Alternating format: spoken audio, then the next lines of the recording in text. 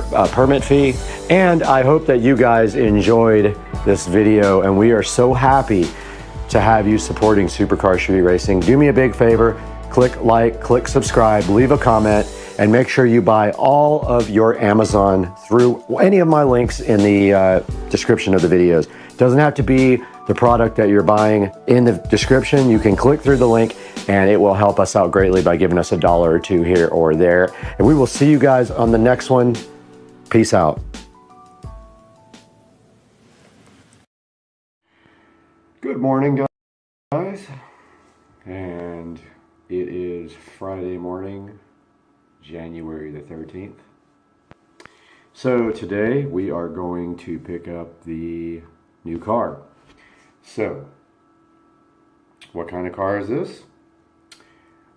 I'm not going to tell you yet, but brand new, the vehicle cost about $200,000. It's not a new car. It's a car I've been looking at for a while. You probably have seen me before on YouTube. I'm going to upload my old videos of my Supra. I used to have a 1994, actually a 1993 and a half Super hardtop, and street raced it quite a bit.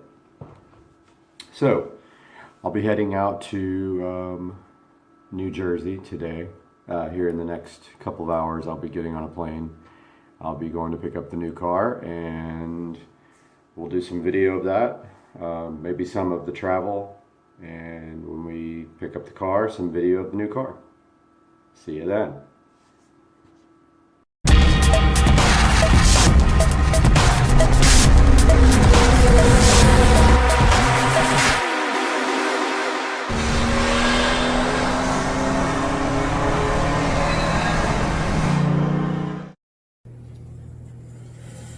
Today we have a package from Amazon right here for the thrift store iMac. Let the upgrades begin. But first we got to shut this guy down, and he is just stuttering here with no RAM. 2 gigabytes from the factory. There's iMovie. Let's shut this guy down and see what we can do here.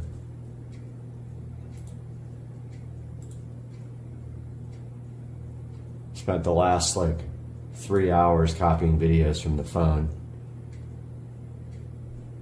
which are so big that there's no way they're gonna play. That's why we're shooting this video in 1080p, even though this guy doesn't even support 1080p. I think their resolution is 1680 by 1050. We got something here to help this computer. While this shuts down, let's unbox this bad boy. This new packaging.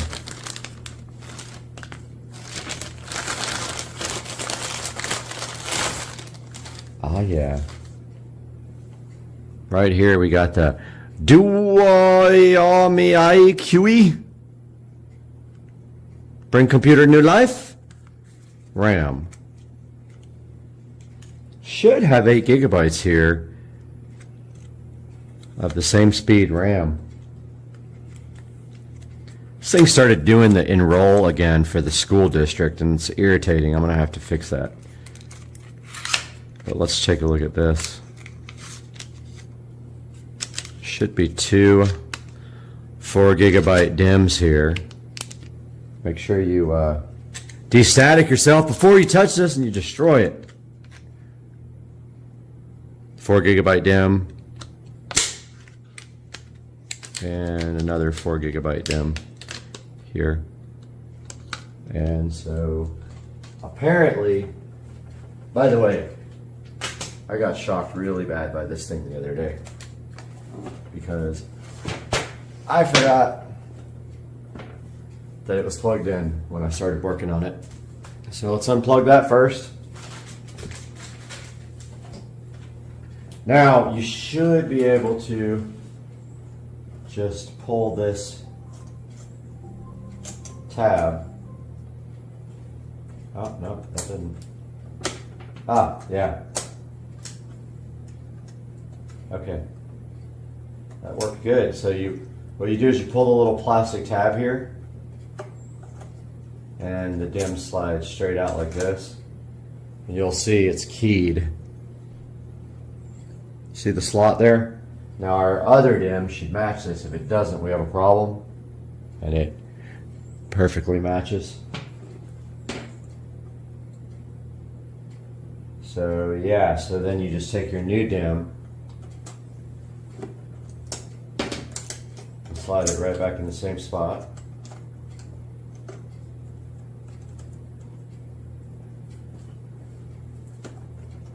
Push it in and put the plastic tab back the way it was underneath the RAM so you can shut the door.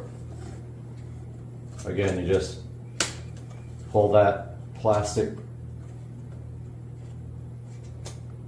Kind of have a pain to get out after you do that because, of course, we are removing it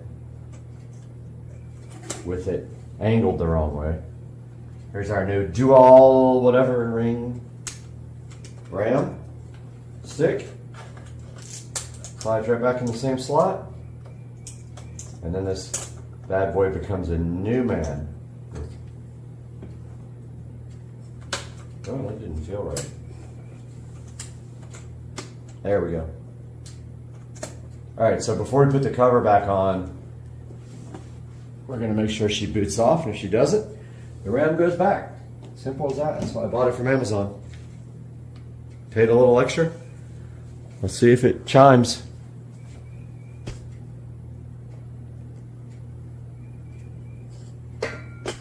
Nothing.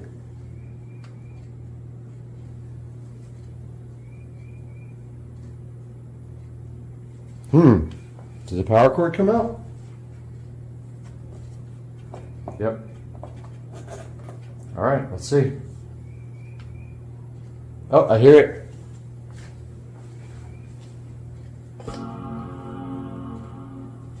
Started right up.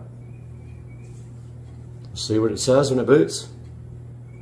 So far, so good, my friends. Everything about this Mac should be different. Went from 2 gigabytes to 8 gigabytes, so definitely a big increase in RAM.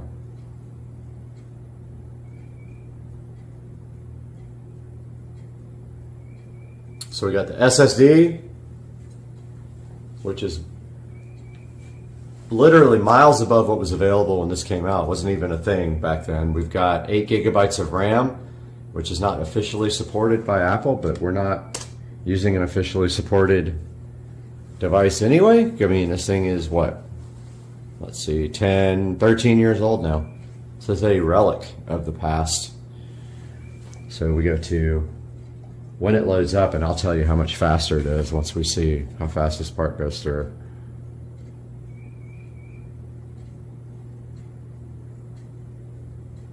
It's always normal for it right here to just spin for a second.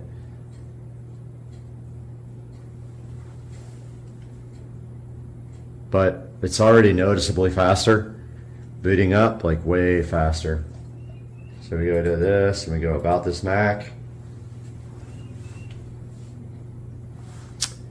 And we have 8 gigabytes. Let's look at the memory. Yes, yes, yes. We have 8 gigabytes of RAM in our $22 thrift store Mac, guys.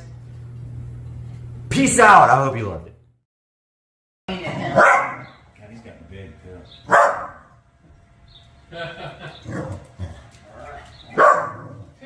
Dude, Cat TV. I thought they used to say that like cats and dogs couldn't see. Dude, Cooper. Oh, get it.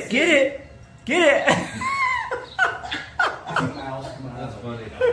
Oh, that's his favorite. Oh, that's funny. He loves Cat TV. Where'd it go? Papa, he went in the hole. Look. Rich, I just had a couple bites of your butt. Good. Rich, nice one. Oh, good. You should put some of that pig sauce on it, man. Yeah, take some. For Eric. Yeah, absolutely. Oh. He's not a picky eater, but he might. You might eat that, right? And some of that chicken. Chicken. He's such a picky eater. I guarantee you, he would look at that chicken and be like, What does he like? Mac and cheese. He doesn't even like mac. He doesn't like pizza. It's so difficult to feed the kids. Bubba, So what can, He does likes chicken tenders. He'll eat white rice, mashed potatoes. Oh, damn. Hardly any vegetables. Really? Yeah. Bubba's all about cat TV. He's tough, but he'll eat like some weird like soups that his mom makes him with like spinach and you know like these soups that he's eaten since he was a baby. Sure. He'll eat. Oh, look at him. Oh, look at Look. him. Oh, my God. He's going to Look the hole. at him. Cooper, get it. He can't handle it when the mouse goes back in the hole. He's like, no. Oh, oh. Come here, Bass.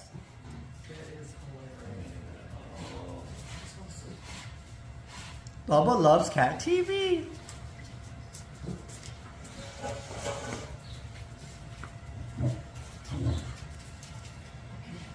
That's a real mouse, Bubba. Phil, no pressure. Sweet kitty, no pressure. Everybody's watching you. Look at that. Cooper is all about it too, honestly. Cooper's like, I wish I could get up there. You're too sausage. You can't why get up isn't there. Bubba killing that mouse. I could kill it. Yeah, I can't get up there. I have short funny. legs. Oh, oh, Bubba, get it. Get that mouse, buddy. So focused. Oh, oh, I know that. Is he going after the mouse? Or is he- The cat gets he's worked up. well. He's super protective of Bubba, but like I don't know. I think he sees the mouse. I don't think he's protective. I think he's just going crazy because Get the mouse. And now- Oh, oh, get it, get it. I think the cat's just getting him worked up. I think so. too. yeah, that's what it is. He's pissed. I'm gonna kill it. I'm gonna kill Look at it. his tail. I will Can you kill let that mouse get out of the hole?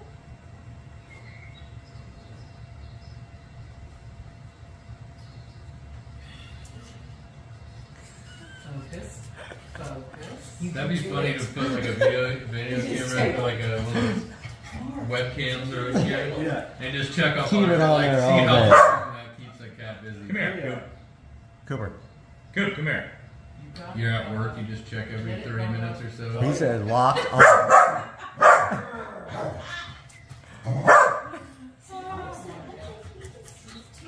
Bubba loves cat He sees TV. it, huh? But I can't tell he's watching. He sees it. Baby, you think so? Yeah, he sees it. Heck yeah, he does. No, I know Bubba does. I'm not sure about Cooper. Cooper sees Cooper it. doesn't know what he sees. He sees it. I think Cooper's. He sees it. Oh, you let that thing get out? What? You're smacking. I think he sees it too, like you reacted He to it sees and ran it. back to the hole. It was good. I'm a Right, good you choose kid. something here Yeah, for I him. have to pay. Wait, let's How long try. did that butt take you? That, here. How long did that butt take you? Let's try 3.5 other cat hours. TV and see how you're at. Yeah. That's called, that smoker I have is called an Orion. And, It's a fast. It's fast. No, I'm not busy. I'm not real sure. Because the hottest I can get mine is like 300. He's over the ads. I think he's gonna But run. it's like one of those Yeah, things he makes where sense. it's getting blown on the bottom with Yeah. the tray. Uh-oh. But it doesn't get very hot. Oh. I try to make it hotter, but Well, this one, I mean, I learned about it from a friend a few years back. Oh my god. Try this. Oh, Cooper sees it for sure. And I've never. you put some coals around the bottom. Dude. It's just regular charcoal around the hair and on top. And you can read inside. You guys are missing. Look. Yeah, come here. I know. Yeah. Look at him. He's like he's touching the bird. You don't do anything else. Look at him. He's got his paws on the bird. Oh, you got a buddy here, don't you? I was just telling Brad, like, my next dog, I'm definitely not going to get a basket. Come here, Come here. Like a long-haired dog or like one of these. Come here, Kobe. Is this a border collie? She is a shelf. Oh, Sheltie. Yeah. they left. We I'm have- sorry, Bubba. Right? Oh, We ever done Border collies are big. Bubba just met dinosaur. in the whole Yeah, wide it's world? too big for and him. for Oh my, it's a monster. He is so He's like, big. no, It's no, a no, lot I of can't do it. fun. Do they play? Like, do they catch balls or like? He was watching the tail. He's thinking He would do about. all Oh, that. Yeah. He's He's 15 15 now, now. so he's about 3/4 of the way blind, Yeah. almost all the way deaf, and still the sweetest thing. oh, oh. And he's never. He's He's 13 so now. all about it though. Yeah. He's pretty much blind. Yeah. But he's always shed like crazy. Dude, this is the most He's fun always, thing they have ever. that basset hound odor, they have that hound Yes. stench to him. Yes. He And, watches it. But even when he was younger, he would throw a ball and he'd just look at it and then just sniff something. You know, he'd never like, he was always a lazy man's dog, you know what I mean? Willie used to. He's like, do something, bro. Yeah. You would throw anything. Let's and give him he'd one more bring it cat back to TV. you, And he'd want to do it, and then he'd get tired and he'd go, no, no. Rabbit. Yeah. But There you go. no, he always did. You need a Boston Terrier then. Oh God. This breed will not retreat. Oh, he went up. A Boston Terrier. right here. Stop. Oh Yeah. yeah. It is. He jumped way up there for this one. Oh, he pounced on him. Yep. And this. Kitty, kitty, got it. Cooper! Get over here. That's enough. He's having fun. Good. The, Another skill master. I'm not sure what kind of basset hound I got, but every basset hound I've ever met, maybe he's not a purebred or what, but he looks like a purebred. But like every basset hound I got has like a pit bull fur. You know that short, Yeah. like the short, sleek, like. Oh my God, he's all But about he's it. got this long, like he's got like a long, like thick overcoat. Oh, and then, like, a where'd he fluffy go, undercoat. Bubba? And God, man, he would shit. Oh, it comes right up to his face. I haven't seen him in a while. See him pull his head back? Dude, he's like, this thing's coming right up to my He's face. pretty good. Kitty Cooper. Honestly, I wouldn't be surprised if he lasts another year. Yes. Pounce. There's Fluffy, my Boston Terrier right there. Oh, it's so funny. That's his ashes. Oh yeah. Oh, He's hilarious. going crazy. Oh, look at Oh, this. 2 mice. Yeah. He's in mice overload. See how much I think. He doesn't know which one to watch. I like all the little short, stumpy dogs with the little legs. I kind of like all the. I tell you what, this guy. We were there and looked for a corgi. But he's been on. He's something else. He totally sees it. He's a lot of fun. Yeah. Loves everybody. Drop the Chick-fil-A. That's sacrilege. Look at him jump. Oh my God. Ooh. That thing zipped back in.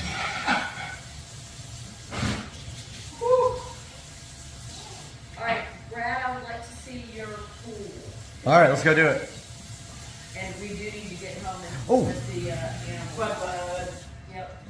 How do you just bring this up and just put a cat video? Or We put cat TV because Mr. Binks Cat watches it, but not like this. Yeah. Binks, Mr. Binks Binks- loses he interest. doesn't- He doesn't get crazy? He looks at it You for a brought minute. Mr. Binks in here? Huh? Or where did you watch it with Mr. He Binks? watches it in my theater. Yeah, he but sits on the doesn't- table but like Binks watch. doesn't go crazy. He doesn't go crazy? He just watched it for a few minutes, but Bubba's all about Bubba's it. like, wow, long. You know, with as much as that cat's outside, he's probably got to see rats all the time. Oh, yeah. Yeah. He probably kills them. When ours got outside, he used to bring them back dead. He'd bring back dead birds. Look at dead this. mice, Dead mice. He'd bring them back and leave them on the front porch. Like, look what I killed. And he hadn't any front claws. He was a huge. The rats down here are no joke. They get huge. Yeah, they're big. I think he You would guys watch got them this back- all day. Did you have them Honestly. back there in the water? I bet you did. Oh yeah. I've had them up in my attic before. Like they've had like a straight up like nest going on up there. Yeah. To where you can hear them scampering around. They're Oh, bad. Oh, wait a minute. Set The up a mouse bunch that of goes traps right up for his there, face. Lay down a bunch of poison, and they haven't been up there since. But you Yeah, can see. put out that camel. Go eat the shit out of that. Yeah, I've got like this little Put a little bench peanut butter outside on it. that's like a storage area. Yeah. Like you lift up where you sit and stuff, and I can see them. They bit out a little hole. It's plastic, and they bit out a little hole in the back. And They one worked day, their way into it. huh? They worked their way inside. Yeah, and they were staying in there. And one day I opened it because I was like giving my dog a bath because that's where I keep his shampoo. But I could see one scurrying around in there. It's big old sucker. So I went and grabbed my son's BB gun Don't have it. And I pumped it up, and I opened up the lid, and he tried to jump and climb out of that back hole. Not so fast. And I got him right through the ass and coming up through his body, and he was scampering around a little bit, and then I got him again. And I can't believe I got him with a BB gun. It was like, how do you get a running rat with a BB gun? But just like you get a running squirrel with one. Your cat's so entertaining. They're nothing but. I cannot believe he's still watching it. I bet you leave this on all day, you'll be there the whole entire day. Sure, Just she's like, locked on. Look at him. Look at his head. this would be literally like exercise for a fat cat. Totally. But watch when he gets near them. oh, there's two of them. Then now. he freaks out when he sees two. He'll look back over, he'll move his head back and forth like, oh shit, there's two of them. Where'd they go, Bubba? He's planning on that there. I love how they run inside and it like piques his interest. I think they're all about fucking with the cat. I'm just saying. Hey guys, Brad here. And I've been wanting to do a video like this for a while. So if you look online, there's a lot of reaction videos to music, and there's different types of people who actually do these reaction videos. A lot of them sometimes are professional musicians. Sometimes they're nobody, just a normal person. I'm kind of in between. I'm an amateur musician. I play acoustic guitar, electric guitar, drums, a little bit of keyboard, mandolin, ukulele. Quite a few instruments, but I'm not amazing at any of them. I'm just a guy who likes to have fun playing guitar. Today we have my Martin here. I will use various of guitars here in some of these reaction videos, but today we got my Martin, which is a solid little $1,000 guitar. You could find them on sale sometimes for in the 800s, but that was rare. But yeah, good little guitar. It's a great guitar for beginners. It has been restrung with Elixir strings, and it has been set up, so it actually plays very nicely. Makes a good sound. Fits pretty good on my lap here. But yeah, today we're going to take a look at one that's really popular online because of, I think, a few things. And I haven't quite nailed down whether this video was post-produced and mixed, or if it is actually this good directly off of the stage. It's so good that it almost sounds produced in a studio. Now you have to understand, back at this time, Queensryche was at their peak, and they were all in their prime. And so you can kind of understand why the video sounds as good as it does if you can just remember that when these bands are touring, they are at their absolute peak, and they are practicing every day, and they are able to keep that timing good, and that's why. If you don't play every day, it's kind of hard to keep your timing and keep your ears trained for the chords. And so let's read a little bit about Queensryche together before we take a look at Take Hold of the Flame. So Queensryche is an American heavy metal band formed in 1980 in Washington, which I did not know that. Used to be a fan of them back in the day when I was in high school and college. And they came from this band called Mob. And they have 15 studio albums. And if you know Queensryche, they are really theatrical, and their albums have themes that carry out through the whole album.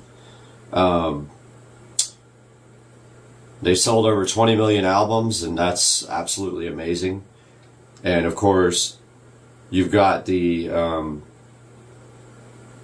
incredible vocals of Jeff Tate, even to this day, although there are several versions of this song online, and you will see that his vocals have deteriorated. Now, I heard that was because he was a classically trained singer. He took lessons, and voice coaches helped him develop that range. And I did hear that that could be the type of singing that he does could be detrimental to his long-term voice, so to speak. But when you hear him sing, you know that he's classically trained, and he almost has an operatic type of voice, and his range is absolutely insane. Like it's probably one of the best of any rock vocalist ever. I mean, you have Jeff Tate, you've got Rob Halford, who can also do that range. You've got the guy from Boston, I forgot his name, the guy who is no longer alive. He had a pretty crazy range, and then you've got a couple of other guys that are up there. But no, Jeff Tate, man, his vocals are on point. He's one of the most incredible rock singers ever. So Take Hold of the Flame. I've got the chords up here on Ultimate Guitar. I don't know if it's going to be in the right key. Sometimes these videos are shot, obviously they change the key when they perform live sometimes, and not to mention due to video speeds, frame rates, and things like that. Sometimes the tuning isn't right on a guitar, but we will try to see. And it's got normal chords here. It's in A minor. Chords are A suspended 2, A minor, F7, G/E, F7, G/E, A minor. That's for the intro of the song. So it's calling for an A suspended 2, which is just basically 2nd fret, and it's your 3rd and 4th string up. So it really is just this. And that does sound correct for the song.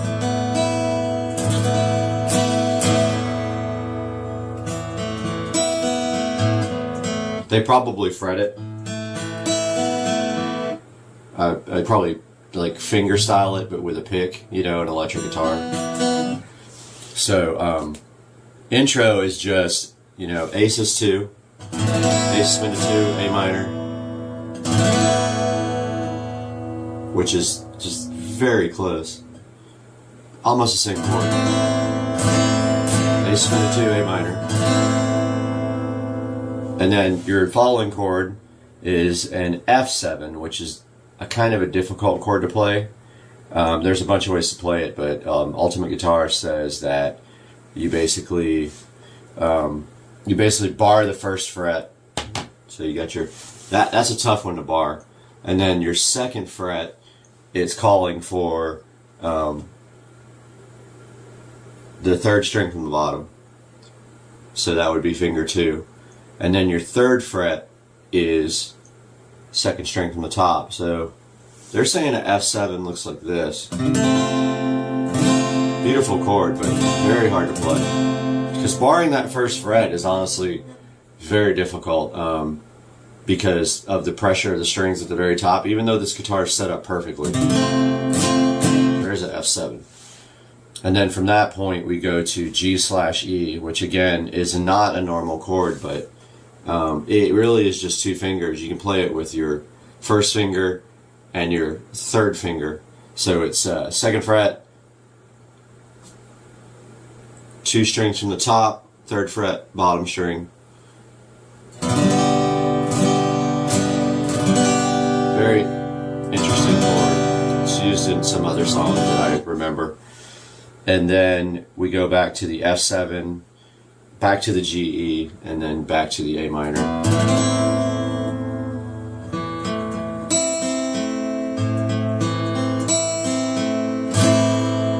So so Take Hold of the Flame. Let's take a look and see what this is all about. Now just remember this is from a bootleg, and so this is the most popular one online. So let's take a look at Take Hold of the Flame. The song of hope is called Take Hold of the Flame.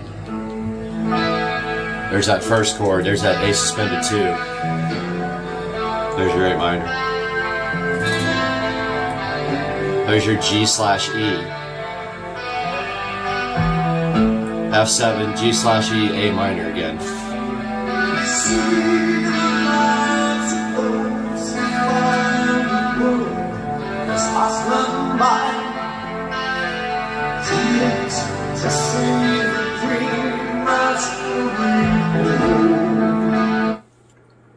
So right away, I'm noticing that his tone is better in this version than I've seen him lately. There's a concert of just Jeff Tate, who left Queensryche a while back. They had disputes, and his ability to stay on the notes is gone now. It is good, but it's not this. It's definitely deteriorated, and you can see that in his newest video from 2021 where he was playing live with his new band. So, lyrics. We see the light of those who find a world has passed them by. Too late to save a dream that's growing cold. What does that even mean? So he's watching somebody. He calls it light. He's watching somebody's light. And someone who has, I guess, wasted time because it says a world passed them by. Too late to save a dream that's growing cold. So they've wasted their time in life, and he is viewing this from the outside. But yeah, it's like, it's A minor first, so it's like, see the light of those who find. And then it's world is F. World has passed them by. Too late to save a dream that's growing cold. And of course, I'm not a great singer, so, you know, criticizing Jeff Tate is probably dangerous territory because I can't sing myself, so I can get by, but I'm not. So it's just...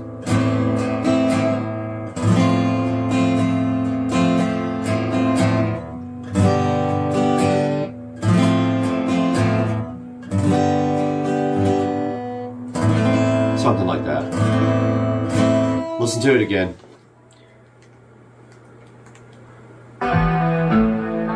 There's the individual strings. There's the A minor.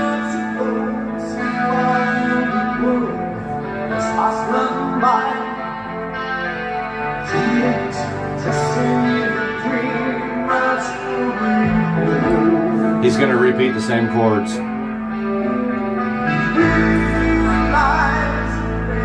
Bass came in.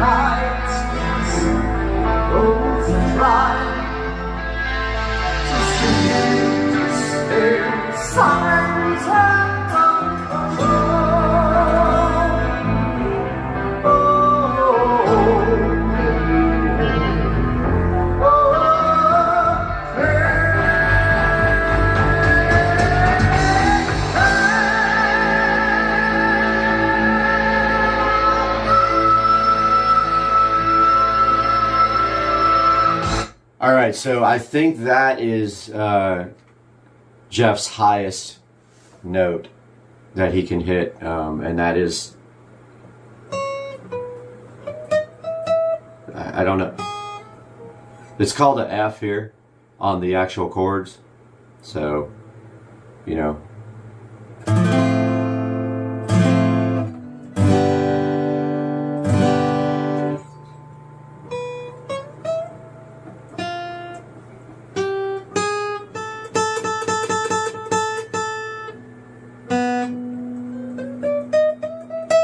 So there it is. I don't know what note that is. That's up there. As you can see, that's way, way, way up the scale here. Well, I heard somebody say I think it was an A5. I'm not sure. I'm not great with the actual notes, so that's his limit though. I believe his vocal limit is right there. But he nails it, and it's dead on. There's no vibrato. It's just a straight sing.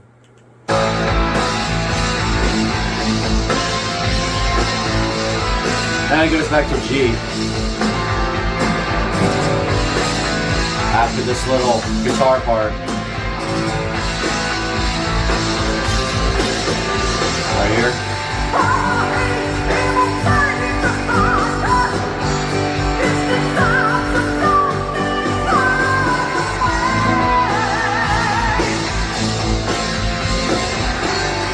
From a haze came a rage of thunder.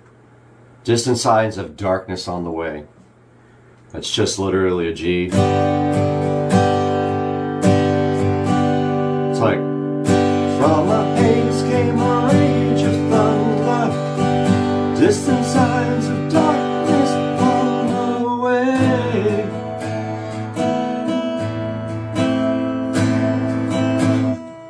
Just a G to A minor. All right, let's see what's next. Fading cries, screams of pain and hunger. Another one, just G to A minor.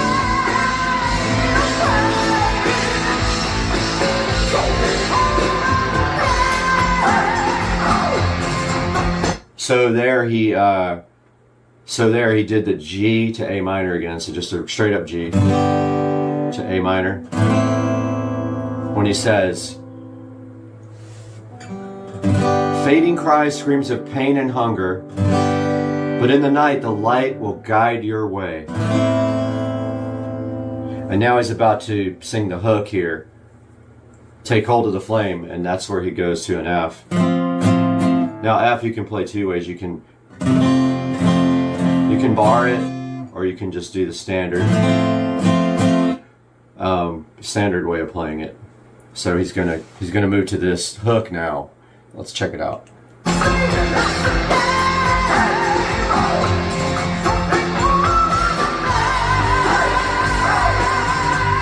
Back to the G, to the F, G, A minor. So he's saying, take hold of the flame. Don't you see life's a game? Take hold of the flame. You got nothing to lose but everything to gain. So kind of a positive, go get it kind of message there, that you're letting life pass you by. And then the next verse, he goes back to the A minor and the F, and then back to the A minor. Let's take a listen to that.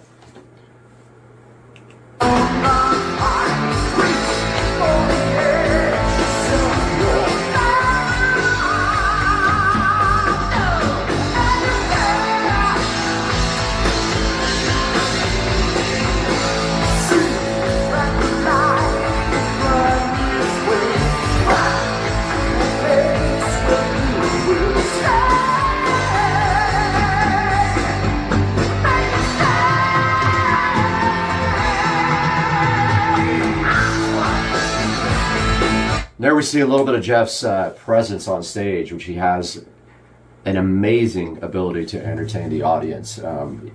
He has the moves down. He's got the voice down. He's a good-looking dude, so he always had that going for him as well, which is important. And so that's that piece there. Ride to a place beyond our time. Reach for the edges of your mind, and you're there. So that whole piece is just A minor. Ride to a place beyond our time. Reach for the edges of your mind. So yeah, obviously I'm not a great singer, so Jeff nails it. And then, see that the light will find its way back to a place where it will stay. Make it stay. Another positive vibe there. And again, so he starts on A minor, so C. See that the light will find its way back to a place where it will stay. And then he's like, and then he says, make it stay. And then when he does that, they go to F, they go to an E major, and then back to A minor. So it's like, make it stay. And then there's a big solo after that with the amazing guitarist here.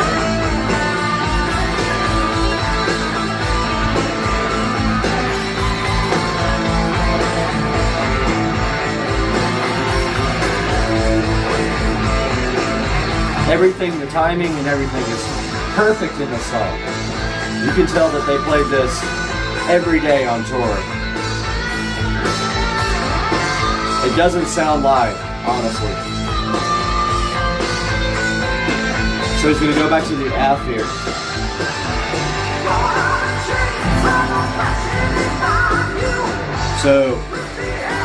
So the chord is wrong, I believe, on Ultimate Guitar. It says F, but I don't think it is. I think it's a G. Yeah, it's a G on the, in reality, he's got F on the actual app. Throw down the chains of oppression that bind you with the air of freedom the flame. So it's just G, A minor with my terrible voice. Throw down the chains of oppression that bind you. With the air of freedom, the flame burns bright. Let's take a listen to that again.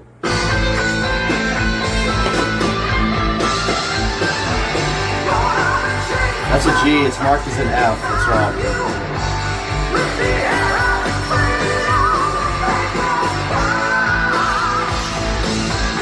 It's wrong again, it says F.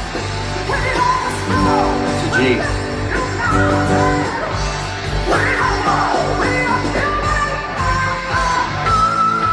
I think that's an A5. I have to look it up. But there's that note again. Now we're back to F. That's an F. Back to G here.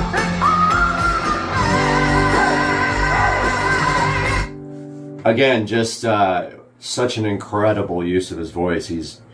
He is going down to, you know, G chord here, and then he's hitting that super high, and so just we are strong, the youth united, we are one, we are children of the light. It's interesting. Their lyrics are always so well thought out, and so you know, it's a rock opera. Their albums have themes like Operation Mindcrime. This blows my mind, this performance. Let's take a listen to it again. So he's at F, and then he's back to G here.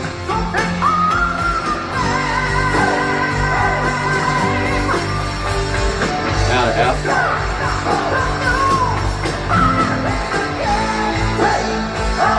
Yeah, there's some obvious errors in this chord. In this tab, there's the Fs are actually Gs on these. So he says you got nothing to lose, but everything to gain. So there's really not an F there at all. It's G the whole time. He's like, take hold of the flame. I see he's marked it as an F, but it's a G.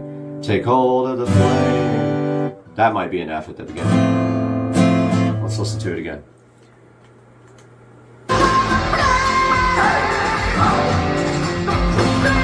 That's an F at the top of that one. But it's a G. Stays a G.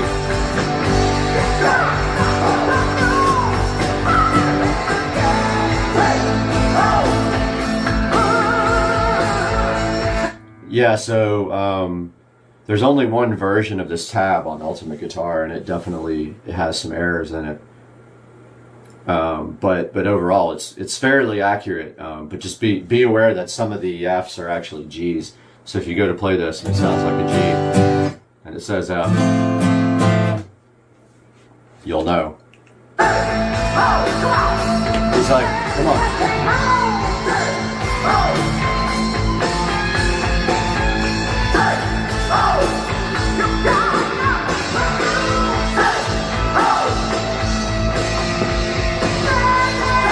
Again, the stage presence. So this is 1984, mind you. So this was Queensryche in their prime. Literally, they were becoming really famous at this point. So they're probably playing every day.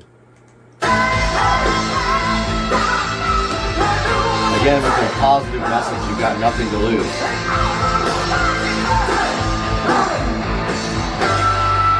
There's that note again.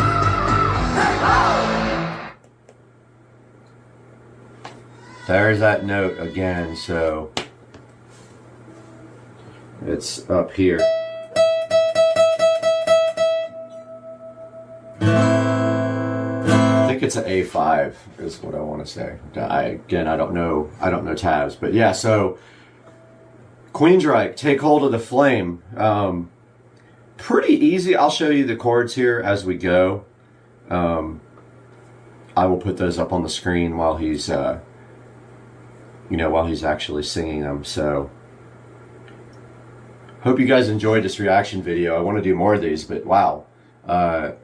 Take Hold of the Flame. Probably one of the best live performances that I've ever seen from a band. Now, the question still remains, is this live, mixed live, or is it, or did they isolate the channels, take it to a studio, mix it, and then create the video afterwards? That I'm not sure of, and there's not a lot of information online about it. But I encourage you to take a look at Take Hold of the Flame then, and then find one of the newer concerts from Queensryche, and then listen to Jeff Tate from last year when he was performing live with his band. And let me know what you guys think of Take Hold of the Flame by Queensryche.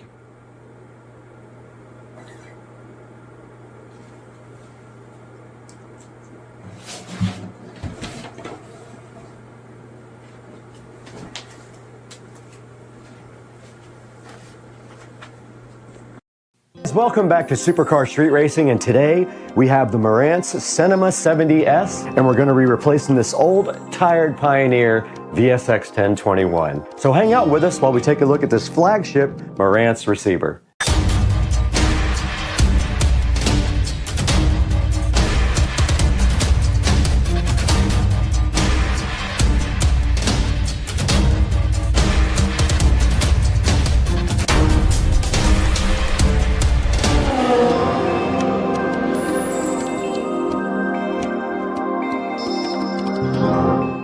Now, about 1 year ago, we did create this nice 5.1 surround sound system in the Supercar Street Racing bedroom, and we also added this nice big Fire TV from Amazon.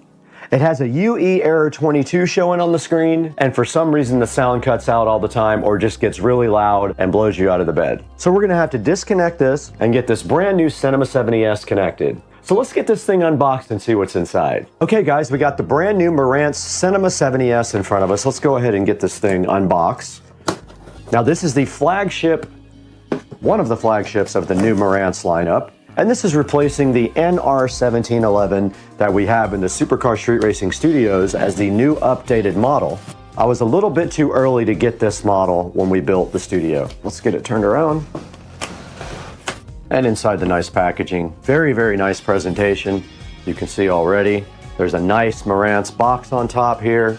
There is an Odyssey mic for calibrating your sound. And then there is your power cord. And inside the box here, check out the presentation. We have the remote, the Bluetooth Wi-Fi antenna, some batteries, and a nice quick start guide. And then under that, it tells you how to use the HEOS app to listen to high resolution audio.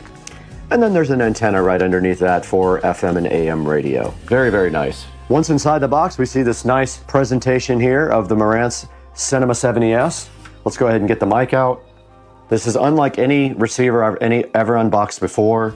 The quality and the presentation is very high end for a $1,100 receiver. And you can see the nice wrap here of the Marantz Cinema 70S. We are gonna have to get it off the table now to get it out of the box. And it is a slimline receiver.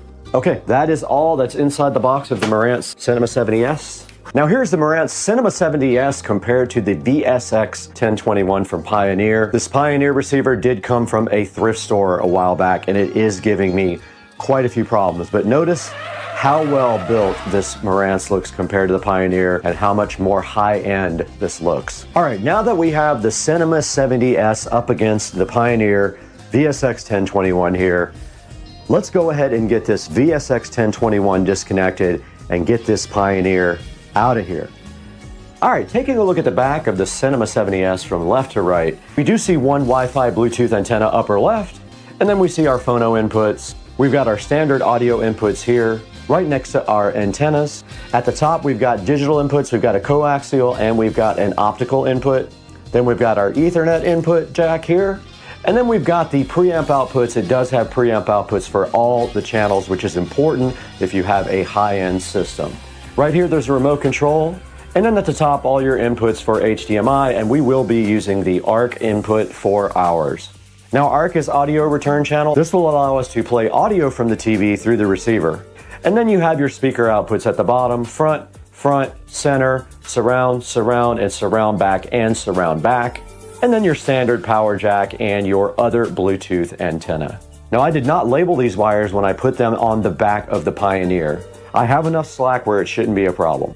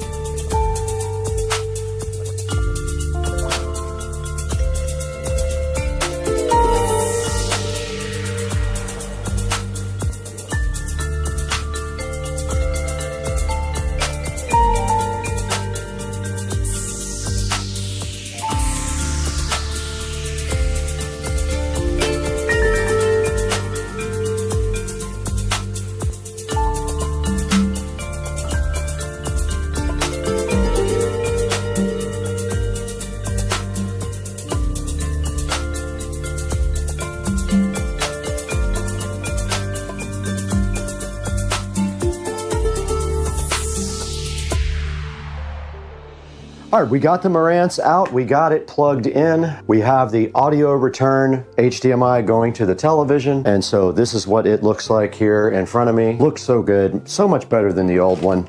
And I have the remote control right here as well. And I decided to go ahead and just use Wi-Fi because I was using a power line adapter before, and it is very slow. To do anything fast, we're gonna need better network. I would like to run Ethernet to this room eventually. And here is the remote control for the Cinema 70S. All right, so we have the receiver plugged in. We have power to the remote control. Let's go ahead and power it on. It did come on, and on the front it does say Marantz here. Really cool looking display. Input. We should see the setup for this. We do. Okay, we have the setup on the screen now for the receiver. All right, now you guys can see the AV receiver setup assistant here. I'm gonna go ahead and click English. I'm gonna click next. Already got all that stuff done. Okay, is this the speaker setup? Yes. Okay, no height speakers, no front, top, no that. No, I don't have Dolby Atmos. Yes, that's already connected. We're gonna play a test tone, so let's see. Set the subwoofer at 30. I do hear front left. I do hear center. I do hear front right. I do hear right surround. I do hear left surround. I do hear the sub. And we have the Odyssey calibration, and we are going to go ahead and break out the microphone for Odyssey. And there is a microphone jack on the front right here to do Odyssey setup. So go ahead and get that plugged in. Go ahead and hit next. But I'm gonna go ahead and plug in. I'm gonna plug in the Odyssey mic. It is plugged in. Connect the calibration microphone to setup. Main listening position is gonna go in the center of the bed back here. Main listening position is going to be with a pillow, just like that. And let's go back to the front. Okay, it's ready to test. Main listening position.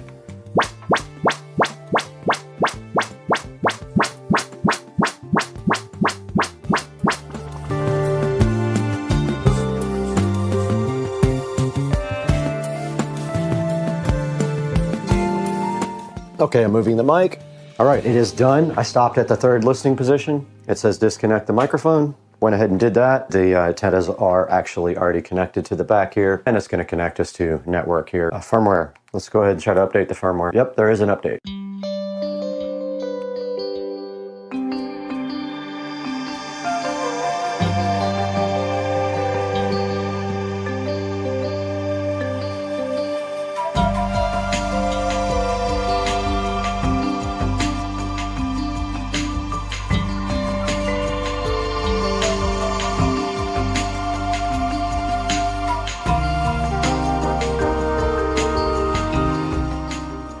Okay, it does say 1 minute left on the update here. And you can see the TV went into screensaver because the receiver has switched off the HDMI signal.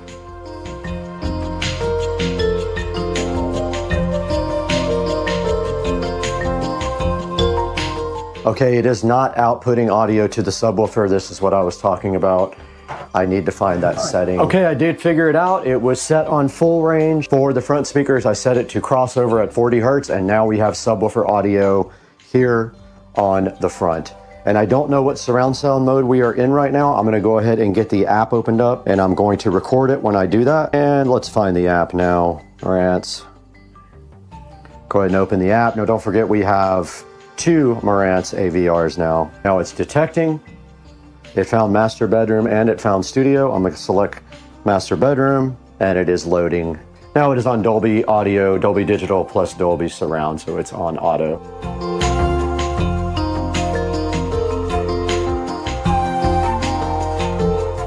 Welcome back to Supercar Street Racing. I'm Brad. You're in the 4K production studio, and we are taking a look today at the Marantz Cinema 70S, as you can see right here on your screen. And this 70S Marantz is one of the flagship Marantz models, and it is a slimline model as well. Now, this receiver has 50 watts on all 7 channels. It does 4K 120 and also 8K. Now, right here in the Supercar Street Racing studio, we have the old NR1711 from Marantz, which is also their slimline model. And unfortunately, I got it right before the 70S came out, so I wasn't able to pick up the new 70S. I did pick up the 70S for my bedroom, and you guys remember we did a 5.1 audio project in the bedroom about 1.5 years ago. And I did use a thrift store receiver at that time. It was a Pioneer, and I was trying to save money, so I just picked that up, and it got by for a little while. Now, the Pioneer started giving me errors like UE22, which is something to do with updates. And it is so old that it is no longer supported by Pioneer. Now, checking out the Cinema 70S right here on Amazon, you can see that if you buy it from this person, this seller, it is $11.93, but you can actually get it for right around $1,000. And I will put links in the description for both of them. When you take this link here, you can actually pay it in Amazon payments. The $1,000 version, you cannot pay it in payments. And this receiver has a 4.2 star review out of 52 ratings. Now, I will tell you on YouTube, this receiver has great reviews, and it's one of the best receivers I've ever personally used. Just the packaging and presentation was so nice on this receiver. When you open it up, you immediately see the quality there and the effort that they put in to make this a little bit of a higher quality experience for its customers. And going online here, you can see the pictures here of the receiver. And there's the front of the receiver. It has a really nice, modern looking, high-end feel. Here it says elevated performance for the Cinema 70S. Soundmaster tuned using precision components ensures your listening experience is extraordinary. And right here you take a look at the back of the Cinema 70S. And we did go over all this stuff in the video and I showed you the connections on the back there. But notice here one of the higher quality things that it has are preamp outputs for every channel. You can see right here, that is something that a lot of manufacturers are leaving out of their receivers now. And right here to the right of that, you can see all the speaker outputs and the HDMI inputs, including the 8K monitor output there. And you can see it does 4K 120 as well. It also does have 2 subwoofer outputs.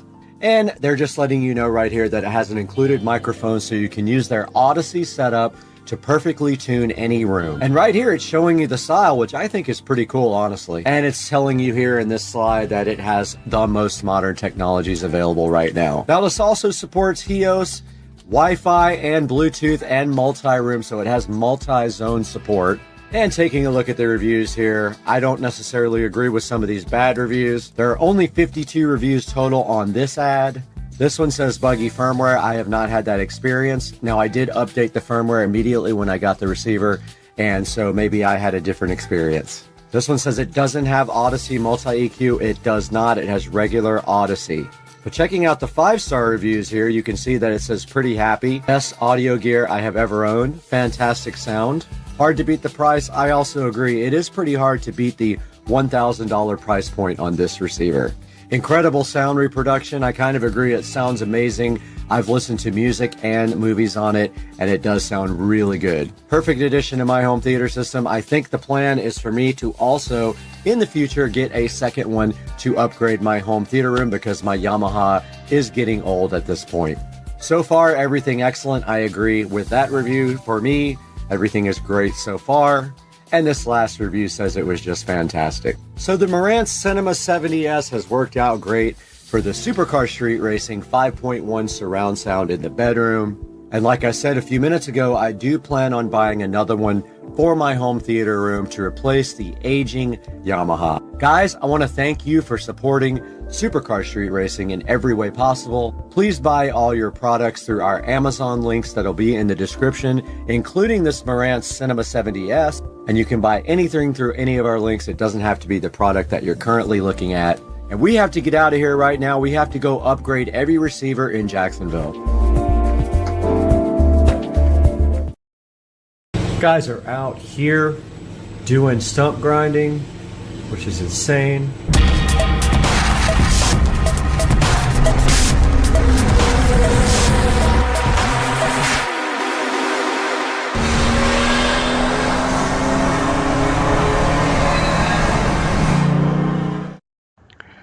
Alright guys, once again I'm an absolute idiot. I did a whole entire project without my wireless mic on and didn't check the first clip. And always check your very first clip, the first 5 seconds or so. And I can tell I have dust in my throat right now because I'm about to choke. So this is a upgrade for the office that has 6.5 inch in-ceiling speakers in it. And what we are going to be doing today is we are going to be upgrading those to the 8-inch pile PDIC, I believe it's R81. I don't have it right in front of me, but yeah, those are right here. They're a two-way in-ceiling speaker. And here I am unboxing the PDIC R81 and trying to get all this ready to be installed in the office ceiling. And so once again, I will be voiceovering this whole clip because I'm an idiot and I don't know how to do anything right with microphones or video production quality at all. Here's me rotating the clips toward the inside, but before you rotate the clips to the inside, make sure you keep one clip rotated towards the outside away from the voice coil and push down on it so you can pop the grills out easily. You don't even have to use the little grill tool that they provide you.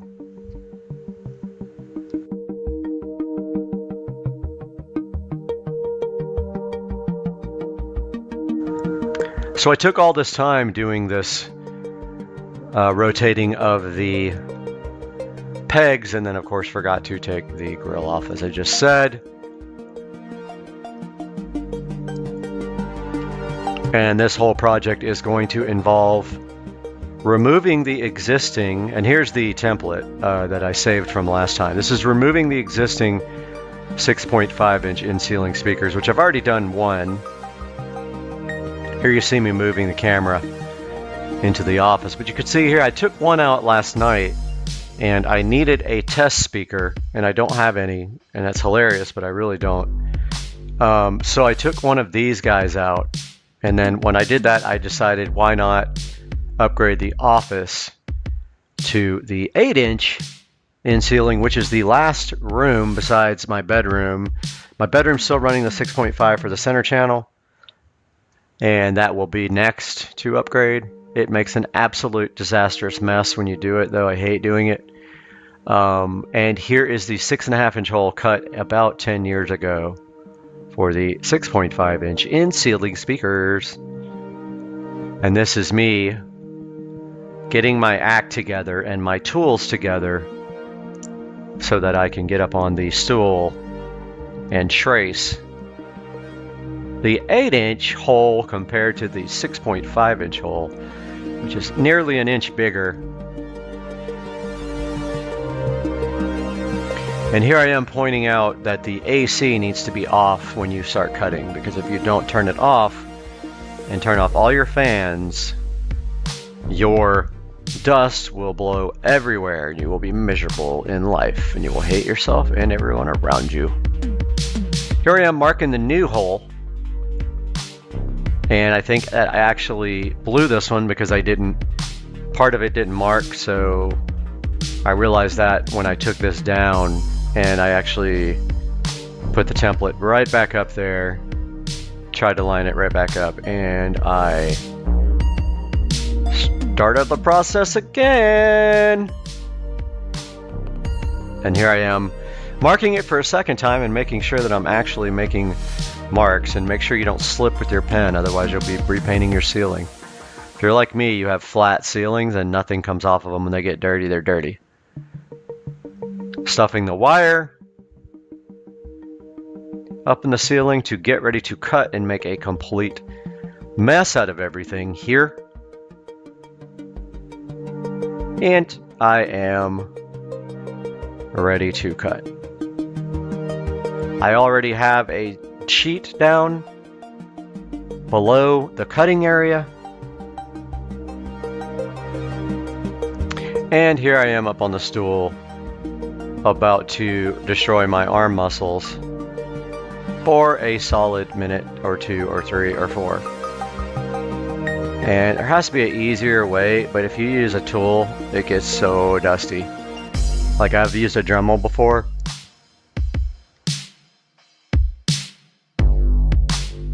I've used a jigsaw, which makes marks on the ceiling pretty bad. I've used a Dremel, works great, but creates dust everywhere. And I have used a Hole Pro, which works pretty good, except when it catches. Sometimes when you're actually drilling, a Hole Pro will catch, and when it does, it will like fly off the track and like make a big gash in your ceiling, and I've had that happen plenty of times. So Hole Pros are hit and miss for me.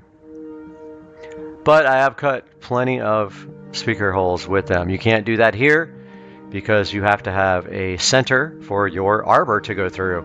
If you already have a use a Hole Pro or a hole saw, you will be cutting it manually, my friend.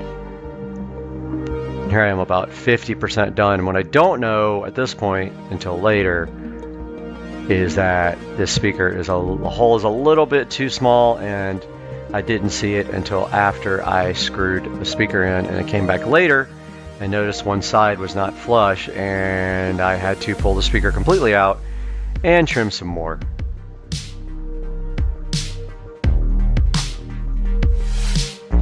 This is me about 75% done. It's been what, a couple minutes maybe. My arm is getting absolutely destroyed, tired. I already worked out today. That's me taking a break right there. And here I go, trying to switch hands to the left hand.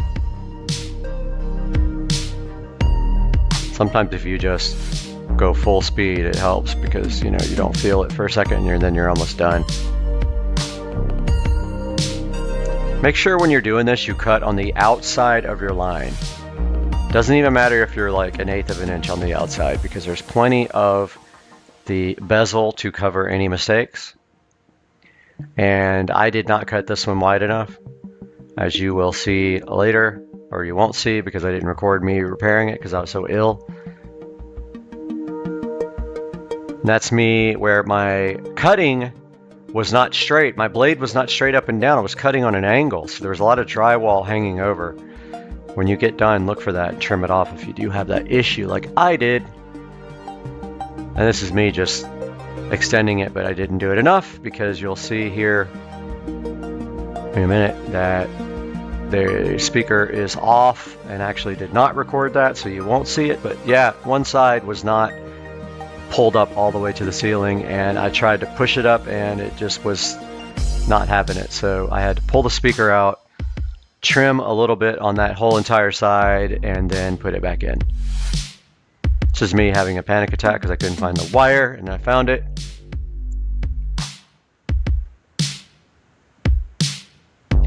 And now this is me grabbing the speaker here, getting ready to get up on the ladder, not understanding that I could have put the drill in my pocket. I did that later and had a epiphany of sorts.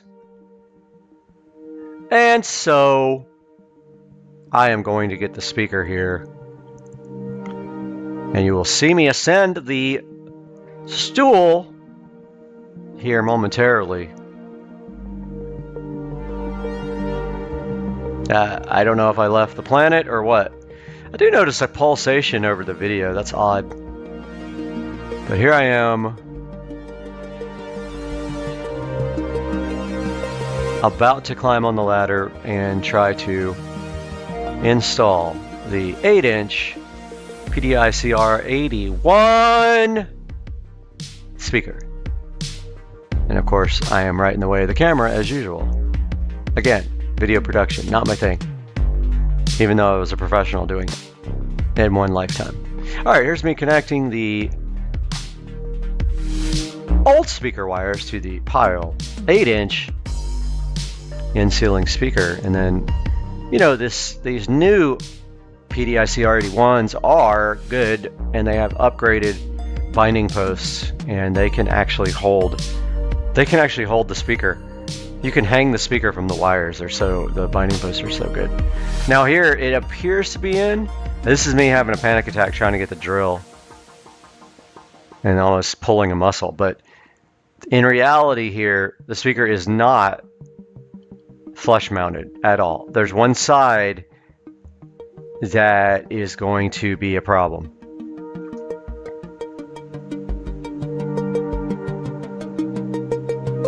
It even sort of made a bubble in the ceiling, but as soon as I relieved the pressure, the bubble went away. But you might be able to see that here momentarily. This is me putting the third screw in. Yeah, when I sucked up one of those sides, it made a bubble. I think it's this side here. Because basically the drywall on top of there is broken. You can't really see it in the picture here. It might be this one. Yeah, I think it was that one. But I didn't see it here. I went ahead and put the grill on at this point. Because I thought, but you can kind of see that there's a gap. I didn't see it from that angle, but it was on the opposite side of where I was. And here's me putting the grill in thinking I was done. And boy, was I wrong. Grill went straight in, no problems whatsoever. And here I am thinking that side is all done, and I'm so happy and life is good, and actually could not be further from the truth. And I'm repositioning here. Notice the other 6.5 is not out of the ceiling, so I have to get set up here to take that out.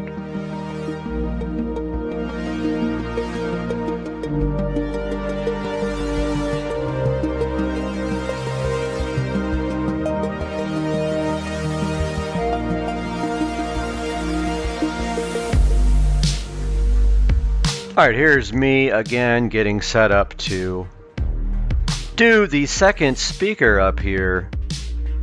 This one here is still in the ceiling, so I have to remove it first. So they will provide you with a little pin tool that goes through the grill.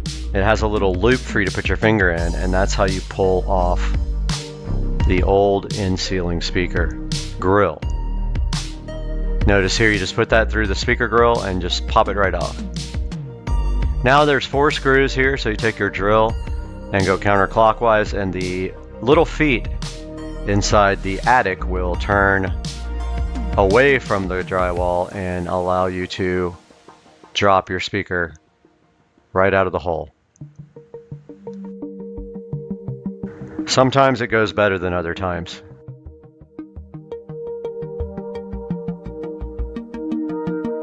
If you go too far, your screw will just fall right out of the clip, which is fine if you're not reinstalling these speakers, who cares? Now these old 6.5-inch in-ceiling speakers the binding posts are terrible. The only thing you can do with them is stick them through the tiny holes, or you have to use the spade connectors, which I did not do, but they won't hold hardly any gauge wire through that hole. You can get a tiny amount through one of the holes and a little bit more through the positive hole. The negative hole is tiny. This is me prepping the wire, but I still have to stuff the wire in the ceiling and draw the new template and get that cut.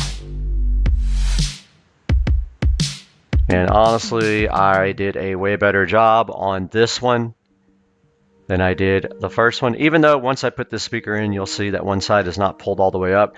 It pulled right up with the screw, no problem. Like I said, better to cut larger, because you have probably a 1/2 of an inch of leeway on your bezels.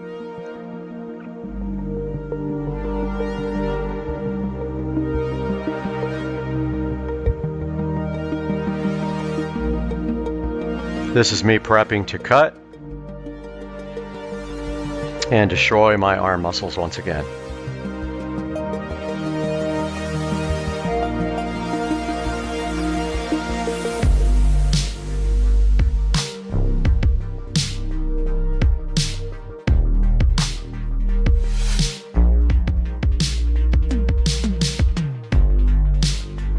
Here I am making a concerted effort to cut on the outside of my trace line because I have learned, because I have installed probably 50 of these in my lifetime. Every time I don't cut outside the line, I'm up there trimming and making adjustments, and it's just stupid when you can just cut a tiny bit more off. And you never see it. You're not going to see it at all. Don't do like I did and buy the tiniest, cheapest speakers you can buy. Go ahead and buy something mid-range. Get 8-inch, get something decent quality.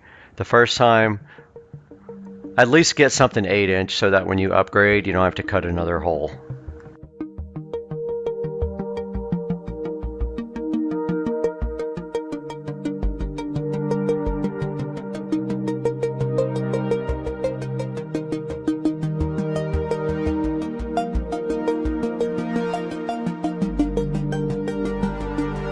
Like I was saying before, you can use tools all day long to do this, but automated tools make an absolute mess, and the only way to really keep that mess down is to put plastic up and like a tent around you, or it goes everywhere. Or get a vacuum cleaner and someone to hold the vacuum cleaner up next to where you're cutting, and that will suck up all the dust as you cut. I am a one-man band though.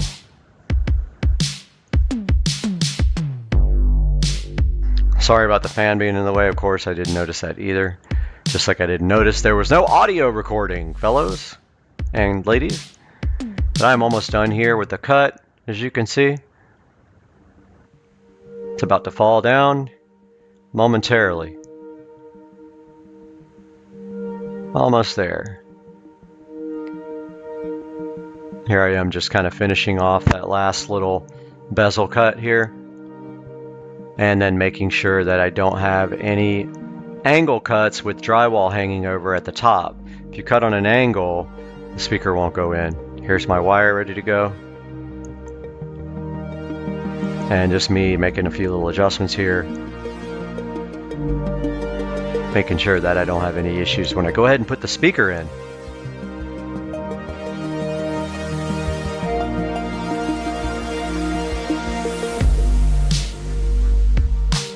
And I think at this point I'm trying to decide where to put my drill, and so I am getting my tools ready to put the speaker in the pile 8-inch PCIe R81.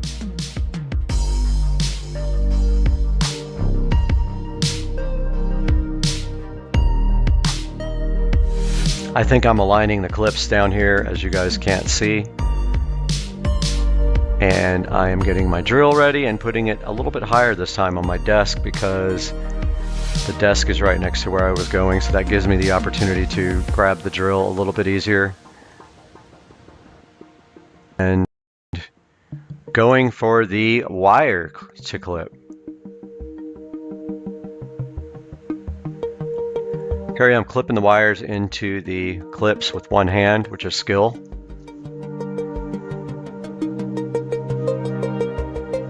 Once I get those wires in there, I make sure all the clips are rotated towards the voice coil. And put the speaker up into the hole. And grab the drill real quick from behind me as I hold it up with one hand here. And make sure that it's flush. I grab the drill with the other hand and start the screwing process.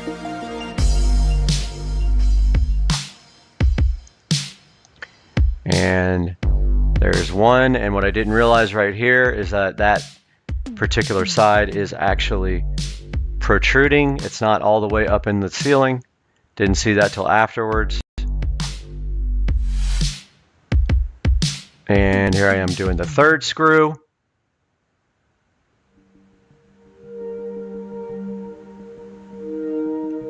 My arms are on fire. And I think I realized at this point that there was a big gap.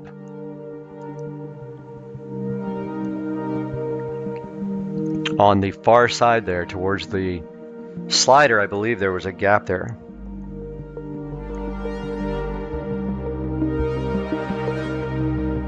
Alright, so this is a look at the finished product. Here are the 8-inch in-ceiling speakers installed. Hope you guys enjoyed this. Yes, I made a couple of mistakes. I corrected them after. You would think after all that many installs, I would know how to do it, but apparently I don't. But hey, it came out great, and I hope you guys enjoyed the video. Supercar street racing here. Have a good day.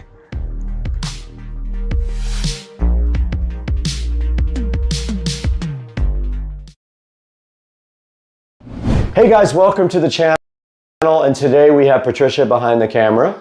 Hello. And we have this special box right from China that I've been waiting for about a month. It's a special delivery. It's gonna look so good on the house. I can't wait to unbox this amazing crate with you guys today. Let's get going. Let's get this unboxed.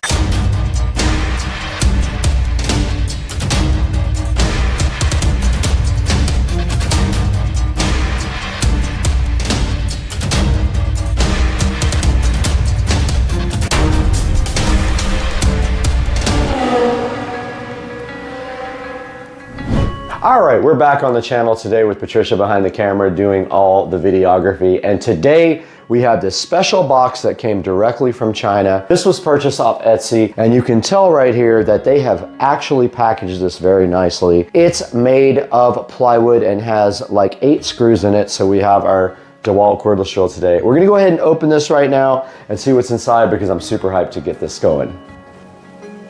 All right, we got the DeWalt cordless drill here.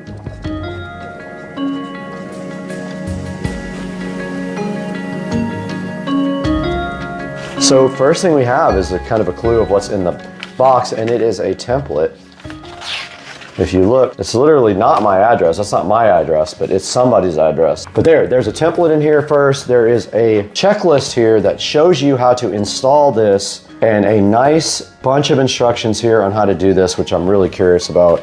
I've always wanted to do this, but I'm super nervous about doing it. This is one of the things I never wanted to do because you have to get it perfect. If it's not lined up perfectly, it's gonna look weird. And then inside the box, this is apparently the transformer. So this is a power supply, basically. And if you don't know what this is already, you will here pretty soon. But this is the power supply, and it looks to be high quality. I was thinking this was gonna be cheap, but the whole kit was about $400. And look, you get this nice, high quality, multi-pin power supply. And it looks like there's a hookup for each number, which is really cool. Right? Very cool. Very, very cool. And then inside of this, we have our screws. So they gave us very long screws to put these in. And the nuts as well. You can see right there, got my name on it. This is from Etsy. There's a bunch of sellers that make these. I picked one that had good reviews, and I went back and forth with him for about 3 weeks and finally ordered. So these are the LED house numbers, and they are mounted with the screws right there. I still don't know how. So they give you the template for that though. So you put the template up on the wall, you level the template like this, so you get your level. Once you get your level, and that's how you get your numbers straight on the wall. If you don't get it exactly right, the numbers will look weird. So you got one shot, like Slim Shady. Like Eminem. Yep, just like Slim Shady, dude. Yeah, so basically, all you have to do is plug that in there, and then when you put it on the wall, it sits out from the wall so it glows on the background. So I have kind of an idea of where that's gonna go, but these look awesome. And I do like the fact that the fonts are like, and then the wire just goes through the wall. So basically, you're not gonna see anything but the number. $380, I think, for all of them. It's kind of the typical price for them. The actual plan is I'm gonna put this power supply on a smart plug. So it'll be controlled, floats out a little bit, like maybe an inch, and so it backlights. It looks really freaking cool. Cool, yeah. So let's go outside and see where this is gonna go. And the plan right now is to put the numbers right up here. They should fit right in that space, hopefully. It barely fits. You don't even have to like put screws in it. It's like, Oh, yeah. you could just glue it there to drill through to the other side inside the garage and then pull the wire, pull the power all the way over to the outlet that's on the corner. So I'm gonna go above the garage door. I wish I could plug it in. Jesus Christ almighty. Got him! Got him! Inside in the garage now, and I wanted to show you guys where this is gonna go. So Patricia, come check this out. So basically, above here to have to come through this side. The transformer will mount up here, and the power goes all the way over here to up there where I gotta still tie the wires up for the access point by our garage door opener, but that's gonna power it.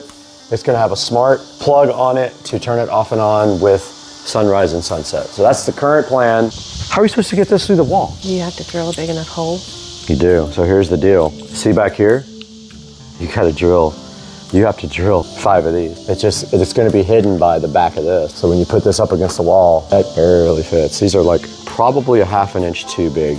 And then you drill through, and then on the other side, we'll have the transformer up at the top, tied up nicely with all 5 of these going to it. We'll run an extension cord over. Okay, we're back in the garage now. It's very hot in here, but wanted to show you guys what the plan is in here without dying. But up here, these numbers are gonna be right on this side of the wall, so we're gonna have to drill through this entire, for a couple of numbers, we gotta go through this whole plate. But my plan is, come through here, mount the transformer right up here, just right here, up to the wall. We'll have all of our wires going there, and then we'll run a power wire up all the way over to our power right there, and then we will have a smart plug probably right here on the end of the power wire. That will be connected to Alexa, and it will come on at dusk. Come on at dusk and off at dawn, like the soffits and our new LED sconces. All right, we're back in the kitchen. Patricia has all of our house numbers connected, and here's a good look with all of the numbers. 5 connections to the power supply here, and all you do now is just take your lights. Patricia, show them how this would be laid out. So basically, that's what they're gonna look like at night from the road. They're very bright. I mean, you're gonna see these for sure. The contrast, the black with the white light, it's gonna look good. And also, the soffits are blue, it'll look just like that. And so that's what it looks like. And they sit out about that much so they backlight the house. Now, the next big job is getting the holes drilled and getting these things. I've already made a decision that they're gonna have to be wedged in because there's just no room. They barely fit anyway. And I think if I wedge them in and get a tube of clear silicone sealer and just go right behind them on the bottom and right behind them on the top here and just put like a dab there, they're never gonna move because they're wedged. I think even with a wind, the only thing that sucks is we're gonna have 5 holes drilled through above my garage door, which I'm kind of stressed out about, but there's really no other option. There's no other option. In front of our nice house numbers again, and you can see here are the mounting studs, and basically what you do is run them into the back of this. They screw in all the way, and then you simply drill a hole in the wall and these go right through it.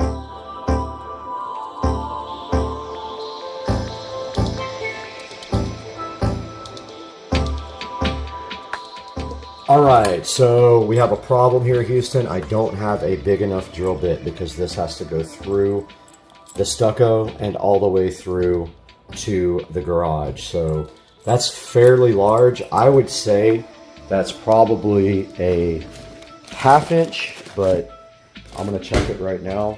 Let me go ahead and look at this and see what this is. All right, so on the end of these connectors, you're going to need a 3/4 inch bit to get through whatever surface. Mine is masonry, so I'm going to go ahead and order a masonry bit. This only goes up to, let's see, a ½ So we need a 3/4. Let's get online and order that now on Amazon so we have it. Checking out the actual studs is what I call these. These are the mounting And the more you can get this off the surface, the cooler it looks. If you can get it to stand out like that, or even a little bit less, it's gonna look awesome in 3D and it's gonna project better on the house. But I think that one of these is just gonna be money. I want it to be snug enough where I put a little epoxy on each one and then it just is perfectly straight and stands up on its own. We're gonna go ahead and test on this box. Perfect. So now we know the size that we need for the actual masonry.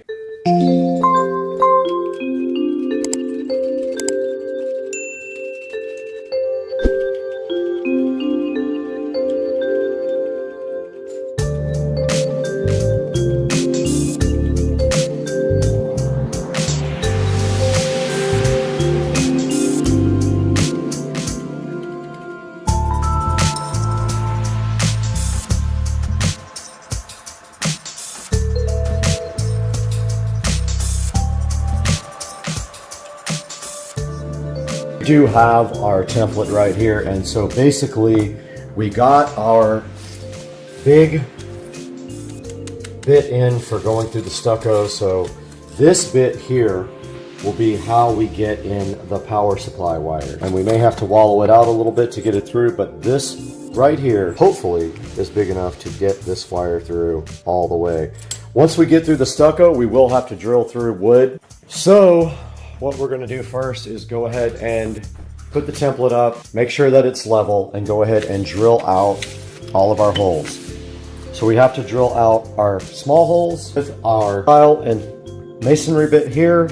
We have to drill our big power holes out, which are the red ones here. These are for the standard bolts. These are for the red ones. So we're going to drill all that out after we get the template up and leveled.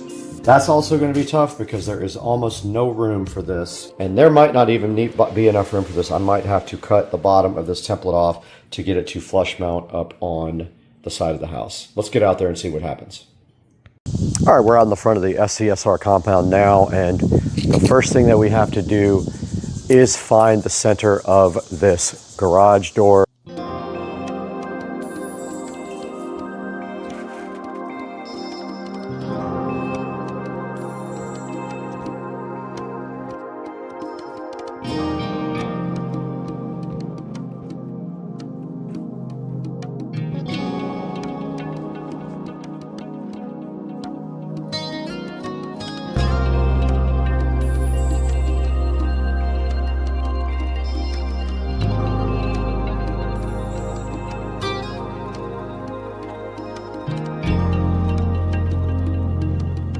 Okay, so I had to move the template down. There was absolutely no way to get the letters into the wall unless they were down.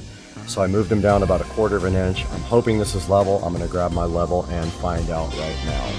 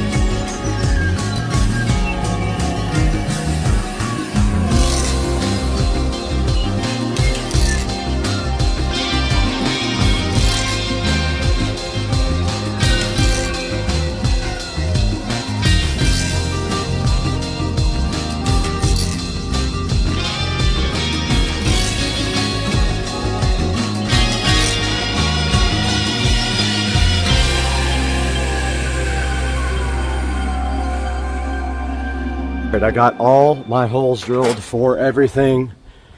So all we have to do now is take the template off. Look at all of that destruction. And get my broom out, just clean this off, and then I'll have to blow off the driveway afterwards. But we have all our pilot holes run. Now we have to just hope and pray that we can get our numbers in there straight. Top holes were very difficult because the drill was on an angle. So I don't know how far I'm going to be able to get that in. We're going to find out right now.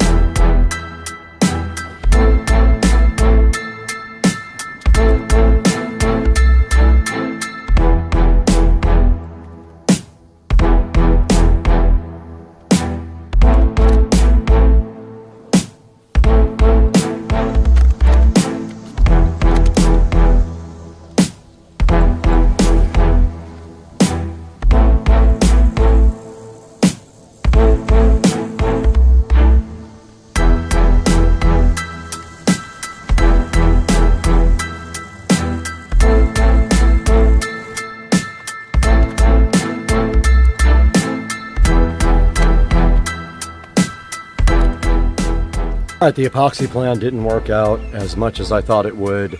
The stuff got everywhere and dried really fast, so even though it says it sets up in 30 minutes, that stuff was set up in like 5.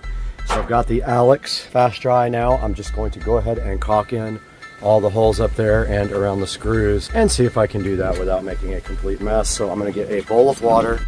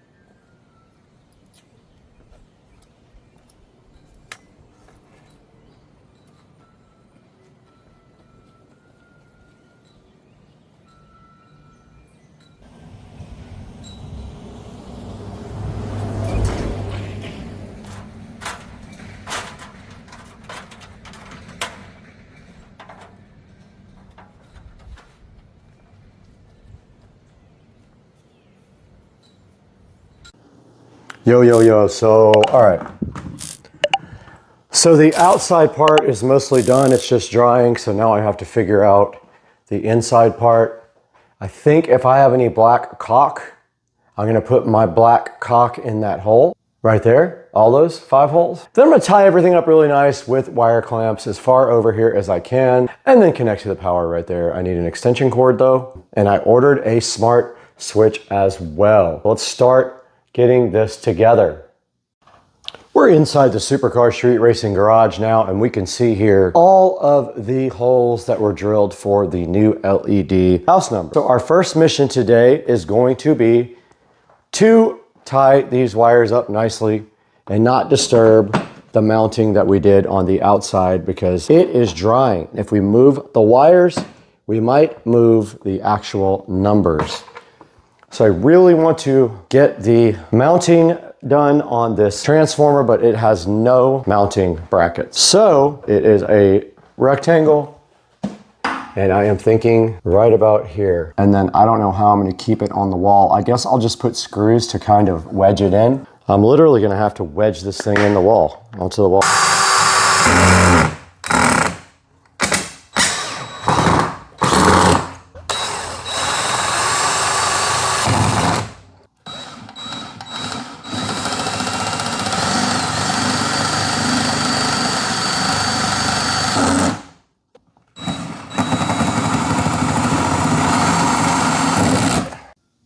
Okay, we do have the power supply mounted now. We just kind of wedged it in there. I'm gonna actually put some of this black caulk around it when I put it in. So next step is to kind of get the wiring done without disturbing the outside, which I am stressed about.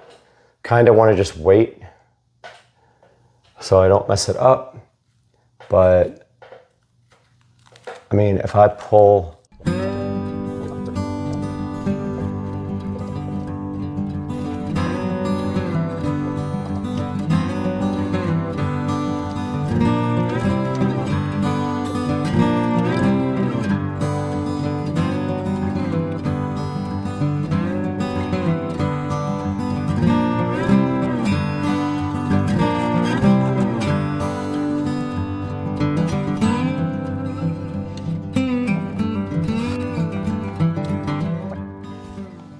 all right, I got all the wires tied up nice. Now I'm gonna work on the power wire, but first I wanna go ahead and get the caulk in there so it can dry. So I've got my caulk gun ready, and I've got my big tube of black caulk ready to go. Let's go.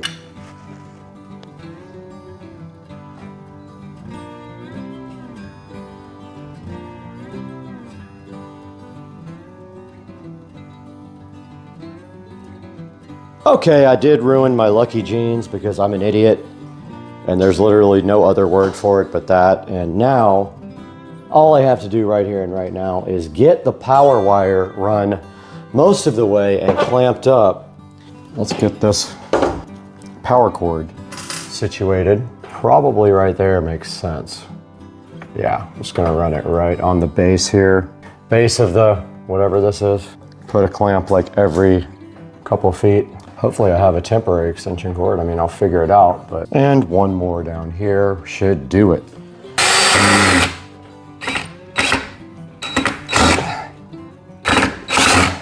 All right, so this thing just needs power to test, and my smart plug will be here probably today. Have to check the order, but let's get some power to this thing and test it. A black extension cord, it's kind of long, but I think I can hide it up here if I put it up here. So I'm gonna go ahead and connect these lights right now. I ordered the smart plug. I thought I already ordered it, but obviously I was drunk because I did not order it. This is a bit too long though, but there's plenty of room to hide it back here in the back.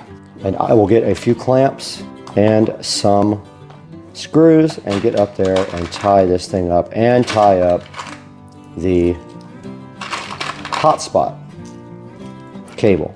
This is the power cable, and then we are going to run it up and over so it doesn't interfere with the door. So we got to go way up there, way over there, and into this, but we have a smart plug that's got to go right here as well. So we're going to leave a little slack that we can disconnect this with. It's a big boy.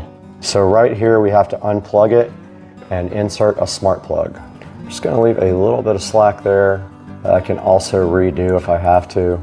Oh, let's go, let's go. And then this guy can go in the back.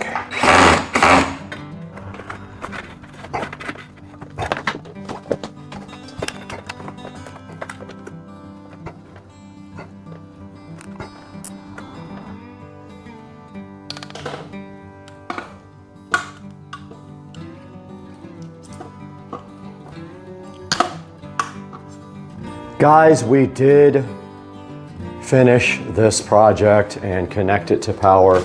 Now this is the moment of truth. Does it actually work? If it doesn't, this was 4 hours worth of work for nothing. Let's see. They are all lit up, so now all we have to do is come check it out at night, and all of that caulk is drying.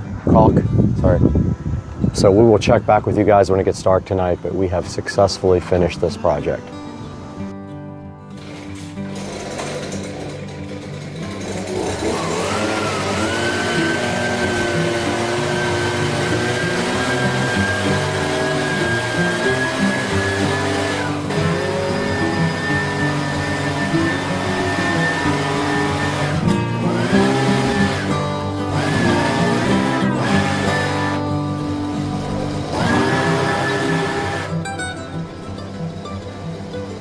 Guys, we are out here at night with the house numbers, and that's how it looks on the house at night. And yeah, I mean, guys, hope you enjoyed another project. And yeah, it is what it is. It's staying like that.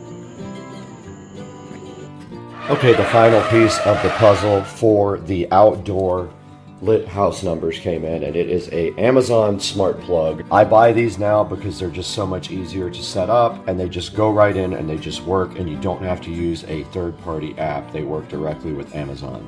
I'm not going to set it up inside the house because I want it to connect to the Wi-Fi in the garage. So let's get out there in the garage and get this thing hooked up.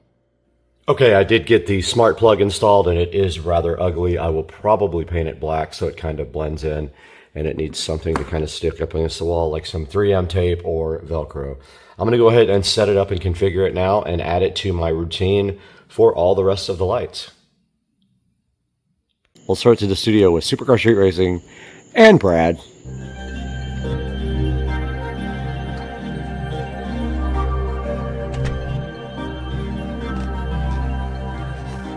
Guys, welcome back once again. Brad here at Supercar Street Racing 4K production studio.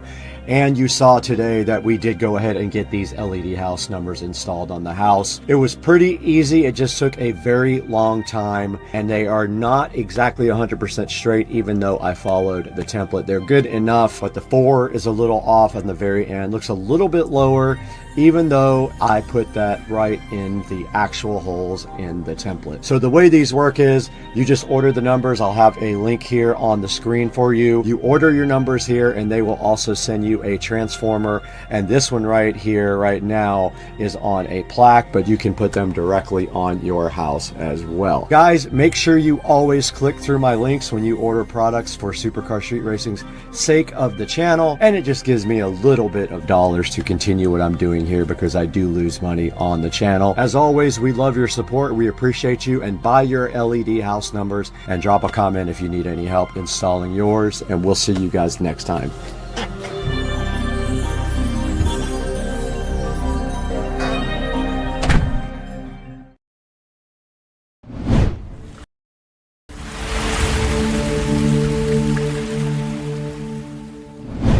Welcome to cold Florida, and Supercar Street Racing is back once again. What you guys cannot see out here is that it is 34 degrees right now in Florida, and so we are appropriately dressed at Supercar Street Racing for Florida coldness. And we're out here today in the Supercar Street Racing living room to start our SCSR compound home tour with you guys. This is new for 2025. A lot of things have changed in the SCSR compound over the last year, as you guys know, because we have videos for almost everything that we've done to the compound here. But today, looking around the living room is our first stop on the SCSR tour. We're gonna go ahead and go through every single room of the house, count up the smart devices, and then at the very end of the tour, we'll go ahead and tally up everything and let you guys know how many smart home devices we have here.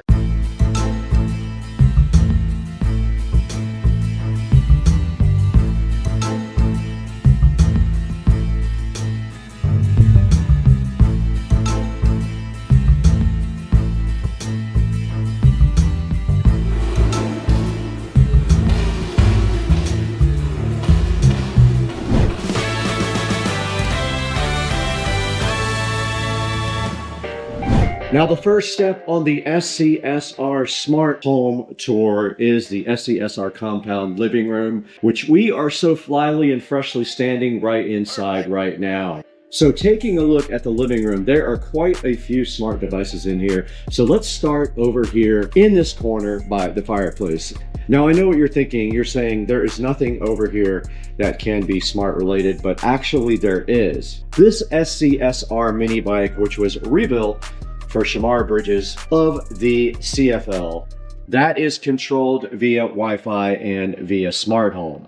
You can check that out on the channel. There is a link to the playlist, and it will show you all of the videos where I did rebuild this bike completely from scratch. And now moving to the left, the hub of the SCSR compound. This is the demarc area for the network. And what we have here is a Marantz Cinema 70S. And yes, it is a smart receiver. It is wired up via Ethernet to the switch down below. And that is the first smart device here. And obviously we have some fiber right here providing internet for the SCSR compound. And we have an Eero Max 7 Wi-Fi 7 router right there, which is the heart of the mesh Wi-Fi system in the house. Moving up here, you can see our Amazon TV here. It is also a smart device, of course, and it is wired to the network with Ethernet as well. That comes down this wall and goes into a wall plate, and then it goes to our switch down here, which is located underneath. I'm going to be redoing all this wiring as soon as I figure out getting some front speakers here so we can do Dolby Atmos in the living room. And down a little bit further, we have our ASUS store solid state NAS chilling right there below. That is also obviously a smart device. It is connected to the network with 2.5G, and that is our NAS, and that is how we back up the SCSR channel. And moving into the dining area, we do have a Govee smart bulb in our dining room lamp, which we have set to white right now. And then on the wall right here, we do have our Lutron dimmer for our main lights in here. Now, this is an old school thing now. They still make it, but you don't need all that anymore. You don't need a hub and all that stuff like you used to with Lutron. So that can go away at any time. But the dining room does have two smart devices in it, somewhat. This light, and then this is just a remote control for our main lights in the living room, Lutron dimmer. And as we walk around the SCSR living room, we do have some smart devices chilling over here on the wall. We have our Echo Show 15 here. And below that, you see the Lutron dimmer again for the lights up in the SCSR living room. And then right beside that, this is actually an LED smart switch, and it does have the ability to do RGB and all that. And that is actually connected to our SCSR fan up there, so that we can turn that off and on a schedule when we go to sleep. And that rounds out the smart devices chilling right here on the side. Now, moving into the foyer area, we have a smart bulb up there. Now, that is the foyer light, but there is also an Amazon Basic switch in there that does control the sconces right outside here that are on a routine. And that's it for the foyer area. Let's move over to the sunroom area. Now, we are over by the sunroom here, and this light switch here, this is a smart switch for the sunroom. If we hit that, it does turn on the lights in the sunroom, and you can dim them, and it is a smart switch. This is a RGB smart switch for the patio. That turns on the yard lights as well that are located right up there on the corner. So those are for the sunroom and the patio. And that wraps up the living room tour. Let's go ahead and count. We have 1, 2, 3, 4, 5, 6, 7, 8, 9, 10 smart devices alone in the living room.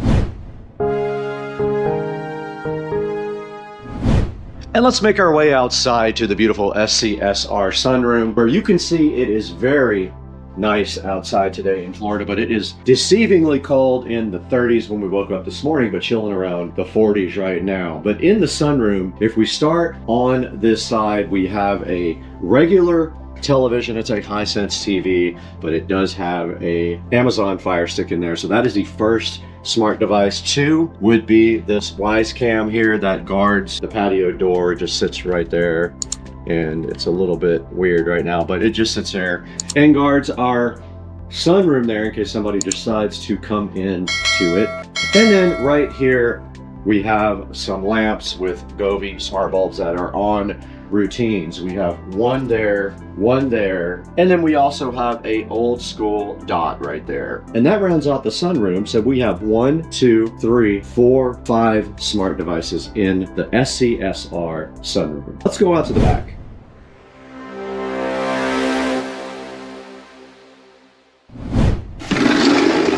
All right, we're in the beautiful SCSR backyard now, and taking a look, there is quite a few smart devices outside actually. So let's start over here in the corner where we have a smart timer for our yard lights. It is right here. Then we also have smart fence lights going all the way down there, RGB fence lights like the ones you put on a house. And we do have a Wise Cam right there as well. So just right here, we have 1, 2, 3. We have some bulkhead lights here. So that is 1, 2, 3, 4 devices right there. We have a smart power strip right there, 5 devices. And then over here in the corner, we have another camera and another low voltage transformer for the yard and RGB. So there are 3 more devices here. So that's 8 in the backyard so far.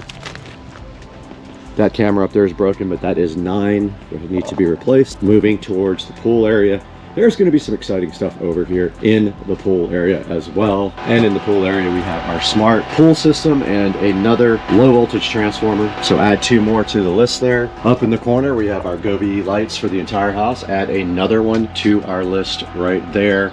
We have a Wise Cam, add another device. We have our smart TV here with a Fire Stick. So that's actually 2 smart devices. So add 2 more. And then behind there, we have our extender flash. So there is another device connected to the internet. And lastly, we have our pool light is a smart device. That adds yet 1 more. 16 total smart devices in our yard area. Let's go back inside and check out the rest of the pad.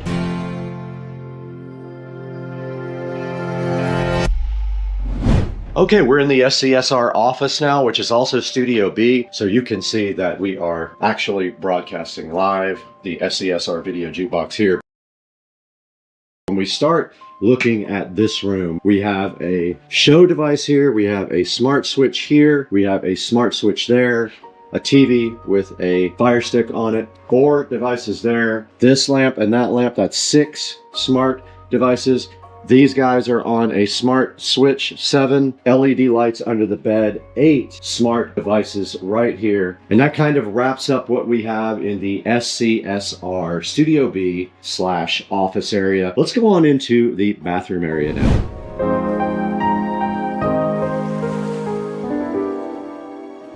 Okay, let's move into the SCSR bathroom. This is the bathroom for Studio B and the office, and I did count this for the office area. It actually controls these lights in the bathroom. But inside here we have 2 smart mirrors, so that is 2 devices there on its own and a show chilling between them. And then also these mirrors did not come with the Govee smart strips. I added those, so we have 1, 2, 3, 4, 5 devices right here inside of the SCSR Studio B / office bathroom. Let's move to the bath area of the bathroom here. And we do have 3 RGB smart switches in here.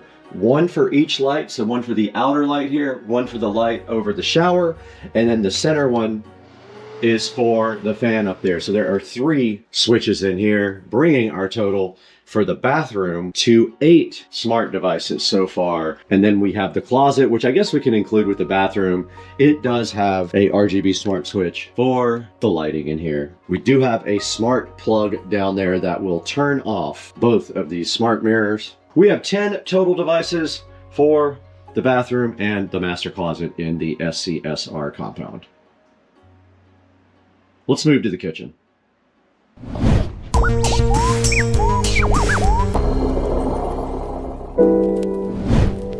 Walking into the SCSR kitchen, we have a variety of smart devices in here, all over the kitchen. Let's start right here on the side where we have a smart bulb for our foyer, and it is just switched right there. The next major thing in here are all of the recess lights are smart, and there is no switch. I deleted the switch completely. I don't use them that much, but when I do, they are voice controlled only. So that is 2 there. We also have an RGB Govee strip around this wine fridge. So it goes all the way around there, and then it goes into the cabinet area right here. Then we have a show right up here, so that is another device. We have under cabinet lighting, that is one. Our microwave, our stove are both smart. Those are 2 more. Then moving to the left, we do have a Fire Stick with our Samsung TV here, so we can watch anything we want in the kitchen. And left of that, we got another set of under cabinet lights from Govee. We have a smart dishwasher right here. We have a smart LED strip behind the fridge right there. It is the LED strip that looks like a neon rope light. That is also a Govee. Obviously the fridge is smart here. It does do the internet. And so that wraps up the kitchen. Let's give a final tally. The kitchen has a total of 11 smart devices.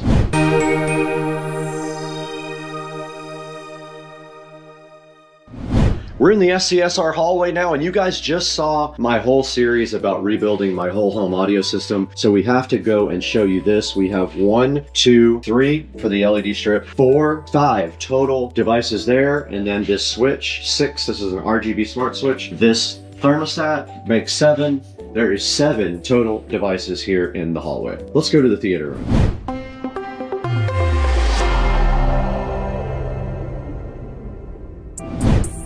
Okay, we're in the SCSR theater room now. I know you guys are familiar with this because of all the projects we do in here. Let's start on my right here where we have a smart ceiling fan that is controlled via smart home. It is up inside of the fan up there. We do have a show here on my right, so that is 2. We have our Cinema 50, which is 3. Behind this couch, we have a Wi-Fi router, so that is 4 there. We have a RGB smart LED strip down there from Govee, so that would be 5. We have our projector up there. There is one more that I forgot. There is 7 because there is a Fire TV cube right there that you guys can't see because it is too dark. So that is 7 devices here in the theater room.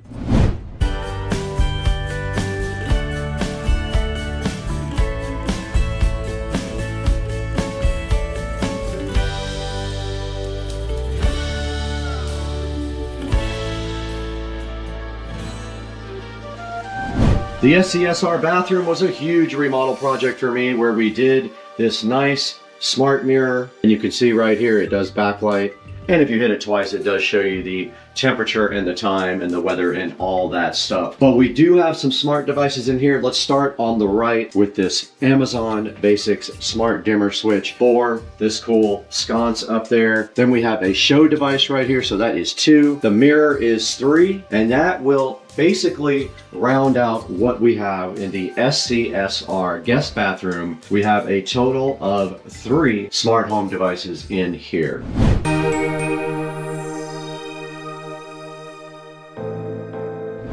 We're back in the SCSR bedroom, which I like to call the forum because this is where all the magic happens.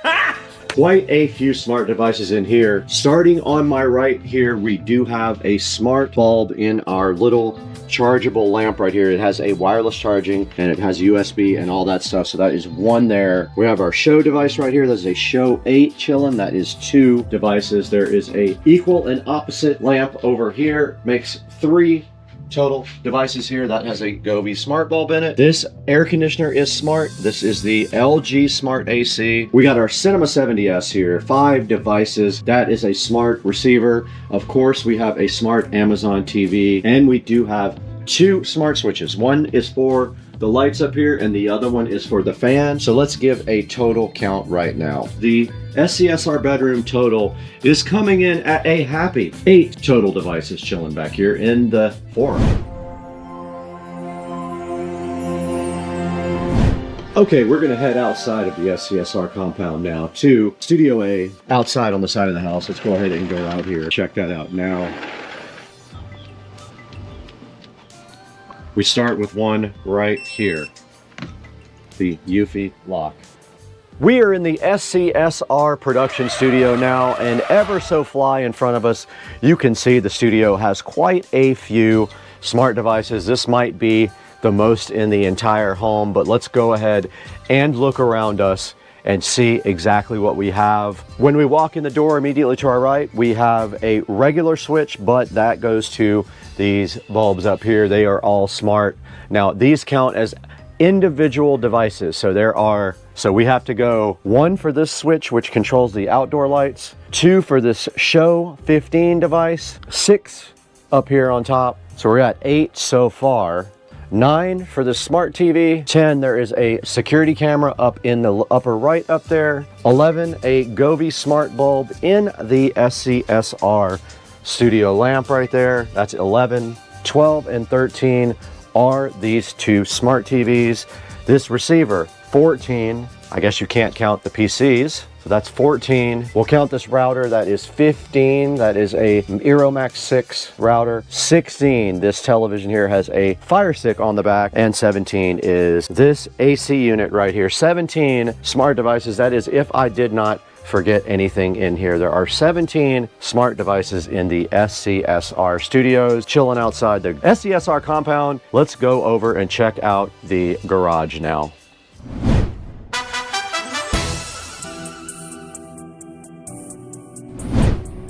We are out in the SCSR garage now, as you can see, and we have quite a few smart devices in here. We'll start over in this corner here with the Chamberlain garage door opener, which is up there. We also have a camera that was in the ceiling, and it looks like it fell out this morning, so I have to figure that out. We have a smart plug for our house numbers there, so that is 3 there. We have 2 smart plugs for our hex lighting. We have 3, 6, 9 smart mesh lights, so that is 9, 10, 14 total so far with the lighting, the garage door opener. Oh, a smart garage door opener. So add 1 more to that total. 14 total so far smart. And let's move this way. We do have a low voltage landscape timer, 15. The sprinkler controller, 16. Fire Stick on the back of the TV, 17. The show 5, 18. The washer and dryer, 19 and 20. Smart switch for the lighting, 21. Don't even need it, but it's there. 22. The Eufy lock. So there are 22.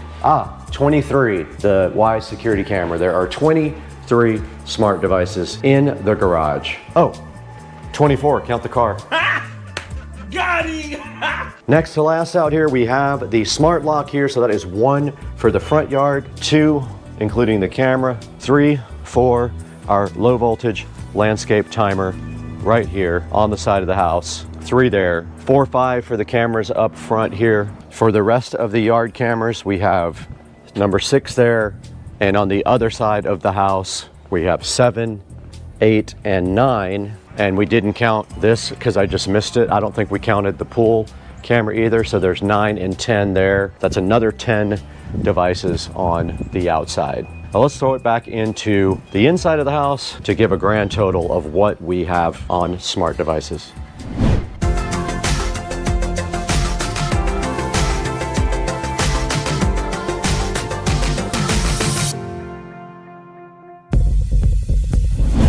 All right, there you have it. You guys just got a total tour of the house. I am going to quickly step away and tally this and throw it up on the screen. What I feel like the total amount of smart devices in this house is. Let's put it up on the screen right now.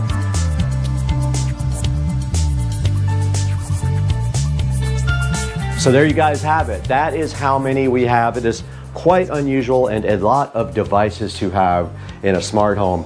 And we are so happy that you guys took the time out of your day to watch Supercar Street Racing and to like and subscribe. Please buy all your Amazon products from our affiliate links. Support our sponsors and they will support Supercar Street Racing in return. And hopefully we see you guys soon on the next one. Peace out. We gotta go.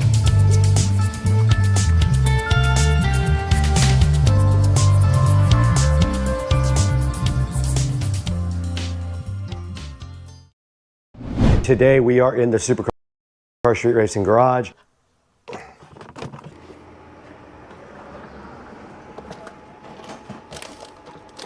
What's up? So we have a total of 4 of these speakers itself, which we'll be installing. We're just kind of running them down with a ratchet. It's not gonna fit. And then we need another, we actually need this for that side.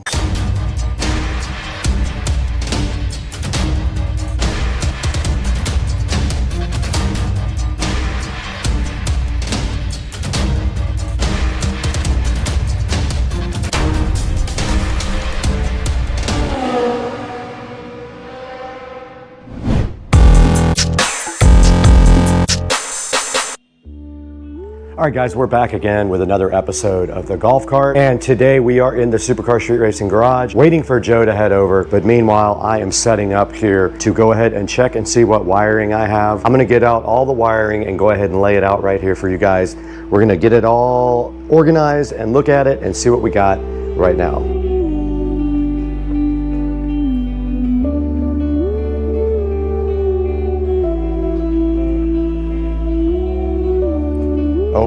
Oh my goodness. But now it's time to clean it all up. All right, let's get this outside to the garage. Back out here in the garage, we got all the production lights set up and the mics and everything. And now I'm just gonna go ahead and start putting stuff on the table to get it all organized.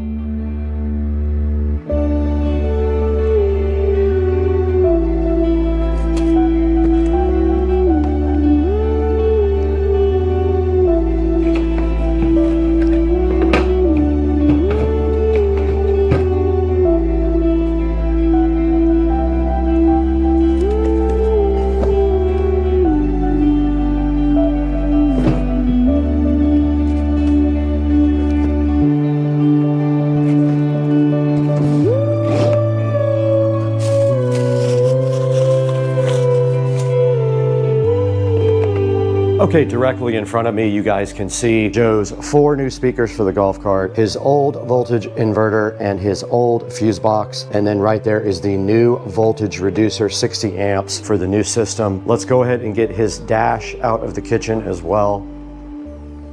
So here is the new dash and the new digital display, which we haven't figured out what we're gonna do with that yet. This new dash is already prepped for speakers. You guys saw that in the last video. Put that there. And now let's go ahead and get our connectors and everything out that we're gonna need to actually do the wiring.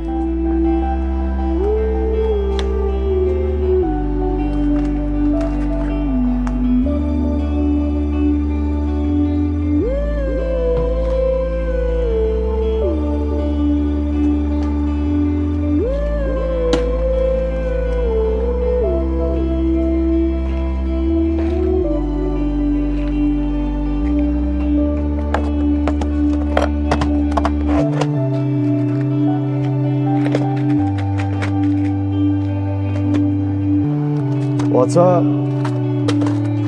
What's up? Camera's rolling. Really nothing on Amazon at all.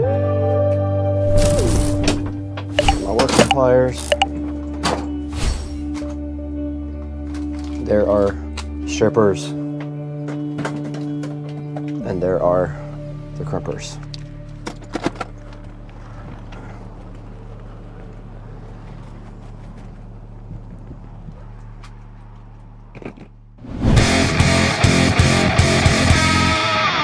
All right, we're back out here with Dukes of Duval, and we are in a brand new day and the next video. And as you guys saw a few minutes ago, I went ahead and got everything laid out on the table and got the garage set up for work. So we have all of our wiring connectors here and all of our wires in somewhere in here maybe. But do you want to kind of go over what we have right here in front of us? All right, so one of the things that we decided to do with getting this new lithium battery was to do a couple upgrades that I've been really wanting to do for quite some time. I'm a music guy, I love music, so I wanted to put something really cool in here. And one of Brad's videos, we did a full audio build out for him, and it was a great design. It sounds amazing. So I wanted to kind of mirror that. Pretty much the same thing is going to happen with this particular golf cart, where we're going to be adding a new dash. We're going to be adding 4 6.5 speakers along with an amp and a subwoofer. So pretty excited about this build out. On the table, we have most of everything that we need. There might be a couple of items that we're still lacking, but for the most part, everything that you see is going to be a part of this full build out. So the first thing that we did is I went on and found myself a new dash. That's a replacement for the club car itself. On here, you see that it has 2 speaker openings, has a couple of cup holders, has a little dash insert here for you to be able to hold stuff in there, and then of course a little coin tray. More importantly, on the front of this, it has a single DIN opening for a radio. I purchased this, but there's a couple of different options that you could have went with. You could have went with a round style that they have for some of the, and with this particular setup, we went with a single DIN. The likelihood is that we're not going to use a single DIN radio in here. We have plans to potentially put something in here to have a tablet or some sort of an iPad to cover this over. We're gonna figure that out. We haven't got to that point just yet. So once we get to that, we'll make a decision. So with that being said, additionally, a part of this setup, we got a new amp, which this is a little bit difficult to find something that worked really good for our particular setup. So what we wanted was a 5-channel amp. We wanted it to have Bluetooth. Unfortunately, finding anything for a reasonable price that has a Bluetooth option is very limited. We searched Amazon, we searched local radio shops. I mean, I went through and through to find something that made sense. So I went with this Boss Audio option for us. Everything that I read online for Amazon says it's got good ratings. I believe it's like 4.5 stars, and it's gonna have everything that we want from a amp perspective. It is not a marine grade, which is fine because inside the cavity where we're going to be putting this, where the battery compartment is, we should have no issue with any moisture or any problems with anything getting in here, so it should hold up just fine. Along with that, we have a couple of other items that we bought specifically for the radio. So I went out and found these on Amazon as well. These are 6.5 full range SCAR audio. These are weatherproof, and the reason that we want marine grade weatherproof is because this will be on the exterior, so it will be exposed to the elements, unlike being inside the battery compartment itself. These are great speakers that we found. They have really good ratings on them. We kind of opened them up already to start doing a little bit of work, but I just wanted to show you guys real fast that one thing is that it does have a single tweeter in the front. Yeah, so these are great speakers. They are marine grade, so you can fully water them down when you're cleaning your golf cart, so you don't have nothing to worry about that. And that's the biggest thing for me, is if it's somewhere in a compartment that I'm not concerned with getting to the elements, then I don't go marine grade on anything, or I avoid it if it's at a cost. For this, I did pay the money to get a marine grade, and these are solid, really heavy speakers. I have a good feeling these are going to sound amazing in the golf cart. So we have a total of 4 of these speakers itself, which we'll be installing. So we decided to upgrade this. This is basically the converter. This knocks down 48 volt down to 12 volts. Most of the accessories and the radio and the stuff that you use all runs off 12 volts. So you have to have something to step down all that power. This is a much better voltage reducer than the last one I had, so it's going to have a lot of ability to run power. So one thing to know is that we could easily hook up to one 12 volt battery when you have a multi-battery system. In this particular case, we have a single 48. So you don't really have that option. And even with a multiple battery setup, you never want to run off of just one 12 volt battery because that's draining from one 12 volt. So you want to share the load over the entire 48 volts. So that's why you use a step down from a 48 to a 12 volt. It makes the ability for it to have a longer lasting power, and it's not pulling off of one particular battery. So this here is an inverter, and what this is going to do is take our 12 volts that's going to be coming off of this knockdown to a fuse panel and convert this over to 110. It's going to allow us to have a couple of outlets here.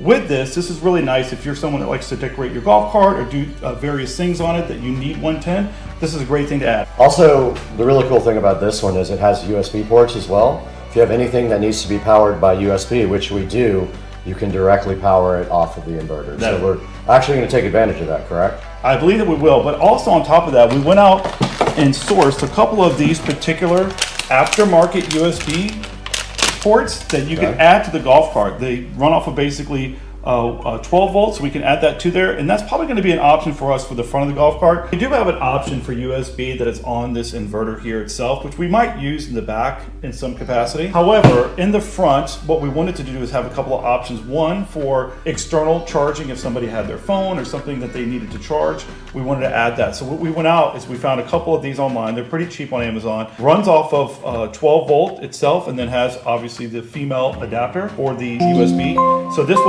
we'll do 2 things with it. One, we will have an option for charging, and 2, we will have an option for the tablet to stay there permanently for it to stay connected, so that anytime that I bring the tablet onto the golf cart, it'll automatically connect to it real fast, and then we'll have power feeding it. So along with those USBs that we were just talking about, we bought an external one here as well that's going to be mounted to the dash. This one's nice because it has a cover for it, so in the event that you're going to be washing the golf cart down, you can cover this up.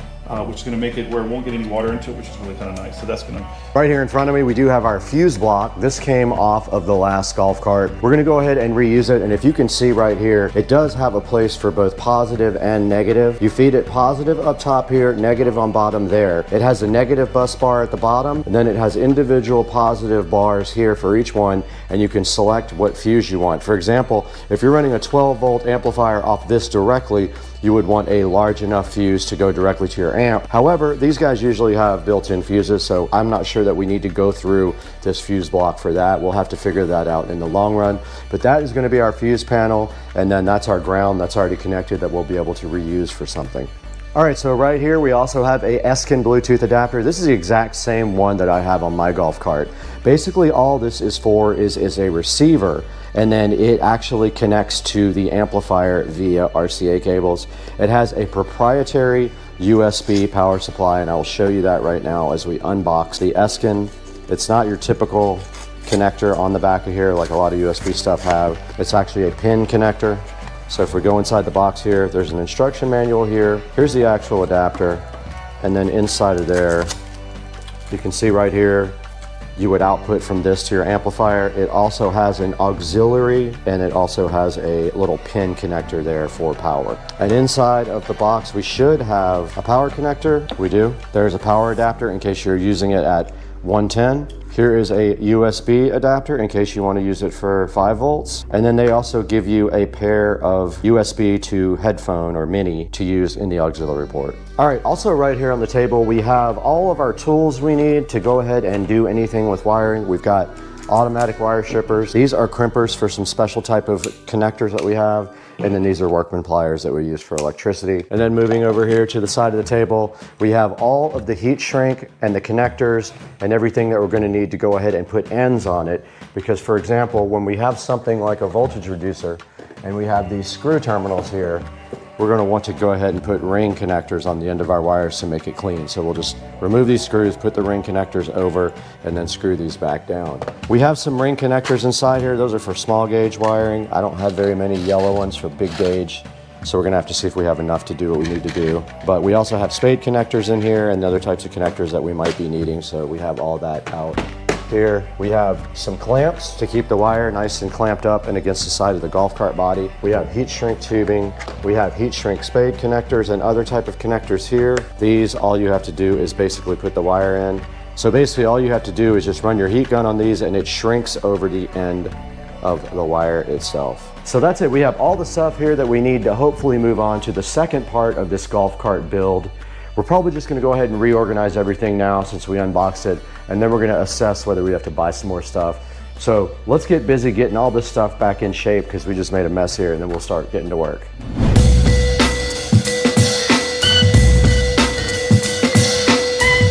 All right, so after doing a little bit of engineering, so to speak, to remove some of the plastic, the battery is in now, fits very snug, but what we need to do is get it bolted down. So the way that it's set up now, we have it pushed over to one side. The only issue is that it does have a couple of spots on each side for you to put bolts on to get it to obviously strap down, so to speak. But here it's very, very tight. So what we have to do is try to figure out a way that we can mark the spot where we need to drill because we're going to through bolt it. And it's going to be a little bit of a challenge to try to get down a socket down in there to hold the top of that bolt down, but I think we can get that done pretty easy. So we're going to take the time for a couple seconds, figure out exactly how we're going to get that bolt to get in there and make the hole, get the hole cut, and we should be able to get this thing fastened down pretty quick. Okay. Do we need to take the battery out? Yeah. So the first thing we want to do is obviously on this side, we want to make sure that we can get the socket down in there to hold the head of the bolt. Okay. So I need to grab a socket. Yep. So we're going to grab a socket. We're going to make sure we can slide it down there. If it won't, we're going to have to just budge this over just a little bit. From there, once we know we can get our socket in there, we'll make a mark so that we can drill a hole. And I think for this particular setup, we're just going to concentrate on one bolt on this side and put a couple on this side, and that should be more than enough to hold this down. Perfect. Let me go get the sockets and we'll do that. Okay. All right, so what we wanted to do here was to make sure that when we go to bolt this in, because it is pushed all the way to the side here, that we have room for our socket to go in. So just added the socket for the bolt that we're going to use, and then just test to make sure, and it went down, no problem. So our biggest issue now is going to be to find out exactly where we're going to be bolting this down. So what I'm probably going to do is take this extension right here, and I'm going to put something on the end of the tip of one of them, and I'm going to make a small dot right where we're going to drill our hole, which will be easy enough, it should be, and then we'll be able to pull the battery out, see where I marked, drill the hole, and then from there on this side it will be much easier because it's all exposed.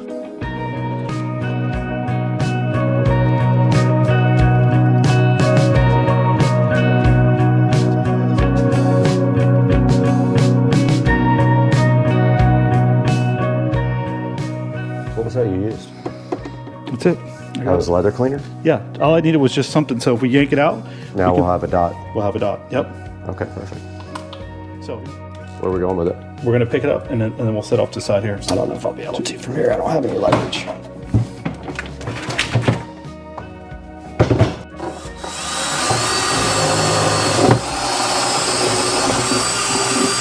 So it is on one of those ribs. Okay, we're back again, and Joe is putting the bolts on this side all the way through. So he's just kind of running them down with the ratchet. If you have an attachment for that drill, make life a little easier.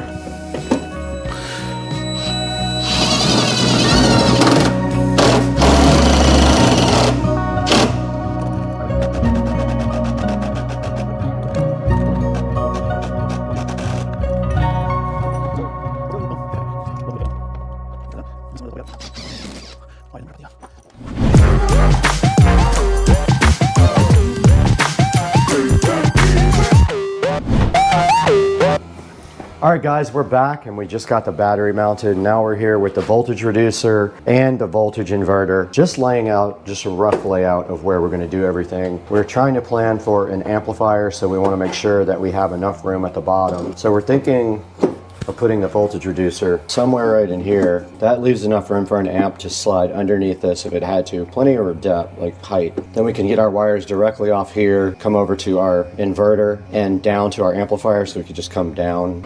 Should we just go ahead and mount it, call it a day? Sure. So we need to mount this fuse panel too. Yep, we do. Fine. It's just on this side of the hump though. It's like... We're gonna have enough room for these wires to bend and go the way they need to go. This one just... Yeah, I'll turn it straight that way.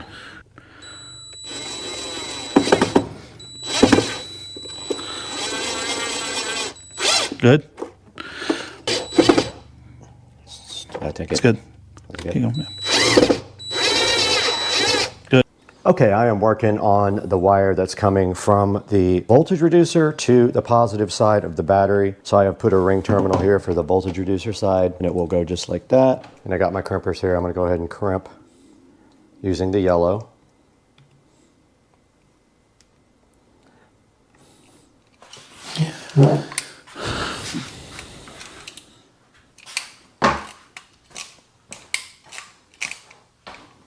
That's perfect. We need to run an amp wire now. It just needs to come down literally right here. Yeah, I think come that straight down and right here, but is that anywhere near long enough?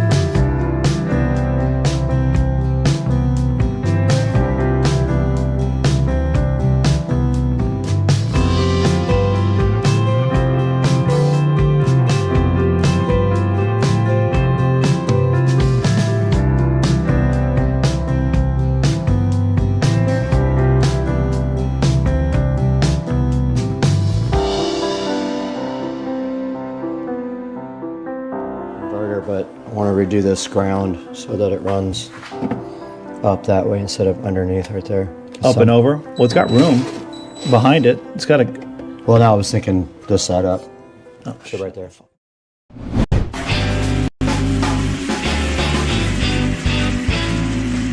Hey, what's up everybody? Welcome back to Supercar Street Racing. We're out here again in the Supercar Street Racing living room where we have something exciting to show you today. Something that follows up on another product that we already showed you, but this is a little bit of a different and bigger version of that product. We're gonna be checking that out today on Supercar Street Racing. Hang out with us in the SCSR living room right here.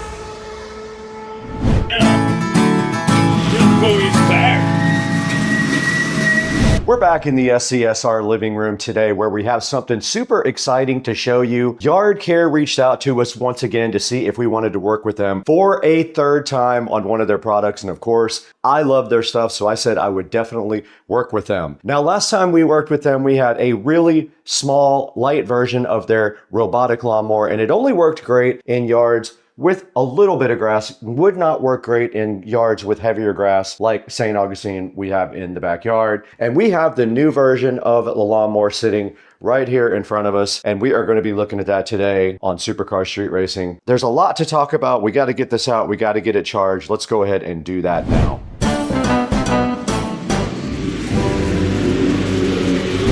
Okay, directly in front of us is the Yard Care mower. Now this is the M800 Plus in black. This is the upgraded version of the mower that we had before. This does supposedly a lot more. We will see if it can handle my grass in the current situation that it's in right now. Let's go ahead and get the SCSR scissors out and get this unboxed because we need to get it on the charger would be one thing we need to get done first. It's gonna have to charge first. And I think it has a cradle charger that it drives up to. So let's go ahead and get this open. It does have some sort of measurement device there. And here is the Yard Care user manual right here, looking so fresh. And a Yard Care valued customer brochure telling you to contact them if you need assistance. And on top of the Yard Care is a nice cardboard condom sitting over a cool looking black mower. I'm gonna leave the packaging just like that because I wanna be sure I can get it repackaged. All right, let's get this thing out of the box. Here's the Yard Care M800 Plus inside of the packaging. Pretty cool looking. Got a bunch of cool stuff on top. Bunch of buttons here. It's got a stop button here. It's got a yard height right here. And there's a box underneath it as well. Must be a box full of accessories there. There is a cradle underneath there for this to charge in. So what we need to do now is get this thing out and get it on the cradle. I suggest we do that right here where we have a plug, or right here, might even be good. Let's pull this out. And it is a rubberized mat. Now this is the box that came with the Yard Care. I'm assuming it has the rest of the power brick. It does. It has some extra blades here, and these look like they might be yard stakes, but I'm not 100% sure on that. Here is the power brick, and I think this is part of the charger. Got a barcode on it. This has a very long cable, by the way, so if you're looking to put this away, if you need like a long extension for putting the base, and this is keyed, you can only go one way. And we already do have power. You can see the green light is on right there. All right, taking a look at the top of the Yard Care mower, I will show you all the stuff on it. So starting at the very front here, there is a camera and a rain sensor right here. There is a height adjustment. There is a control panel here which has a peel sat on it. There is a large stop button here. There is a QR code here. And these are the side chargers here, these two pads. You can go ahead and download the Yard Care app for it. Go back to the Yard Care app. We did get the mower up against the charger where it is flashing now. As you can see, there's lights on the top that say that it is fully charged. Now I'm going to go ahead and click add device on my mower. It's going to want to take a picture and connect to local devices. I allowed it to connect to local devices. Wants me to scan the QR code. The device is in the distribution network. Close to device, close to the device, and wait please. There is the mower right there. It is in range and it is under Wi-Fi. Now we will go try this in my yard, and if it won't work, I will try it on Rich's yard tomorrow.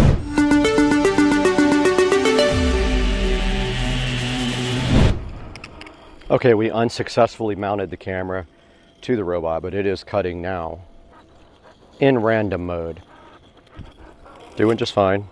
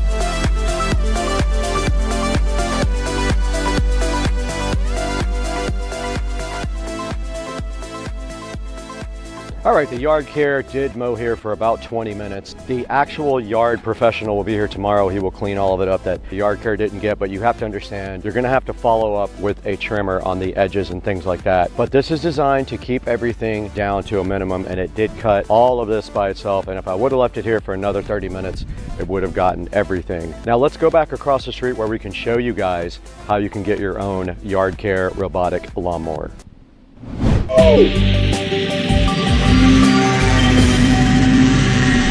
Hey, what's up guys? You just saw me take a look at the M800 Plus cordless robot lawnmower with GPS and 3D visual navigation. We did attempt to use it out in my yard. Not the fault of the manufacturer. The design is not designed for very, very thick grass. It has to be in thinner grass so the front wheels will sink down and it won't be able to move. We were able to successfully cut Rich's grass though with absolutely no worries at all. We did put it out there for about 20 to 25 minutes and it did go ahead and cut his entire grass. Now you can see right here, there is a Prime Day deal on, but you guys will probably miss that with this video because it will be after Prime Day. It says right here, you don't need boundary wires or RTK here, and then it says it has built-in GPS here, so it can actually figure out where to go. It's got visual obstacle avoidance, so it will actually figure out if there's something in the way and try to go around it or start over. It says it can do a 40-minute orderly and a 60-minute randomly mowing combination, and then it will return to its charging base based on the QR code scanner that you put on the actual charging base. I didn't get to show you guys that out in the yard,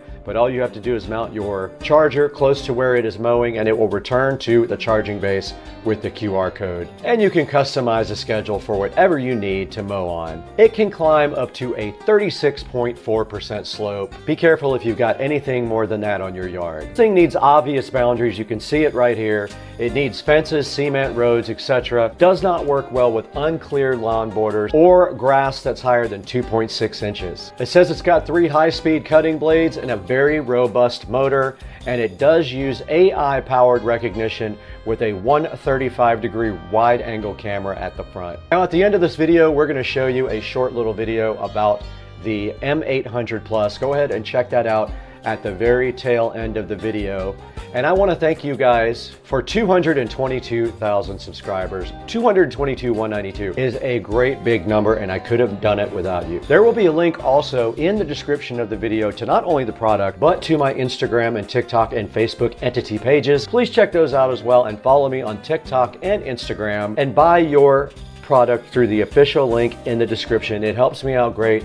It gives me just a few dollars here and there to keep operating the channel since I don't make any money directly on the channel. Now we have to get out of here. It's almost bingo time and I need to cook some dinner as well.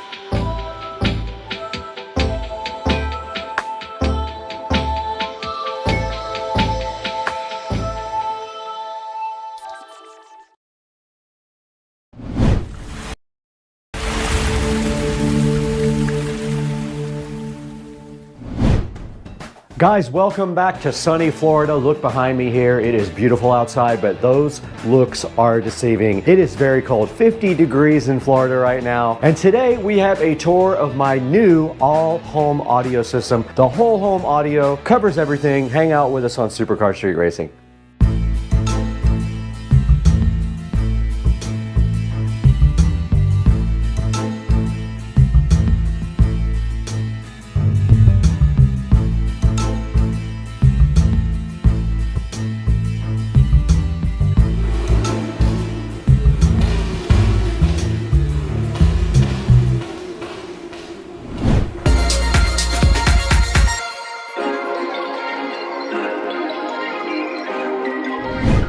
Welcome back to Supercar Street Racing. Brad here, and right behind me is my whole home audio system. Today we're taking a tour of the house. We're going to show you how that works in the entire house today, and it is all going to be brought to you by Juke, who was kind enough to give us a small discount on something for this whole home audio system, and hoping we get to work with them in the future with the Juke Plus, which is their other model. This is the 8-zone Juke whole home amplifier, and we have that today to look at, and my whole house on the channel.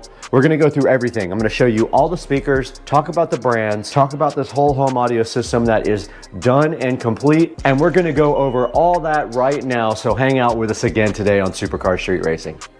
We're back in the Supercar Street Racing Humble compound today, and today's video is sponsored by Juke Audio. I promised them I would talk their brand up today, and we are going to do just that because I have been enjoying this Juke Audio amplifier that we've had now for a couple of weeks. Now right here in front of me is the Juke 6 and 8. It is their base model. The Juke Plus is a little bit higher model. This thing is awesome though. It has 8 zones. You buy it with 6, you can upgrade it to 8 with just an email and a few dollars. They will upgrade it remotely for you. This has 6 and 8 powered zones depending on how much you spend. It does have 40 watts per speaker per channel. Do not let that confuse you. That is not a small amount of power for these in-home audio speakers. That is plenty of power, at least for what I have, and I'm not running a sub or anything with the power out of the Juke. It is app controlled. It has a smart app we'll be showing you guys a little bit later in the video. Now this thing supports analog inputs, USB input, AirPlay, Spotify Connect, DLNA, and Bluetooth. So that covers pretty much everything you'll need because you can do almost everything with a tablet nowadays, and you can just Bluetooth right to this guy right here. Now let's go ahead and show you this guy getting unboxed and then start the tour of our whole home audio system.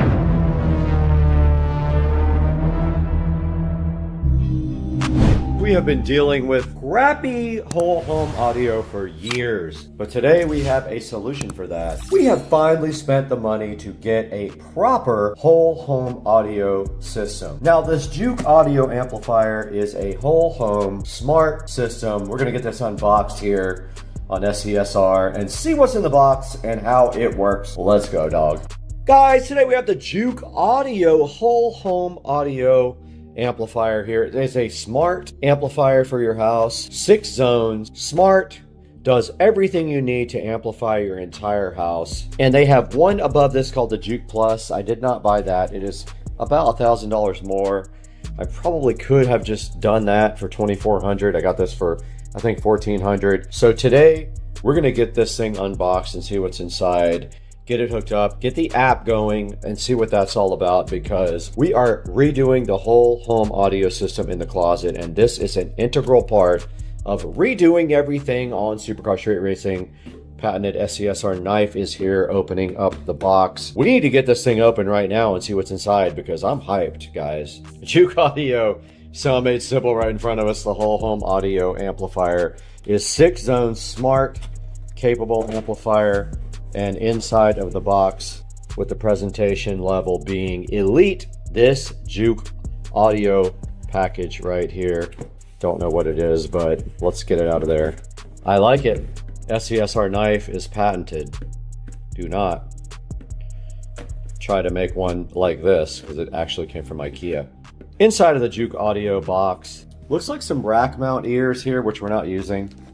These look like rack mounts. A standard, maybe 2 or 3 pin power cable, some breakouts for the speakers, and also a Cat 5 cable, Cat 6 cable, and a sound made simple diagram here. It does do Wi-Fi or Ethernet, and there's a start there. I already got the Juke app downloaded, but that is a good look at what's inside of the box before we get to the meat and potatoes. The Juke is so fly with the charcoal padding inside. Let's get that out. All right, now Juke did say that the optimal connection is Ethernet, which we will be using. There are 4 breakaway boxes in the back here for speakers. Literally nothing on the front here. It just says Juke Audio. No lights or anything. And then also in the back right here, there's 2 USB ports. If you want to do analog audio, you have to connect to these USB ports with an adapter that I will put in the description. It is a USB to audio adapter. I ordered that. It will be here tomorrow. They give you an Ethernet cable right here. We don't need that where we're going. We have an Ethernet cable. We're going to put this into the SCSR closet, power it up, see if we can update the firmware and all that, and then see if we can interface with this guy, the Juke Audio on Supercar Street Racing. Let's get it in the closet.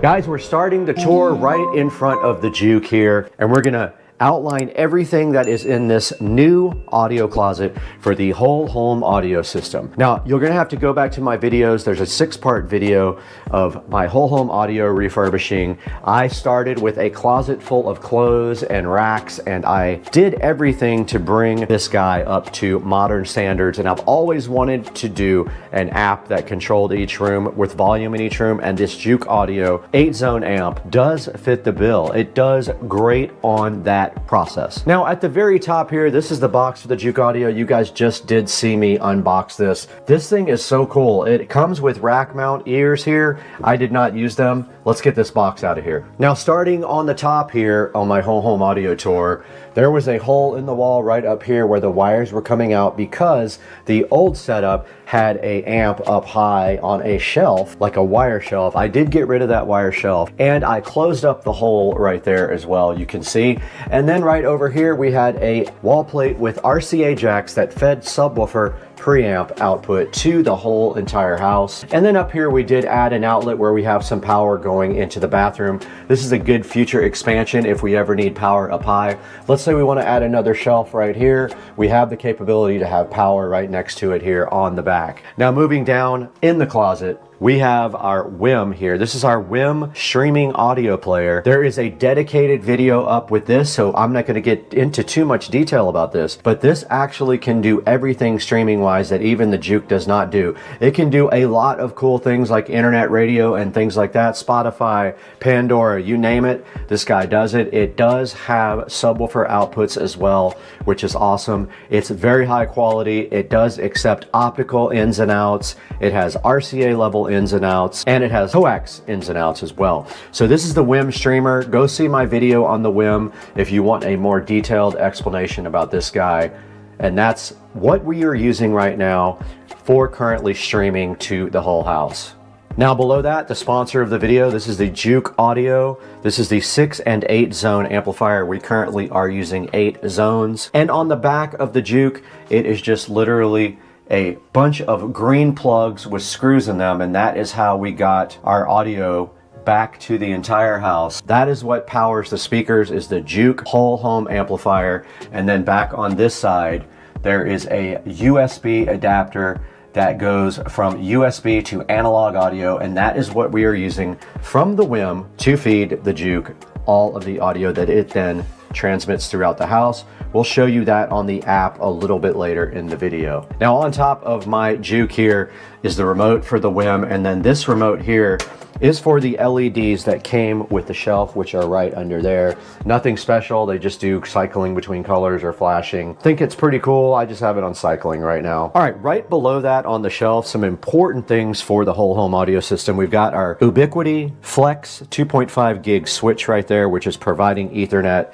to both the Juke and the WIM there. We've got our dot right here that is providing smart home. If we want to use that, we can. We don't necessarily have to, but we can feed that to the analog input on the WIM. Next to that is a 4-port RCA splitter that is taking the output of this Behringer Ultra bass processor and feeding it to both the sub down here and to the house via some wall plates, which we will show you momentarily. Underneath that, we have our Panamax MR4300. This is a power conditioner surge suppressor for the whole system, and it does keep the voltage steady and also suppresses any lightning or anything like that if we have surges in the power. All right, right below that on the very bottom, we have our PSW10. This is a Polk audio subwoofer that I actually got off of Marketplace.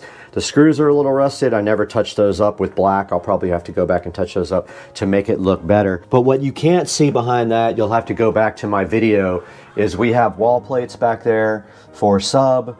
We have wall plates for Ethernet, and we do have power right behind this sub right here. And that was all put in my video, so please refer to my whole home audio closet refurbished video. There will be links for all this in the description. Okay, that is gonna round out the tour of the theater closet. Let's go into the next room here, which is the home theater.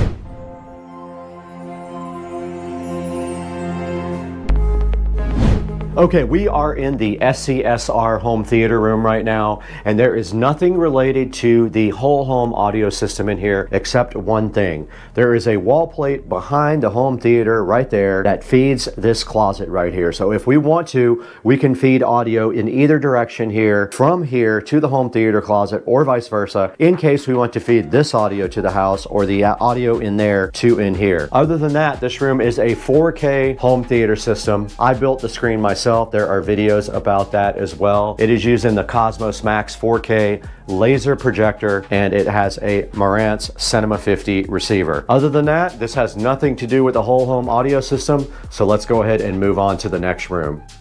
The next stop here is a familiar one if you watched all my videos on my bathroom remodel. This is my guest bathroom here, and it does have two 6.5-inch Mica in-ceiling speakers, which are fed from our Juke whole home audio amplifier. There's not much to say about this room. I always wanted to put audio in here. I finally was able to do so when I remodeled the bathroom, and I did seal this audio zone from my bedroom because my bedroom is no longer connected to the whole home audio. It has its own audio independent system in there. So we did not need to have that zone. Since we only have 8, that precludes us from putting another zone into the bedroom, and it's pretty unnecessary as we have a nice 7.1 audio system now in the bedroom with Dolby Atmos and everything like that. So this is the guest bathroom, guys. Guys, welcome to the forum. I like to call it the forum because this is where all the magic happens. No, it's pretty dead most of the time, but this is the Supercar Street Racing bedroom,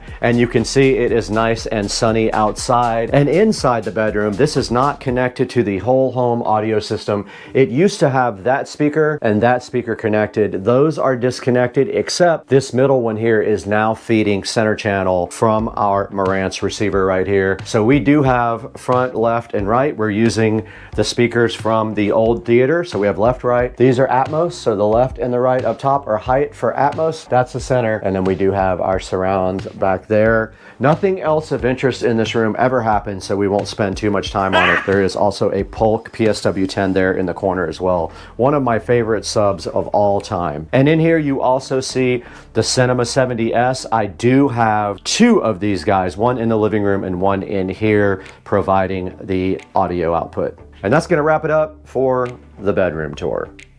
We're back in the beautiful SCSR sunroom, and I wanted to briefly show you guys what was in here. I have a whole project plan for the sunroom to get this TV up and in the air and some surround in here. But for now, the only thing we have to worry about in this sunroom is these in-ceiling speakers that have been here for a minute. Two 6.5-inch in-ceiling speakers. They're supposed to be 8s, but in reality they're 6.5s. And those are fed by one of the zones in the amplifier closet over there from our Juke amplifier. Nothing else to worry about in here. Eventually I would like to get that TV up in the air there just like that and put some 5.1 surround in here. But that is a pretty large project that's going to take me a lot of time in running wiring and stuff like that. So for now, that's all we have right here.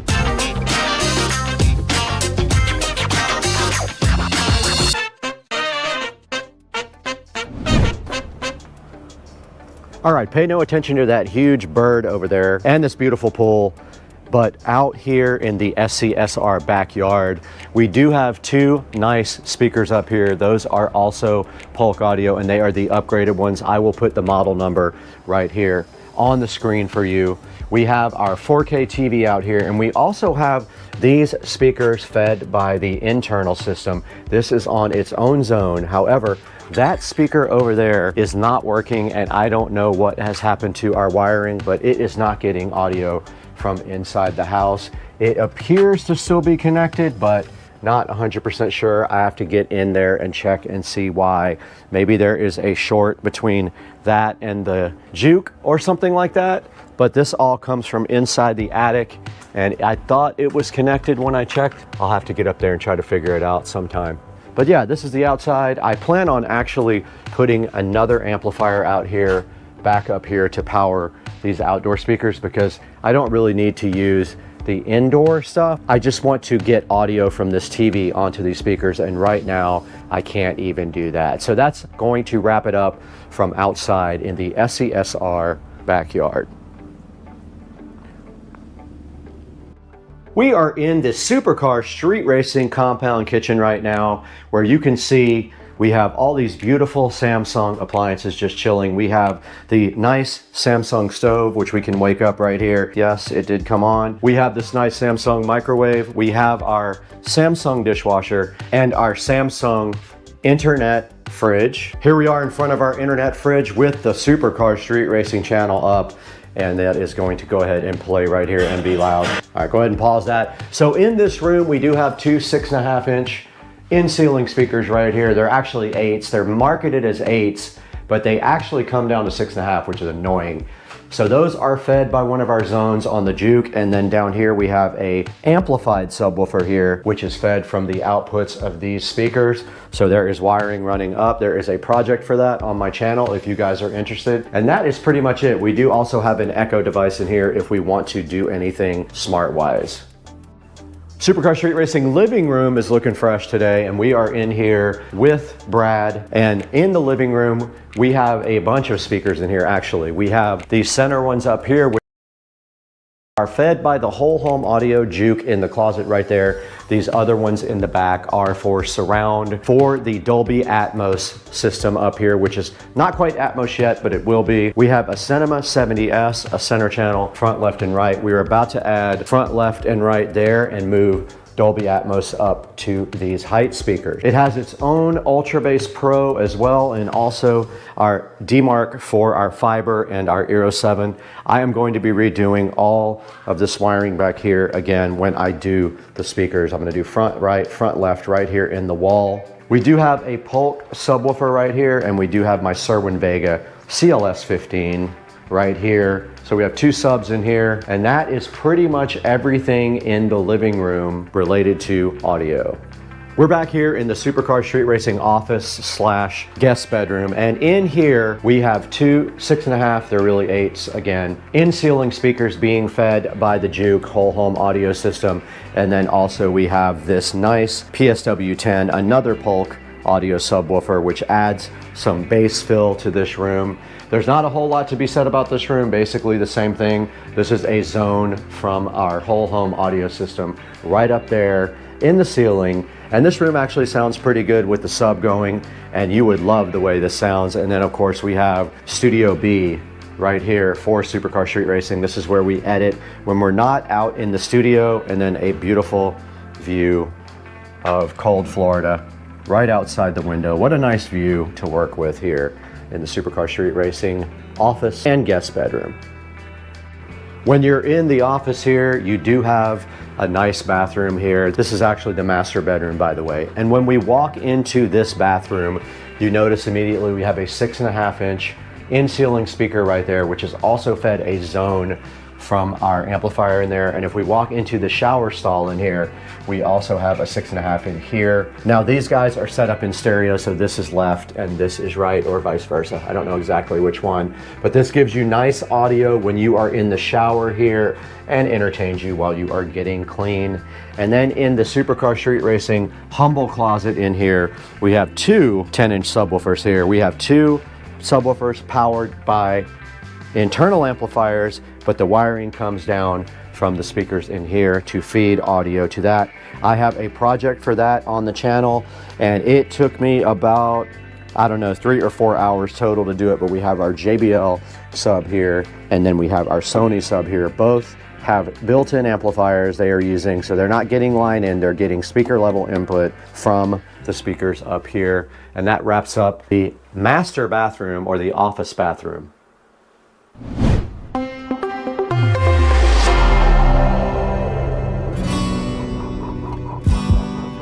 Let's go out to the Supercar Street Racing garage now.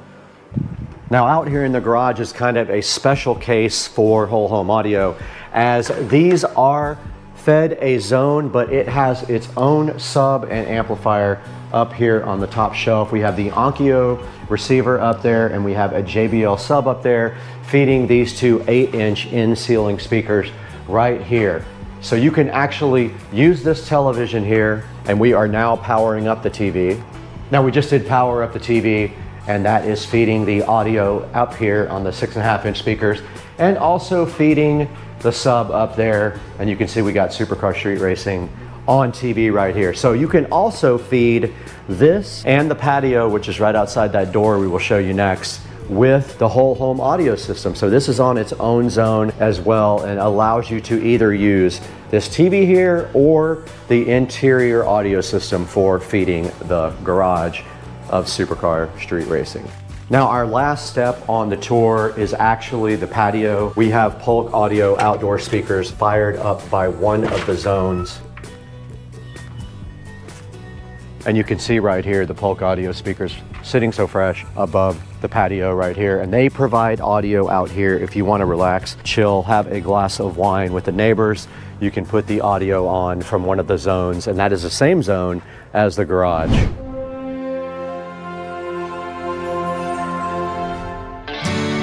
All right, guys, we are directly in front of the Juke Audio app, and you can see right here on the screen all 8 zones that I have set up. And you can see here master bathroom, master bedroom, kitchen, pool, guest bathroom, living room, patio, and sunroom. All of the zones are active except the patio and the pool, and that is how I run it most of the time. Now, when you go to settings, you do have to put an admin password in. You guys can't see this. Okay, in this part of the Juke setup, you can set your network up right here. You can see we are connected via Ethernet, and you can see our local IP address right there, 192.168.0.172. You can go ahead and do diagnostics of your whole system.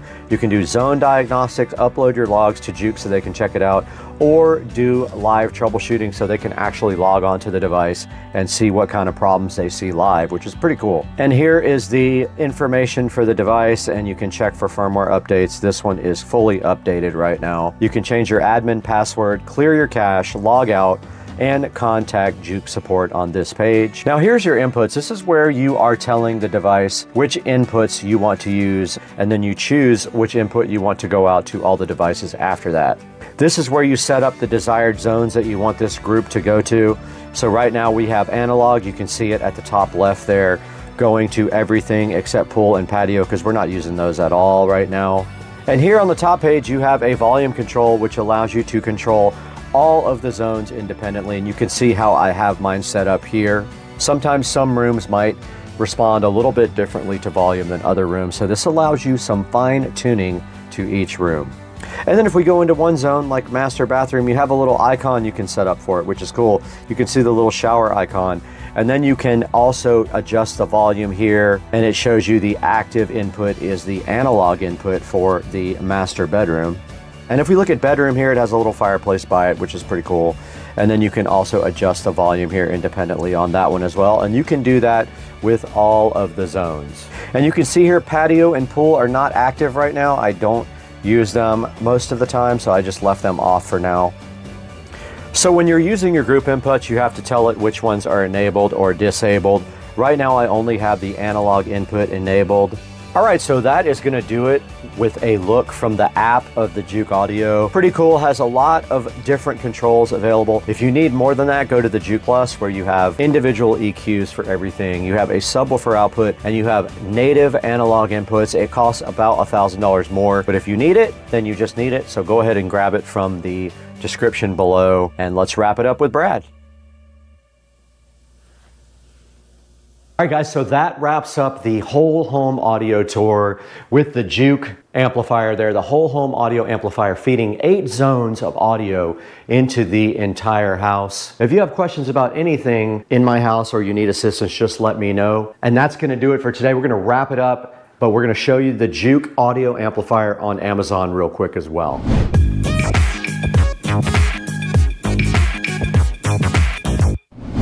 Back in the Supercar Street Racing office, and behind me is Studio B for the SCSR compound. And today we are taking a look at the Juke amplifier online. And right in front of me right here, you can see the Juke amplifier chilling so fresh and fly with a solid 4.4 star review. This guy is $1,499. And I love this thing. It has so many cool features. It is smart. It does smart home. Every separate room has its own volume control, which is awesome. And you can also turn individual rooms off and on as well. And Juke Audio was so kind to work with us on this and gave us a little discount on the upgrade from a 6 to an 8 zone. Now you can get this 6 zone for $14.99, or you can get the 8 zone for $300 more. But if we go to their other amplifier, the Juke Plus, that one costs a little bit more, but it does give you more power. It does have native audio inputs that are analog and a few other things that are more desirable than this. So if you want to spend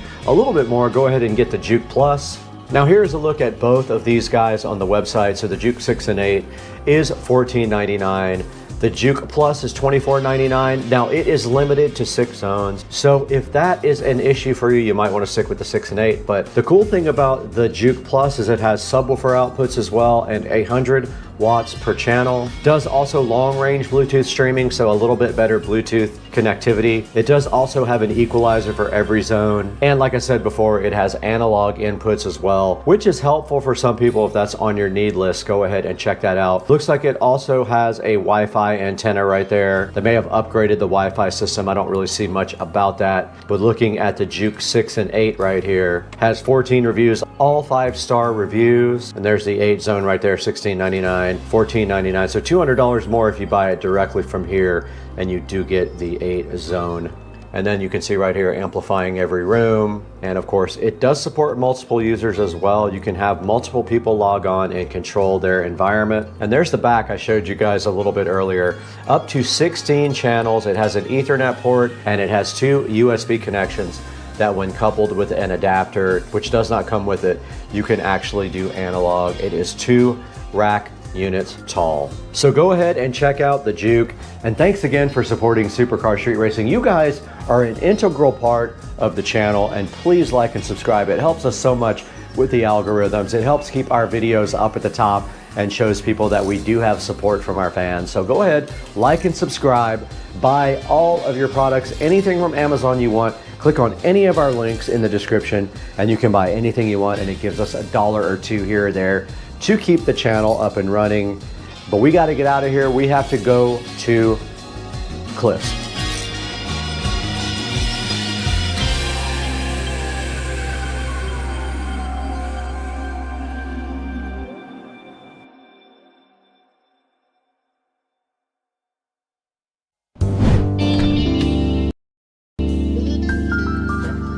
Hey guys, we're back in the Supercar Street Racing 4K production studio today. It is a rainy NFL Sunday and the Jaguars are kicking off their season. They're not playing at home today. Good thing, because it's raining outside pretty bad. It's a dreary day. But today we have some Kemimoto products for you guys. Kemimoto is a huge sponsor of the channel and we are so appreciative of everything they do for us. And today we have 2 golf cart phone mounts to show you guys. But I just wanted to preface the video by saying I did speak to the manufacturer about the magnetic one, and that is not designed to go off-road. It will hold fine on the street, but if you hit a big bump, it could possibly come off. The other one we're going to be showing you today is this one that clamps on, and then the phone actually clamps to the side. This one is more for people who are going to be doing off-roading or things like that where you need more clamping power. But let's not talk about this anymore. Let's get right to the video and see exactly what we experienced when we tried both of the Kemimoto phone mounts. For that part, we're going to go right to the inside of the Supercar Street Racing compound with Brad. All right, we're back today, guys, and Kemimoto has been so gracious as to send us another product to look at today. They actually sent us 2. The first product they sent is the Kemimoto magnetic phone holder for the golf cart. It fits right on the little square tubing that goes up the side of the golf cart. So we're going to be taking a look at this today and unboxing and testing it on Supercar Street Racing with Dukes of Duval. So we're going to head over to his house in a little bit and then we'll show you this at his house.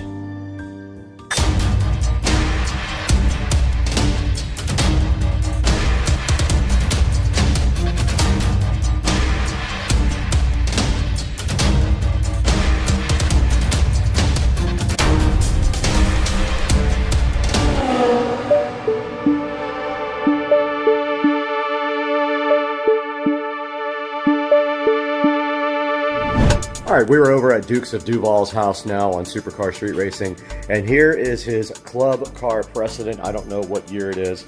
It desperately needs a detail though, so we're probably going to get into that at some point. But like I said, here's a club car precedent, and then we're going to show you now the Kemimoto mount, which is sitting right here. Now notice we did permanently mount this because he is not going to be removing it at all. Once you get this mounted on the golf cart, you see the magnets just stick right to the side there.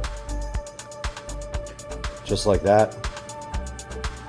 And then you just take your phone and you adjust this lever to the size of the actual phone. So you just screw this out like that until it's your phone size, and then your phone just does fit right between these 2 things right there, and you tighten this down. Now, a couple of things that I would improve about this. I would have these magnets be adjustable so that they could clamp down. They cannot be moved right now. They are just static. That's what I would do. I would make that more permanent because some people don't need to remove it. So generously to review this, and I have a second mount coming for my golf cart. Will be here any day now. So we'll let you guys know when we see that one, and we'll put that in this video as well. Here in front of the Kemimoto mount for the golf cart, and installation is so easy. It's got a magnet here. It's got a magnet here, and you just simply squeeze it right onto the metal part of the golf cart, this angle iron on the golf cart. It's that easy to get this thing mounted. So here we have right in front of me the Kemimoto phone mount for the golf cart. And inside of the package here, you can see that part. So it comes with the clamp part. And then this other part is actually the clamp that goes around your T-bar thing on your windshield right here. So you just basically take it and you clamp it right to any spot that you love right there. And the way this goes together is this part here comes off. So you just basically push this top part into the bottom part. It snaps right in there. And then you tighten this up to wherever you want your phone kind of be facing. Once you tighten this up, it will stop moving completely. See how it got tight there?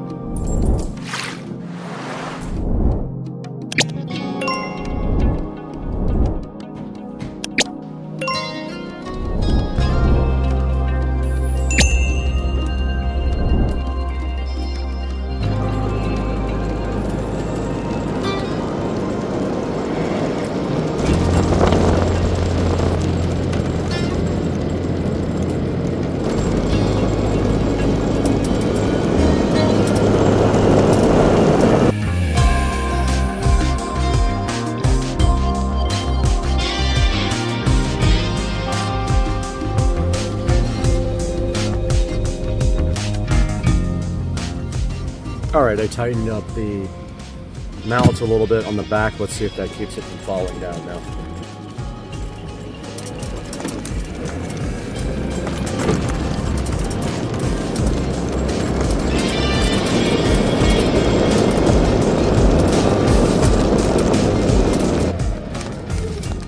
Try tightening it down a little bit more.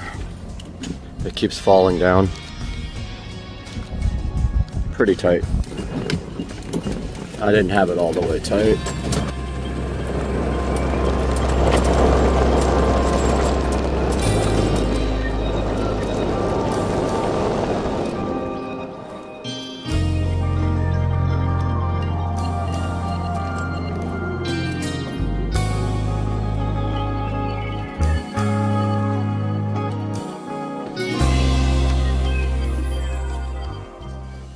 We're back in the Supercar Street Racing 4K production studio where it is raining, and it is the NFL opening day for the Jaguars today, who play at 1 o'clock Eastern time.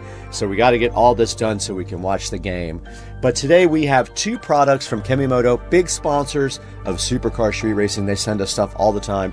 We're so appreciative of them. You should really give them your money if you can and go through one of our affiliate links. But today we have two clamps for you, one of which is on Joe's golf cart. The other one I have right here in my hand will go on my golf cart. What is on the screen right now is the Kemimoto golf cart phone holder, and this is the one that you see right here. Now this has a clamp. It is adjustable, meaning you can angle it and tilt it towards you, and then it does clamp on the metal clamp on the side of your golf cart, just like this. You just turn this thing until it's really clamped down. You put your phone in here, and then this adjusts in and out by turning the knob right here. And I can tell you could see by the video that we showed you guys, this one is very sturdy. You just make sure you clamp it down pretty hard on the part that makes the phone go up and down, because that will move if it's not twisted down really hard right there. And then the other one is magnetic, and I talked to the manufacturer. It is not designed to be taken off-road. It is supposed to be on a smooth road. We did knock it off on a huge bump. Now remember, golf carts don't really have suspension, so there's not really anything to buffer those bumps or anything. Now taking a look right here online, they don't have many reviews yet, but I want to help these guys get this product out there. This one is $19.99. It has a 5% coupon, and if you buy both of them, you get another 5% off. So it's actually a really good deal. And taking a look at the pictures right here, you can see that it is, we'll go ahead and zoom in on this, suitable for round and square frames. And you can see right here, it does have a pad on the inside to protect your golf cart. It's a little rubber piece there. It will not scratch your golf cart, and it has a robust metal connection component. And you can see right here, it does have a dual ball joint and thick arm. You can see that right here on the actual mount. And then right here, it's showing you the compatibility. So that is how much it can clamp in and out by running this clamp like that. And then right here, it is a no drill installation. You do not have to ruin your golf cart to go ahead and install the Kemimoto on your cart. And then here, it actually will work in a variety of applications. You can use it on a boat, in a golf cart, in a truck, a UTV, or also indoor, because it does just clamp to anything round or square, as you can see right here in the mount itself. And then the other one that we took a look at that Joe has is the magnetic golf cart phone holder. It does have a 4-star review. It is 5% off if you buy both of them or any of the other compatible products on their sale going on right now. And checking it out, you can see right here, it shows you the actual magnet, how that mounts onto the golf cart frame. It says it has 16 kilogram weight capacity. It's got 2 magnets on it. It's got a 360-degree rotation on the ball there, so you can move your phone around as well. You can see right here, it shows you the maximum and the minimum phone sizes. It can go 3.5 inches out and 2.5 inches all the way in.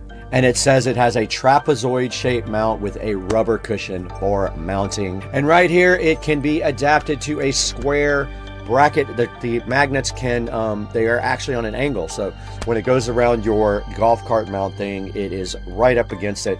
And it does hold pretty good unless you hit a huge bump. Right here, you can see that it has a extension handle that's easy to install. It is made of metal, so it is very durable. It has 2 magnets with a 32 kilogram capacity and a 360-degree ball mount. Only has 1 review. We're trying to get the word out there for Kemimoto, so go ahead and pick up whichever one would suit your needs best. Thank you for liking and subscribing. Make sure you buy all your products from Amazon through the links in the description. Anything you want, doesn't have to be this. Click through one of my links. If you buy something else, I get a slight credit. Please like and subscribe to Supercar Street Racing. Check out the Supercar Street Racing live video jukebox running 24 hours a day, shuffling all the Supercar Street Racing videos. And we got to get out of here. Today's NFL opening day for the Jaguars. We got to go check them out. Let's support our team. Go Jags. I'm out of here.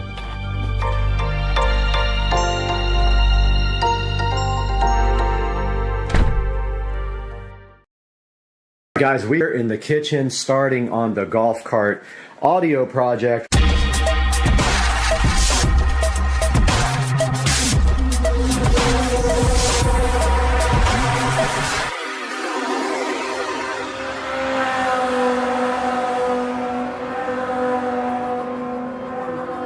We have everything except the front speakers, and the reason we don't have the front speakers is the speakers came in and they actually did not have grills, and so they were the wrong ones, so I sent them back and I ordered speakers with grills. So we are waiting on the front speakers before we can finish the dash install. We got the subwoofer here, we got the subwoofer box here, we got the amp and the epicenter here, we got the voltage reducer here. So this guy takes 48 volt golf cart voltage, or 48 volt any voltage, and reduces it down to 12 volts for the audio system and for anything else we need power for. Everything else is laying out here on the garage floor, and I've just been taking some measurements and doing some things, and it looks like the voltage reducer is too fat to fit inside here. The battery, it's just slightly, it could, I mean, another millimeter and it would fit right down there, but it just is too fat, and it's unbelievable that it also will not fit there, and I think it's because that's in the way. That's the charge port. So voltage reducer has to go elsewhere. It could go under the dash. Actually, there's plenty of space back there, inside there, tons of space back there, which means I would have to run a pretty hefty 48 volt line that way, and then 12 volts back to the back for the amplifier. So I don't know if I want to do that. It might make more sense to mount it back here somewhere. There is plenty of space inside this little cavity behind the golf cart. I still have to check that out, but for now we're just kind of looking around, trying to see where we're going to put everything. And we're not doing rear speakers at this time, but eventually we will pull this back seat off and do 2 more 6.5s right there in that position where those guys are. Okay, I looked at the box. I think the best place to mount the amp is on this back seat, honestly. There's plenty of space back there, plenty of room, and I'm thinking mount the amp and the epicenter there and run the wires down this like rail here and down with some tubing. Only problem is this bolt's in the way. Look. Or actually, we could come to this rail, down the back of the rail, and go under there, right there with our wires. So really, you would hardly ever see anything if we make a cross here with the wires. If we cross right there with some tubing and then zip tie it and then come down to this rail and go under. I think that's the ticket. And I'm contemplating taking this back seat off so I can get these speakers out. You can't get them out because the freaking screws are underneath. Like, I tried everything. It's just not possible without cutting them out. It's so close. I don't think I could even drill a hole in that rail and get them out. And I don't know if they're any good or not. I don't even know what they are. What do they say? TU? I don't know what that is. No grills either. So lame. But I think that's the deal. I think the amp's going on the back seat. I don't want it like out in the open on the back of the cart, because I just know people will fuck with you like that. At least it's kind of hidden in here. Like, we can put it right in the center and you'll barely see it. And then honestly, the voltage reducer could go back here as well. There's plenty of space for a whole amp rack back here. Literally everything. All right, I went ahead and ordered some cable clamps, the kind you screw on for wire organization, because I think we have a good plan now. We are going to put the amp and epicenter and voltage reducer on the back of the seat and just run everything down these rails and into the bottom of the cart. We can even mount our what is it called, inverter, 12-volt inverter back there if we want to. And I think it's a good plan. It gets all the equipment out from underneath the cart. It keeps everything away from the back of the cart, and it also hides everything mostly. So I think that's the deal. The amp is actually too big, too wide to go on the enclosure. It would fit, you can make it fit, but you would have to, it's very close. The screws, you probably have to drill new holes in the amp mounting area to do it. So new plan is pull off the back seat, design a pretty cool amp rack back there directly to the seat, screw everything directly to the seat, and then run the cables really nice, and everything will be good and hidden, and that'll keep people from screwing with it when I'm out somewhere. And so that's the current plan. I am so glad I did not screw this woofer in. I don't have screws anyway. I'll have to go to the hardware store and get some drywall screws, but I forgot the polyfill.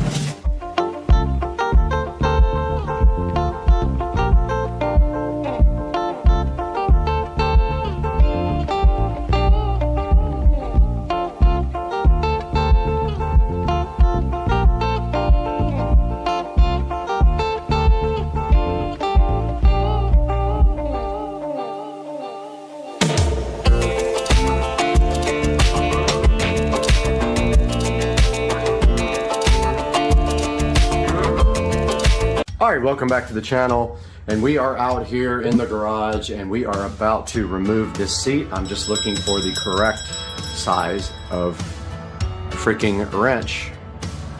So I'm gonna find a wrench and we'll get right to it on Supercar Street Racing. Alright, we are back, and it is an 11mm wrench, and I just so happen to have a ratchet wrench for this guy.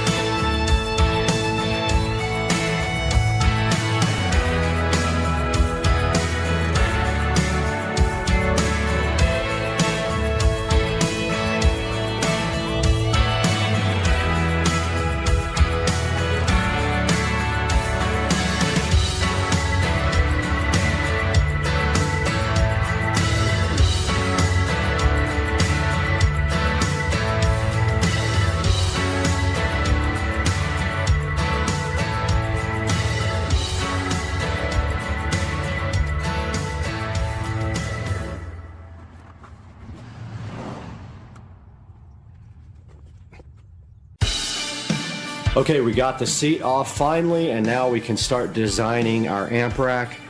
We are going to be putting the amplifier and some other stuff right here between these rails. And all we have to do is fit between where these marks are here.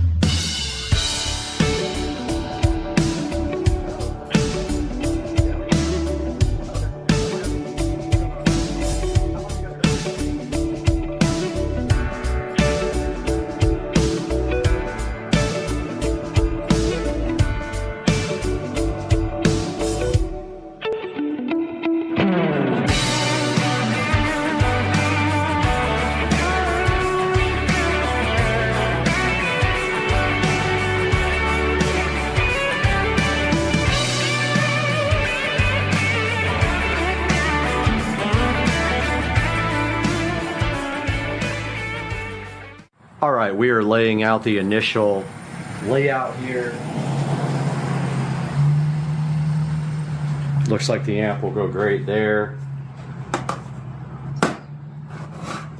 And possibly the epicenter there.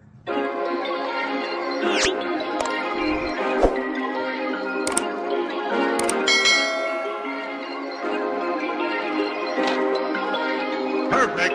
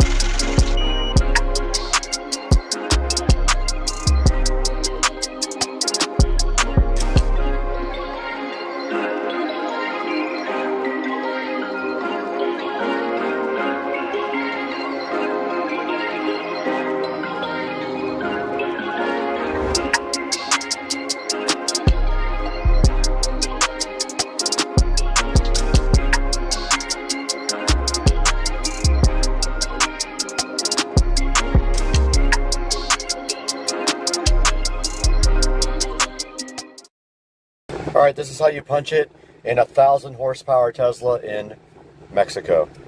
Punch it. Oh my God.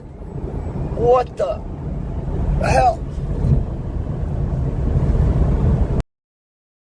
It's the next day and we're out in front of the laptop now trying to get the controller to connect so we can reprogram the controller. All right, Joe's removing the old speaker. Cool.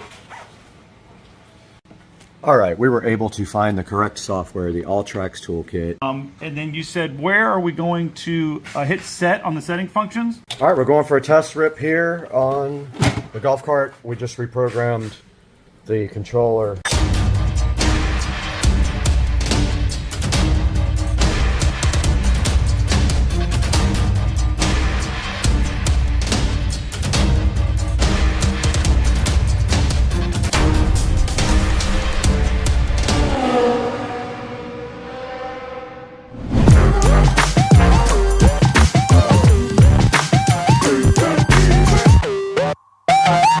The next day and we're out in front of the laptop now trying to get the controller to connect so we can reprogram the controller. So we have a USB cable connected to the side of the controller now, and I'm going to try fiddling with the USB port serial settings to see if I can get this thing to connect. And I'm just waiting on the slow computer.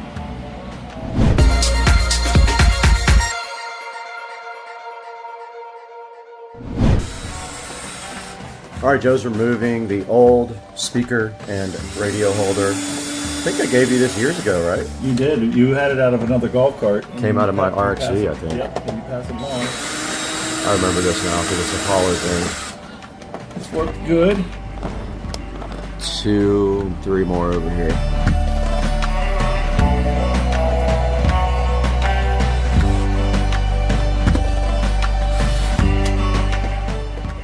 I'm wondering if we don't need a driver for that USB. I'm gonna go to their site and see if there's anything else. Let's see. More screws in it back here? They're back here. Very back. There. One of them's in there. I don't see. That's that, man.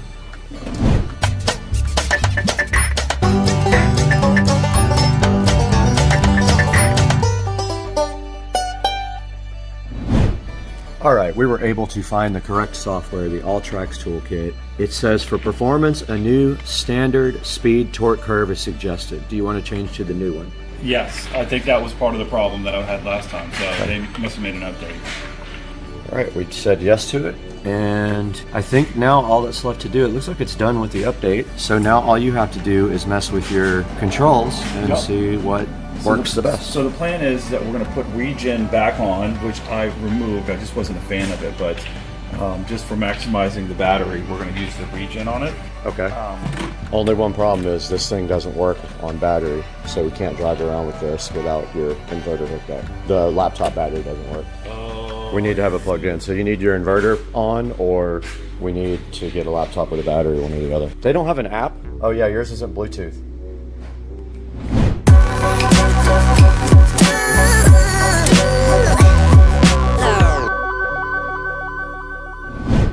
And then you said, where are we going to hit set on the setting functions? Okay, we're set. And that button will turn blue, and when it turns back to white, you're ready to give the test. Okay, now, I should get you, okay, and you don't think the enable speed limit is an issue, and it has turned white. So, okay, well, we're gonna go run and test this. Unfortunately, we don't have the ability to do this while on the fly, so we're gonna have to hang up and potentially call you back. But I think that I got a pretty good understanding of it now, to be able to make the adjustments as needed. And the other thing, the throttle rate, I have it set at 7%. We did that just because, at least at the time a couple years ago, when I would hit into the throttle, it was jumpy, very jumpy. Has that since been fixed? It was jerking through the whole thing, so it was more like that as opposed to just the initial jerk on taking off. For the maximum RPM, I have it set at 6,500. so yeah, basically you'd want to know what the max is for that motor and keep that number around there. Okay, understood. I could do a little research. So, all right, perfect. Awesome. Hey, man, I appreciate you. Nah, man, I just want to say I appreciate you guys' customer service. You guys are always quick to the phone and know all the answers. So thank you very much. All righty. You have a nice day. Appreciate it. Bye.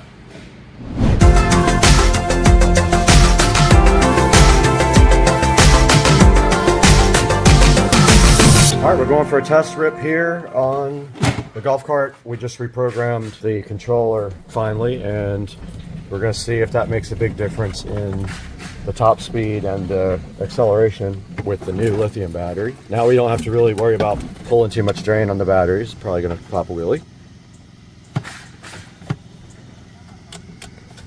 Car coming too.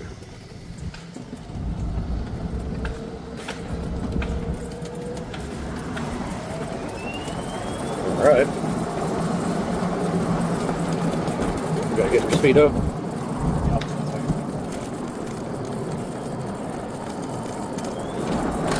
All right, so our max speed prior was 30 miles per hour is where it capped.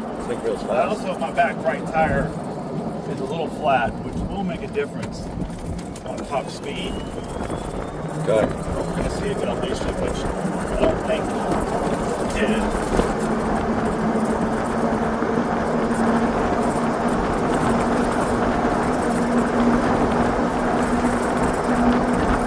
I bet your speed limiter's doing that. Still at 29. Yep. I don't feel my regen kicking in drastically. That might be something else that we're going to look at. So we're going to go back and make some adjustments. I'm going to take that top speed off. Okay. I'm also going to adjust the top end RPM. Yep. From 6,500 to 7,000. I think it can take it. And then let's get this regen figured out. All right.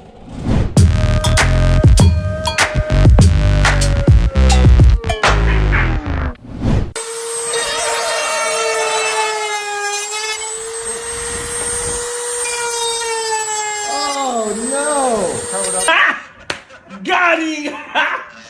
Got him! Oh! Whoa!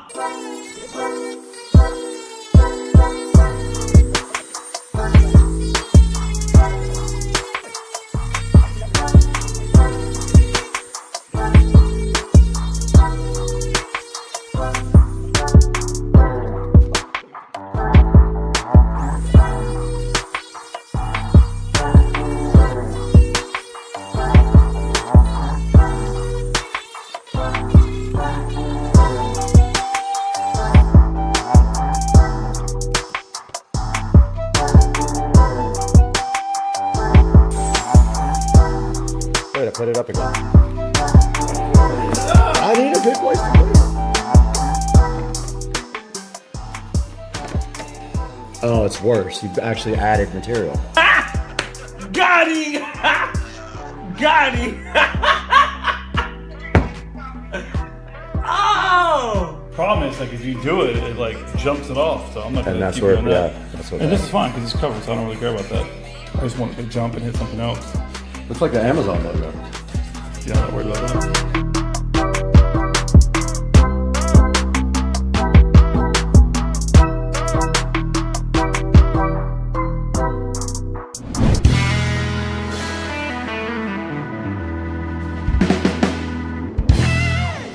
All right, we're out here at Ace Hardware just looking at the connectors. Let's see, we're looking for ring connectors for the largest gauge. That's 12 to 10. I don't know if that's big enough. They probably don't have the big ones, would be my guess. They're very hard to find. I'm gonna grab these large. These will definitely not work, the hole's too small. So I grabbed a pack of these with the larger holes, and I'm gonna roll with those. Some more stuff up here, very top. There's some ones that don't have insulation. But yeah, I'm gonna go with these and see if these will work. All right, Joe's over here in the hardware section getting the bolts and nuts, which will cost a small fortune, but should do the trick.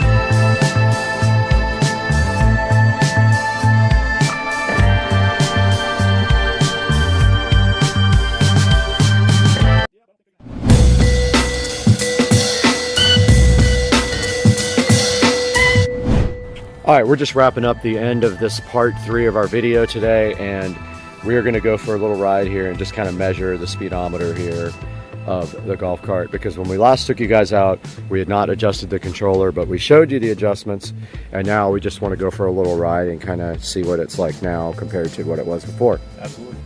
All right, so one of the things that we worked on was adjusting the controller. And then the controller has a few different things that you can adjust. The first thing that I did was the throttle response. I had it set very low, so when I pushed into the throttle, it took a long time for it to start to get up to speed. So I increased that back to normal. So that was one thing that's already been done. So we should take off a lot faster this time. Much quicker than what it used to be. Very much faster. Yep. And then it also had a governor on it, which would not allow it to go over a certain RPM. So I took that off, which will allow it at this point to not stop at a certain speed and allow it to continue to increase speed as long as 1, the battery's charged up, and 2, if we're heading downhill. So we should be able to get top speeds of 35 to 39 miles an hour right now, depending on a couple conditions. And then the other thing that I did was I turned the region back on where I had it off before. I just never really was a fan of it having the control of stopping the cart for me without using the brake. But I figured to maximize the amount of voltage out of the battery, it was better for me to turn it back on, because when it does work, it's actually charging the battery as I let off the brake, as I let off the gas. So that will help the longevity of the battery when I'm running around having a good time with it. And then also, and I can go ahead and do that now, let's pull off. I have the Bluetooth option that I'm going to go ahead and share with you guys. That's pretty straightforward and kind of nice. The one thing about this Bluetooth though is that each time that you go in and out of it, you have to go back to the device list, and then it should connect each time. And this is just the battery, correct? Nothing to do with controller. Okay. Nope, not at all. This is just a battery. So right now, if you're looking at this, it's got a bunch of different stuff that we'll go over probably in another video, but I can at least on the screen see what my percentage of my battery is. So I have 93% right now, which is plenty of time for me to run around and have a good time. So we're gonna go and stretch this thing out. We'll run it for a little while. I think we're gonna get some sampling of how fast we go, and we'll report back. Yep, I'm gonna switch over to the speedometer and record the phone real quick.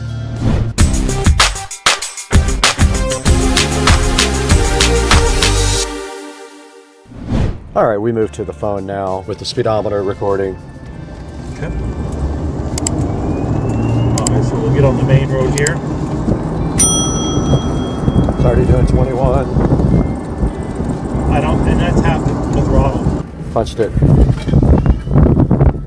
That's full. 28. 2, 23, 24, 27, 29. Right into the back of the car. 31, 33, 35, 37.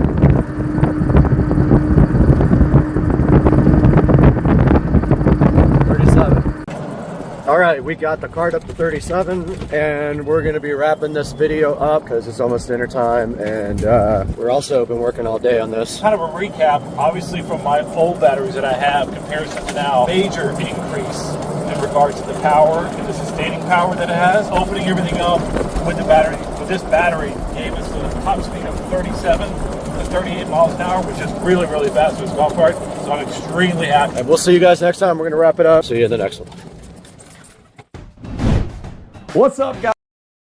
Welcome back to Supercar Street Racing. We are here in the SCSR compound kitchen. And as you look around at this wonderful kitchen, there's some stuff behind me here that we need to talk about. I want to jump on camera real quick and tell you guys hello and thank you for supporting the channel and subscribing, and also buying all of your merchandise through any of our affiliate links. Please click on any link in any video and buy your stuff from Amazon. It helps us out greatly. It does give us $1 or $2, but today in the kitchen we have a different mission. We have something sitting on the SCSR table that has nothing to do with this purple folder, but we do have Boom Sounds as a proud sponsor of Supercar Street Racing, and I am giving these away to a commenter that leaves the best comment in the description of why Boom Sounds is the best name ever created for earbuds. And right behind me on the table right here, you do see the Boom Sounds sitting so fresh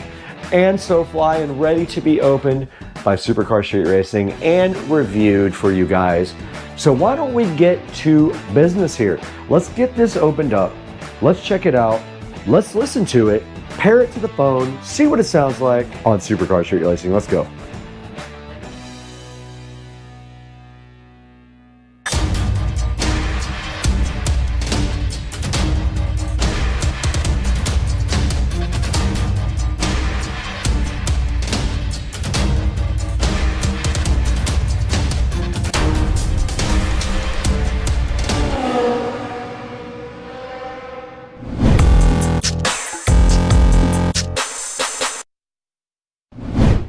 Guys, we're in the SCSR compound kitchen right now where all the eating takes place, and we do have a new product for you today that is sponsored, RST-T30 earbuds right here for you guys to check out. So the good part is I am going to be giving these away to the best comment in the description. Whoever leaves the best comment, free earbuds for you. So go down below and comment why the name Boom Sound is the best name ever created for earbuds. And right across the street, don't pay attention to my neighbors who are outside, but the Boom Sounds RST-T90, I might have said that wrong earlier, RST-T90s are right here in front of me. Noise canceling wireless earbuds, sponsored. There will be a link in the description to the Boom Sounds, but for right now, our primary goal, get these RST-T90s unboxed, see what's inside of them, get them paired to the phone, and go ahead and see if they actually do what they say they do. Let's get the RST-T90s out of the box now on Supercar Street Racing.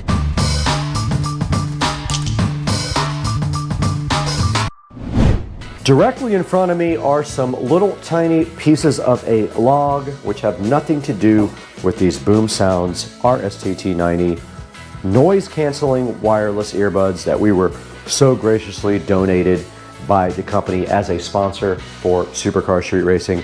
So today we take a look at the box here. There is a manual here. You can go ahead and scan that right now if you want to, so you can download it with your own phone. And right in front of me, it does show a picture of the charging case and the headphones right there. And it says that they are noise canceling and wireless earbuds for your ear holes.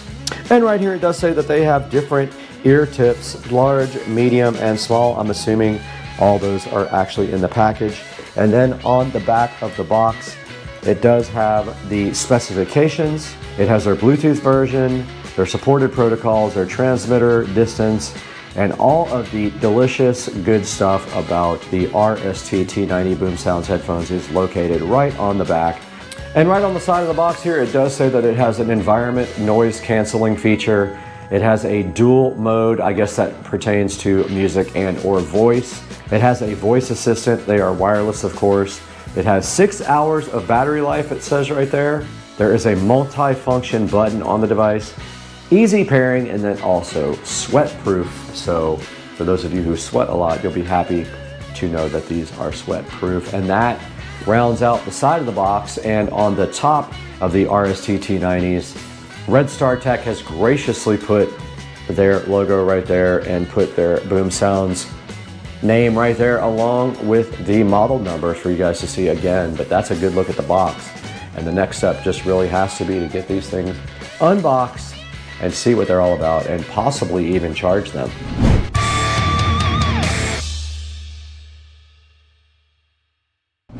Right in front of me in the SCSR compound kitchen, and also directly in front of me, are the Boom Sounds RST T90s that Boom Sounds, and they're not really Boom Sounds, it's Red Star Tech, but Boom Sounds is the best name of any product ever. And so let's go ahead and use the patented SCSR scissors to get the Boom Sounds opened up so we can see what's inside. And the first thing we have is the plastic condom, and I'm giving these away to the best comment about why Boom Sounds is the best name for any product in the world, especially earbuds.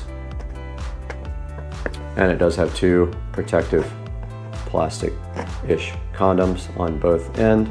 All right, inside of the box here of the Boom Sounds from Red Star Tech, we do see a case here that looks like it's probably for charging. And yes, there is a USB Type-C on the back, and everyone is moving to USB Type-C as the standard, so it's good to see a USB Type-C on the back. And it does open up just like that, and inside of that little enclosure you can see the actual earbuds right here sitting so fresh and so fly, and they just kind of push down into the actual charging case there.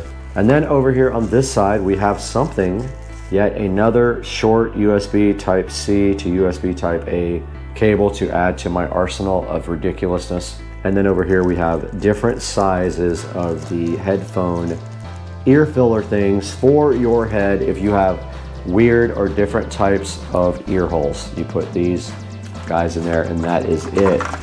Underneath that we have a little user manual.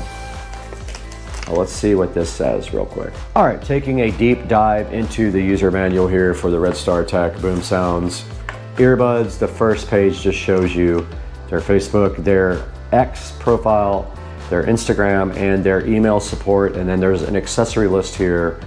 This comes with the actual charging case, the earbuds, and then a USB charging cable, and some extra tips for different size ear holes like this one. And then down below that you can see it is compatible with the Android smartphone and iPhone. It is compatible with laptops and tablets. So it does support both iPhone and Android. And it shows you how to operate the different modes on the actual device. There's a call mode and a music mode, and to change the mode, you follow these instructions right here. And there is a Google Assistant or Siri option right here. Okay, the last page of the manual just does have specifications about Bluetooth earbuds here, and then it has instructions on getting started, how to power it off and on, how to pair it, and then also reconnecting the earbuds and other things like that. You can go ahead and check out what you're going to have to do to get started with your new earbuds. All right, so the last page does just have a reward. They're giving you a reward on your next purchase for buying the Red Star Tech Boom Sounds RST T90s. So go to the back page of the manual when you get your Red Star Tech headphones here, and go ahead and get your reward so that if you want to order another pair for someone else, you can do that. All you have to do is simply scan the QR code on the back page and go ahead and get a reward for your next set of headphones or any purchases in the future that you wish to do with Red Star Tech.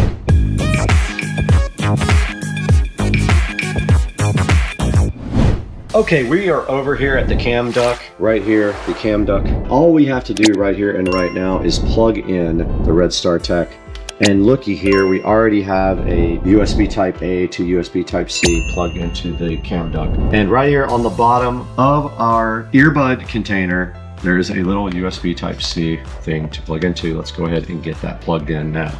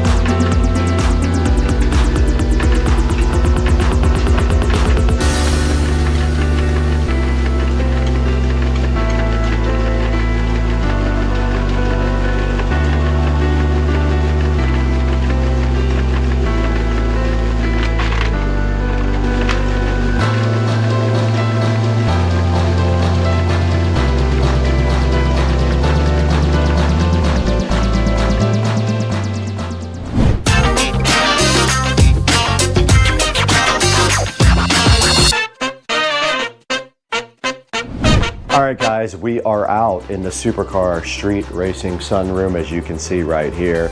And I just got done with my workout using the Red Star Tech earbuds. When I turned them on, they were beeping, and I read on the manual that that may be related to a command that was issued wrong to the earbuds. Now, they do have a button on the side that controls music and things like that when you want to use them with a device that plays music, so you can change the tracks and change the volumes, etc. I was personally using them for my TV here. You can see I still have them in right now, and I did my whole workout with the Red Star Techs. And what I can say about them is they have decent sound quality for the price, and also they do have noise canceling. I couldn't notice it that much on the treadmill, but it did block out a lot of the sound around me just simply by being earphones and plugging my ear up. So I spent about 30 minutes with the Red Star Tech earbuds, and I gotta say, I'm pretty happy with them. As long as you pay attention to the manual and what it says with all the directions and how to operate the multifunction button, which is located on the side of the earbuds, you should be good to go. There isn't a ton of bass, but adding an equalizer to the music should help with that part as well. And the Red Star Techs do come in this nice case here that form fits to the device and also has a magnet in it. So when you put the Red Star Tech earbuds down, it does kind of suck them down into the case, which is pretty cool. I'm gonna go ahead and put a link to the Red Star Tech earbuds in the description of the video. And if you would like to check these out, go ahead and click through my links to order anything from Amazon, but especially these. If you want your own pair of Red Star Tech headphones, go down into the link in the description. And while you're at it, if you wouldn't mind hitting the like and subscribe button for Supercar Street Racing, it helps us out greatly with a few dollars here and there to keep the channel going. And we're so happy to have you as a new viewer or an old viewer if you came back to check us out again. Guys, that's gonna do it for Supercar Street Racing today. Hope you enjoyed the video about the Red Star Tech earbuds, and we'll see you guys on the next one. I gotta go lift weights.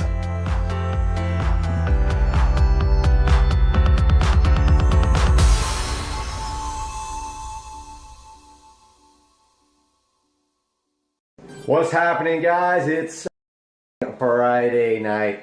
I got this bottle of wine right here, which I haven't touched because I saw something that inspired me and had to try it. So the other day, you guys saw me plastidip my emblems because they're chrome, and I got some black wheels coming. I haven't revealed what yet. That's coming soon in the next video.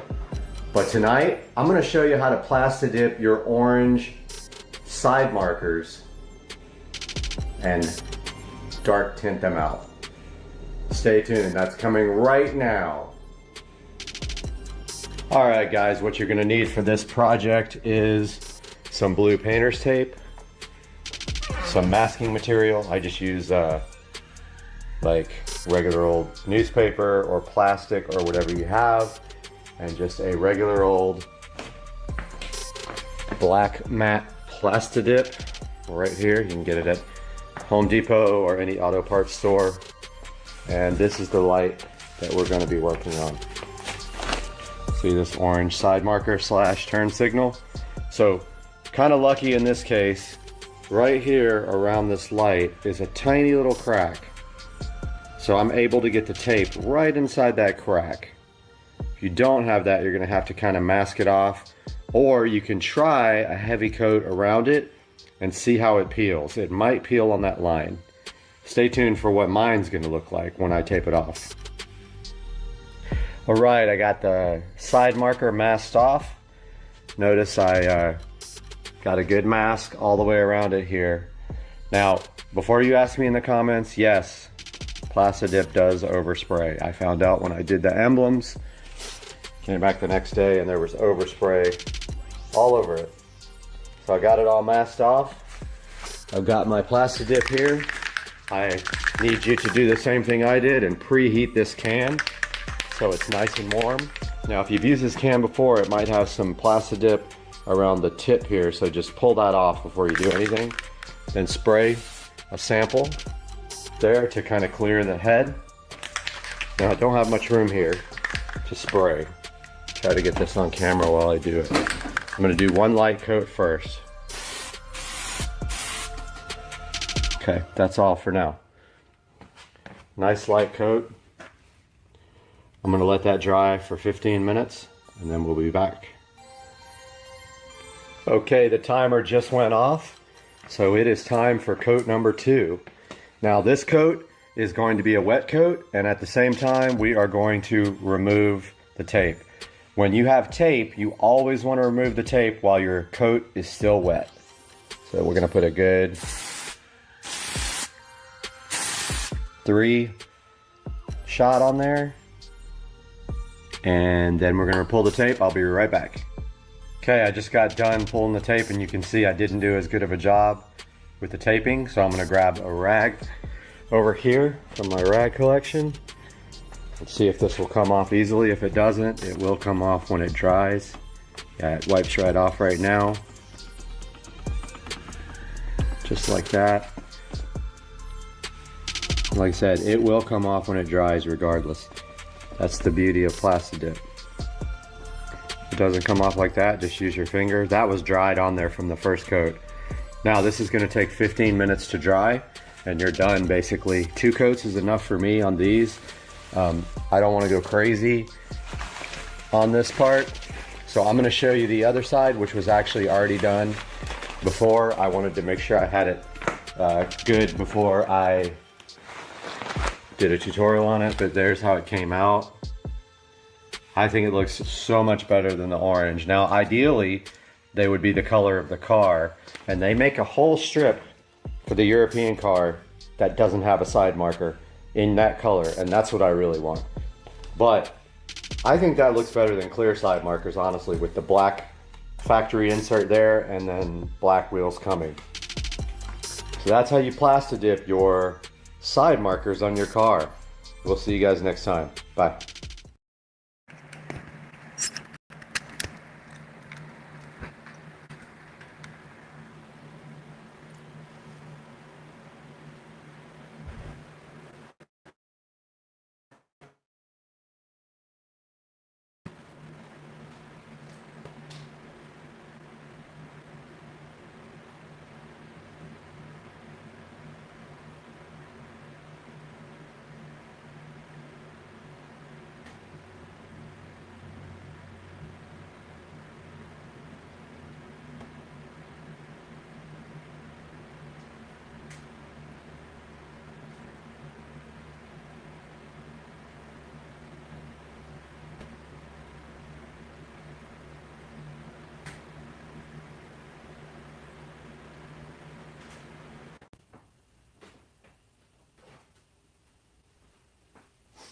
Okay. Check 1, 2, 3, 4. Mic's hot.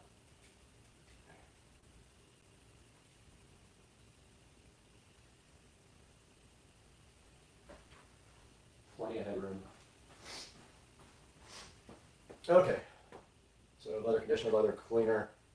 Should well apply 1 to 3 lines of product on a premium microfiber. Spread evenly. Massage the surface. Allow to penetrate. Wipe dry if desired.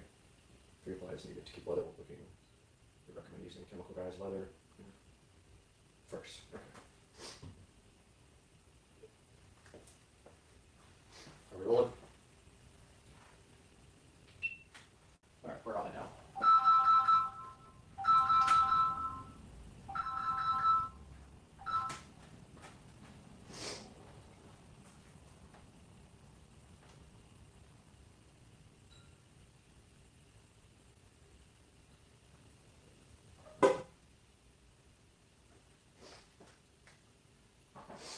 All right, phone ring. All right, we're back.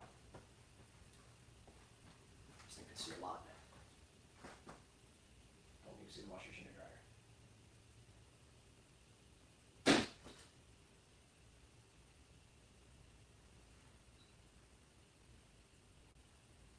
Man, this thing got a wide field of view. Doesn't even look like it's on me. Oh yeah, it's way on me.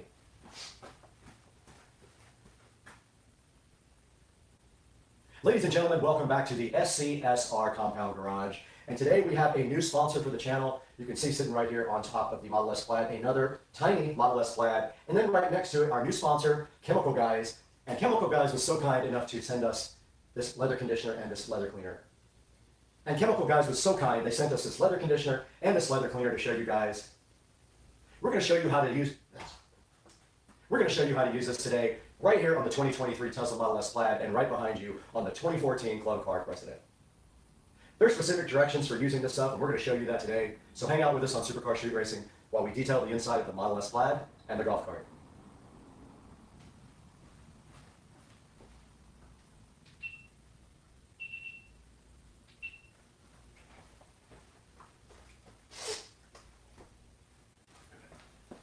Need a preview so that. Welcome back to Supercar Street Racing, guys. You can see we're out here in the garage with our Chemical Guys leather conditioner and leather cleaner. They were super nice, and they sent us this to show you guys. They're trying to get the word out about their great products. So today, we're going to give you guys a look at these two products right here in the SCSR garage. Now, there's a certain way you need to apply these. There's a certain order and a certain way you have to do it. So we're going to show you today the correct way to do it, because we're actually going to detail the inside of the Model S Plaid. Now, we try to keep this car pretty clean. We barely...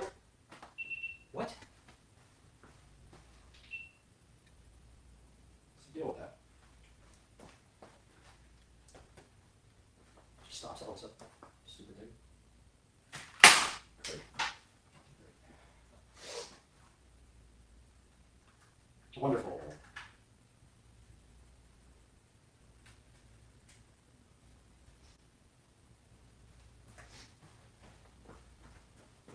Now, we try to keep this Model S Plaid really clean. It only has about 2,000 miles on it, and so we drive it on the weekends only, and we keep it detailed and nice here. But today, we're going to take it one step further. We're going to use the Chemical Guys leather conditioner on the seats. It does not need to be clean, but it does need to be leather conditioned every few weeks, so we're going to go ahead and show you that right now.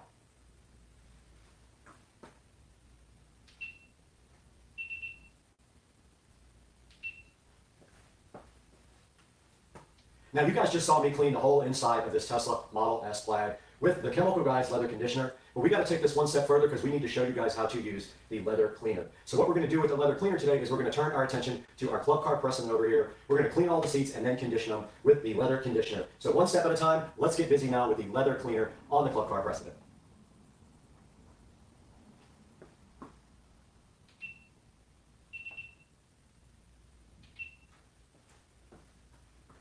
Back out here in the garage, and you guys did just see us clean and condition the seats on the 2014 Club Car, and you can see how good they came out using the approved methods by Chemical Guys. We went ahead and cleaned all the seats first, and then we followed it up with a nice coating of the leather conditioner by applying it to our towel first, and then going ahead and rubbing it on the seats afterwards. We want to go ahead and thank the Chemical Guys for being so gracious and contributing to Supercar Street Racing. Guys, do us a big favor. We'll put links down in the description for this. Make sure that you order everything from the approved links from Supercar Street Racing. You can order anything you want from Amazon through our links, and it helps us out greatly. In this case, we might put an affiliate link for the actual supplier that gave us this. Go ahead and order it from them. It'll do them a big favor as well. And we're going to have to get out of here pretty soon, but we're going to take it into the studio first and look at this stuff online with Brad.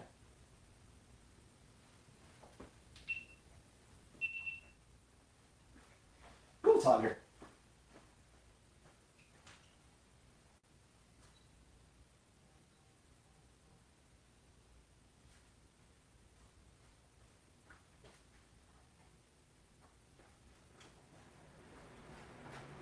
Go ahead and get pics while it's set up.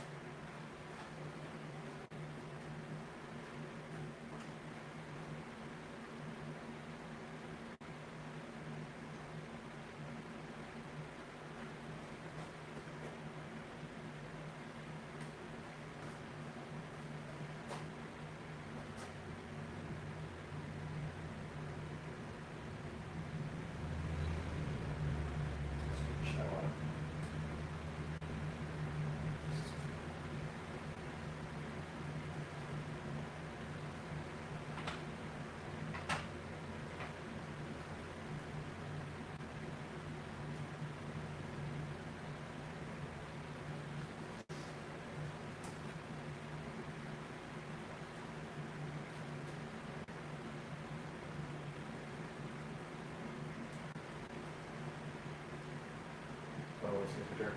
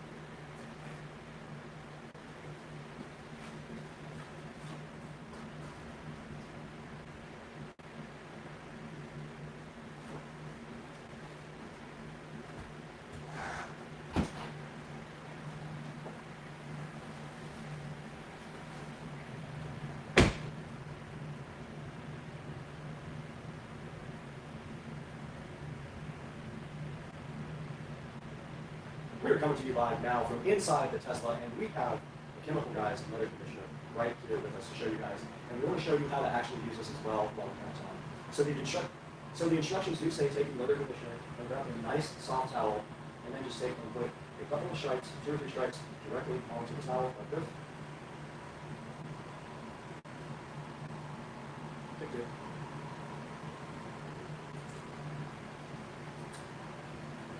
Take 2.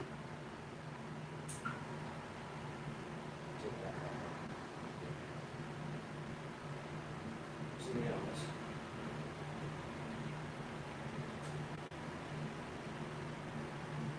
Okay. Now we do have a couple of stripes right on the towel here to go ahead and start working with. And all you have to do is work it into the towel. And all you have to do is work it into the seats. And then when you're done, if you'd like to, you can actually buff it off and dry it. Or you can make, and when you're done, you can actually buff it off and dry it. And then you can do a second application if you really feel like it. Let's get out.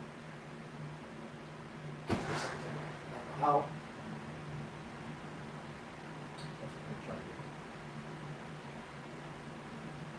AC fits me.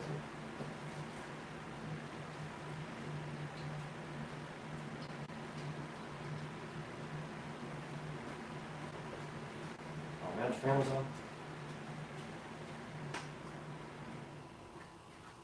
That sucks. Hopefully I didn't pick up all the fan noise.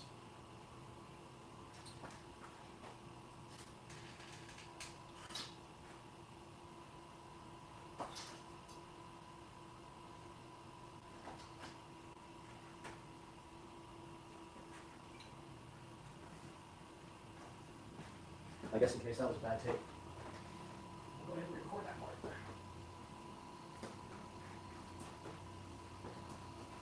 All right, we're going to record that part again, just an overview of how you put it on the towel. So yeah, you just take your towel and you put about 2 or 3 stripes of the stuff right on the towel, and then you work it into the surface. We're going to go ahead and start with this Model S door panel right here. It's a lot. There's a lot on this. So I'm going to go ahead and knock this down a little bit because I've been putting quite a bit on it. So I'm just going to knock it into both sides here so it's not so thick. And then I'm going to go ahead and proceed to put it directly on the door panel right there. See it going on with a nice finish there. I'm going to go ahead and get all over the door panel with the stuff, and you can already see that it's drying. Don't forget to get into the cracks. Everywhere that you would normally touch to keep it clean. And the sides too.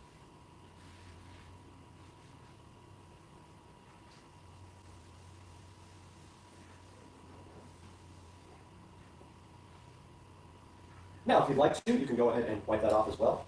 You can buff that right off. Just like that.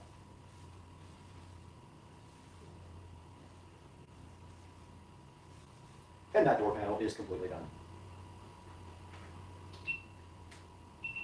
All right, we need to reset somehow for the seats. I don't know how we're going to get the shot. This one right here.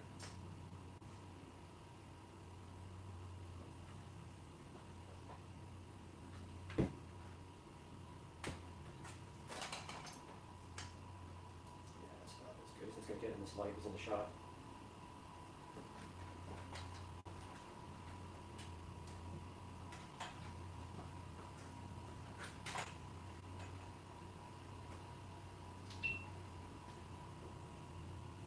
Check 1, 2, 3, 4, 5. Check the shot here.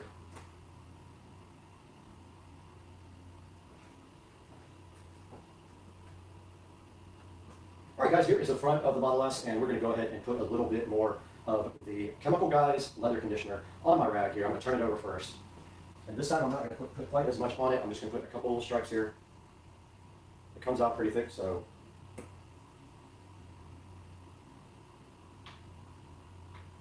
should be good enough. And now let's go ahead and apply it to our seats. But let's put the seat forward a little bit so you guys can see it better. And we'll go ahead and start getting work into the towel a little bit. And go ahead and start conditioning the seats on the plaid.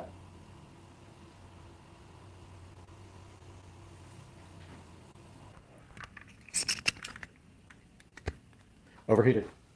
You guys overheated.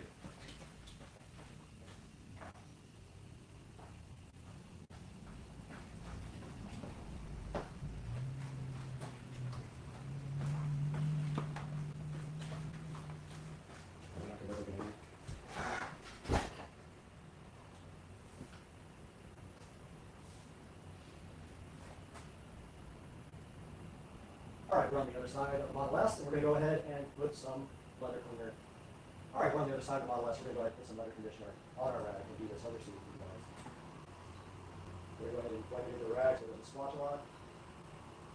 Move the seat forward a little bit so we can get to it.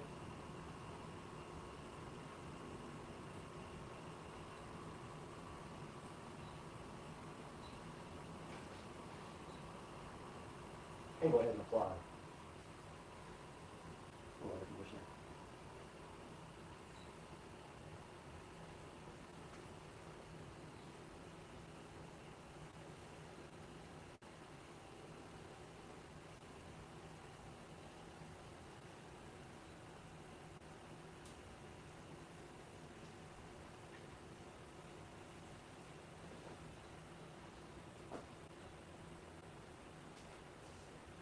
Knock it out now.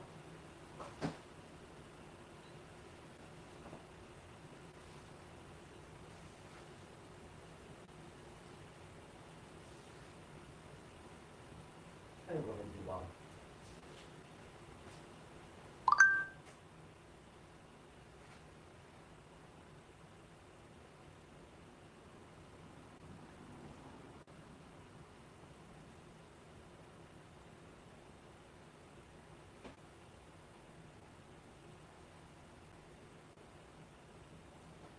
You gotta work in getting these seats with ventilation holes or it looks splotchy.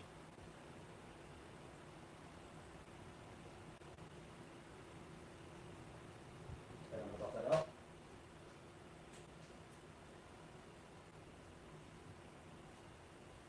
And that seat is done. I'm gonna get in so I can do the door panel because there's no room up here.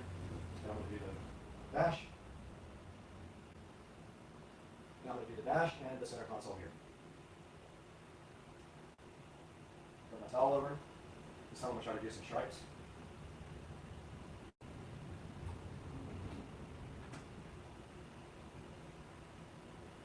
And I'm going to go ahead and rub that into the dash.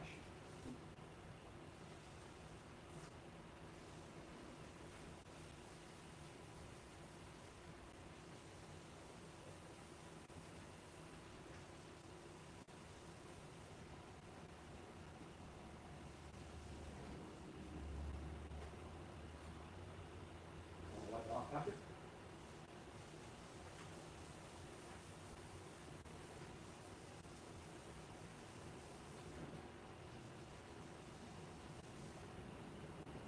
I don't have a dry enough towel for this, unfortunately. Moving on to the center console.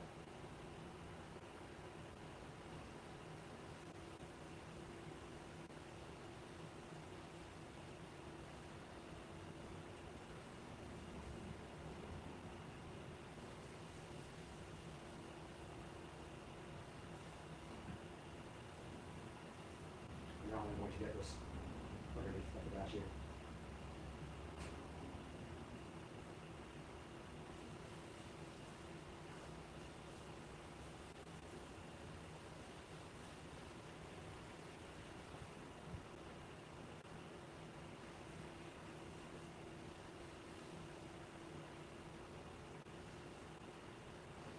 And now the door panel.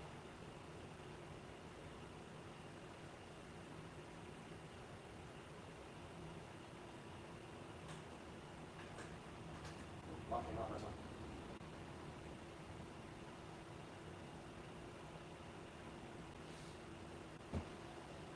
If you roll the window down, it'll keep you from getting it all over the window. That's pretty obvious, but a lot of people don't do that.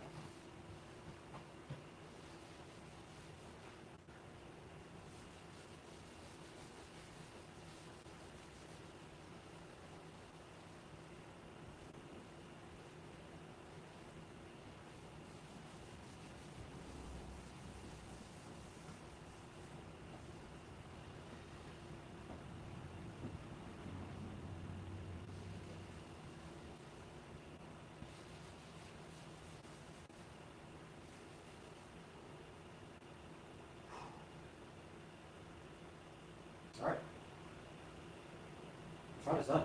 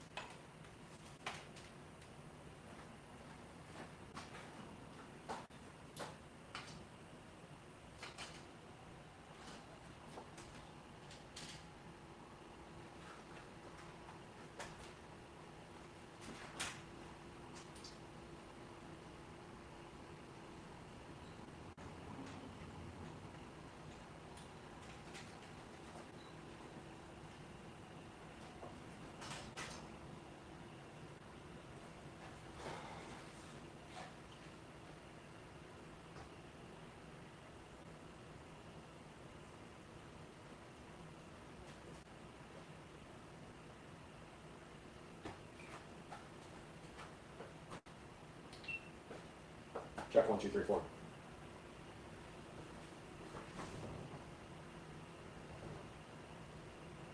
Moving on to the back with the Chemical Guys leather conditioner. We're going to go ahead and do the back doors. Try not to put too much on the right, and it came out a lot already. So I'm going to just take that and kind of buff it into the rag a little bit so it's not so thick. It came out a lot that time. Like a whole lot. And this window won't go down any more than that, so otherwise it would.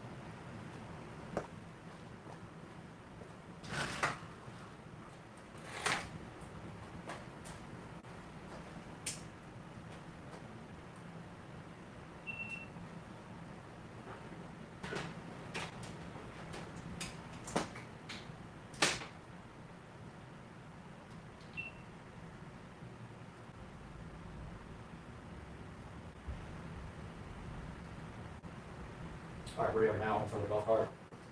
We're going to go ahead and do this take.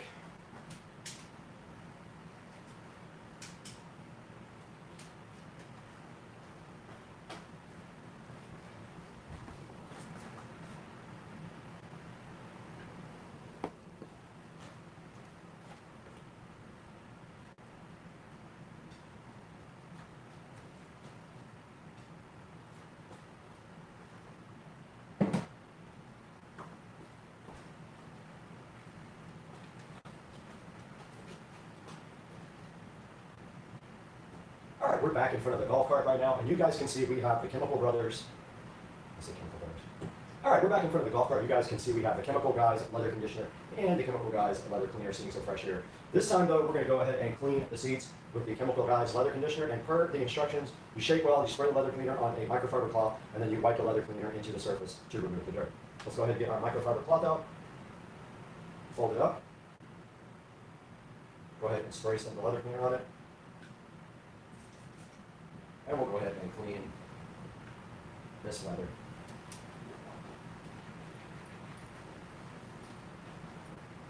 Does have a little dirt coming off of it.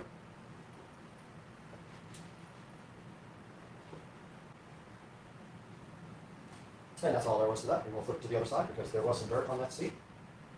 This cart is out in the garage all the time, so it is going to get dirty.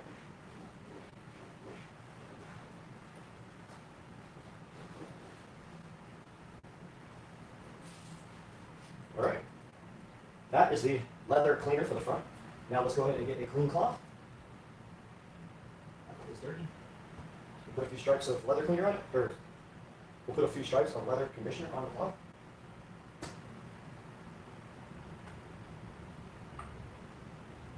And then we'll go ahead and condition these seats.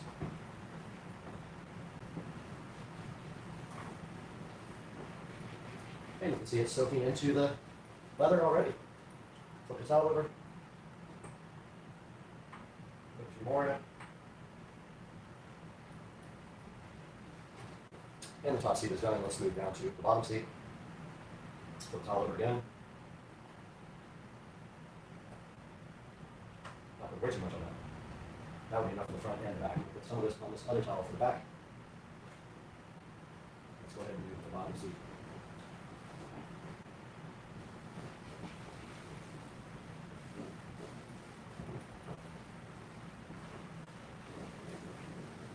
All right.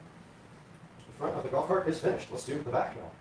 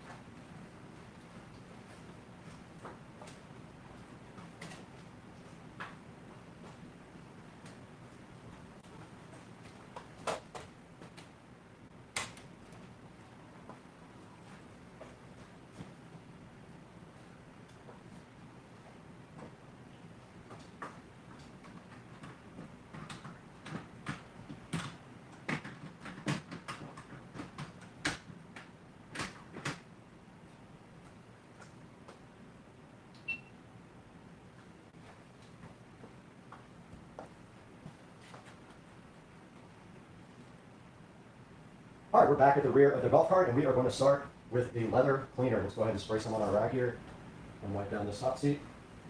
Be careful of the tiny Tesla. And that is clean. That just needs to dry. I'm going to flip my rag over and do the same to the bottom.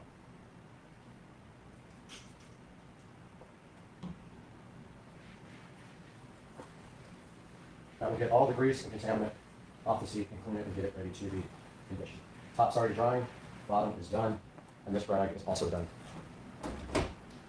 The top is dry. I've already got some leather conditioner on my towel, I'm going to go ahead and rub that into the seat at the top. You can see that's plenty. I have much on my rag, and I'm just going to let that dry however it wants to dry.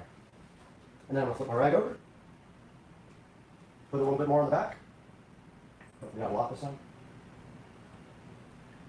and go ahead and rub the bottom seat as well. You can see that it takes all of 2 seconds to do the seats links real quick. And now the bottom seat is done, and if you want to, you can grab a dry rag and wipe off the excess. If you feel like it. If not, you can let it dry naturally, but you can buff it out like this.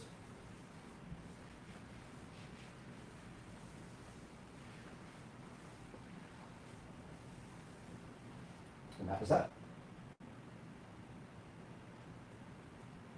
I'll do another out.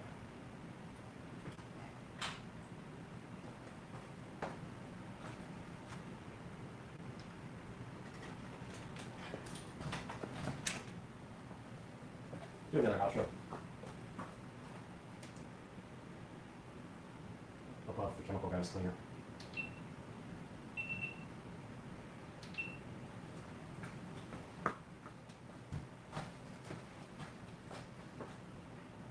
All right, guys, you just saw us go ahead and condition.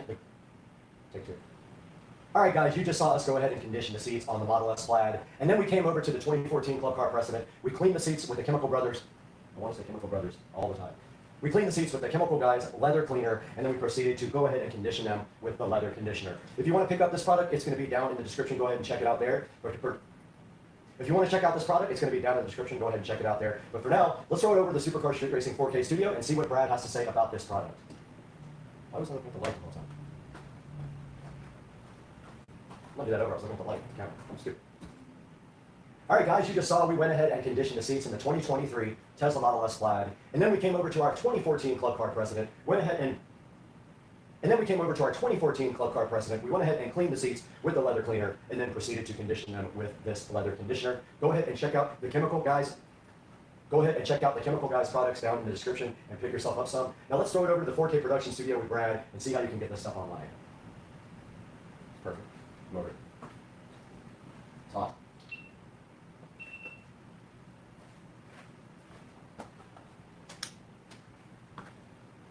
It's hot. And everything keeps overheating.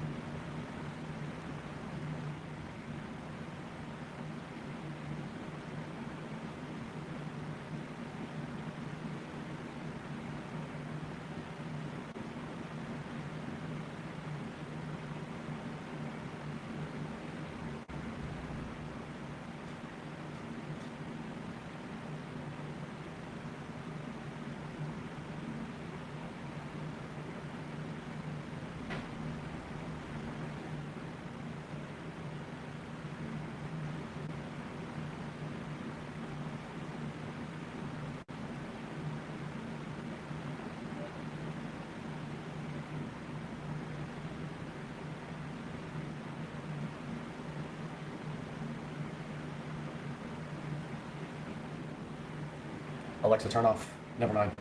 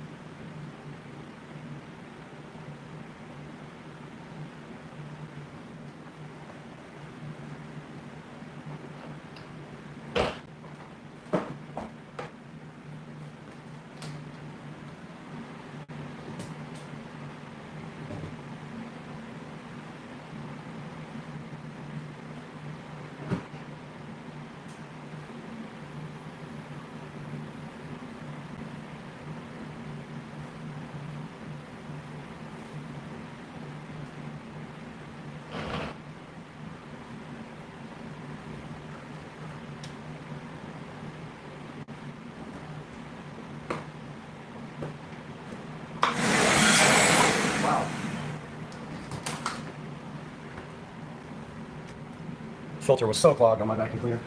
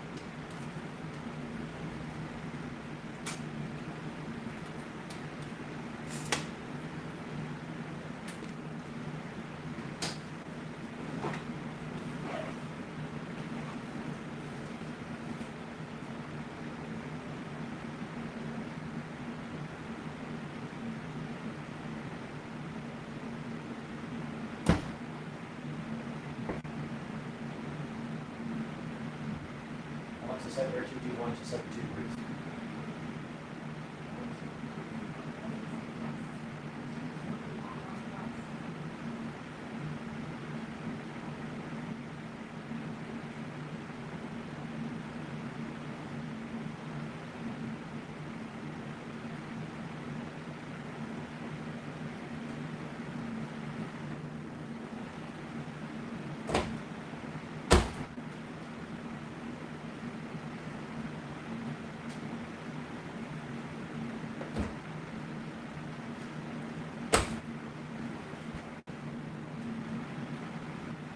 Let's fire up the studio.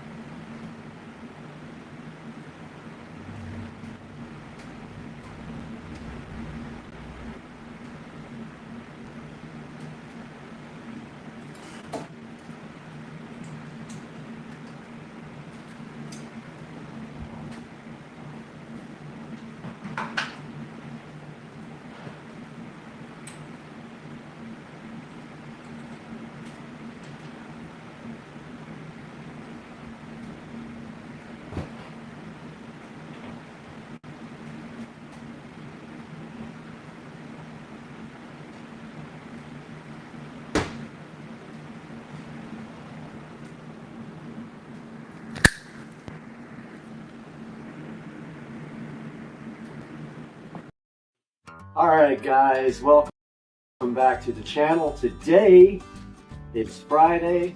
I welcome you guys to the weekend. And we got something cool to show you today. So as you guys know, we did get a projector from Anker, A-N-K-E-R. Well, today, we're going to be taking a look at one of their other products, which I really, really love. And this is the UFI, I think it's UFI, I don't know, security smart lock with built-in Wi-Fi. There's the box right there. And so there's the front, there's the side of the box right there, and the back of the box. So yeah, so this guy's pretty cool. I was looking for a smart lock, and I looked around, and the one thing that I always didn't like about the smart locks was the batteries. Usually with a smart lock, you have to change the batteries. So you could be looking at putting batteries in this guy once a month, or buying rechargeable batteries to put in this thing. So the cool thing about this guy is, now remember, this is a different model than they do make one with regular batteries. This guy right here has a built-in rechargeable battery. Now I will show you guys that in a little bit when we take a look at the actual lock. Now the other cool thing about this lock is, of course, that it is smart and it is Wi-Fi. This lock is controllable with Alexa. And you can configure it on your phone, unlock it remotely, and you can actually, there's plenty of ways to unlock it. So you can unlock it with the app, with Alexa, with a code. Notice it's got a keypad right here on it. Biometric, so you set it up for your fingerprint or multiple fingerprints. You can have multiple people with multiple different fingerprints set up. Or it actually has a key underneath this dial here. You rotate the dial, it comes with a set of keys. So yeah, the UFI security smart lock with built-in Wi-Fi. Now, you're asking how you charge it. It is rechargeable. Well, the battery is removable, and it has a little USB connector, and you charge it with any regular USB charger. 5 volts. Comes like this, so obviously it's installed already. I don't have a video of me installing it, but it comes in a nice box like this. Okay, so that's what the box is like. When you open the box, you're presented with this beautiful presentation here with this on top, which has the user manual underneath it. We'll take that out. And in the beginning, the user manual is actually in this guy, but also inside there, they give you some lovely UFI security stickers. If you think that that's going to help you from getting broken into, you put those on your windows. So that guy was actually inside of this pouch when I first got it. So let's put it back in there. And let's move on. So if we open up this styrofoam here underneath, you are presented with this cool box on top. And if you notice, it has the steps. It has the steps that you actually do the installation printed on the styrofoam.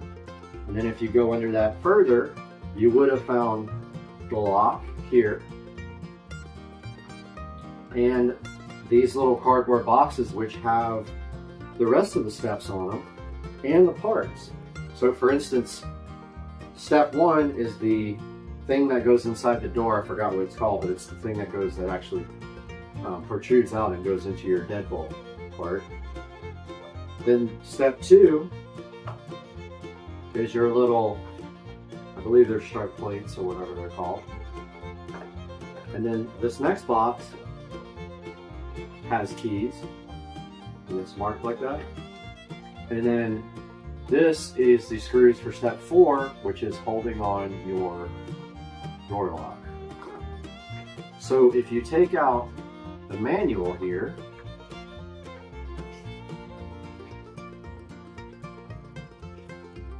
the user manual,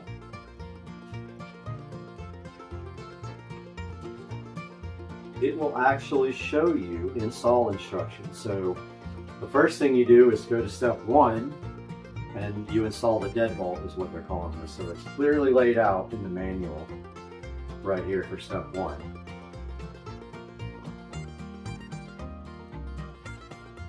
Step 2 is the strike plate, and so it's clearly laid out there. And then step 2 here is the strike plate. Now there is actually a strike plate in here. I already had one because I had a lock failure and they replaced my lock. So step 3, you install the exterior assembly. So if you go to your box here, there's step 3. Step 4, you install the mounting plate, which is the black plate that goes right onto the door. Step 5, you install the interior assembly, and that would have been right here, and that's the actual electronics part of the lock. And step 6 is you install the battery. So that is it, and then you set it up with the app, and I will show you guys that app in a minute when I do a screen recording. You can set the access code, you can register your fingerprints with it.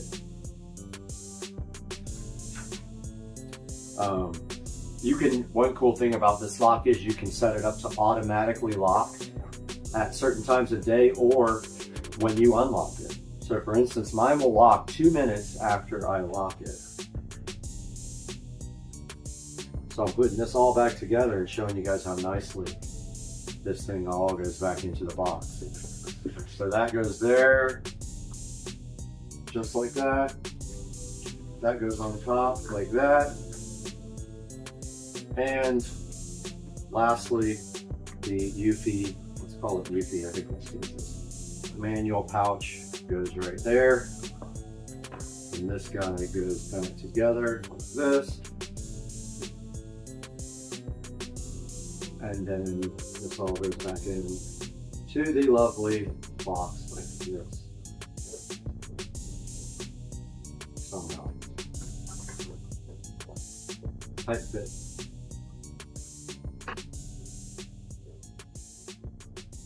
So the next thing I want to show you guys is the actual lock. All right, guys, so we are going to take a look at the Eufy Smart Wi-Fi door lock. And so here it is actually installed. Take a good check it out. You can actually pull off this battery plate and see that that is the battery, rechargeable battery. This pops right out and it has a charge indicator on the back and a USB plug. Now we can then check out, let's unlock that, check out the front. It's going to try to lock, but let's step out here and lock the device with the worst finger ever because it's got cut last night working on the computer. You can see that door just locked. Now, this thing actually rotates out of the way. See how it's giving me a warning here because I'm trying to rotate this? That rotates out of the way and there is a key slot underneath now. Now the door is locked right now, see? All right, now if I want to unlock it, I use biometrics and the door's unlocked. Let's lock it again and try the code. Okay, usually that works first time, but my finger's all cut up and raw. So I'm going to unlock it with the code now.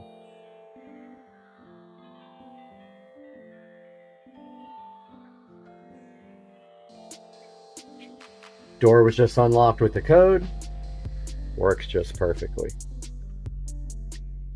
So if I leave that unlocked for 2 minutes, it will lock itself.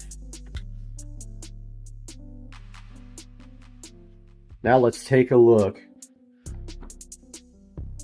at the battery pack. So if we remove this, set it aside.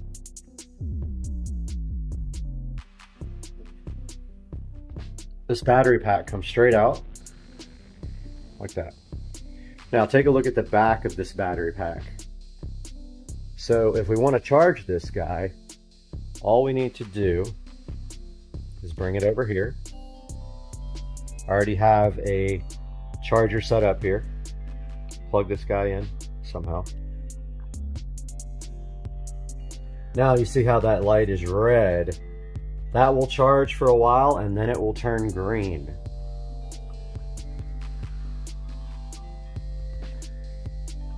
So once that is fully charged, you can go ahead and take your battery and it clearly lines up like this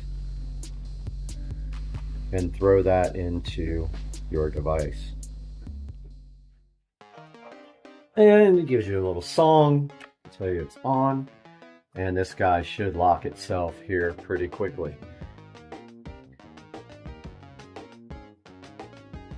And we'll be right back with some other info. Alright guys, so the first thing I wanted to show you on this app was how this works. Now, I have already added my device, but if you don't have your device in the app yet, you'll need to sign up for the system for Eufy Security.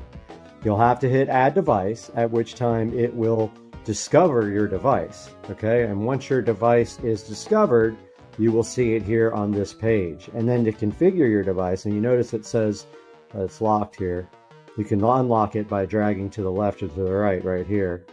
You can also manage the access here. So you can add access for other people with this right here. As soon as it figures out how to respond.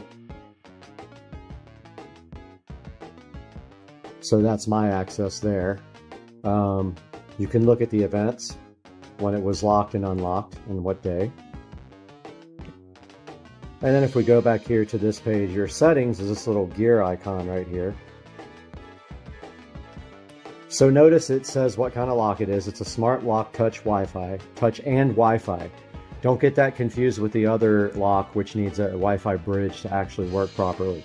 This has built-in Wi-Fi and a rechargeable battery, and I will link it in the description to Amazon. Now this is where you name your lock right here. That's how you do your name. Now auto lock, this is cool. So this is what I was telling you guys about. This will lock the door after 2 minutes if I leave it unlocked. So there's no way you can leave your door unlocked. And then the schedule is, I want my door locked during this time no matter what. So please lock it the whole entire time from this time to this time. Now, one touch locking. That enables you to lock the door by long pressing the lock or cancel button on the lock. So you don't have to put a code in or anything to actually do it. Now this next setting is wrong try protection.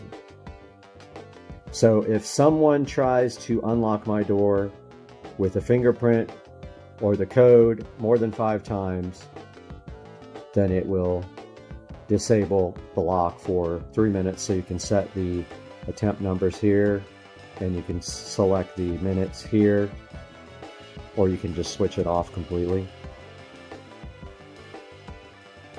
Scramble passcode, what that means is it will require you to put in a random set of numbers before your passcode. So if someone is looking over your shoulder surfing, it'll always be different in the beginning, and they won't understand why every time you walk up to the door you're putting in a different password. At least it'll deter them. It's not a sure thing, but it's a deterrent. So this lets you enable a sound when it's locked. It makes a little tone sound, and you can set the volume on that to low, medium, or high. So actually this turns on and off notifications on your phone. So when the door's locked, it'll send you a notification when it's unlocked. This lets you calibrate the lock. You have to do that when you add a new lock. So it checks the tension on the deadbolt. This tells you where the lock is connected to Wi-Fi. So it's connected to my 2.4 gigahertz Wi-Fi. It wants you to connect to 2.4. This is where you set the time. I'm on Eastern time, so New York works great. If you have the doorbell as well with the camera, you can integrate that here. I do not have that yet. There's a little mounting guide here that you can watch. Pretty cool. Shows you exactly how to do it step by step.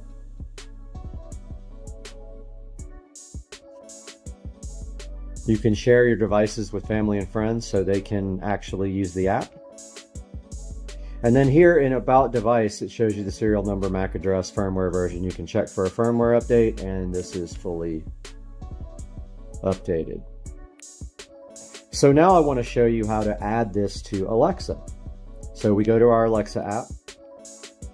We find at the bottom right, we go to Skills and Games.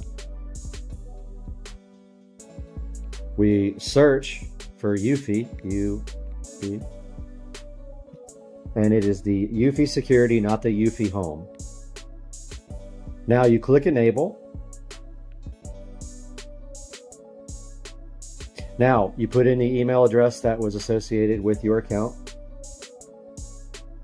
So we'll be right back so that email address doesn't get shown. It took me forever how to make this thing work because it was saying my microphone was in use, but I figured out it was from Alexa. So I actually disabled that permission, and now I can... So she's talking to me because she heard her name. So here it shows that my account is linked. You click Close. And then you click Discover Devices.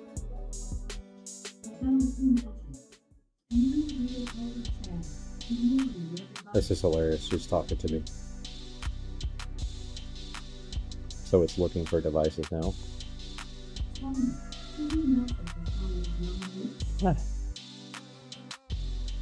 So it takes a second to find devices to connect to.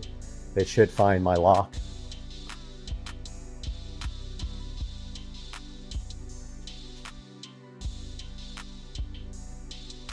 It does say it takes up to 45 seconds.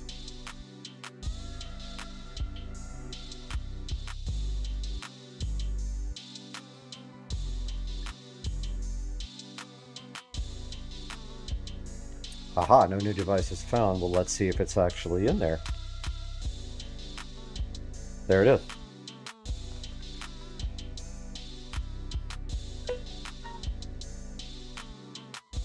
So here you can create routines and set up the door lock. So if we hit the little thing, you can tell it, you'll allow it to unlock with the Alexa app. Oh, we're gonna wake her up again. Okay, so when you do the unlock by app, you have to put in your Amazon account password. When you do unlock by voice, you have to put in a 4-digit code. So that way, when you tell her to unlock, you have to use the 4-digit code. So I am actually going to change that code, but for now it is temporary. So Alexa, unlock Brad's front door lock. What's your voice code for Brad's front door lock? 6666. Unlocking. Hang on. Okay, so that did unlock the door. Alexa, lock Brad's front door lock. Locking. Hang on. So you don't need the code to relock it. So that is how you enable this to work with the Amazon ecosystem. And I hope you guys really enjoyed this look at the Eufy Security Smart Wi-Fi front door lock. We'll see you again real soon. Later.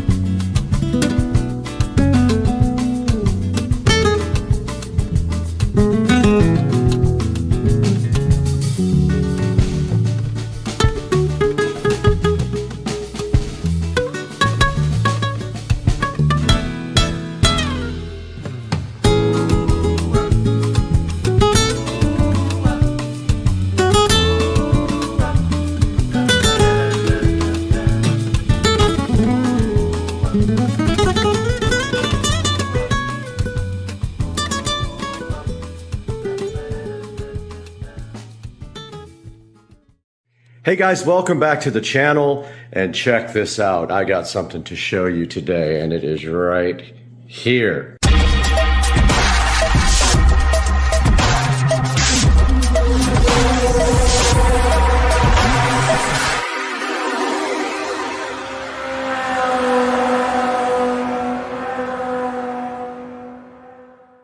Hey guys, welcome back to the channel, Supercar Street Racing, and I woke up this morning to this wonderful Echo Show 15 with a lovely message on the screen that I will show you now.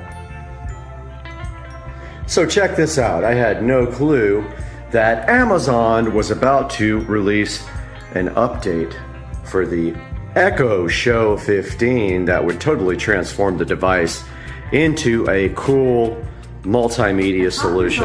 Transformers Dinobot Adventures Dinobot Squad Grimlock. Dinobot. Exactly, so- Credit King 3-pack is $27.99. Find delivery details at Amazon. That was absolutely wonderful. So yes, woke up this morning to find this lovely update on the screen and had no idea what it is, and apparently you can now turn your Echo Show 15 into a Fire TV. Here we are in the kitchen right in front of the Fire TV Stick 4K, which is plugged right into the back of this little cool television that I actually found at the thrift store for about 10 bucks, and it's awesome. It's does 1080p, and I have the Fire Stick 4K plugged into this in the kitchen, where I can do cool things like show me the garage. Sorry, I didn't find anything named garage. Okay, Consider purchasing a tile That's jack hilarious. or Alexa Voice Remote Pro. Show me the garage camera. Okay. So this should actually be showing me a security camera, and there we go. So there is a skill for the Wise Cam, and there you go. So this is a standard Fire TV Stick 4K. Now they make other versions of that device. They make higher end versions that are not sticks. They make, I think the Cube is one of them. We can show you that on the screen. But yeah, this is a good low cost addition to any television. You can just plug it into the HDMI port and you have your remote here. And you have a Fire Stick anywhere you have a HDMI port. This is the Show 10. I'm not gonna say the name because it will wake up. This guy did not have the message on the screen this morning. So this one used to be the largest show device you could purchase, and now they offer the 15, which you saw installed in my wall and powered from the switch below. So no update on the Echo Show 10. Sorry, the laundry is in the washing machine, but here is the Show 8. And we walk up to this looking for the update. No such thing. If we go here to settings and we go to device options and we look at the software,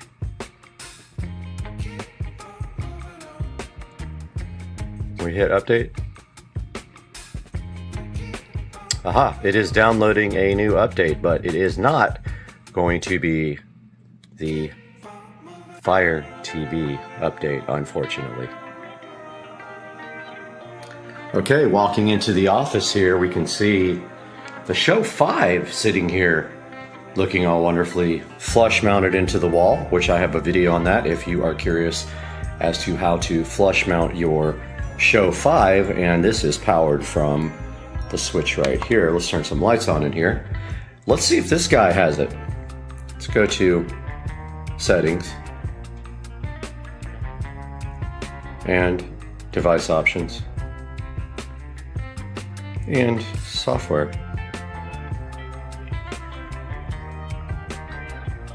No updates found. We will not be able to make this into a Fire TV. Back at the beautiful Show 15 here, which is wired into this switch, you can check out my video on how I did that with the Show 5s. You can see here, this would look cool flush mounted into the wall, but instead I chose to cover the old hole for the Show 5 and mount the 15 here. Woke up this morning to that lovely message about getting the Fire TV experience on the Show 15. I hit the yes button, it downloaded an update, and now we have this lovely button right here that says Fire TV. Now, why is this cool? Well, let's push it and find out. And check that out, guys. This thing turns directly into a Fire TV. And this is cool because now you are not locked into the Fire OS limitations anymore, because you can get apps now that you can't get on the Show model. For example, the Show does not have YouTube. Let's see if we can find it. There's YouTube TV. Aha. No YouTube, huh? Let's see. Oh, wait, there it was. I looked right over it. There it is. This is absolutely fantastic and a game changer. Because now you don't have to use the browser in a show to get YouTube.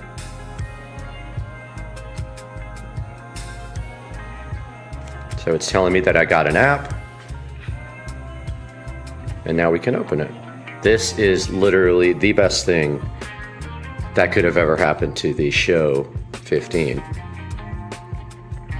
Look at the controls.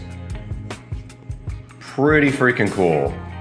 So I was wondering how they were going to do this, and they have gotten the controls on the screen, which is very cool. So I'm gonna go ahead and sign in to this now. Wanted to show you guys the limited touch functionality that I just realized. I was sitting here trying to hit sign in when in fact you have to use the pad here. See the pad? So I am gonna go ahead and use the pad now to sign in to my YouTube account where I have premium. Okay, we are back and signed in with one of my accounts here, and as you can see, we have the lovely touch screen here, and we're using the touchpad that they designed for YouTube, which is pretty cool. There is the Supercar Street Racing channel. And there is a video of mine. And so I keep on trying to use the touch screen, and it does not fully function on the YouTube app. And there is the Supercar Street Racing channel and the last video of the pressure wash. And that is very cool because now I've always wanted to use this to play videos and link it to the dot that is in the closet there with the audio for the whole home audio system. Now I can do that. I was doing it over here, which can technically do the same thing, but now this device in here can actually be the one that serves the audio for the house, I think. I have to research that now. Here we are on the Alexa app on the Android device, and if we go to devices here, and we go to plus, and we go combine speakers, and we do multi-room music, and then we do this living room show. We got to find it there, and the dot, because the audio will come out of the dot. We hit next. Choose a name. House audio.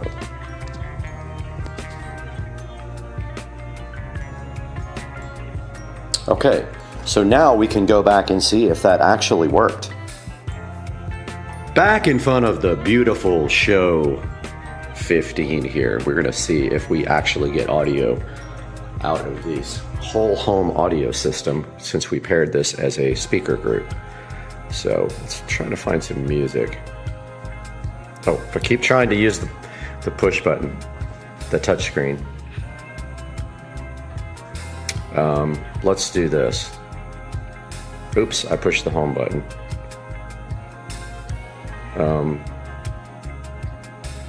Okay, let's try that again.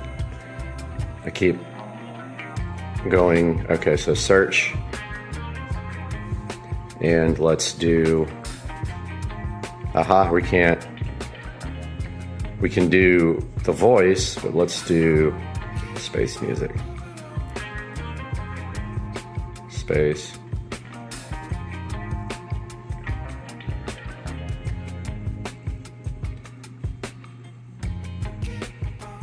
Music. My favorite. Space music. Here we go.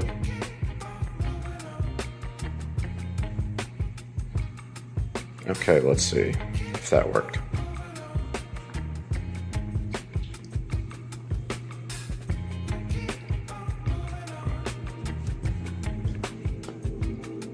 Okay, here, audio here.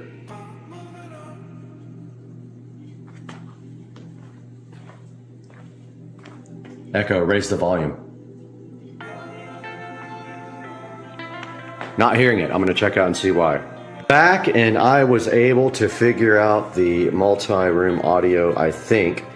You have to actually push this button. It doesn't actually just start playing on the multi-room audio. And here are all the groups. And you can just actually press the group that I created to make the audio actually play on that group. I had no clue because it doesn't work like this on the Fire Stick. On the Fire Stick, you literally can just start playing and it just works. But this is your little groups to send the audio to. Pretty cool. That's how you do multi-room audio on the Show 15.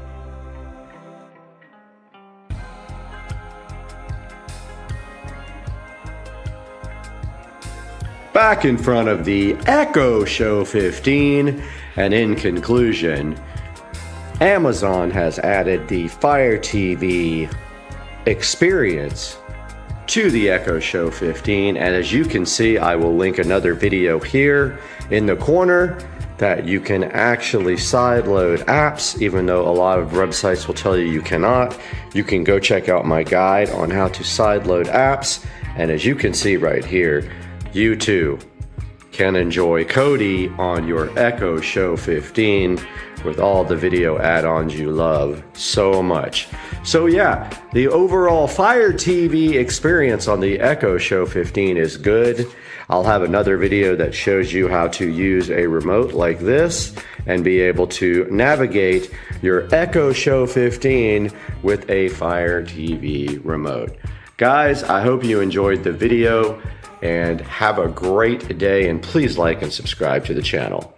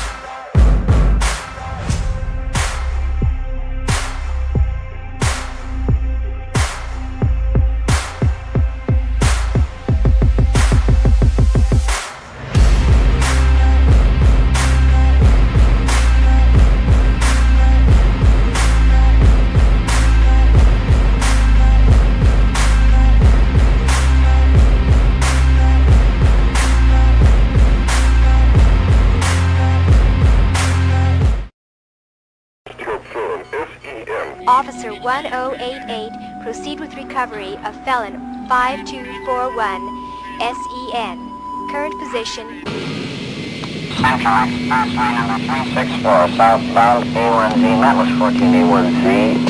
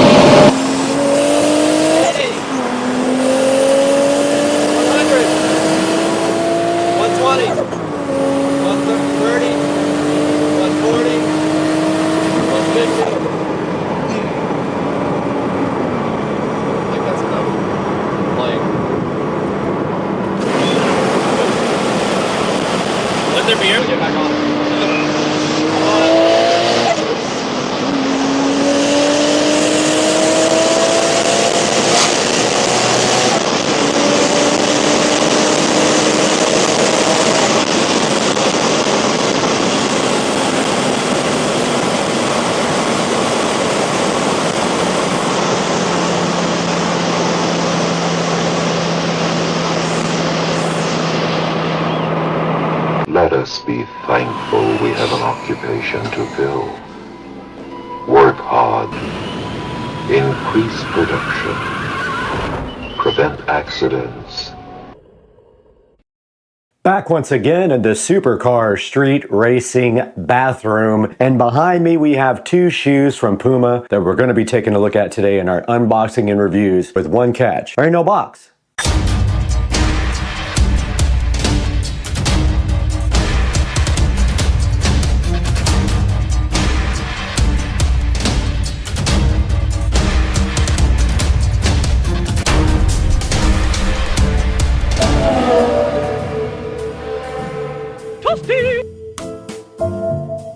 Guys, we are back in the Supercar Street Racing bathroom once again, and today we have an unboxing of two different types of Puma shoes with only one problem. I don't have any boxes for them. We are back once again on Supercar Street Racing, and we are here with another unboxing and review for you. And today we're bringing you two pairs of Puma shoes. Now these Puma shoes are different in two different ways from our normal unboxing because we don't have a box for these, as you can see.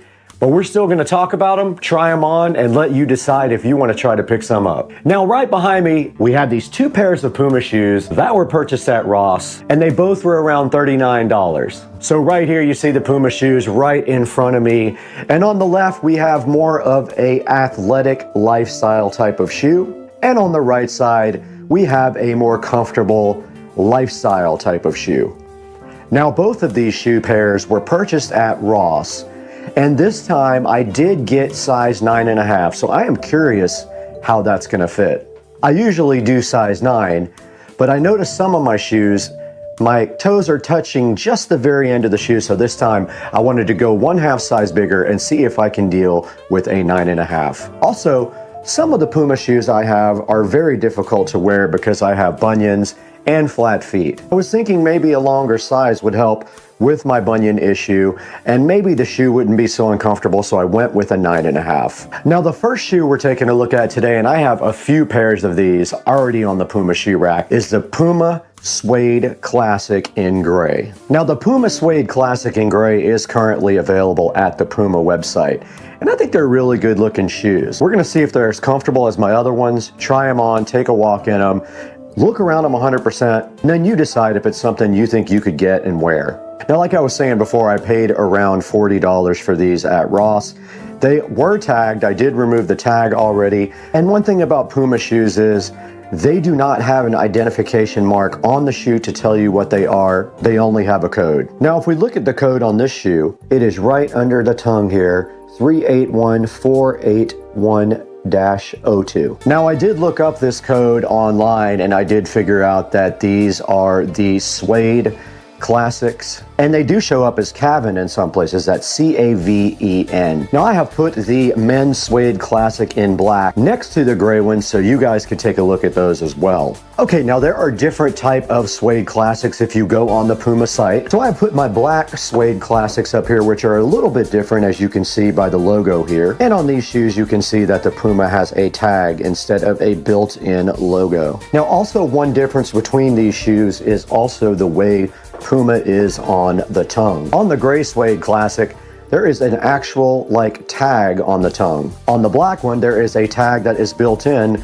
with no loop through it like this one, but you can still get your shoelaces through it. It's just not as big of a loop like that. Now we're taking a look at the side of the suede classics, and you can see on this one, it's just slightly different here. It has the same Puma swish thing right here, but on this one there's also a patch of gray right here on the side, which this black one does not have. Both of the Puma shoes have the Puma logo. However, on the black suede classic, it's a little bit more forward than it is on the gray one. The gray one has the logo a little bit further to the back. Now taking a look at the tongue and the lace area of these shoes, they are pretty similar to each other, except for, like I said, the tag part, but everything else is pretty similar. Now taking a look at the back of the suede classics in both gray and black, and on the gray one, the swoosh does not go all the way around the back to the Puma logo. It stops kind of on the side. On the black suede classic, the swoosh goes all the way almost to the back and tucks underneath a silver Puma logo with no outline. On the gray, the Puma is actually in a white box here, as you can see.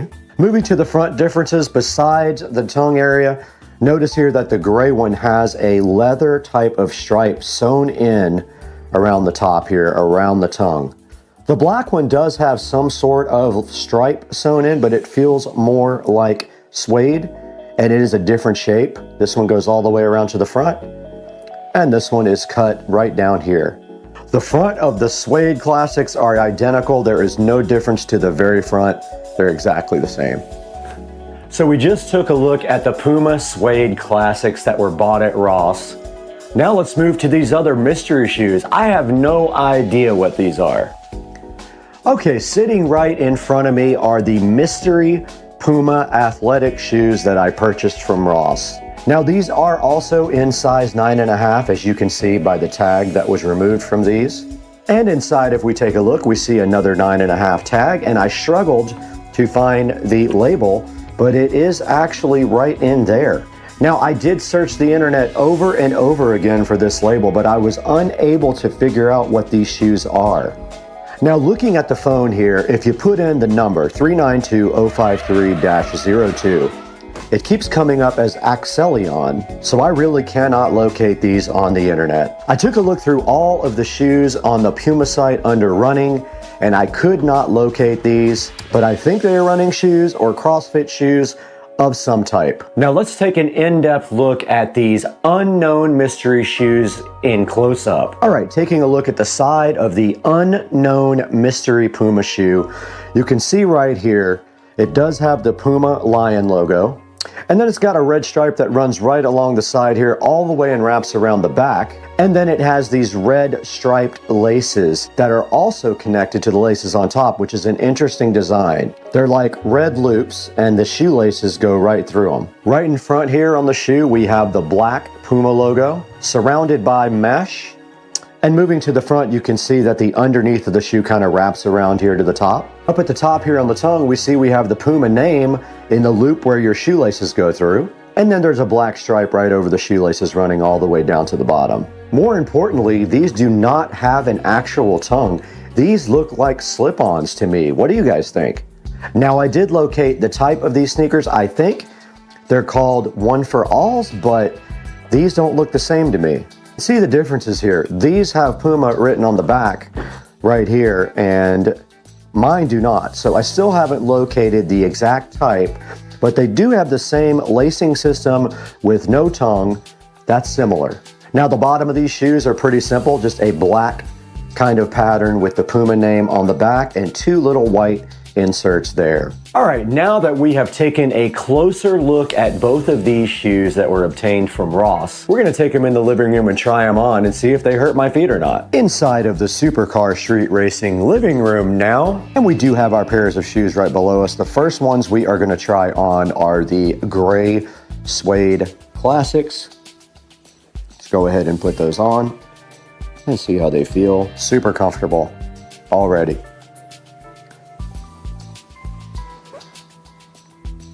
Now my bunions are touching the sides a little bit, and that is normal for most shoes.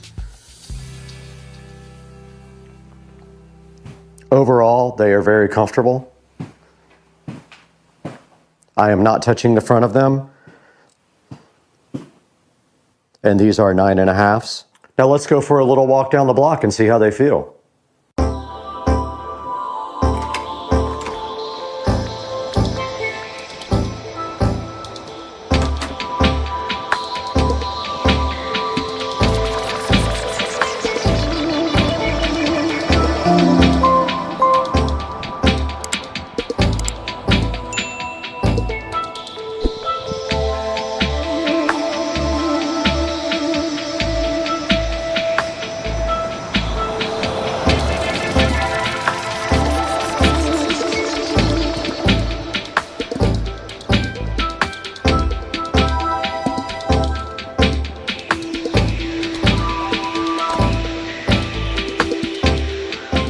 Successful walk with the gray suede classics. I had no problems whatsoever with them. They're super comfy.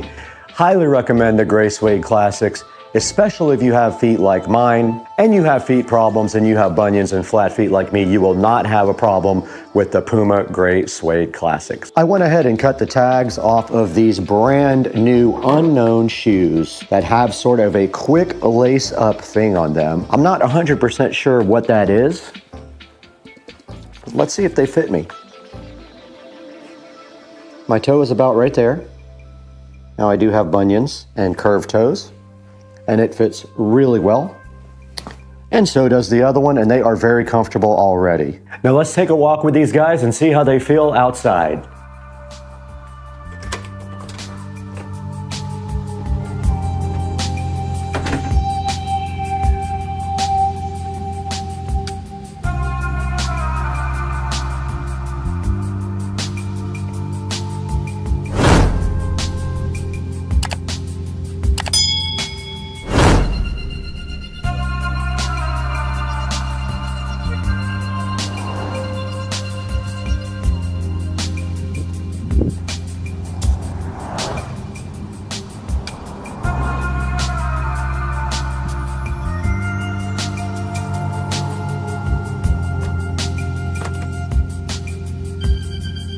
Okay, we successfully took these unknown shoes out for a nice walk, and they are very comfortable.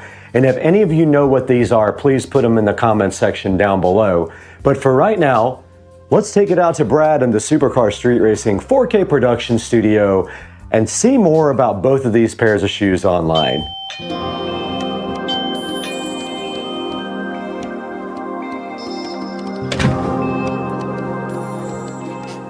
Hey everybody, welcome back to Supercar Street Racing. My name is Brad, and I'm so happy if this is your first time on the channel or if you're returning, we're glad to see you here again as well. And today, we are back in the 4K production studio bringing you some high quality production and taking a look at these Puma shoes. Now these did come from Ross. I got them there the other day for about $39 a pair. I try to buy as many shoes as I can from Ross because they're much cheaper there.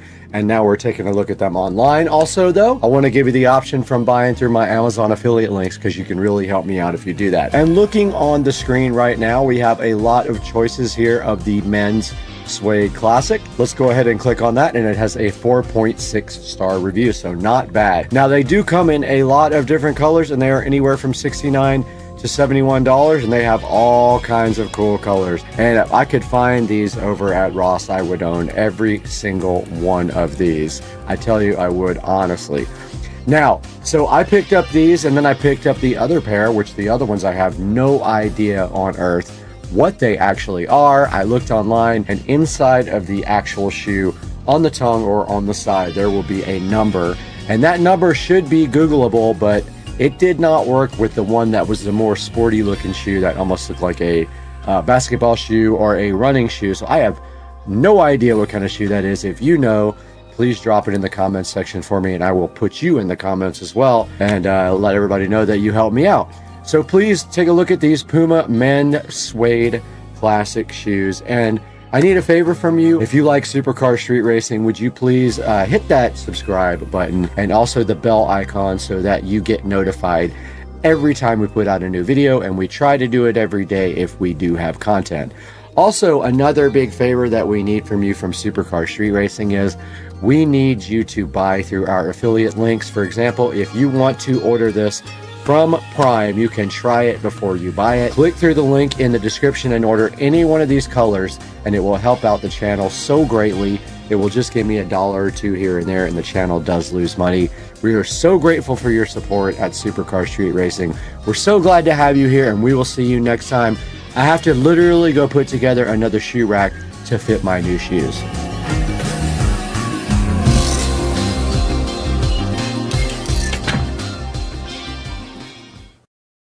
Hey everybody, Supercar Street Racing here. I want to take a minute to tell you about this new scam that's going on with SpaceX. So what these scammers are doing is they're taking these regular accounts that they've created over the years, and they are turning them into accounts that look like SpaceX. But instead of SpaceX, which is one word, space and the letter X combined, no spaces, they'll take it and they will put a space in it, or they'll change it to SpaceX Live, or do something scammy like that to make you think that it's SpaceX. They will put a title on it like Elon Musk Live. They'll run a video, get some people interested, then they'll all of a sudden change the video to a scam video which shows that you are getting Bitcoin for free. What it says is if you pay so much Bitcoin, Elon Musk is going to give you free Bitcoin. Yeah, right. Okay, duh. If you're dumb enough to fall for that, go ahead, send them your money. So the way you can tell that this is a scam is they have one video in their account and nothing else. And maybe they like a few weird random foreign videos. So what you do when you see this is you report the video. So you hit the flag button, you go to spam or scam, misleading, and then you say exactly what it is. It's a Bitcoin fraud account. Then you go to the actual channel by clicking on the channel name. You go to the about and you flag the account and you say it's a spam or scam channel, and you report that it's a Bitcoin channel. Please do not fall for these. They go up a couple of times a day and they're immediately removed. And the registrar for the domain name, if you actually watch the video, there'll be a website to go to, like spacex.org or spacex21.net or something ridiculous like that. If you go to the about and the who is for the actual registrar, it will be reg.ru, which is a Russian registrar. You can actually report this to abuse@reg.ru and ask them to remove the site, and they will actually remove the site. Please help us get rid of these YouTube scammers trying to use SpaceX name to make Bitcoin and other money off of the name that they have nothing to do with. They pop up 5-10 times a day. They get shut down as soon as we can report them. So please do your part and don't get scammed. Brad from Supercar Street Racing. How's it going? Wednesday night. And we got a little surprise for you guys right now. So we're going to check out an unboxing of something we just got for the car. Check it out. All right, sitting on my table right here is a fake package because I already opened it. So I haven't really opened it. I just opened the top of the package. I wasn't sure what it was. But move some of this stuff here out of the way. Now let's see what we got in this package. Interesting. Let's see. That's weird. It was open already. Yeah, that's because I did it. So there's some instructions in here. Got some install instructions. And what do we have inside here? Wow, look at these. Amazing things. Okay, so these are R230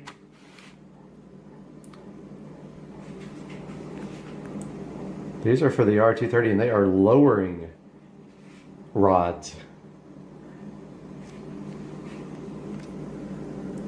So the R230 has electronic suspension and it's, I believe, hydraulic.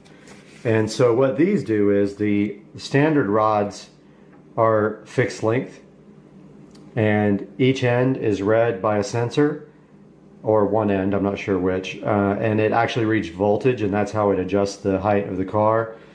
These allow you to trick the computer and raise and lower the vehicle. So these are going on the car probably Friday if I get my brakes in tomorrow, which I am hoping that's the case. I can't track them, and they are coming from California, so there's no telling, and they might not be here tomorrow. I can't do them Saturday because there's a big car show that I'm going to. So these are they're actually called lowering links. These are lowering links for the SL65 AMG, and you will see them go on soon in the next video.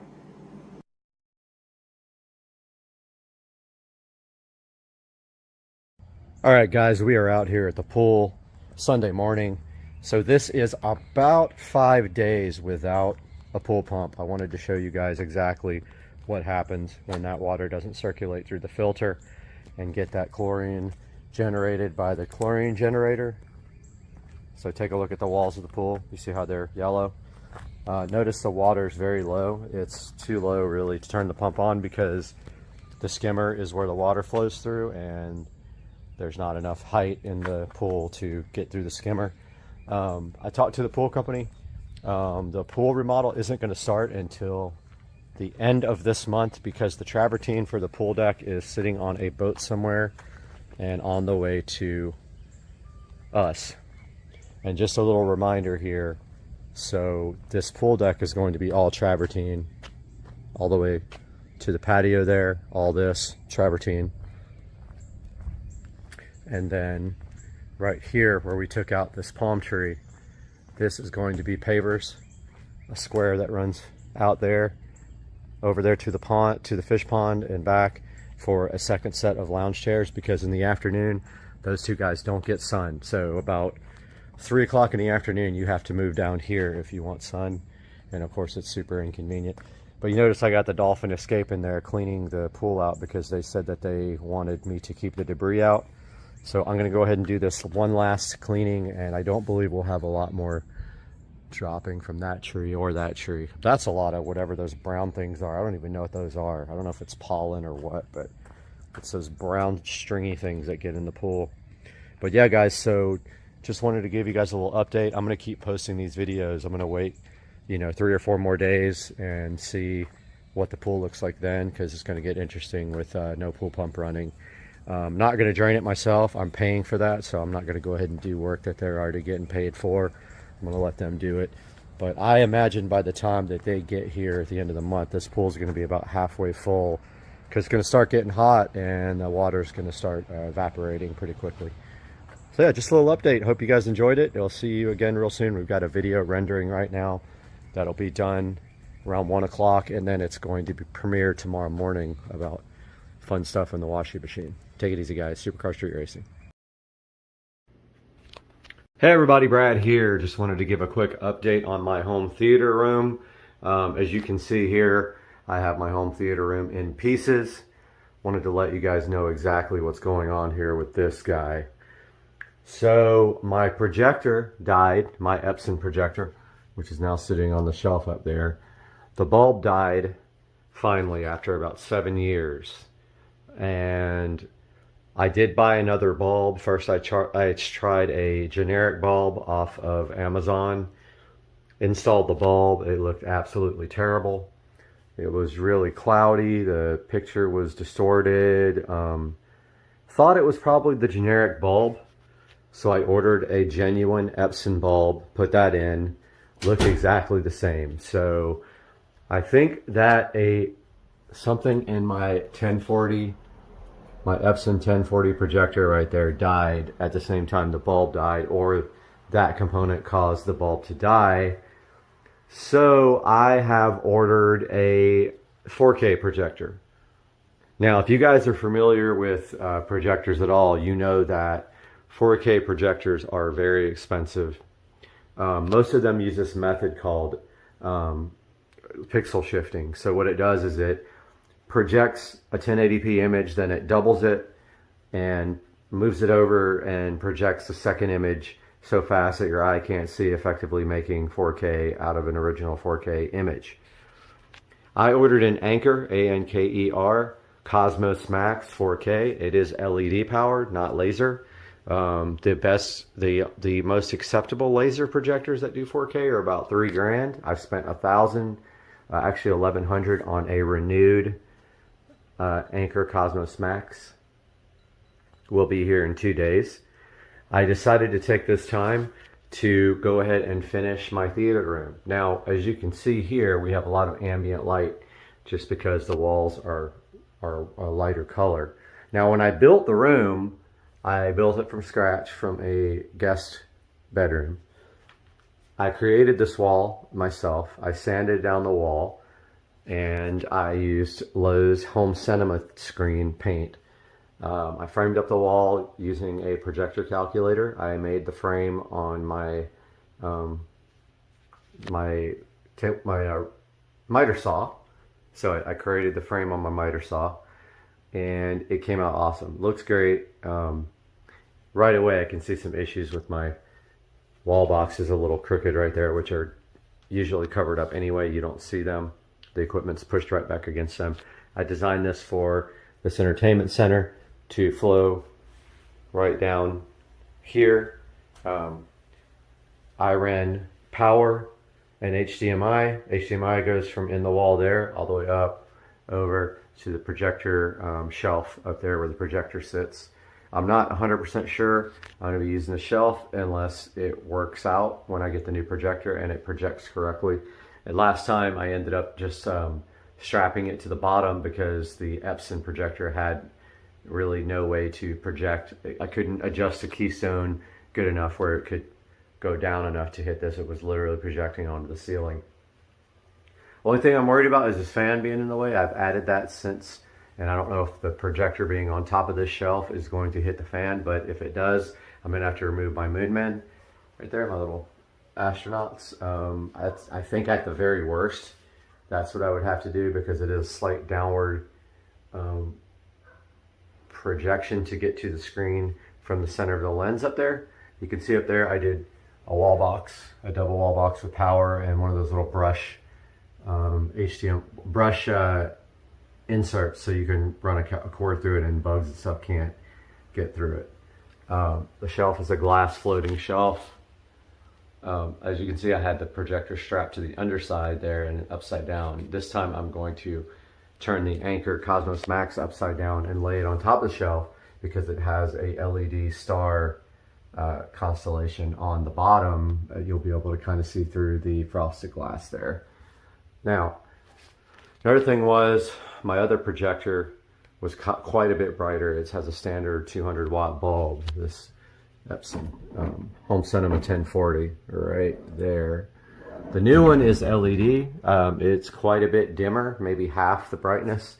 Now I ran this projector up here on eco mode the whole entire time I had it because it was so bright. You could actually have the window open here and still easily project on the screen and see the picture. The new projector, LED, going to be less bright, so I'm making strides to get this room brightness down quite a bit. First thing is the whole entire room is going to be that color. So it's all going to be that dark shade of green. I forgot what the name of it is. It's a dark, like brownish green. I'm going to do the ceiling as well. So I need to take this vent out. I need to remove my rear surround speakers there and get this room prepped and go ahead and paint the whole entire room. Now, if the shelf doesn't work or I have to lower it, then that's going to be a little bit of work, but I think I can manage to figure that out. I'm going to leave my shelf here that has my artwork on it. It's just all movies and TV stuff that sits on that shelf. It's been there forever, even before this was a home theater room. So I want to show you guys this hilarious mistake I made when I first put the surround speakers in. It's so visible up there where you can see where I cut the hole, and I was right on top of a stud and I had to move it and fill the hole. Unfortunately, you can totally see what I did there. It's not noticeable unless you really look. But yeah, so I am waiting for my projector to get here Wednesday. Meanwhile, I've got work to do in this room. I already have everything taped off. These closet doors are going to be permanently removed. They are going to be curtains here, and I'm pretty sure I'm going to get rid of that door as well and just do a curtain on the outside of the door. So I think what I'll do is a curtain rod up there with 2 curtains that hang straight down to the ground right there, black. I think that's what I'll do. Not sure yet, but I think on the inside here you'd be able to see a lot of ambient light from the other room, and my concern there is that. So maybe I'll do 2 sets, one on the inside, one on the outside, like 2 on the outside, 2 on the inside, for a total of 4 curtains that you walk through. That'll also help with the sound deadening. So I'm not sure yet. But yeah, just a little update. I still got to take the Echo Show out of the wall here. I got to remove these speakers, this vent, pull the bell off the fan and slide it down a little bit so I can paint underneath that, if I can even get that down without removing the, might not be able to get that down without removing the fan blades, which is going to suck. So I'm going to start working on that now, and I'll update you guys in another video. Have a good day.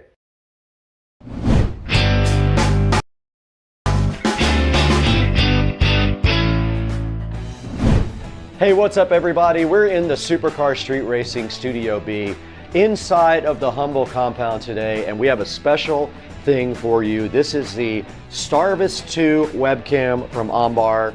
It has the new IMX 678 sensors, and it is a 3-channel dash cam, meaning it can record the front of your car, the rear of your car, and the inside of your car at the same time for the ultimate protection. Now, this guy looks pretty cool. All we have to do today right now is get this thing unboxed and talk about it, and then install it in the Tesla Model S Plaid. Let's go ahead and get busy. We got a lot to do.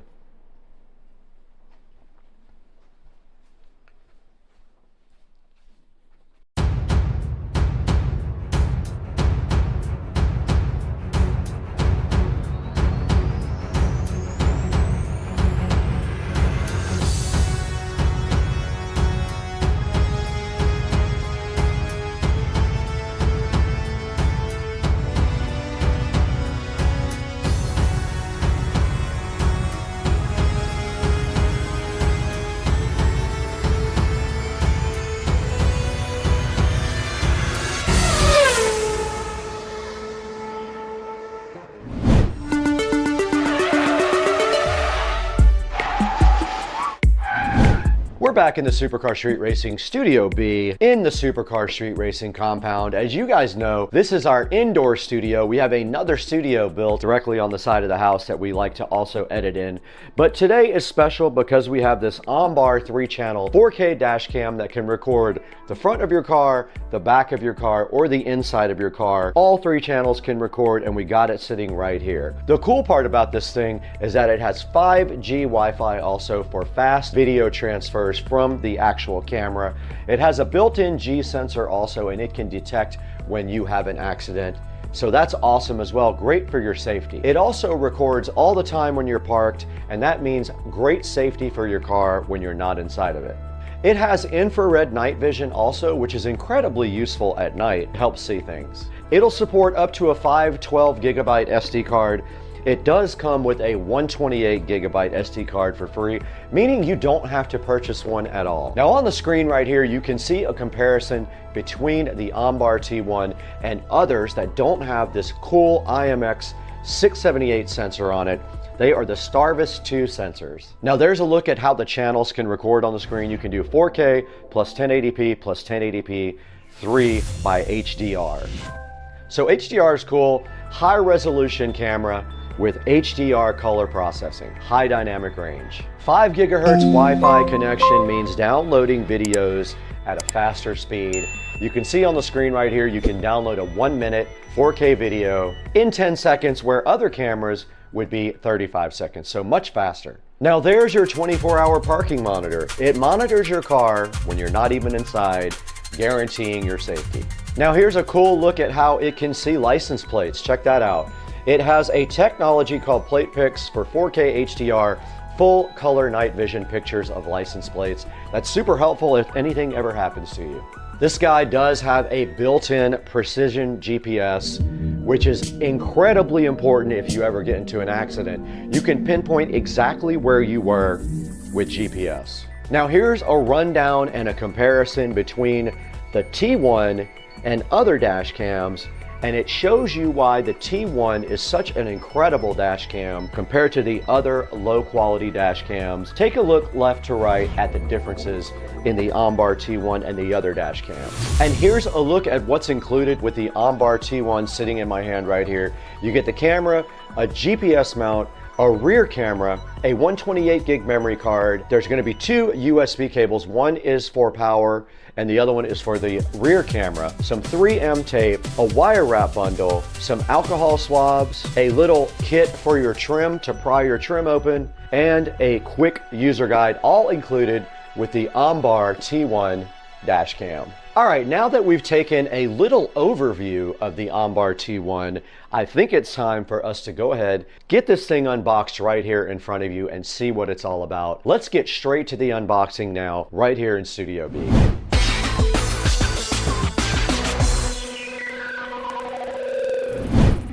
What's up everybody, I'm back here with the unboxing of the OnBar T1 dash cam. Here's a good look at the front of the box here.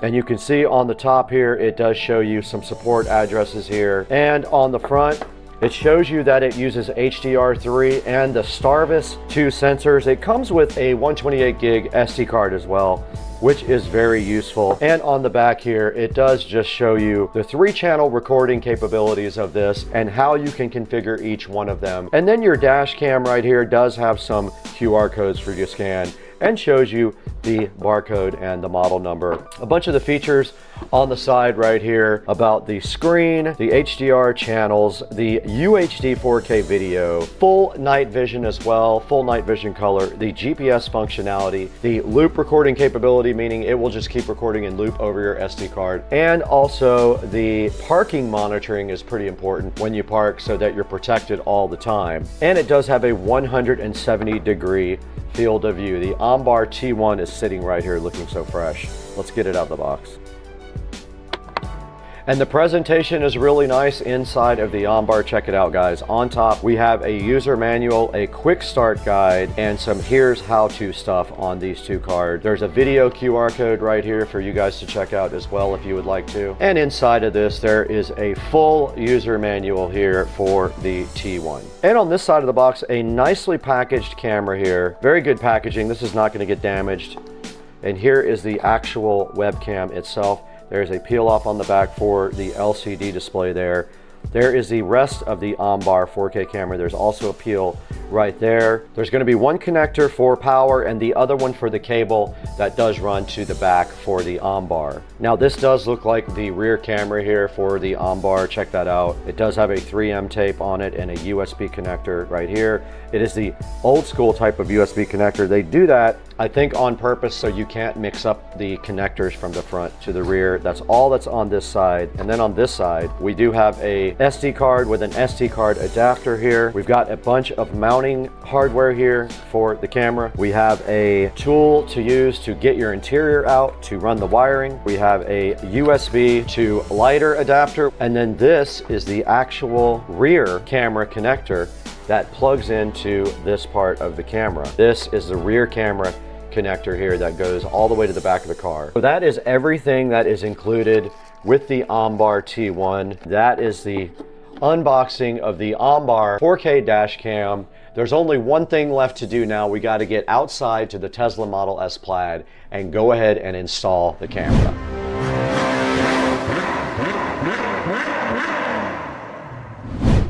Guys, today we have a new sponsor on the channel. This is the Tunninge YC8005 flashlight that we were sent to take a look at with you guys.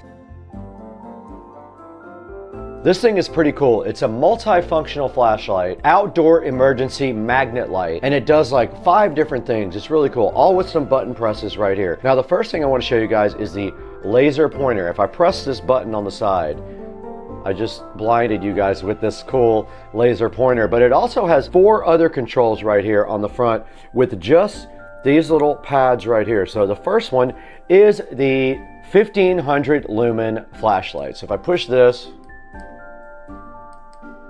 You can see the flashlight right there at 1500 lumens. Press it again, it turns off. The next thing is the yellow light. If you press the second thing on the pad here, there is the yellow light on the YC8005. And then the third thing is a side light. You just press this button here, and then here comes the little side light, so you have some safety. It does have a belt loop thing on it right here. And if you press the control again, it does go off. Guys, please support Supercar Street Racing and our sponsors. Check out the TuneIn Cool emergency flashlight in the description of the video. Now let's get back to the video right now.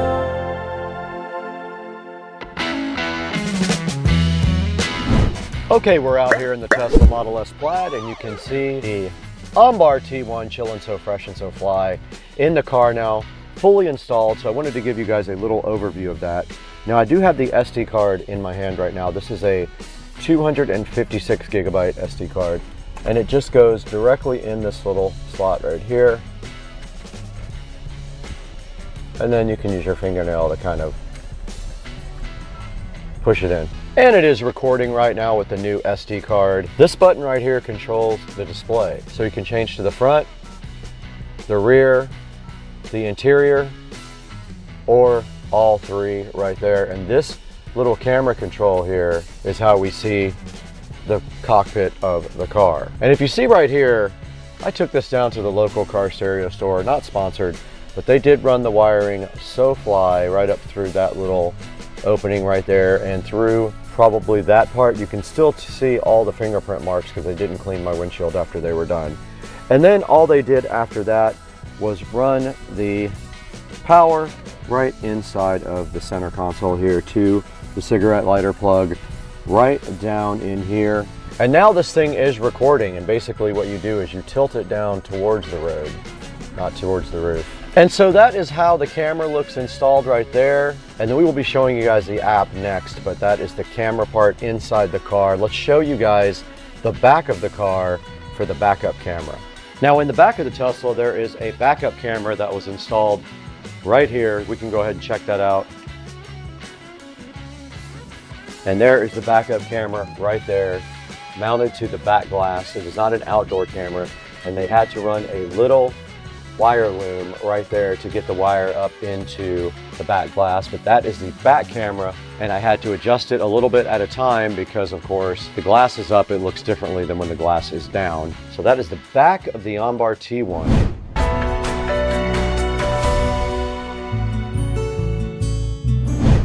You guys just saw us install the OnBar dash cam directly in the Tesla Model S Plaid outside. That thing is pretty cool. We're gonna have to show you guys some actual video footage now from the OnBar T1. Let's go ahead and check that out now. Let's throw it to some actual recordings from both the front, rear, and the inside view from the OnBar T1 dash cam.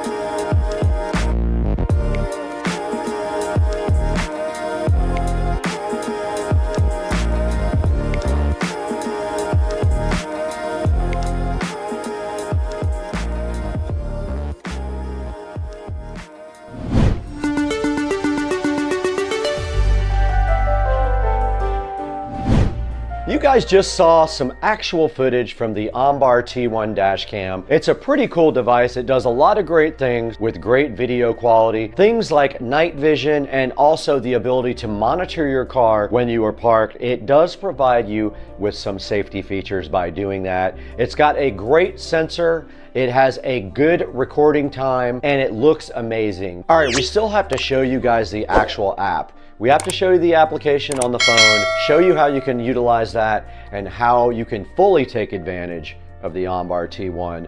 Let's take a look at the application now on the phone.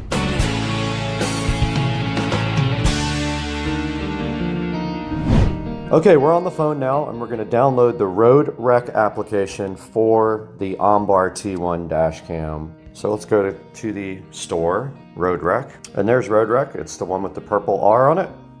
Click install, and while that's going, let's go out to the car. We'll go ahead and open Road Rec. I've not used it before. Okay, it does want me to log in. Okay, it wants me to turn on Wi-Fi on the recorder. And there is the camera there. You can see the video right in front of us. But here are some of the things you can do with the app here. You can see down below that there is actually a map there that tracks your location with the app. And then what you can do is actually export all that from the actual app. Now, you can also go into settings here and change some of the settings on the camera itself. Here's your recorder settings, your Wi-Fi settings, your memory card settings. All right, I went ahead and upgraded the firmware on the recorder, and there are a lot of different settings in here that you can do to the camera, like resolution. We're on triple recording mode now. You can mirror flip, meaning you can flip it upside down if the video is upside down. You can set the frequency, and of course we are in the UPS. The GPS setting is on mile per hour. The screensaver, I'm gonna put on always on, and you can reset your volume, your sound recording, your time zone, wants to know your car plate number, and that's all on that page. And then the next page, there is a fatigue alert setting, a G-sensor setting, and a parking monitor setting. Okay, I just wanted to show you guys how you can get video off of the actual camera onto your phone. We're gonna go ahead and hit playback here. All right, there is a clip there that is 58 seconds. Let's go ahead and download it to our phone. We're gonna pause it right there and hit the download button. Let's see how long this takes over their 5G Wi-Fi. It's 180 megabytes. We're already at 10% almost. Pretty fast.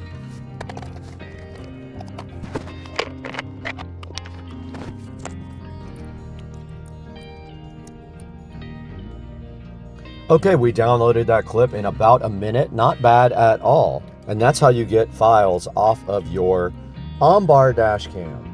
We're back in the SCSR Studio B now. This is part of the Supercar Street Racing compound and all of our recording facility. And right now I want to show you guys how to get your own OnBar T1 4K 3-channel dash cam featuring the Starvis 2 IMX678 sensors. And right in front of me is sitting this exact camera right here. It is at $139 because it is 46% off right now, which is a great deal. So go ahead and check this out. It does have a cool night vision option here, as you can see here. Other cameras do not look like that on night vision. The OnBar has 3.0 night vision with full color. And right here you can see the IMX678 sensors doing SoFly and SoFresh. And you can see the front, the rear, and the cabin sensors here, and the combination of 3-channel recording, 4K plus 1080p plus 1080p 3 HDR right there. Now this is the 24-hour parking monitor. This makes sure that even when you're parked, your car is protected from people doing anything to it. It transfers files much faster. Here's the license plate technology to read the license plate. It's called PlatePix. It does use 4K HDR full color night vision as well. Here's the built-in high precision GPS. It shows your location exactly, and it's very helpful in case you have an accident or any other occurrences in your car. Here's a big reason why you should choose the OnBar over everything else. Look at all the cool different features that the OnBar does versus all of the other cameras. It has a 128 gig memory card. Other ones don't even give you one. They all have ordinary night vision, ordinary cameras, no HDR, single mode GPS, 2.4G Wi-Fi, and false parameters, while the OnBar does all these other awesome features for you guys. Check out the OnBar T1 in the description. There will be a link to this, and if you buy that or anything else, anything on Amazon, it benefits Supercar Street Racing so greatly. I'll be forever in your debt. I appreciate you. Guys, thank you so much for 228,000 subscribers, hopefully more by the time you read this, but I really appreciate your support on Supercar Street Racing. We can't survive without you and your support. Please like and subscribe, and anytime you want to buy anything from Amazon, click through any of my channel links in the description. It will help us. We'll get an affiliate bonus for that, and we really need that to survive. But right now we got to get out of here. We actually have to go to lunch.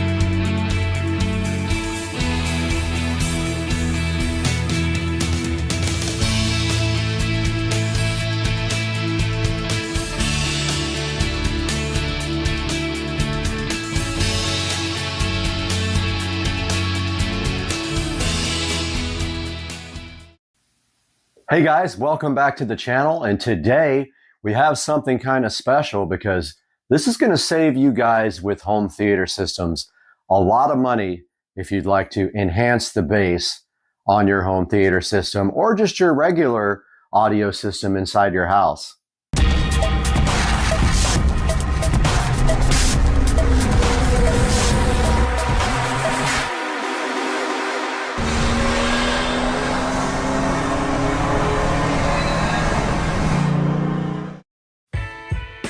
Supercar Street Racing here, and today we have the Blaupunkt digital bass processor.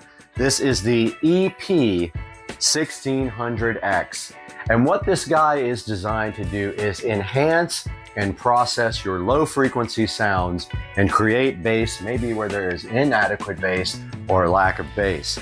Now, the first thing we notice right away about the Blaupunkt EP1600X here is that it is named EP1600. Now, that is a good case for proving that the Blaupunkt unit is a clone of the Epicenter, which costs about 6 to 8 times more than the Blaupunkt EP1600. Now, taking a look at the box here on the EP1600, we can see that it says that it is a digital-based processor.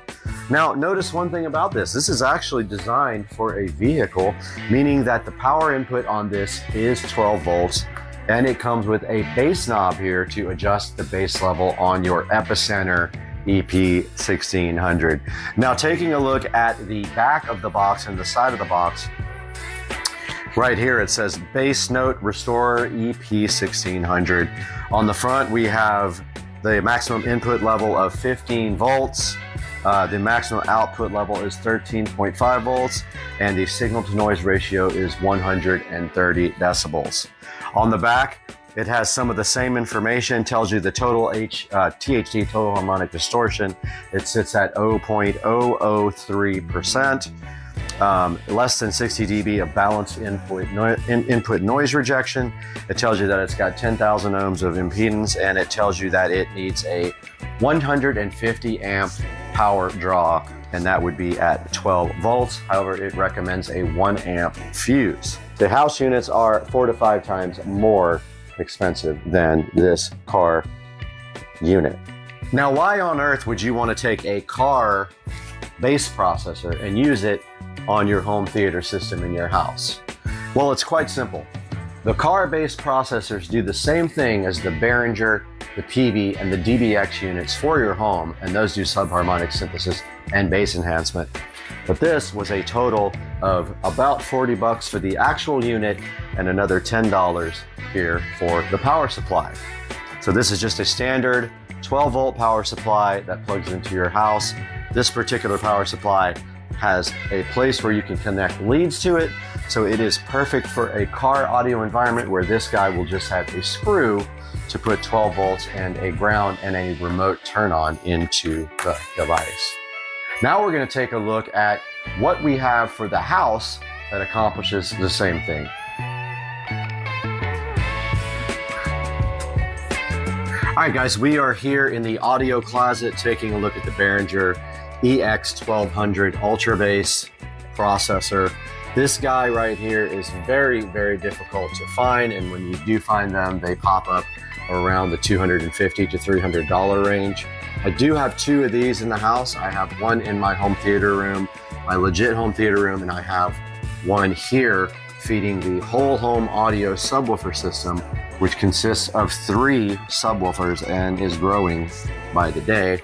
So what this guy does is it does a digital subharmonic processing, and it actually enhances the bass just as the Epicenter and the Blaupunkt will do. However, this is designed for the home, so it has the 120 volt input.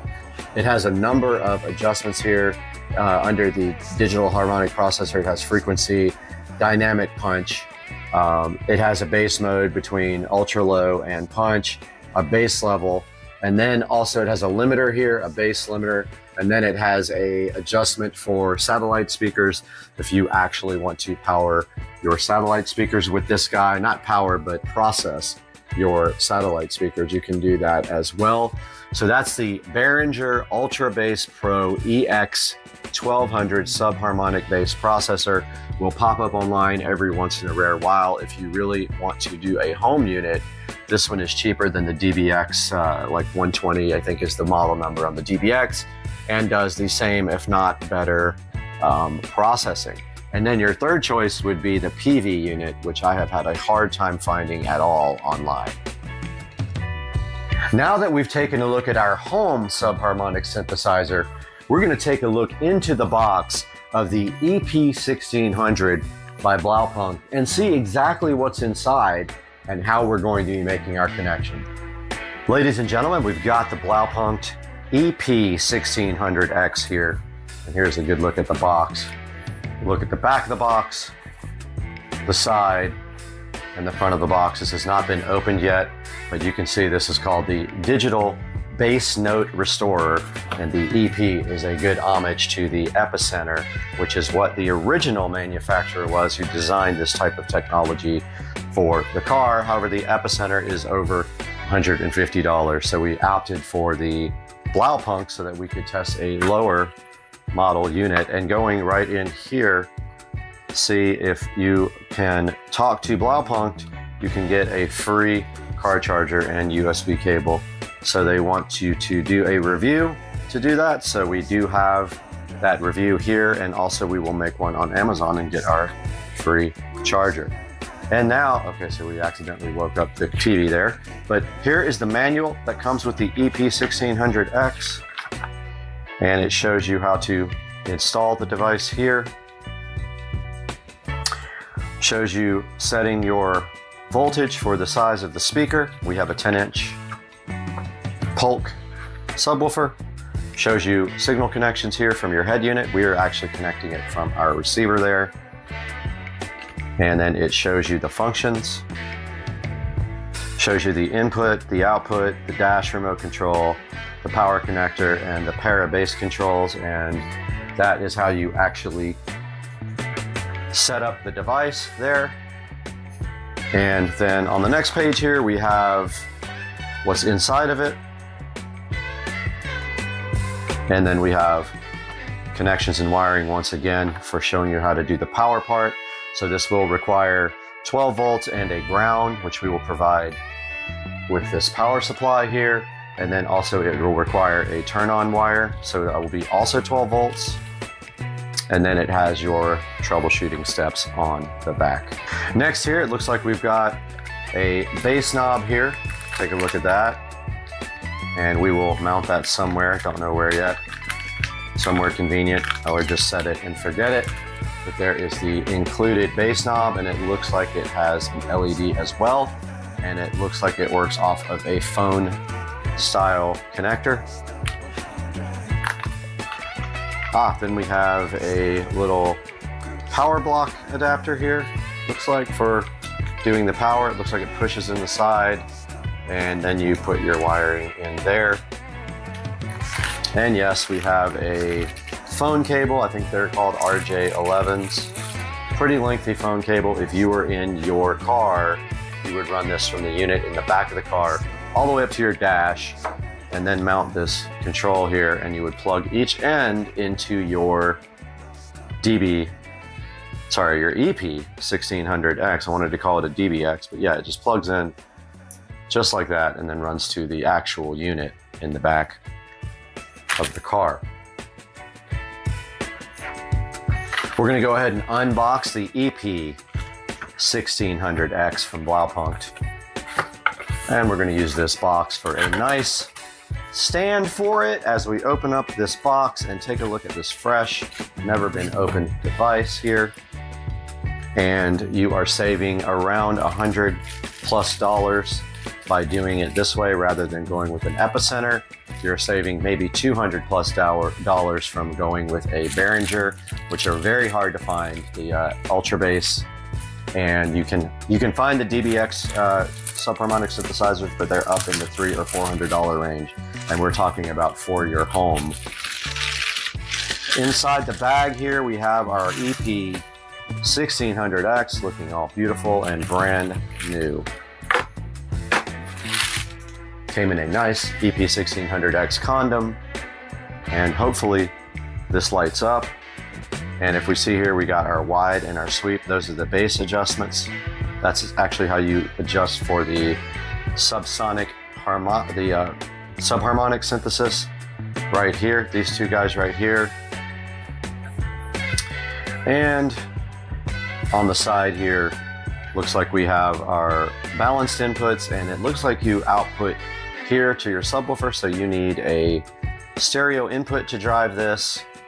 And I believe we have that, and we will need an RCA cable to go out of this to our actual Polk subwoofer down there in the corner. And we will end up mounting this somewhere, maybe behind the dresser. Maybe we can mount it up nice and screw it onto the back of the dresser, as it is a permanent fixture here. And then what we do here is we have our power supply that I purchased, and I will give all the specs for this in the description, but this has a nice adapter on the end where you can actually connect wiring here. So we'll have to get a little wire to run from here to the box here, the Blaupunkt, and it looks like here our little power plate thing plug goes on, and they do give you a bunch of screws and stuff to mount the device with. So this is how this actually connects. So this pushes in the side right here. Let's see, it might go this way. Yep, it goes facing up with the screws up. And it's a little difficult to push in. There it is, and then you take a small screwdriver, loosen those up, and you put your ground all the way on the right, your 12 volts here in the middle, and your remote. Now, remote is just 12 volts, and that's supposed to be from your head unit that powers this guy on. Now, we won't be able to do that here, so we will just leave the device on all the time. It's not gonna hurt it, and that will go right there. So that's a look at the inside of the box and what is in the box for the Blaupunkt EP1600 digital base reconstruction processor. So now we've had a good look at what's included with the EP1600. We took a look at all the accessories, how all the connections are made, and how we're going to actually interface this with the 5.1 setup here in the bedroom from the project a few months ago. So let's go ahead and get this guy connected and see if we can tweak the sounds. Guys, welcome back. We have our EP1600X here laid out on the table. And my plan is, I don't know if these RCA cables work, but I am going to make a little bundle here with these zip ties. And these will be the outputs. So they're going to come off just like this. Kind of hard to plug in. And then we are going to just kind of bunch these together like a normal RCA cable would be bunched together. Pretty sure these RCA cables are okay, not 100% sure.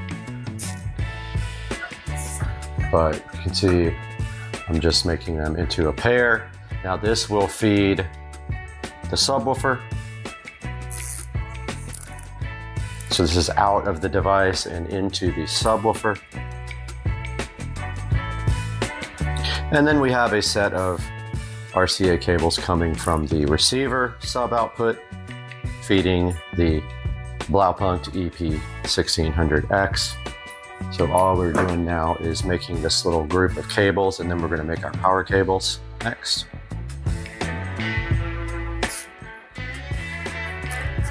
After we're done with this, we will cut these little tabs off of the zip ties. I'm really big about wire management, so this is why I'm doing this now. And grab my scissors over here that make it easier to cut these guys off, and we will have our finished signal wire.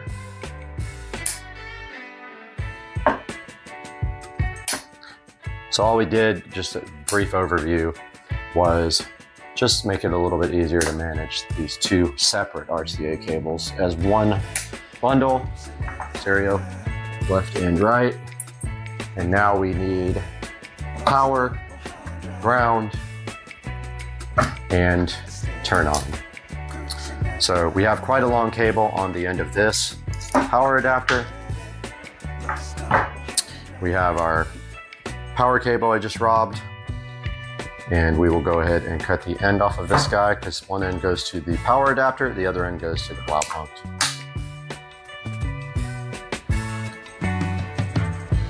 And so we have a little bit stripped off there at the end, or separated, and we take our wire strippers and pull off a little bit of wire. There's not very much wire in there, however, it does not need to handle a lot of current. Not even an amp, it's more like milliamps. So this side will be kind of pulled back too much, but this side will be for the Blaupunkt, and we actually can go ahead and connect that.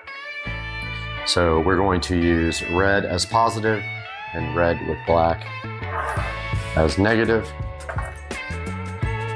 And I don't like that we have to put the wire directly in here without any kind of like pin, but I'm going to double up the wire.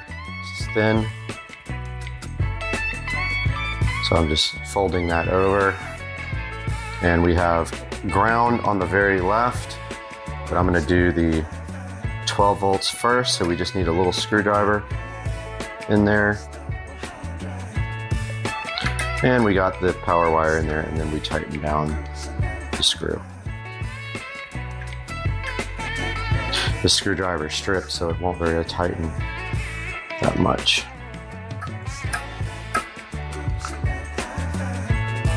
Yeah, it won't even loosen. The screwdriver's busted, so I need to go find a new screwdriver. All right, I found my much better screwdriver here. And we need to loosen this up, and of course it will not stay for some reason inside the screwdriver. Loosen that guy up. Put our wire in there and tighten it back up. I really don't like how loose that is. I'm going to do that again.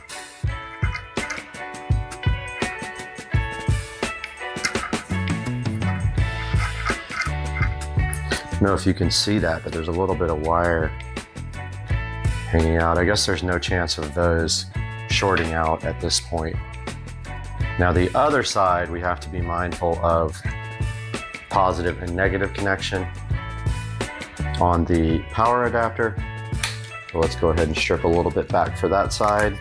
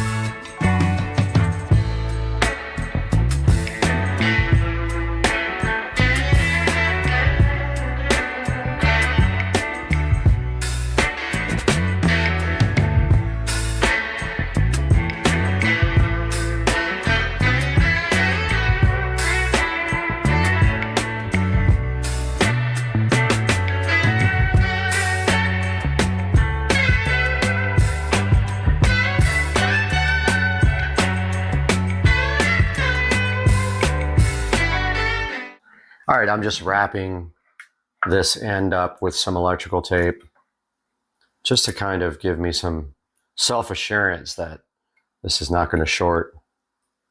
So I already wrapped one inside between the wires. Now I'm just taking one over those exposed terminals. And that is good enough. Let's power it on one more time. Make sure it works. Immediately we have power here. And so now all that is left to do is test it. All right, gentlemen, we have, and ladies, we have our EP1600X powered up, and we have connected the, actually have not connected anything to anything, but here's the output of the receiver. We're plugging it into balanced input there. And then the cable that we created goes to the back of our subwoofer. Usually should power off the sub because it will probably hum. Okay, it didn't really make that much of a complaint. Now I don't know that these RCA cables are good. That is going to be part of the testing here. And now we can get our TV on and maybe see if we can create some bass here.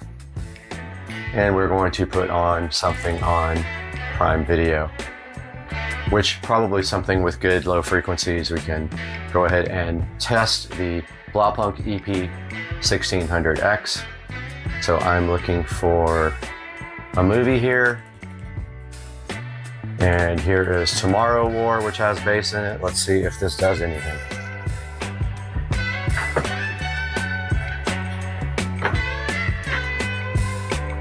All right, let's see if we have inputs and outputs. And it is loading. You guys can't see it. It's up on the screen here.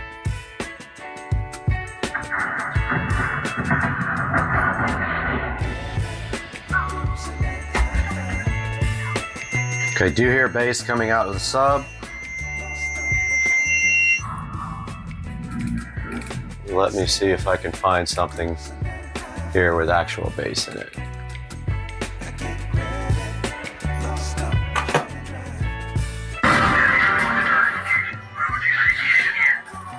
Okay. We have our adjustment here. I noticed the Blaupunkt logo lit up on that one.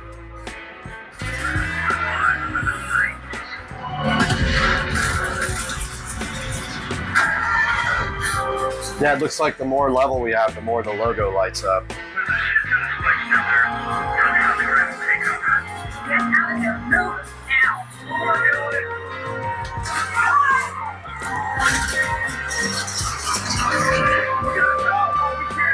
All right, so we got the manual out again.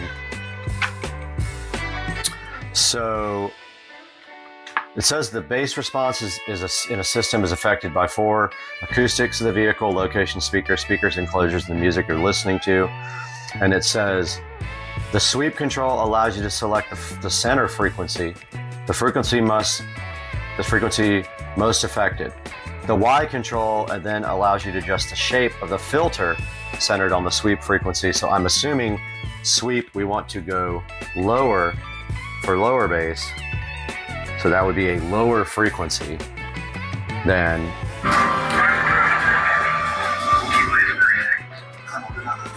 What's your status?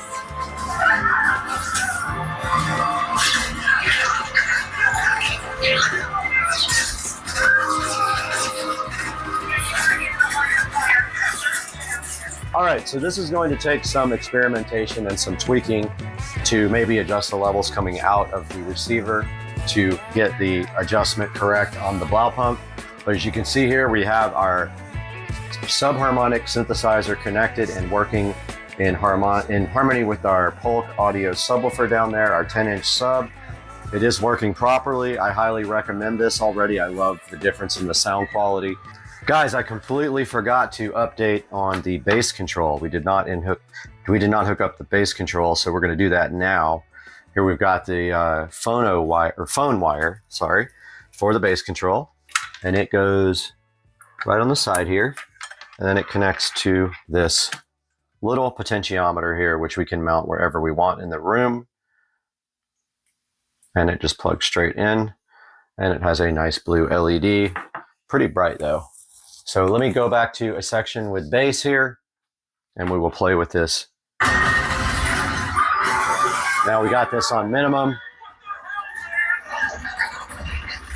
That's max.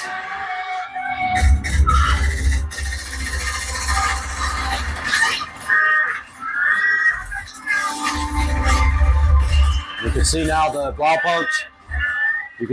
Blaupunkt logo really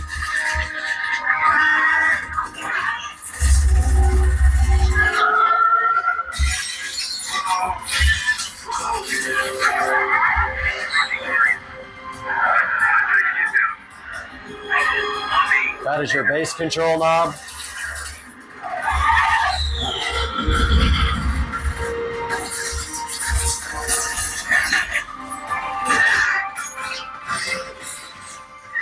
So that's how the bass control knob works, and it actually just fell right off.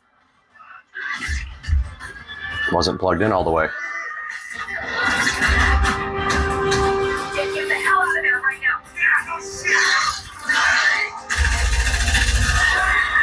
notice the blue light coming on for the input?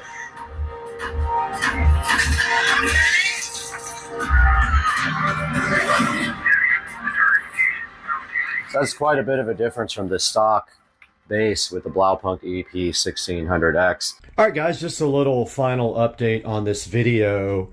I did end up just putting the EP1600X right here on the corner of the dresser for now. The best mounting spot would be behind the dresser, right back there, and then I actually took a screw out of the back of the receiver and mounted the bass knob there because it doesn't really need to be changed much, but it came out really clean. Now, I'm noticing a little bit of thumping on my subwoofer. I don't know what that's from. I've got to look into that and see if it's this causing it, but every 10 or 15 seconds it's making a thumping sound. Let's see. Let's see if it does it now.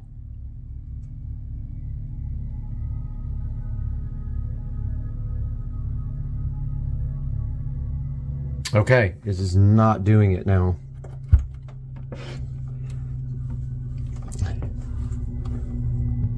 It's definitely the Blaupunk input. Something is causing like a ground loop or something like that. It definitely could be where I have the power plugged in, but there's a little thumping. Let's see if it stopped. Nope, there it is again. So something is causing a little interference with the sub. So I got to get that sorted out. But yeah, that's how it ended up on the Blaupunk EP1600X. Hope you guys enjoyed the video. I'll get the ground loop problem sorted out and let you guys know what happened. Guys, welcome back to the channel, and we are recording now on our new GoPro Hero 10 Black, and today we are going to make a charging station in the closet because I need a place to charge various objects temporarily until I come up with a long-term solution. We're going to do that today on Supercar Street Racing.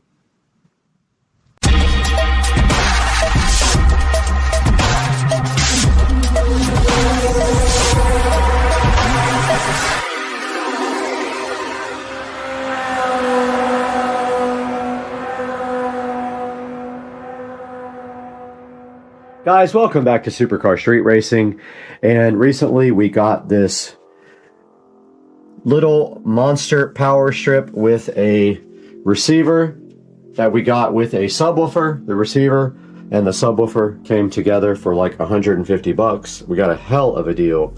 And then we got this free little power strip here too that we are going to be mounting directly to this old table. And we are shooting this today on the GoPro that we just purchased from the Captain Joe Dukes, Joe Dukes of Duval. So let's see what we're going to need. We're going to need some screws here for this, some short screws, and that is about it. And we will plug it in right back there. So let's get the screws we need and get to moving, and we'll also need a tape measure to get these screws done the right way. All right, we got everything we need right here to get this project going, except the drill. Let's grab the drill. All right, we got our drill here. So what we're gonna do is center this guy, 26, so 13's the center. And then from 13, that's a little bit less than 13. We want to put screws at 4 and 4. So we want a screw at 9 and kind of on the edge. So right here.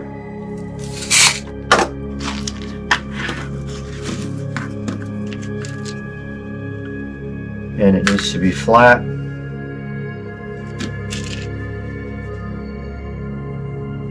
Doesn't have to be perfect, but we want it to be close to the center.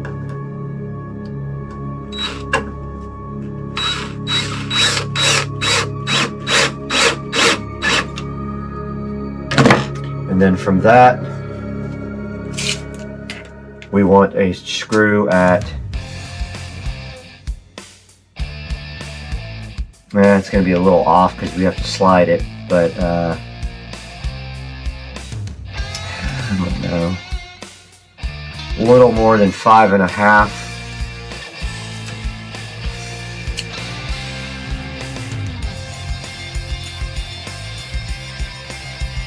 The next big line after 5.5, whatever that is. Right there.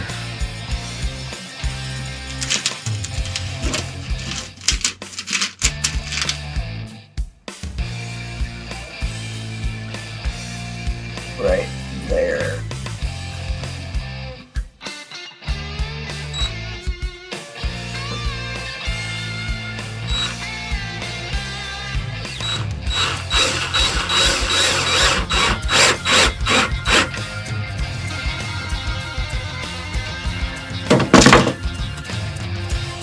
Boy, that is not even close to being in the center. Ha! I don't know how I messed that up so bad. Like it matters, but...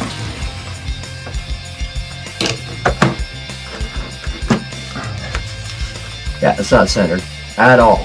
I don't know what I did wrong there, but it's mounted.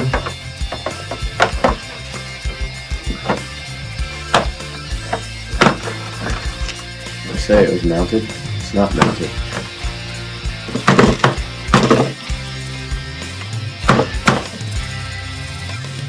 Mounted now. Now what we're going to do also is put,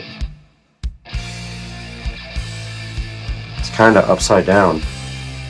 Can we go that way? Yeah, it's got the same screws that way. Okay. Let's raise this a little bit.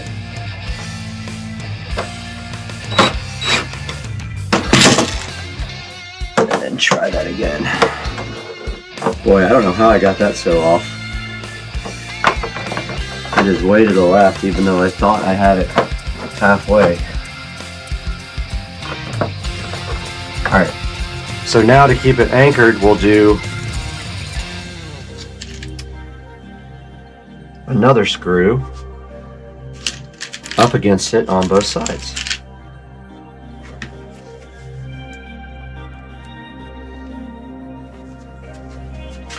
This will keep it completely anchored.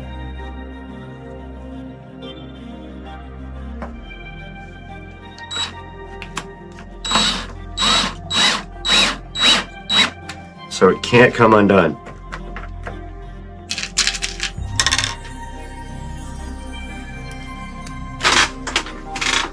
This thing's so old it has coax.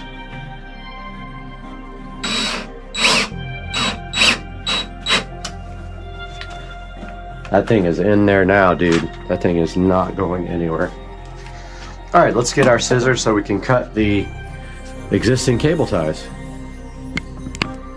Alright, we're going to be doing our own cable management here. Somebody had previously done this nice job, but it is too short. Maybe we can use it if we just pull a little bit out. Actually, let's use that. It's kind of perfect. Because what we can do is, on the back here, on the back of this guy, I'll show you, we have this I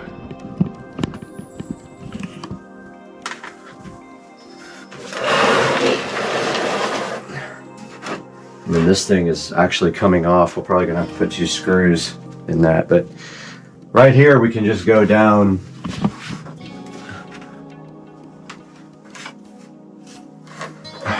like this.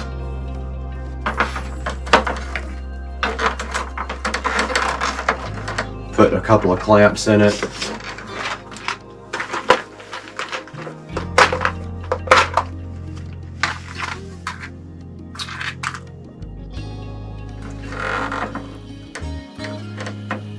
Like this.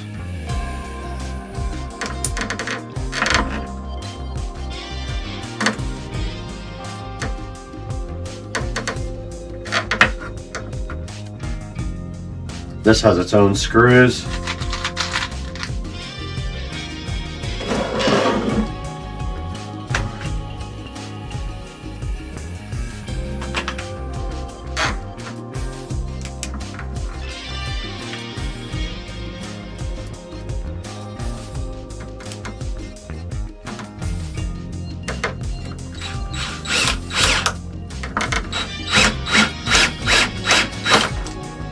like that.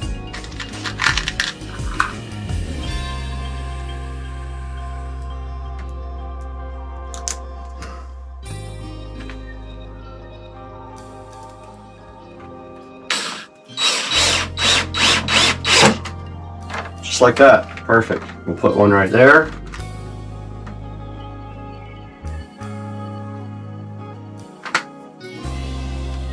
And this guy can just literally sit like this.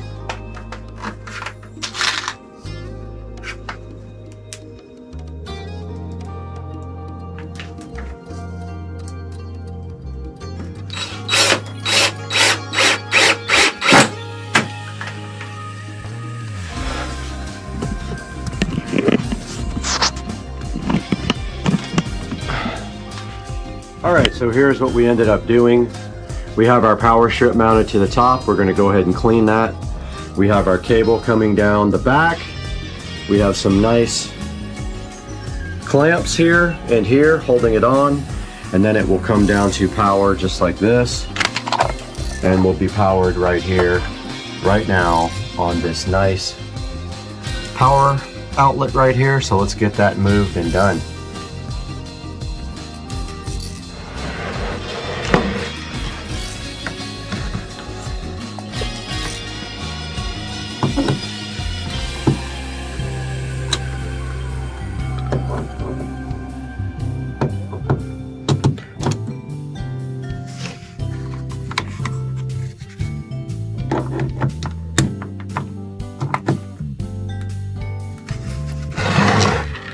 See if we can get this back under there.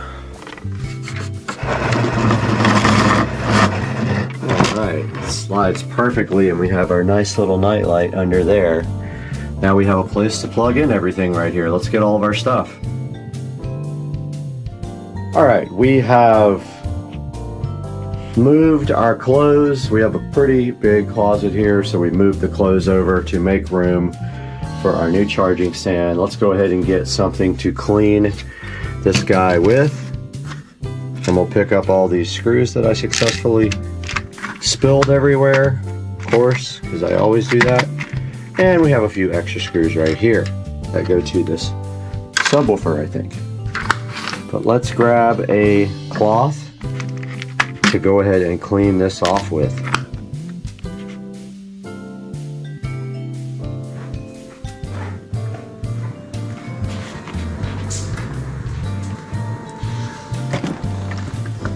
And we have some furniture polish here. And a nice cloth here to clean our brand new charging station up with.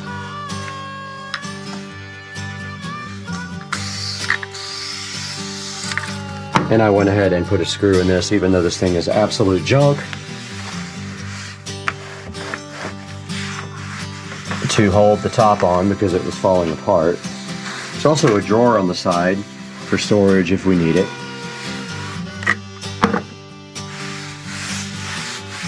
Alright, this thing is nice and clean now. And we have all these nice outlets available. Let's start getting our stuff together to get charging. Alright guys, we are stepping over our beautiful power cable here en route to our new charging station, where we have a variety of things here that we need to plug in and charge.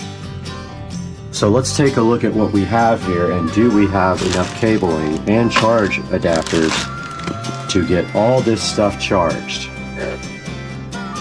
Okay, first and foremost is our regular GoPro charger, which also can double as anything that charges for USB Type-C. Just a regular little plug there. But we also have this triple adapter right there, so we can actually add 3 more. So we have enough for 6, 7, 8, 1, 2, 3, 4, 5, 6, 7, 8, 9 different power charging here. This is our brand new GoPro battery charger. Just got it today. And it charges 3 batteries and it has a USB Type B connector right here. And that thing can go anywhere. And it is therefore now powered up. Now, here's one thing we have to be careful of. That takes up a lot of space. We might not be able to put one right next to it. So let's see what we have left over here. Okay, so this is my charger for my Bluetooth headphones, my workout headphones.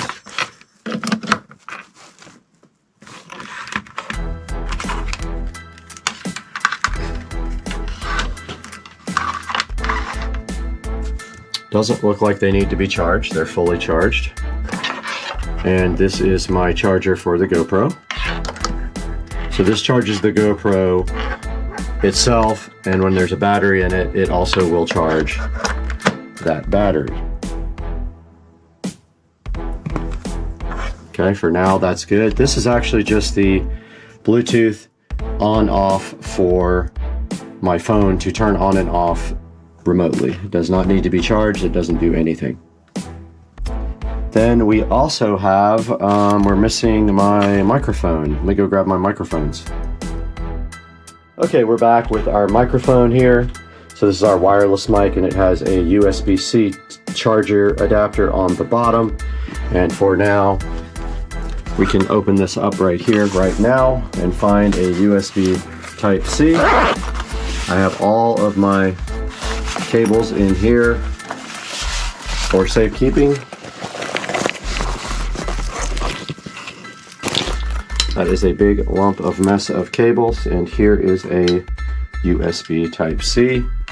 And then of course we will need an adapter to go with it that has USB Type-C on it, or one that has USB Type-B to C cable. Alright, we will need a USB B to C because we don't have one that has USB-C. So let's use this charger and this little USB Type-B to C. Now, unfortunately, this one comes out on the side.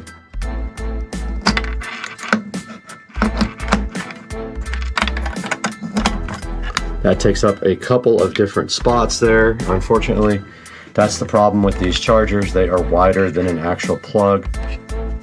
Let's plug in our wireless mic here. Ah, this is not a USB-C cable. Wrong cable.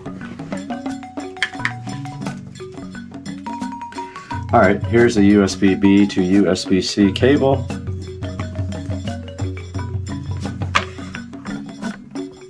This is actually better off on the end. So let's put it on the end instead. That way it doesn't take up, I guess it really doesn't matter. It's all the same.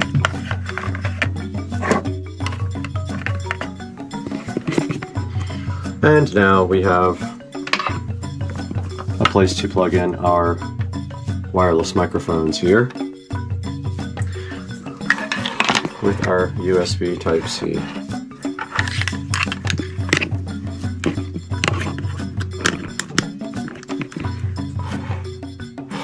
Ah, plugged it into the wrong one. Alright, there we go. We can see the indicator there that it is charging. Once we get everything plugged in, we can then dress up the wiring and make it nicer.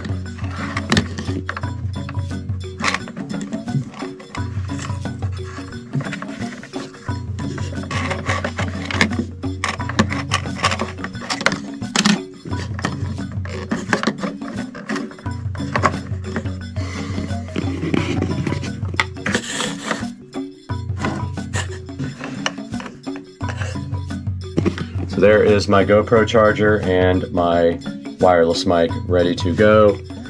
This is just a USB-C adapter, on-the-go adapter for the phone. It can live here as well. My remote control for that. Here is my Samsung, which I use at some time, and it uses the old school type of charger. It uses the very old charger like that. let's grab a adapter for it. This one has a top exit mount. Let's use that one.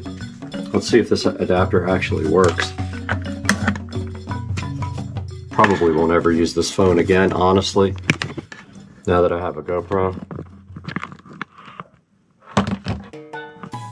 And it does charge. Okay.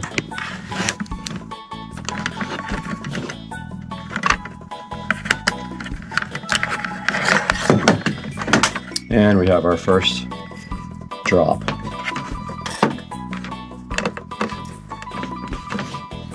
And we gotta grab that. It fell behind, of course.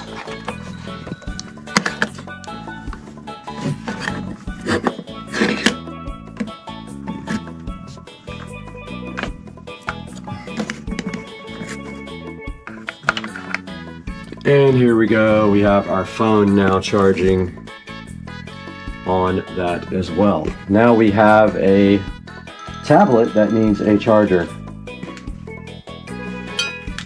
And it is USB Type-C. And here we have a USB-B to USB-C adapter and a nice charger. Let's see if this will charge it. We have that. And no space whatsoever on our charger, so let's go up here and test whether this will actually charge the tablet.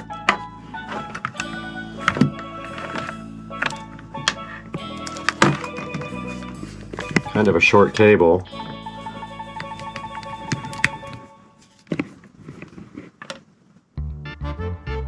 Nothing.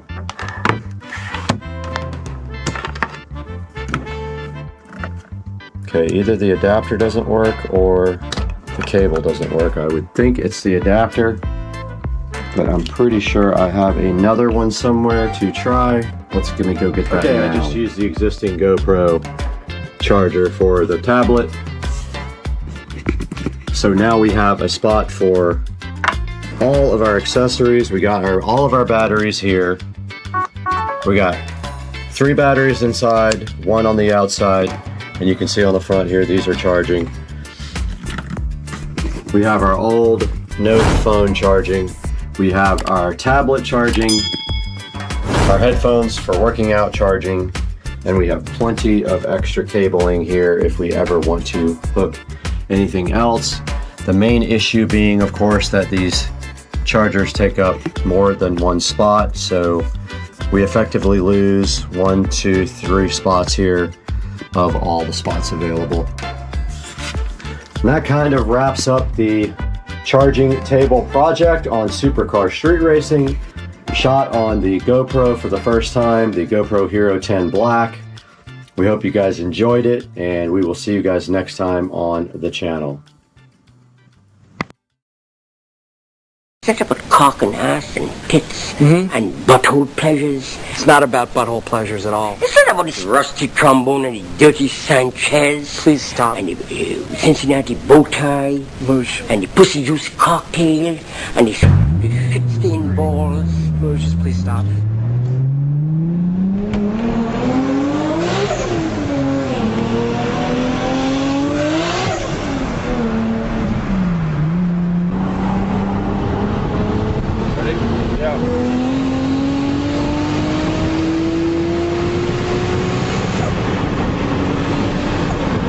God damn!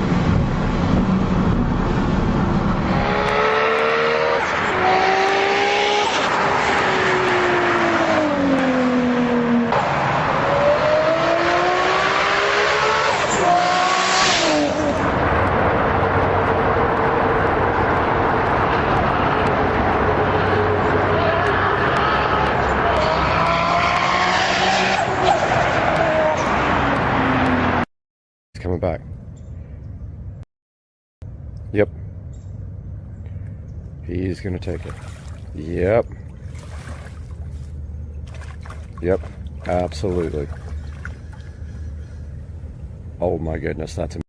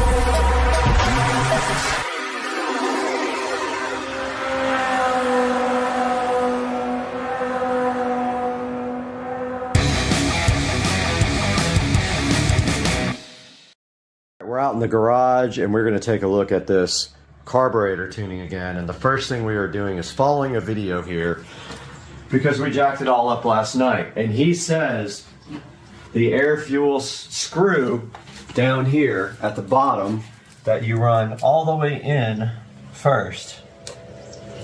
So I'm going to do that because Joe did some craziness with it trying to tune this thing.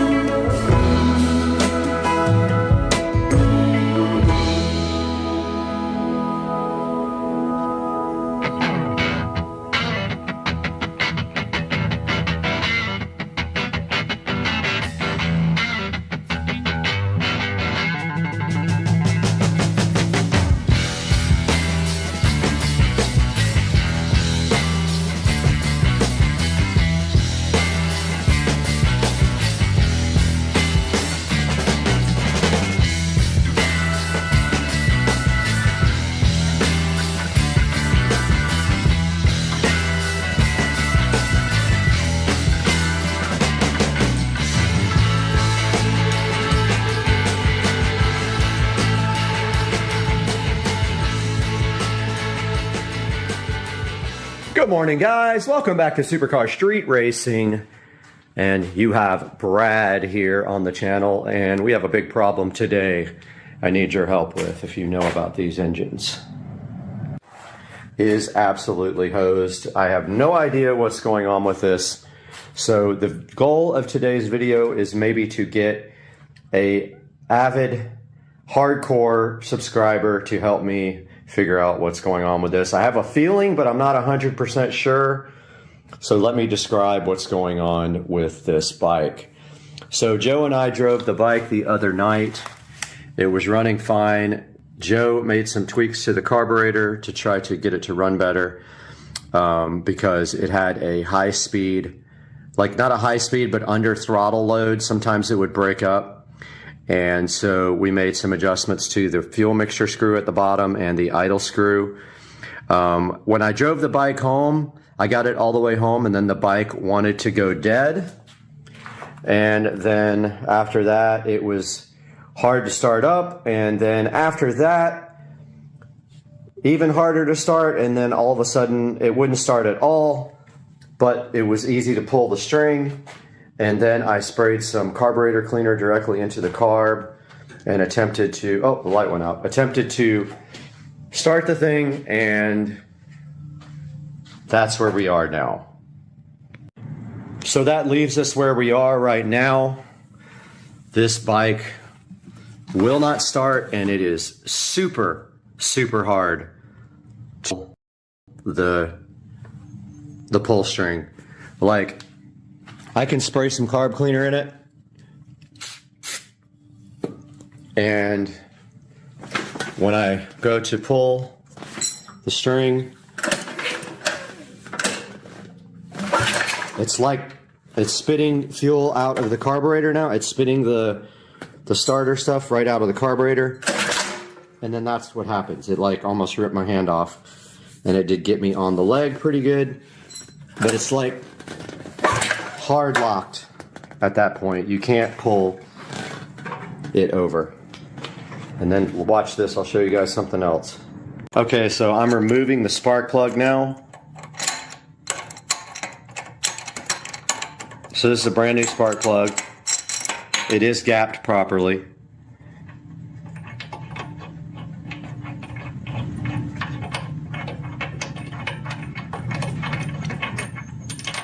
Spark plug is completely out of the motor. And now pulls over just fine. And there's no fuel coming out of the spark plug hole when I pull the motor over. And I have actually blown out the cylinder with the air compressor.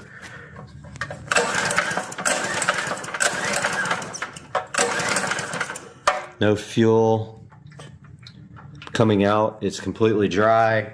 So that is the state of the motorbike. I have done a lot of reading online trying to figure out what's going on, and apparently there is a compression valve inside of that cover there that might not be working properly.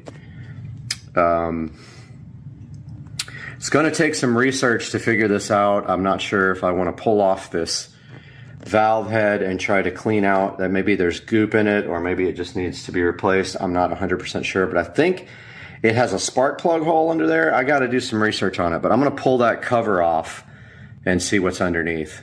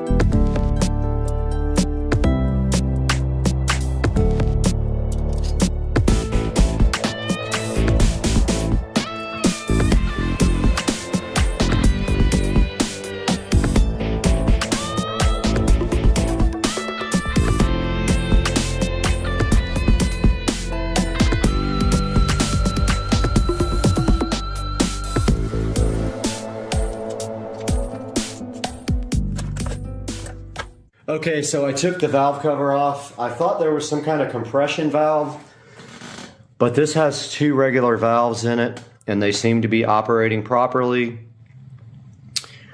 So I don't know what's going on, but now you can see, like,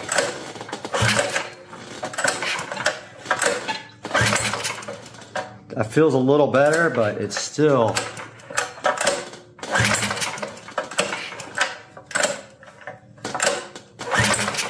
It actually feels better. I don't know why.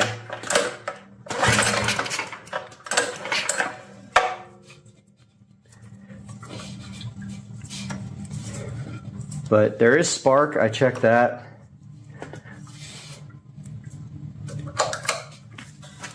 It actually feels much better.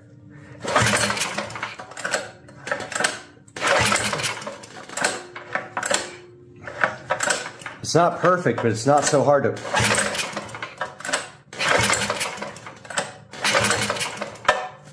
It's different, for sure. I don't know what I did,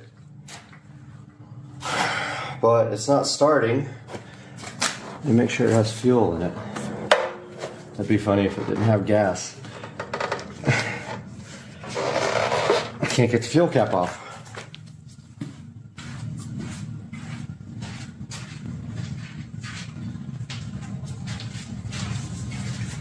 Something feels different now.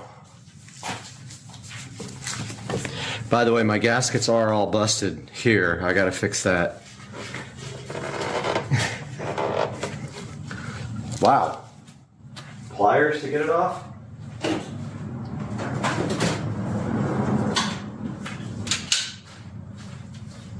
Something is up with that as well.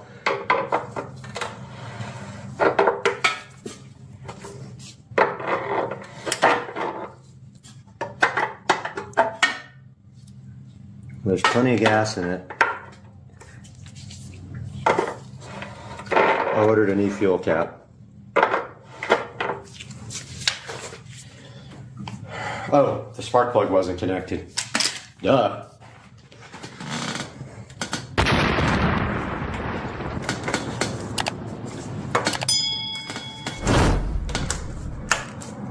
Probably start now, huh?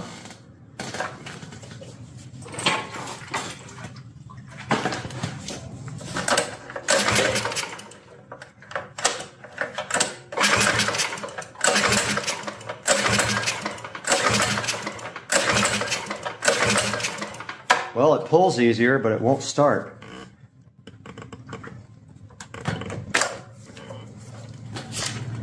Let me tighten the spark plug a little bit. Oh.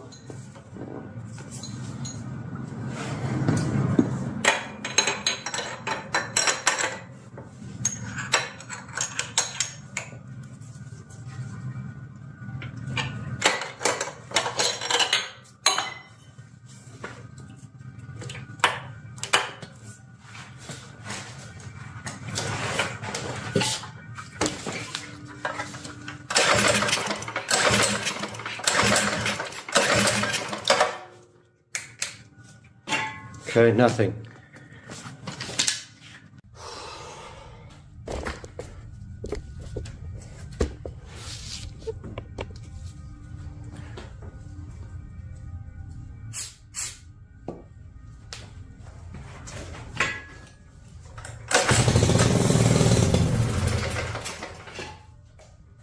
Started.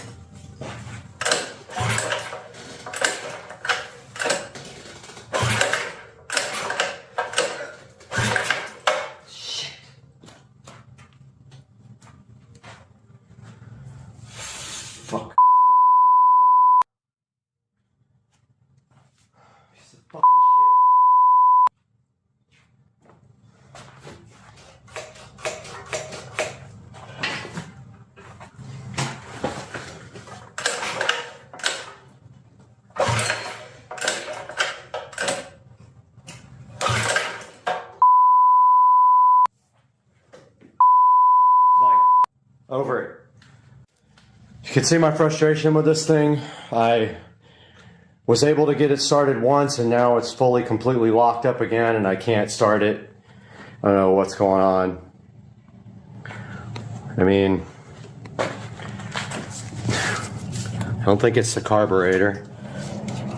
That's working fine when I move the throttle. Does it have fuel?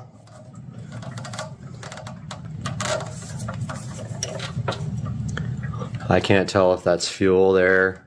I mean, I guess it is.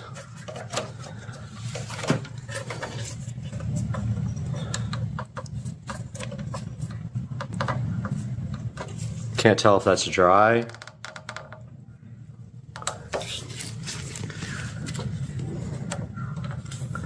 I don't know if this is dry or what, but anyway, that's where I am. I don't think fuel's going in there. Maybe the jet's clogged. I have no idea. That's where I am. I don't know what to do next. I'm super frustrated. I'm ready to just get rid of this thing, honestly. Hurry up, I'm gonna slow down. Oh my goodness. Look at this, guys. Whoa! Oh, it's melting. I wish it would explode right now. What? That was insane.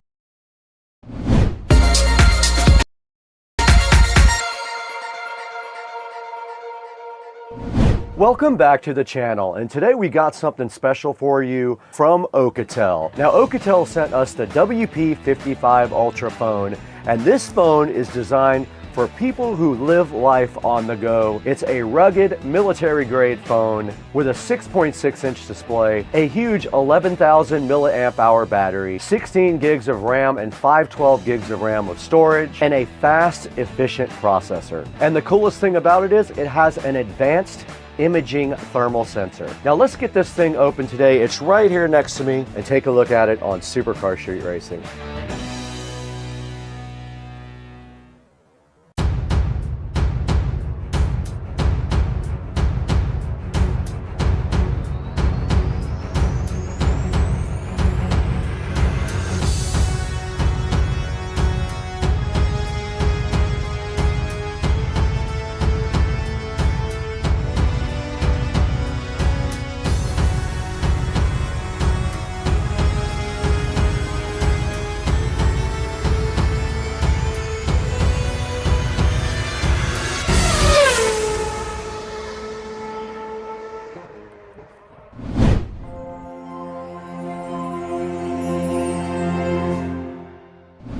Welcome back to beautiful Studio A. We're out here today with Alcatel, who sent us their WP55 Ultra, and this is it directly in my hand right now. Now, this isn't your typical smartphone. This thing uses military-grade hardware for absolute toughness, and it also uses modern 5G performance. That means you get power, protection, and productivity in one package right here. Now let's kick it off with the design. This phone features a metal reinforced frame, shock absorbing corners, and also Gorilla Glass for the ultimate in break-proof protection on your screen. Now this guy is also IP68 and IP69K certified. That means it's waterproof, dustproof, and can even handle high pressure water jets. Now under the hood, this guy is powered by the MediaTek Dimensity 5G chipset. And that is plenty of muscle for gaming and other productivity. The screen on this phone is 6.6 inches, full HD+, and it offers sharp and vibrant colors. It's perfect for streaming or navigation, or even checking your drone footage on the go. And then there's the battery. This thing has an 11,000 milliamp battery. That's a huge battery. Now for photography, the WP55 Ultra has a triple lens system. It also has an ultra wide lens and a night mode that holds up well in the darkness. Now it does feature NFC for contactless payments. It has face unlock, a fingerprint scanner, and customizable side keys. And it does run on Android 15 as well. Now I want you to hang around because the next thing we're gonna do is go ahead and check the stability, the durability, the waterproofness, and the camera on this phone. And we'll check the battery life also. Let's not waste any more time. Let's get the WP55 Ultra turned on and take a look at it right back there in Studio B.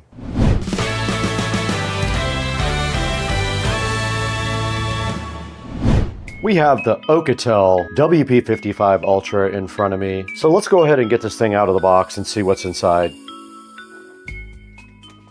Okay, we got the box open now for the Alcatel, and it does have something on the front right here. It says Smart Key on the side of it. There's a volume control right there, a power button right there. It did come with a removable case as well. I just took the case off right here. And then your volume controls are right here on the side, and your power button right here.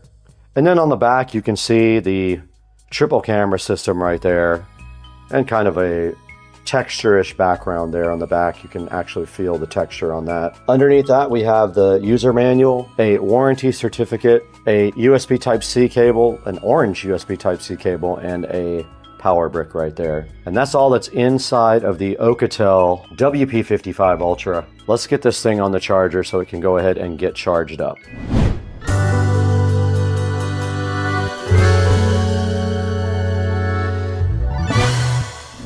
Okay, we're here with the Alcatel WP55 Ultra. We just powered it up just a minute ago. And there it's in the setup mode. It's asking us where we are located. I pushed English United States and I'm hitting start. Now it wants me to connect to our mobile network. I don't have any SIM cards. We're gonna have to be Wi-Fi. Now it's saying that it is getting our phone ready.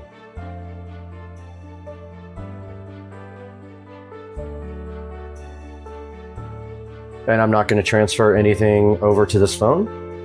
Okay, I'm going to go ahead and sign in, and I'm going to be using the device. And I need to set a pin. I'll go ahead and do that off cam.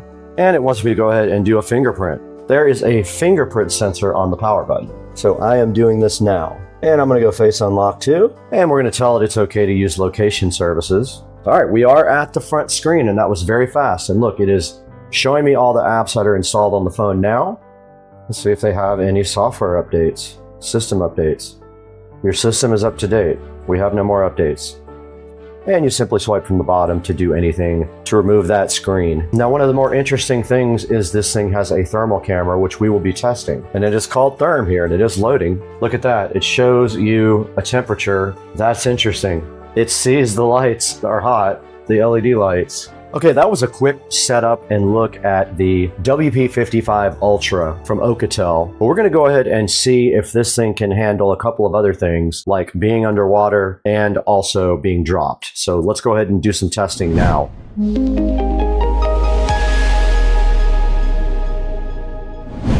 All right, you just saw us fire up the WP55 Ultra from Alcatel and go through some of the menu systems with you guys. Let's take it into the sink and see if this guy actually is waterproof. What do you guys think? We're gonna try it out right now.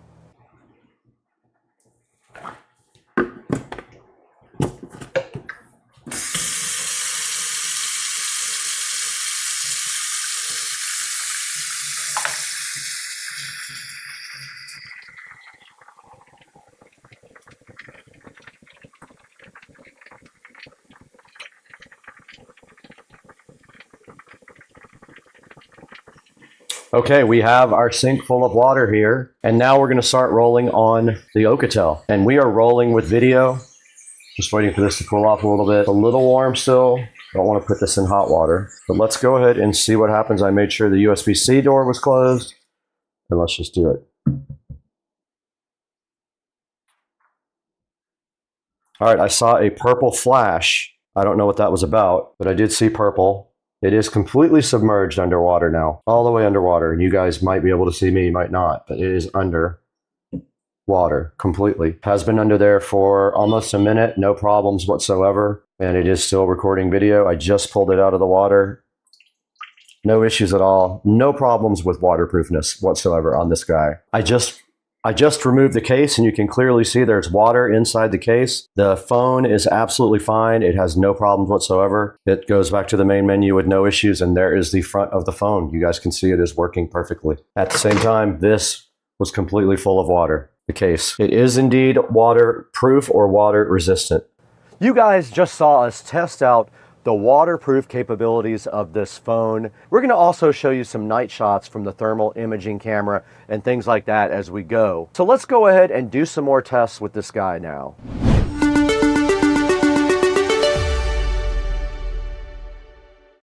All right, here is how it looks on the Alcatel in complete darkness.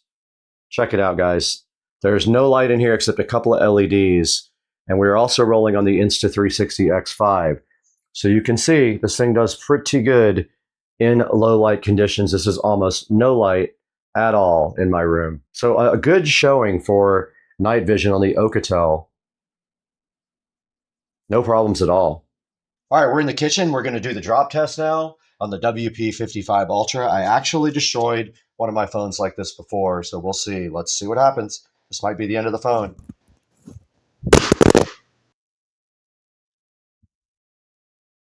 And I don't see any issues. So it survived a 3 or 4 foot fall onto tile there with no issues whatsoever. So that's a successful drop test. It did fall on the face, I think, but I'll do it one more time just in case. Again, 2 successful drop tests from at least 3 feet onto tile floor. No problems whatsoever. All right, you guys just saw the drop test. This phone had 0 problems. Now we're going to show you some benchmarks from the WP55 Ultra. And this is going to be Geekbench on your left, and it's going to be 3D Mark on your right.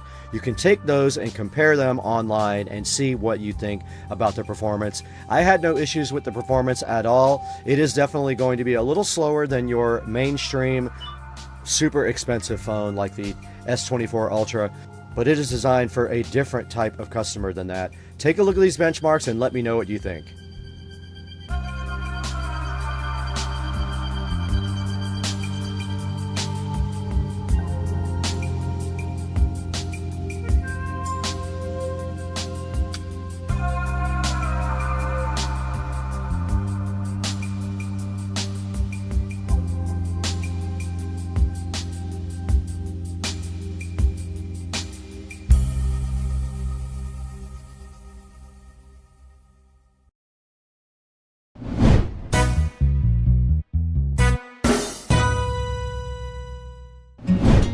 All right, we just tested out some more of the features of the WP55 Ultra right here in front of us. Now that you know a lot about this phone, I think it's time for you guys to find out how you can get one of your own.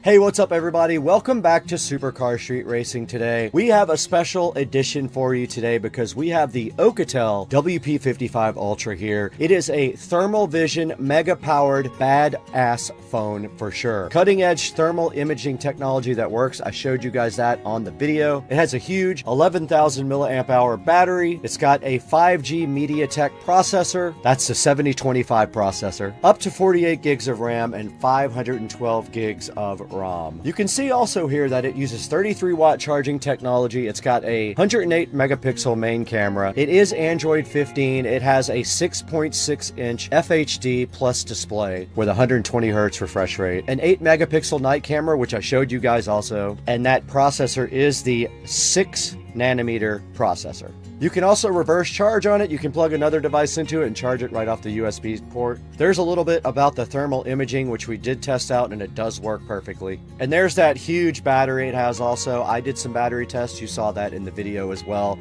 It performed very well. There's a look at the triple camera setup, and it does use a Samsung imaging chip. It also has a 32 megapixel front camera, so you can do great selfies. And there's your ROM and RAM capabilities built into the WP55 Ultra. There's another closer look at the display. Also, it says you get vivid colors and sharp clarity. And it's 15.3 millimeters slim, so it has a great grip.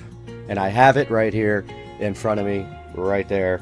And it does fit in my hand very well. And it is designed to handle water and dust and shocks. We did a drop test on it and had no problems whatsoever. We did a water test and had 0 problems with it also. There's a look at the reverse charging right there.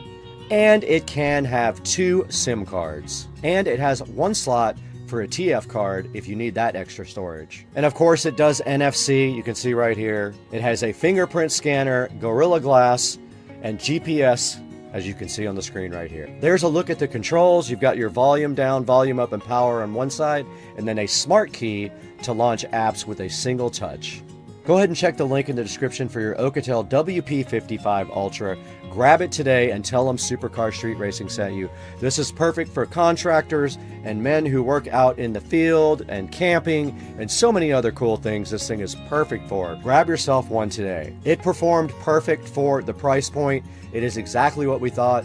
It is great for doing everyday tasks. It's snappy in the menus and there's no wait time whatsoever. Thank you guys for almost 240,000 subscribers. That is absolutely amazing. I couldn't have done it without you. You guys are everything to us. Thank you so much. And please, when you're going to buy anything from Amazon, even if it's not this phone or any of the links in the description, if you click through one of our links, it helps us out greatly. It gives us a few dollars to keep moving the channel forward. We got to get out of here right now. We've got another Alcatel phone to review, so we got to get moving on it.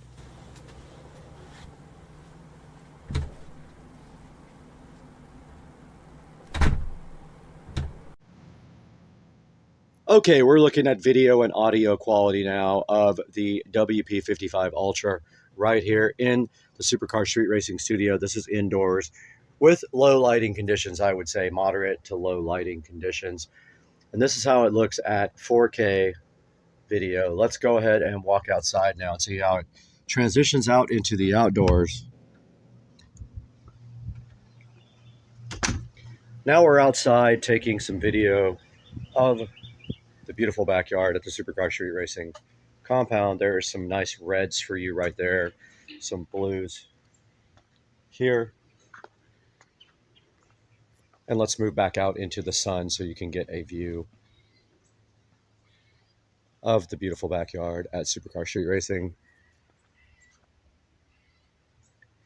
And that is how it does look.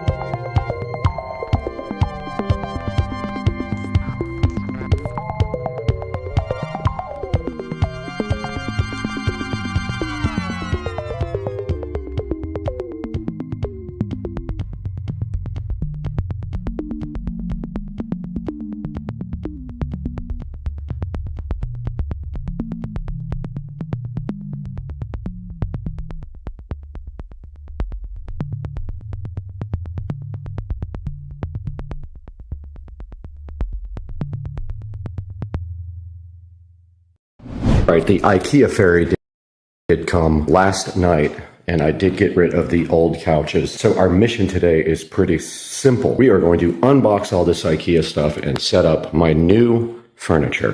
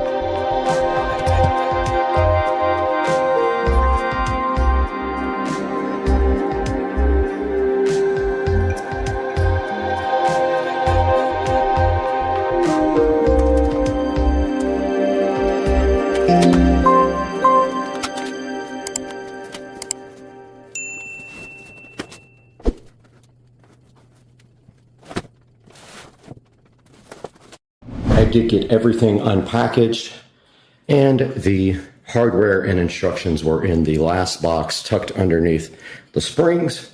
So I'm going to get the instructions out right now and figure out what is going on here. This is a modular set, so it has to be put together a certain way. Let's get to work.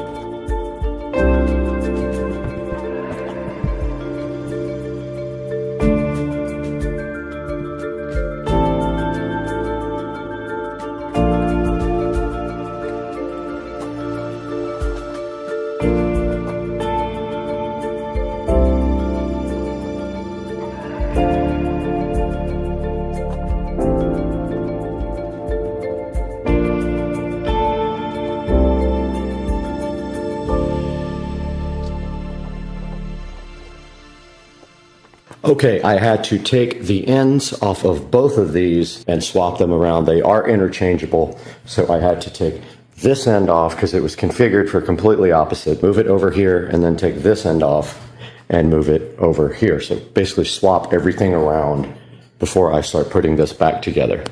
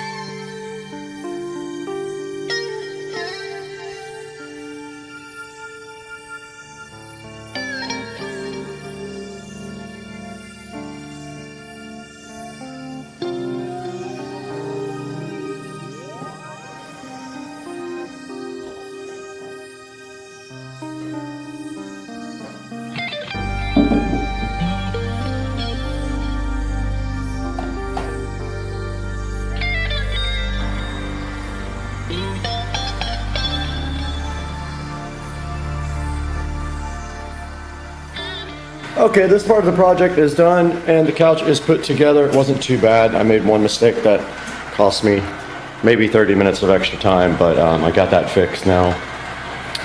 And you can see right here, let me step back here and put it on wide. There's a better shot at it, the modular couch. Remember, I had to move one side to the other to get it to the configuration that I wanted with the small part over here on this side. So not too bad. I'll put a link in the description to the couch, and watch the video back if you need any help putting it together. We'll see you guys.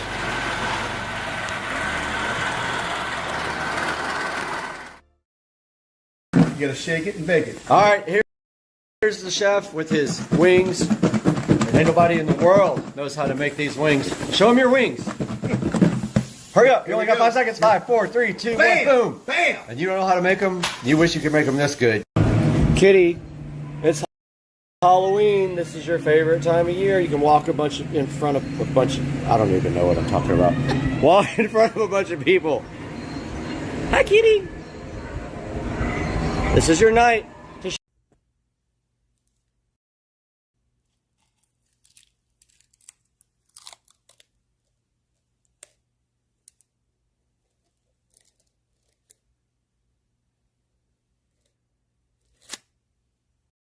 Okay, well, Supercar Street Racing, guys. Second update for the day. I've been working really hard today, and we are about ready to test the front channel audio system for the studio. A little background, I got these Harbinger speakers about 3 years ago, and I've used them a total of 1 or 2 times. They are powered speakers. They both have individual inputs, and they are awesome, and they will be fed by a 7.2 receiver that has preamp outputs for the front, and that will be fed by the computer up front, by one of the video outputs on the video card. So we're ready to test the sound. Everything is connected. We're going to listen to some royalty-free music so I don't get copyrighted. And we are going to shut this door with no AC yet, and it's going to be really hot. One sec, guys. All right, sorry about that. It takes 2 hands to close the door. All right, let's test it. We're ready. So this is Purple Planet royalty-free audio.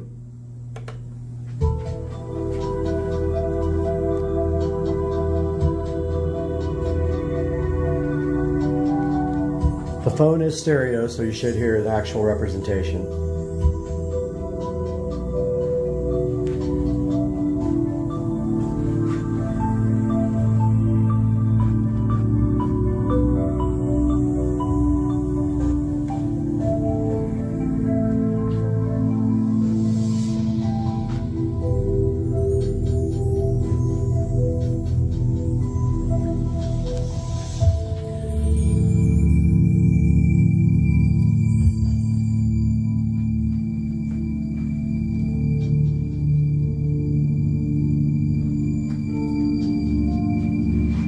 First overall impressions of the room, it'll be much better when the sound is knocked down with foam. So we still have some reverb going on in here because of the lack of sound insulation. But all that will change, don't worry.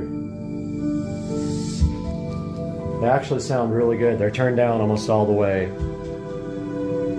So those will be flying up in that corner.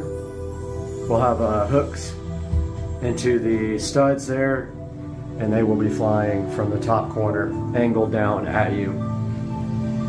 And then the center channel will be in the ceiling. You'll have side surrounds there, and then rear surrounds back there for the ultimate surround sound studio. And we'll either have, most likely we're gonna have a futon right there for guests, and then 2 workstation setups here for guests if they want to sit. But that was a test of the front stage of the upcoming studio sound. I did get some more wiring done. I got the HDMI cables run for the second output of these monitors to feed a workstation if we want to. Same thing over here, got everything labeled really nicely.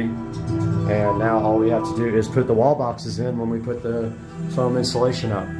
Guys, thanks for watching. We'll see you next time. Hey guys, welcome back to the channel, Supercar Street Racing. And today we're going to talk a little bit about why I switched from Adobe Premiere Pro to DaVinci 18 and why you should do the same thing for your video editing.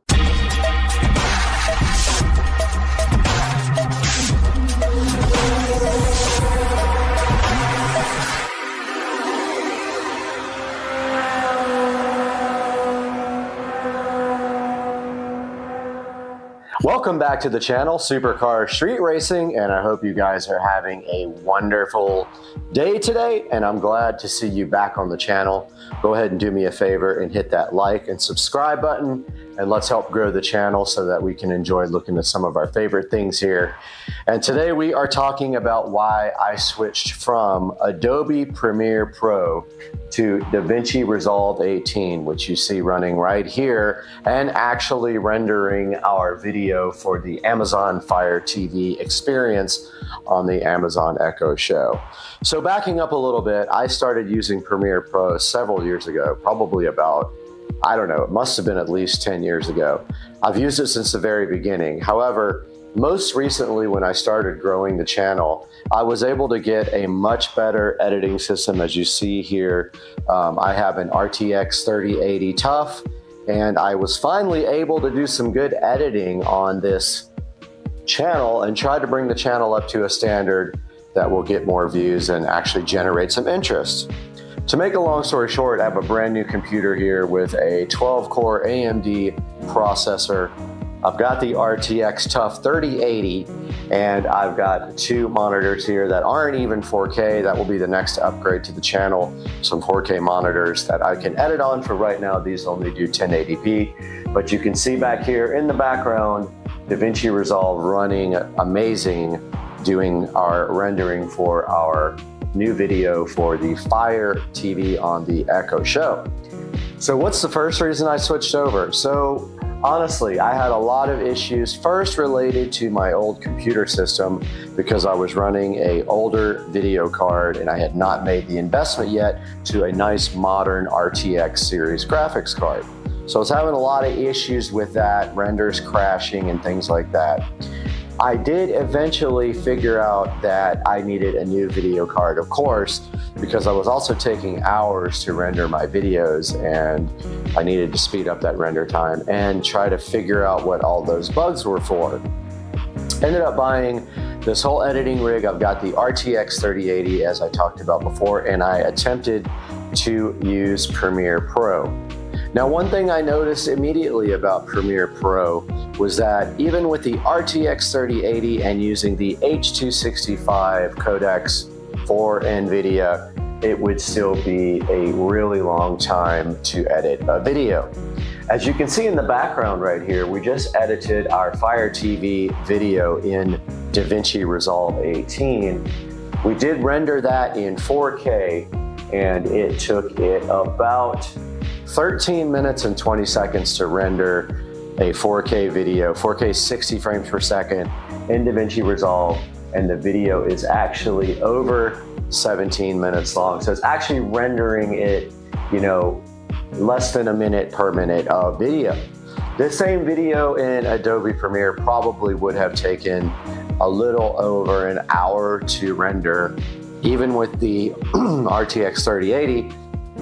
And one thing I would also notice with Adobe Premiere Pro is that when I had the Task Manager open, it would be using way more CPU than GPU power, which doesn't really make sense. Now, some things don't use GPU to render, but a lot of things do. And so now I notice with the DaVinci Resolve software, almost everything uses the GPU if you look at the Task Manager or you look at GPU-Z. So talking about the ability to learn in DaVinci Resolve, if you're used to Premiere Pro, you're thinking about making that jump over to DaVinci Resolve. I'll tell you from experience that I learned pretty quickly on DaVinci Resolve how to do the basic things to get a video up and going. It is a little bit different from Adobe Premiere Pro in that you have tabs for your different things in editing. You have a colors tab here at the front. Here, that's the colors. Then you have your effects, your edit, and they actually have different names here. You have your, what is this called? Fusion tab, you have your color. This actual first one is called media, not color. You have media, you have cut, where you add transitions and effects and everything. You have your edit, where you have your actual timeline. And then you have your color tab, your fusion tab, your Fairlight tab, and your deliver tab. So deliver, basically, if we go over to that tab, is where you do all your exporting, which would be like Adobe Media Encoder, except it is way more intuitive and way easier to use. Fairlight is where you do all your audio work in DaVinci Resolve, and you can add all your audio effects. Color is where you actually work with the color. Pretty self-explanatory there. Fusion I have not used, so I'm not sure about what this is for. I will have to do some research on that and get back to you, but so far I have not had to use Fusion for anything.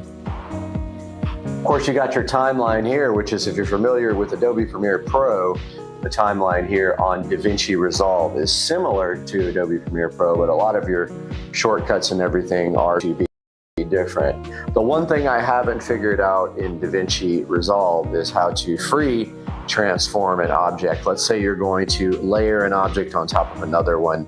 In Adobe Premiere, if you double click that object on the timeline, you can actually drag it with the mouse to move it around the screen, place it. I have not figured out if there's a way to do that yet on DaVinci Resolve. I'm still working on that.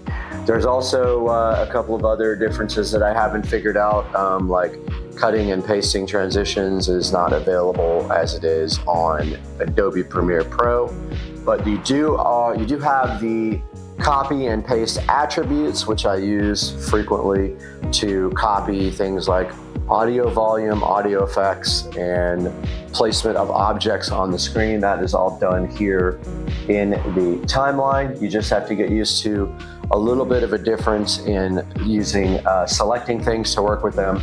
They're all up here in the right-hand corner under the inspector. You can, let's say you added an effect on the screen next to this in the cut screen, then you would click the actual clip and go up to effects in the inspector, where you can actually adjust all the different attributes on that effect. Or you can do video transforms up there, audio, you can actually adjust the audio levels and audio attributes in the clip from the audio tab up here, things like volume, pan, pitch, things like that.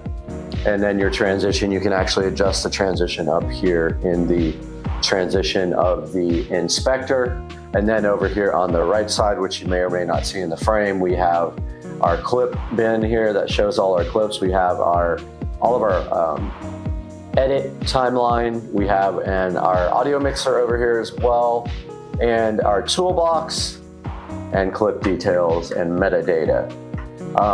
So far, so good. Also, let's go over to the cut scene. The cut area shows your clips more like blobs on the timeline, and you are actually able to add transitions, titles, and effects. I do not use titles inside of DaVinci Resolve because I use a 3D font generator online. That's really good. But here you can add effects both to your, you can add video effects, you can add audio effects, which you can also do over in Fairlight. Like I said, you can add titles, which is actually adding fonts to your videos. And you have your media pool here, which shows you all the videos that you imported in for this project. So yeah, I'm just gonna go into the conclusion that DaVinci Resolve is way better than Adobe Premiere Pro. Not only because there's a fixed price for it, Adobe Premiere Pro charges you for a subscription, but the ease of use, the stability has been on point. I've only ever had one crash while while rendering, and that actually happened during the video that I was editing here, and all I did was close out DaVinci Resolve and reopen it, and it got through the rendering process. I had a lot of issues with Premiere Pro not being able to get through rendering processes, and it would fail for no reason. Also, Premiere Pro did have a bug to this day they have not resolved on some video cards, and that is where we'll start using video, or not video memory, but memory, actual memory, and it will eat up and eat up and eat up video memory until the computer crashes because there's actually no memory left to run the operating system. I have 64 gigabytes of RAM on this computer. It is awesome for editing, but on Premiere Pro, it would use all 64 gigabytes of RAM and then just crash. I've not had any issues like that with DaVinci Resolve 18. So guys, I hope that you can use DaVinci Resolve 18 too. If you have any questions about it, how to use it, or want to see specific videos about DaVinci Resolve 18, throw it down in the comments section. Please like and subscribe, and we'll see you on the next video at Supercar Street Racing. Alright, yo, I took so much flack for Dude Grabs a Hot Pot, but actually this guitar was already destroyed. We had one bad take where I thought they were recording and they weren't, so this was already destroyed. And here is Dude Grabs a Hot Pot Aftermath. Hey guys, welcome back to the channel. Hope you're having a great Sunday. And yesterday we worked on this mini bike, which is a copy of a popular 200 mini bike. I forgot the name of it off the top of my head. It's just a clone. It is a metal machine, but it is a Baja. That's right. It is a Baja 200 mini bike. Now, where did we get yesterday? So you probably saw in the video that we did get this started. What we did is we put seafoam in the gas tank, and we put a full tank of gasoline, and this thing started right up with some starter fluid. Today, now, actually, after that part, I could not get the thing to run anymore, but I did find that the starter linkage is broken on this thing. It's not the starter linkage, sorry. The actual accelerator cable linkage does nothing to the carburetor. So, not sure if I need to buy the whole entire section right there because it does nothing at all. It looks like some of the springs are worn out, but today we're going to wrap up this video. We might try to start it again, but the first thing we're going to do is slime this tire so at least I can move it around until I can get a brand new tire. So we're going to do that now.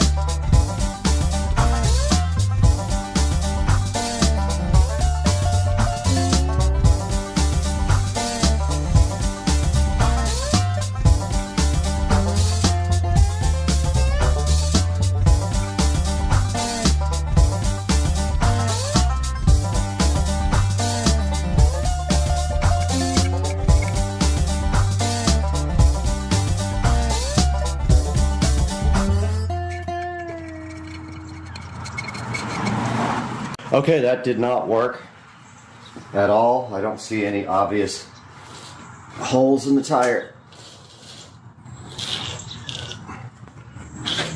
But it did not inflate.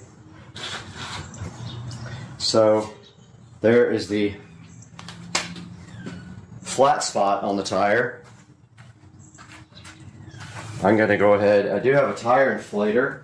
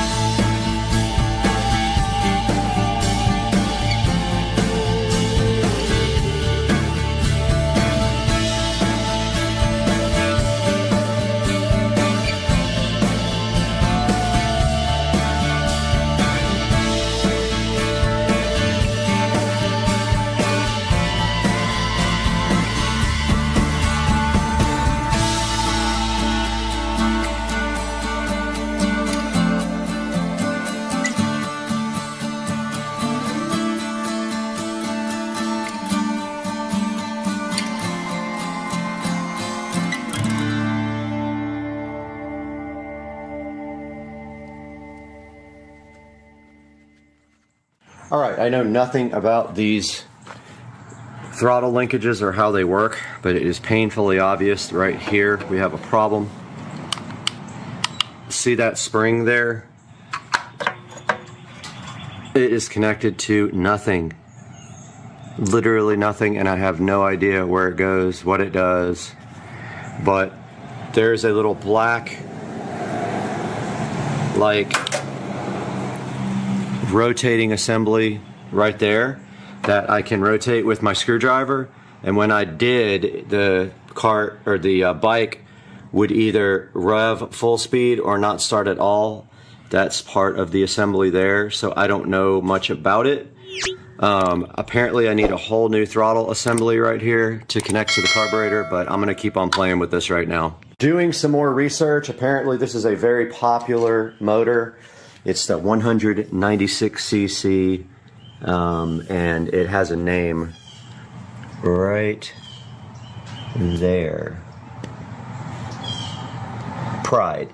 And there are plenty of parts available for this. I'm actually going to order a high performance carburetor for it and ditch this whole setup and a new throttle linkage cable. Go ahead and get, I don't think I need a new gas tank. I'm gonna pull this gas tank, drain it, and refurbish it. And then just start ordering parts for this guy. I could not air up the front tire.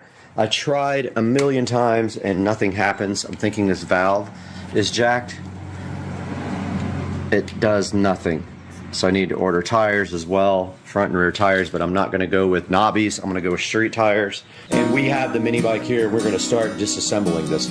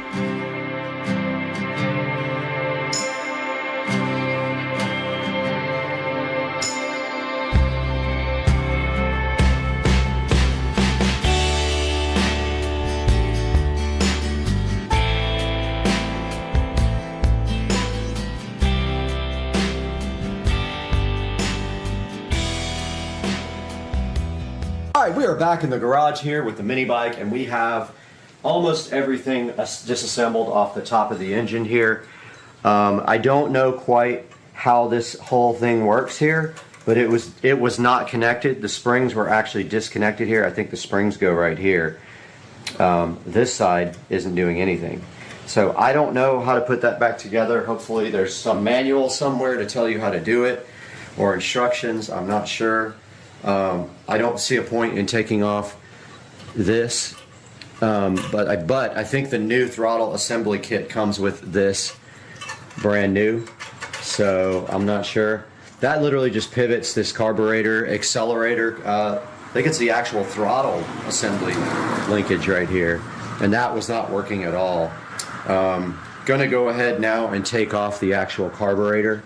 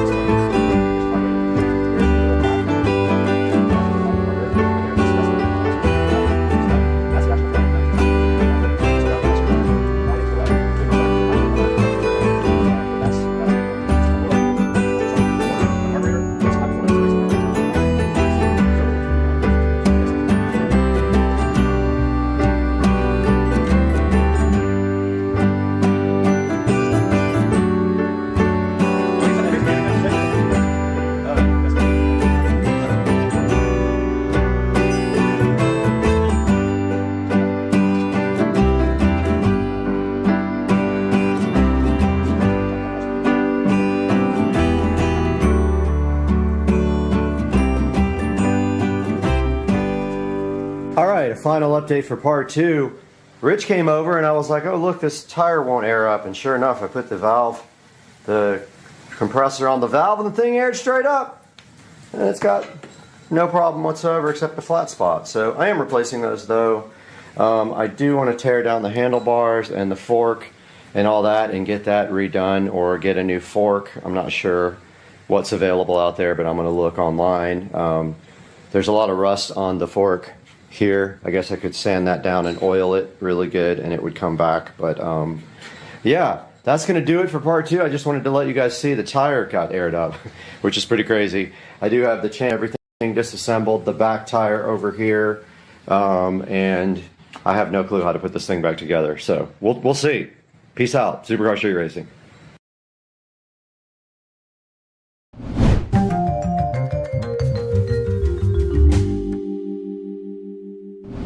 What's up, guys? Welcome back to Supercar Street Racing. I am so happy to have you guys here today. It is Football Sunday. I can't even say the word because I'll get sued into oblivion by the National Dumb League.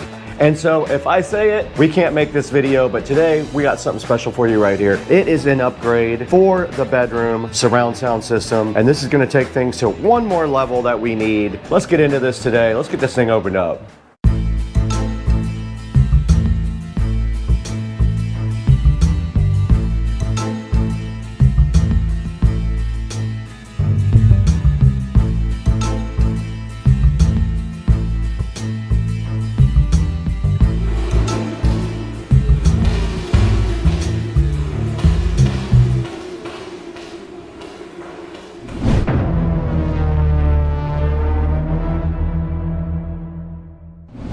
We are back on Supercar Street Racing today, and we welcome you guys, and I have something in my right hand that might be a clue to what we're doing today. But first of all, I want to thank you guys for 60,000 almost subscribers as of this morning. It's an awesome achievement. I am trying to get my video views up, and people are really starting to watch some of the older videos, which I really do appreciate.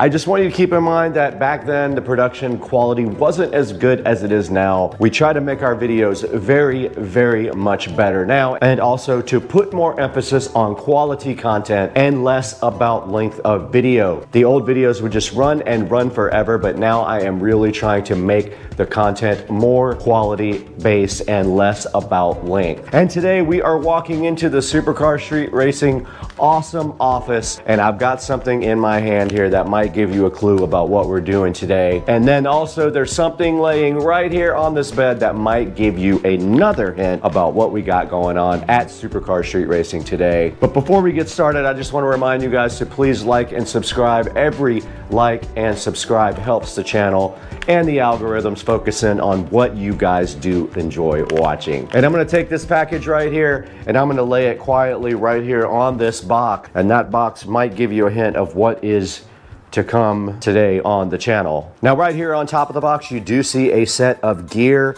It banana plugs. This is a 3-foot long banana plug, so it can't be going very far, right? And right here it does say on the box, magnetized, do not ship this by air. I don't know why that is the case, why you cannot ship this box with air freight, but it does say it clearly right there on the package, so I'm not going to argue with that. And while this box sits so comfortably on the bed this morning, let's go ahead and get this thing opened up.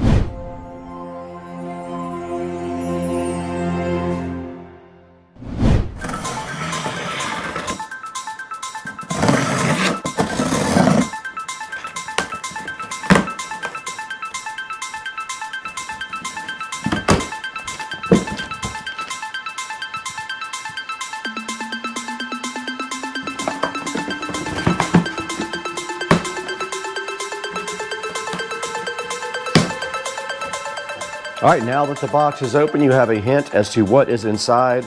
And there's a lot of empty space in here and not a lot of padding, which I think is kind of ridiculous, but hey, it did come at one piece, so you can see right here, there's a clue. It is a Polk Signature Series item. Let's get this thing out of this box.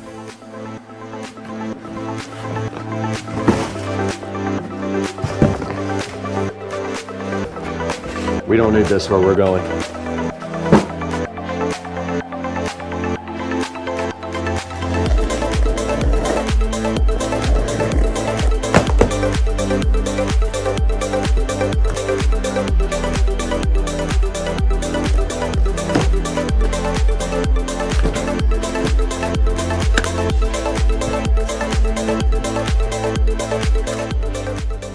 Now before we get started on unboxing this, I just wanted to give you guys a good look at the side of the box. This is the ES35 Signature Elite center channel speaker from Polk Audio. You guys know it because we already have one in the home theater room. I bought one for the bedroom. I did notice that as I get older and my hearing gets worse, I do not enjoy the in-ceiling, very crappy old center channel that we have up there. So this is a addition to the bedroom sound because I do enjoy watching sound in the bed and watching movies. Let's go ahead and get this thing completely out of the box now and see what's inside. I'm assuming it is exactly like what we did have in the home theater room, which is the same exact model number and ordered from the same exact link. Let's get this thing opened up now on the channel.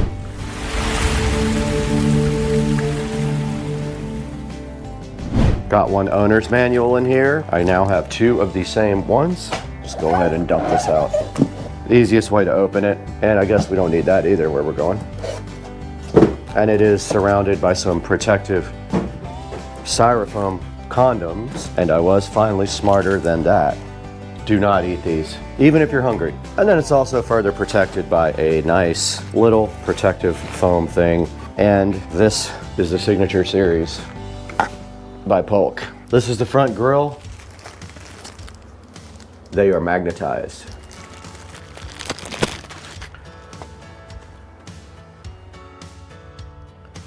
This is a close-up look at the center channel. This is the ES35 Signature Series center channel from Polk Audio.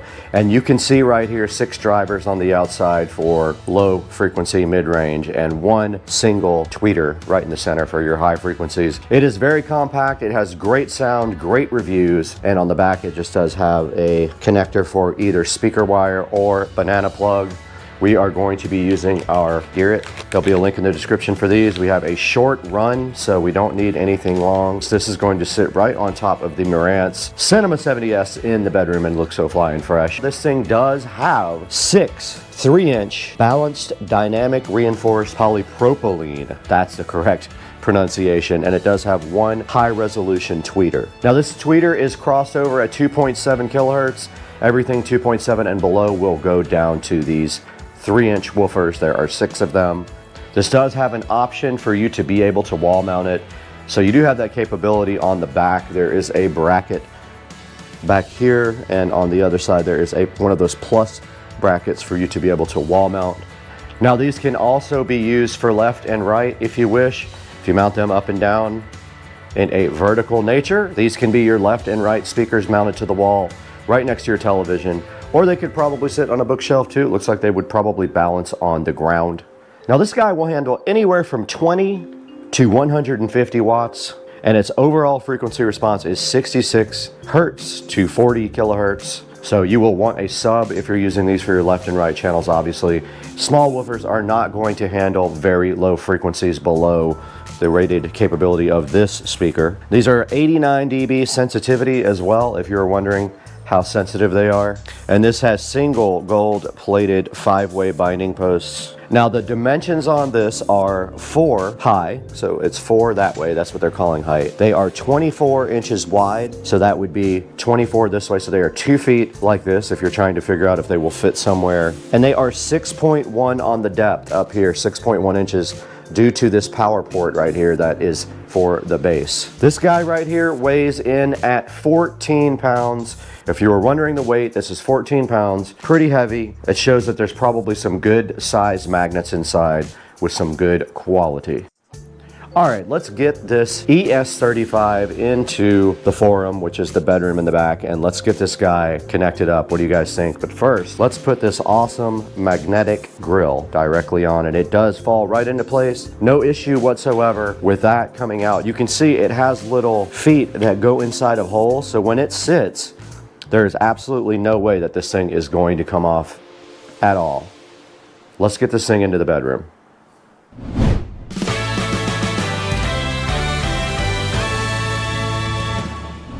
We are out here in the Supercar Street Racing Garage at the SCSR compound with a new sponsor today. NewTick is so generous to have sponsored the channel, and they provided us with this extension cord outlet cover that is pretty dang cool. There are a lot of cool uses for this. One example I would say would be your refrigerator. But this thing is great. All you have to do is just put it on top of a regular outlet cover and it will basically create an extension cord. I went ahead and plugged it in right here. Plugging it in is simple. There is no trick to it. It literally just slides right over an existing outlet just like that. And when it comes off, you can see it's just a single plug like that. And what that does create for you is a nice 3 extension cord with a nice power light as well. So this is great. It allows you to add power basically anywhere that you can't have something poking out. Just like that. That's how you install it. And notice right now, it does have a nice green light on, letting us know that it is powered up right there. NUC, thank you so much for sponsoring Supercar Street Racing on the big game day that we can't say the name or we go directly to jail. Check out the description. We'll have a link to this. Go ahead and buy this product from the description and support Supercar Street Racing and NUC for the generous sponsorship today. Enjoy the game.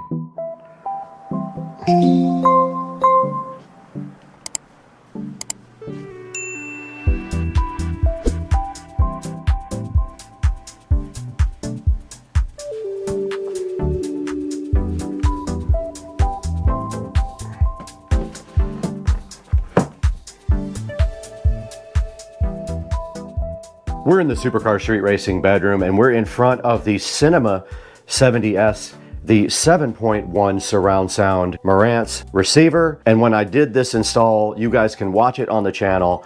I did go ahead and label everything nicely with my label maker. And so that makes it easy to go ahead and find the center channel. Center is right here.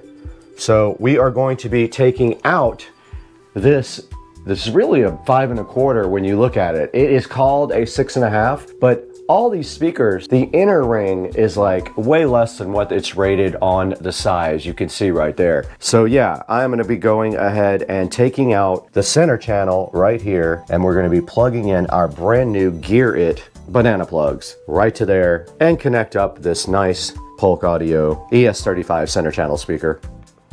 These have good reviews on Amazon, so I went ahead and got them. Let's get these Gear Its out.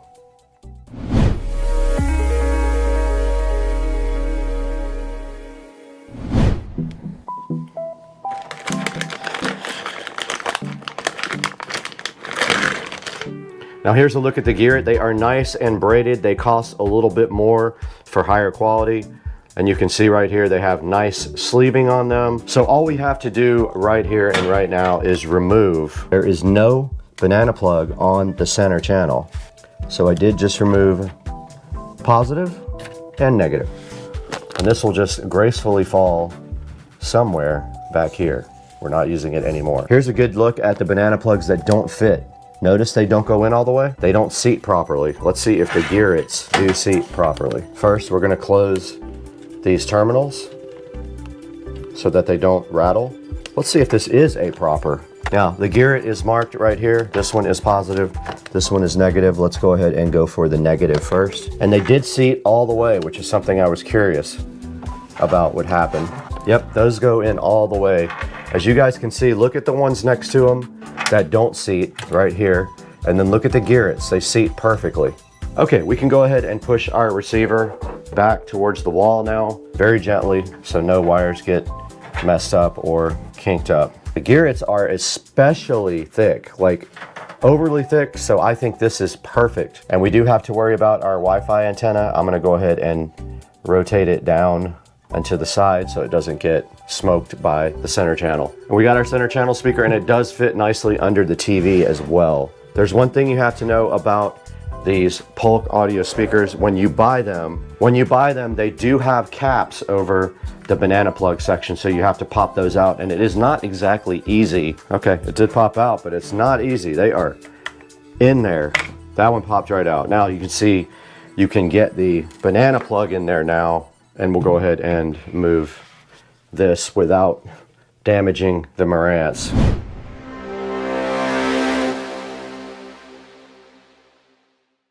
Okay, this is the way the Polk ES35 looks on top of the Marantz. It sits nicely right on top of it and underneath the TV, and it can actually go back some more if we wanted it to, like that. Unassuming, just sits nicely there, and we are no longer using that junky old 6.5 or 5 1/4 or whatever it actually is. Now the next step is to go ahead and run the Odyssey setup again so that it can measure with the new center channel speaker. Let's go ahead and grab the Odyssey mic and get that going.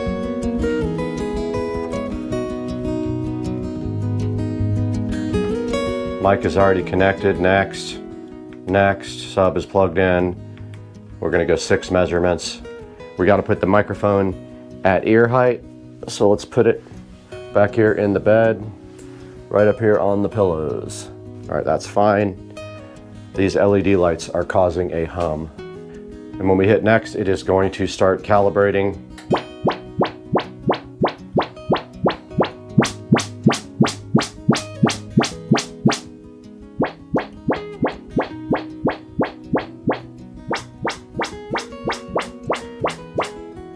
Okay, I did go ahead and run the Odyssey setup for all of the positions that are in the bed. Sorry about the hum on the video. It's these LED lights that are interfering with this camera and I cannot figure out how to get it to stop. But anyway, I did go ahead and run Odyssey setup from the 2 positions there. This thing is ready to go. I'm gonna go ahead and put a movie on now and check it out, but you guys can't listen to the audio because it will be copyrighted.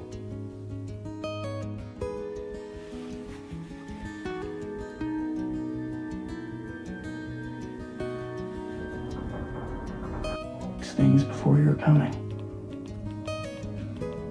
This world is beyond cruelty.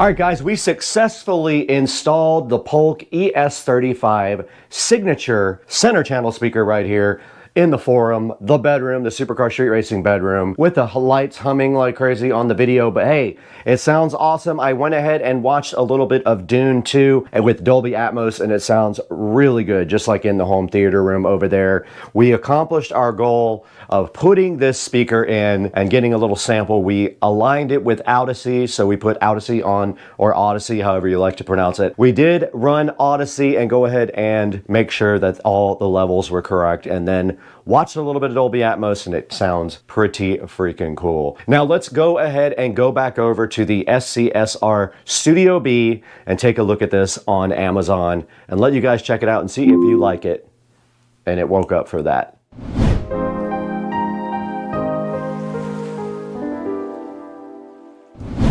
All right, we're back in Studio B in the Supercar Street Racing office. This is our second editing studio. We have the studio outside, and then we have Studio B right here in front of me. And we're gonna take a look at the Polk Signature Series, the ES35 center channel speaker on Amazon, so you guys can see how you can get your own. All right, guys, you can see right here we have Amazon up in front of us, and we have purchased this item a total of 2 times, and you can see the ES35 chilling right there on the screen at a 4.8 star review. Think about that high level review. I'll put a screenshot up right now of the 4.8 on the Polk Elite ES35 Slim center channel speaker. It has a 1-inch tweeter, 6 3-inch woofers and power ports, and it is in black, and they do make a white version as well. There's a good look at the actual speaker, which you did see in the bedroom, and there is a video here that we will play for you guys. When it comes to experiencing the full impact of music and movies, deep, powerful bass is essential. To improve bass output, speaker enclosures often incorporate a port, which lets air flow freely in and out of the box. This puts the sound inside the cabinet to work, helping to deliver louder, clearer bass. When a lot of air flows quickly through the port, that airflow can abruptly change, causing chuffing sounds and other distortion. And when a port is noisy, the energy used to produce that noise is no longer producing the intended sound. Bass. Polk's patented PowerPort technology solves these issues in a few ways. Our original PowerPort reduces air turbulence by guiding airflow into the listening space using flares and a diffuser. This promotes a more streamlined flow, which creates less port noise, letting the speaker deliver cleaner bass. The tube-shaped port can also behave like an organ pipe, creating resonances that can mask mid-range sounds. Export has a set of closed-pipe resonators called eigentone filters, which are tuned to absorb unwanted port and cabinet resonances. When the open end of these tubes is placed in the center of the port, the resonances of the port and the filters are in opposite polarity, so they cancel each other out. Because there's less port resonance, bass output is cleaner. Polk's PowerPort 2.0 combines our PowerPort technologies for the best of both worlds. PowerPort's carefully engineered port design reduces the flow of air as it exits the cabinet, and Export eliminates cabinet and port resonances. Together, PowerPort technologies deliver cleaner, tighter bass and a more detailed mid-range. But no matter which version of PowerPort your Polk speaker has, you'll hear louder, cleaner bass that brings deeper thrills to your favorite music and movie. And like I said, I gave you most of the specs already. This handles 150 watts. As it has really good bass, I agree it does pretty good considering only 3-inch woofers and the PowerPort. Looks really good also. Does have that Polk magnetic grill on the front as well. And in the theater room, I do have the full set with the tower speakers and the ES35. And I want to thank you guys once again for over 50,000 subscribers. We are at 55,730. We just passed 55,000, and we have been featured on a lot of different main channels. So I think that that has something to do with the fact that the subscriber count is going up. The video counts are going up, especially for the older videos as well. People are actually tuning in and checking out the older videos. Now there will be a link in the description to this Polk audio speaker. Make sure you go ahead and buy that or anything you want from Amazon by clicking through any of our product links. If you do that, it gives us a couple of dollars and helps keep the channel relevant and making content. But guys, that's going to do it from the Supercar Street Racing office. We're going to go ahead and call it a day because it is Football Sunday. We can't say the word or we get arrested and hauled out of here. So we're just going to call it Football Sunday. But again, buy from our affiliate links and go ahead and like and subscribe if you are not a returning watcher. And we will see you guys on the next one. We have to get out of here and go get breakfast and prep for the big game. Let's do this.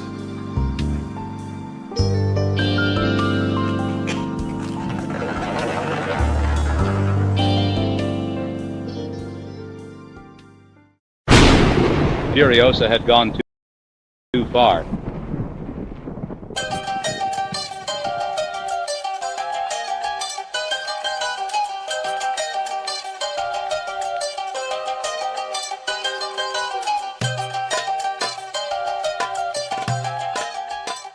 As a child, someone changed her world forever.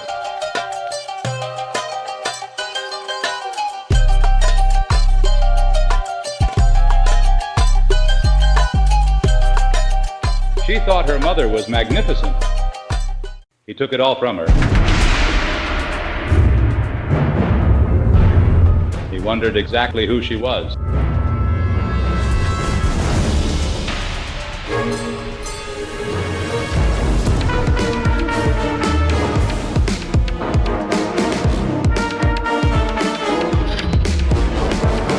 He took her childhood, her mother. Now she wants them back.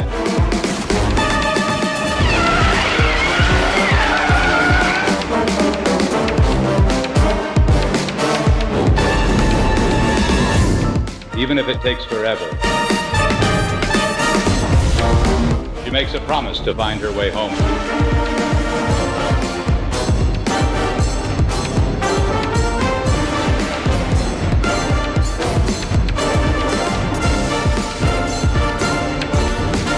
She finds him, he's hers.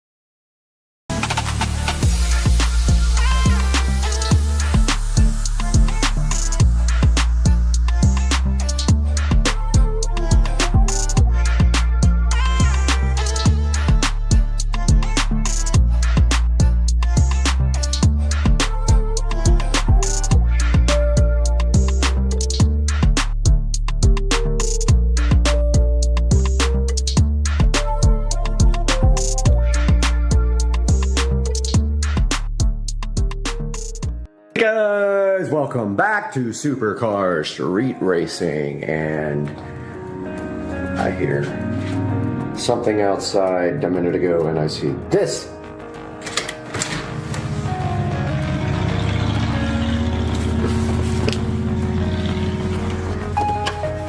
We have a box here from Amazon. Everybody, can't wait to see what's in it.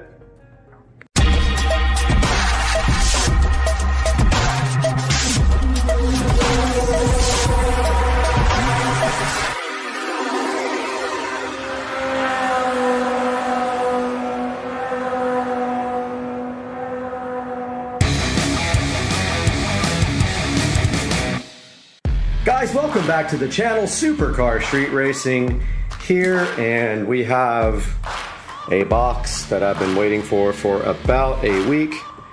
Came in, and let's not cut it too deep, but I think we might have some goodies right here to take a look at for the cart.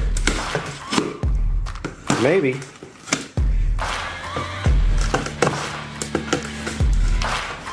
Let's see what's in here.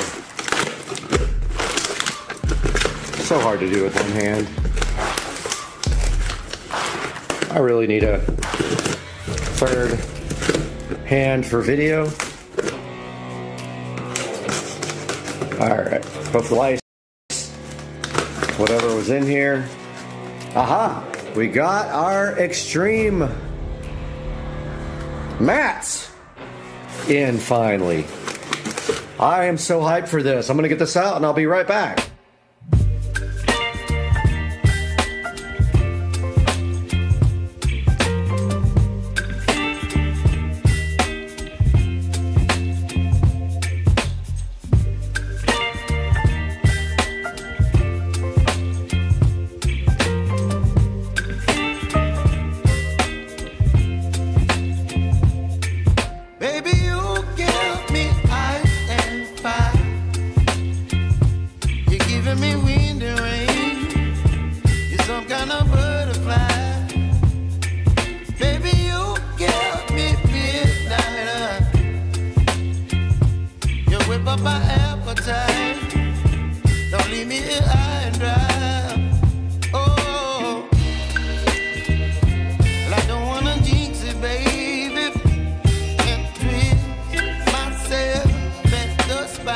Up this awesome packaging, and inside we have the extreme mat for the Club Car Precedent, and check it out. It came with these little clips here and a little installation guide to help you install your extreme mats. And so if you take this off and we open up this install guide, shows you that you have some clips that come with it to install it, and here's a Club Car Precedent. So it looks to me like this would be towards the front, but not sure. I don't have anything in there to clip it to. So, oh, okay, so they have these. They have this instruction here with the nice illustration to show you. And it says for, let's see, precedent. Installation on the following ways: precedent, armor, tempo. It works by extreme mat to the OEM flooring under the dash. The long arm of the clip goes underneath the factory flooring and the small hooks over the trim. I don't have the factory flooring, so yeah, so we're not gonna hook this to anything, I don't think, but with an aftermarket dash, loosen the screws. Okay, so basically what it's saying here is to test it out and see if your dash will cover it. It says you'll not need to install the extreme clip if your dashboard covers the top part of the mat. So we'll see. We'll go out there. My dashboard is not secure, but we will take this outside and see if we can fit this extreme mat to the club car. In today's video, we're going to show you how to install an golf cart mat in a club car Precedent, Tempo, or Onward.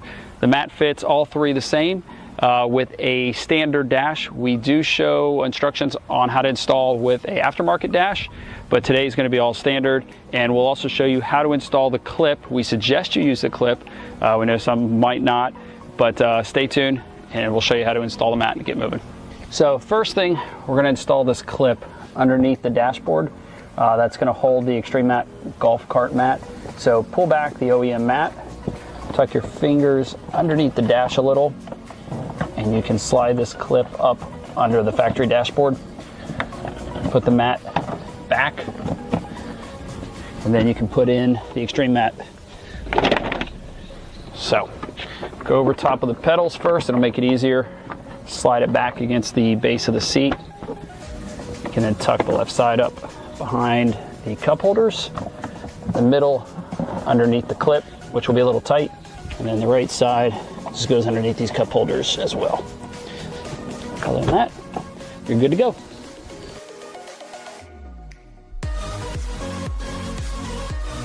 Out here in my garage, I've got this Extreme Mat here, and as you can see here, we have one bundle of wiring that runs through the floorboard there. We've got another one here, but you know, there's no place to put wires inside the dash, so I gotta run speaker wires down through that right there and get it to the back. But let's get this mat out and see exactly what we can do with it and see what we're going to be dealing with. Chances are it will have to tuck under, but the dash is not secure yet, so there's really nothing to clip it to. We're gonna go ahead and unpack this amazing Extreme Mat, which came in this lovely Extreme Mat condom. And this thing is very high quality and heavy. I can tell you right now, this is probably 5 times heavier than the factory mat. And it literally just fits into the cart like so.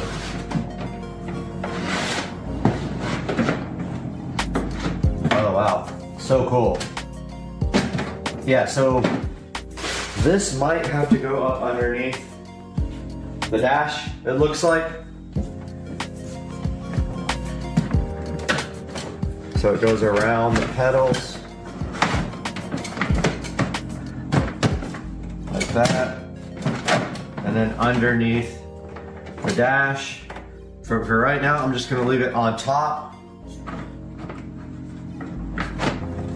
Wow, it fits good. It's a bummer it doesn't cover these screw holes in my side skirts that were drilled in by an idiot. That sucks. I got little screw holes right here that somebody decided it was smart to screw into these to put those metal side skirts in. So looks like I need side skirts. I guess I got to get those ordered because this doesn't cover it. But wow, check out that mat. Okay guys, let's go over the fit and finish of this Extreme Mat and look at the way this thing goes in. Now this looks like it would work either on top of or underneath this dash, but probably looks better tucked. We could probably tuck it under there if you want to. But for now, since the dash is not secure, you can see here it fits perfectly around the edges. It's a bummer that it misses the screw holes by just a fraction of an inch, but look at the fit around the edge there. It seems to be pretty perfect. It fits exactly around here. Not sure why they have this little bulged out thing right here rather than just a straight up hole, but this is probably, I don't know, 50 times better than the stock mat as far as the looks go. And I think that this is a good choice. And I did get gray because of the carbon fiber. I just noticed here we need to take the sticker off. I'm gonna go ahead and do that now. All right, so I got the ugly sticker off, and of course we got traffic coming by, but here's another good look at the fit and finish of the Extreme Mat with black with it has actually the gray stripe. Now the only thing I see that is going to be a problem is right here. Not sure why I see everything here. I'll probably have to fabricate some kind of cover for this that goes under here, like a black cover, because I can see the actual, or just get tubing, plastic tubing to cover my wiring. because I think the factory mat would hide this, but I don't have the factory mat and I don't really want to put it on there. But everything else looks amazing on this thing. And now let's go take a look at your options when you order the Extreme mat. Hey guys, Supercar Street Racing here, and we are back in front of the computer here, and you can see we're taking a look at the Club Car Extreme mat right here for the Precedent, Onward, Tempo, Villager, V4L, and I think it fits the Yamahas as well. It actually has come down in price a little bit, so I paid a little bit more for that, I think. But yeah, so looking at this, it tells you about the quality and stuff, designed in the USA, and you can actually give these guys a call if you have any questions about the Extreme mat. But let's take a look at the video here.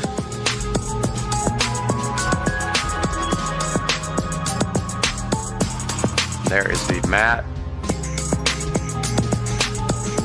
Looks pretty good. We'll put that in the video also. In today's video, I'm going to show you how to install an Extreme mat. Pretty easy to install. You don't really need a video. It shows you here which ones it fits. And then right here, it's got a lot of the details about the mat. So super rugged, laser measured. It's got optional trims. It's got a horn hole, place where you can trim the horn hole if you need it. And then look right here at the factory mat compared to this nice Extreme mat right here. The difference is actually night and day. Look at it installed here. You could see on my cart, it really does make a huge difference on the cart as far as the quality of the floorboard. Looks much more expensive. See here, it fits right around the Precedent stop-go pedals, no problem. That's actually the exact mat that I have right there. Now here's some of the different trim colors you can get. I have the gray. I really like it. I almost got another color, but I thought that that would look good with the carbon fiber dash and steering wheel kit. Now right here they have 393 ratings, and they are at a solid 4.8, which is almost unheard of on Amazon. Only way to get a solid 4.8 is to bribe and lie and pay people to give you reviews, but these guys are legit with their Extreme mat. And here's some other good pictures of it. Looks like they started in 2013. They got a 33,000 square foot warehouse, and they are pre-cut, laser cut, and you can see here how good that looks in the cart. And definitely much higher quality than the factory mat here. You can see your Extreme mat here fitting perfectly. The only thing I don't have is something to cover the wires right here where they go up into the dash. And really, honestly, that's kind of a manufacturer problem, that they made the wiring go under the mat and then up through, exposed to under the dash, because honestly you could go under the cart with no problem. These are full coverage mats. They are a one-piece design, and they have like a diamond cut. If you get wet, it's supposed to channel the water away. They're measured with a laser, so that means they cut them very specifically. They're super thick. You can tell that when you pick it up. They probably weigh a good 15 pounds, and they fit all these models here. And then down here we have the reviews, the questions and answers. Take a look at those. There's 38 questions and answers here. And then some really good reviews with pictures like this one, which is exactly the one I have. And you really don't need to clip it in. It's going to be fine. I don't know whether, I think I'm going to put mine under the dash. That makes more sense. It looks cleaner. But you can see here with the factory dash, I think that is, it fits right under the dash, but my dash is lower, so I'll probably have to go under the dash, tuck it under, and then use that. But so far so good with the Extreme mats. I'm going to actually get in touch with the company and see if they want to work with me on some different types of cart installs. I have neighbors who have other types of carts. Maybe we can get them to sponsor or do something. But really appreciate the high quality on the cart, and it is cheaper than what I paid, I'm pretty sure. So go ahead and get yourself an extreme matte if you've been thinking about it or you are on the fence. This guy right here, take a look at the different colors. We didn't go over that, but look at the blue. There's the blue. Here is the all black. Most people, I bet, don't order all black, but like we already looked at the blue. Here's the green. If you want to be bold, do yourself a green one with the green trim and be like an Audi RS3. And then you've got the good looking red, which pretty much will go with black or anything else, which I could have done that as well. I did not. I opted for the gray to match the carbon fiber on my dash and steering wheel. I'm going to go ahead and say that the Extreme Matte is a good purchase and I would recommend it. I will throw their video up here after this so you guys can take a look. I'm Supercar Street Racing. I hope you guys enjoyed this video and we'll see you next time.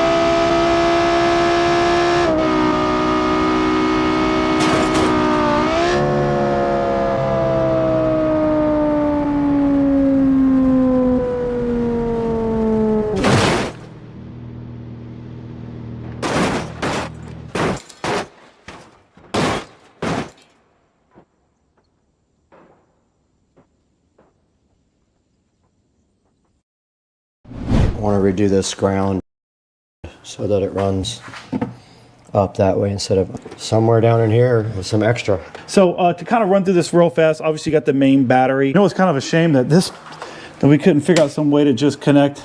To make that work? Does this come off? When we take this off, does this dash with the cup holders come off? Probably use your hole saw kit just to make the first initial hole.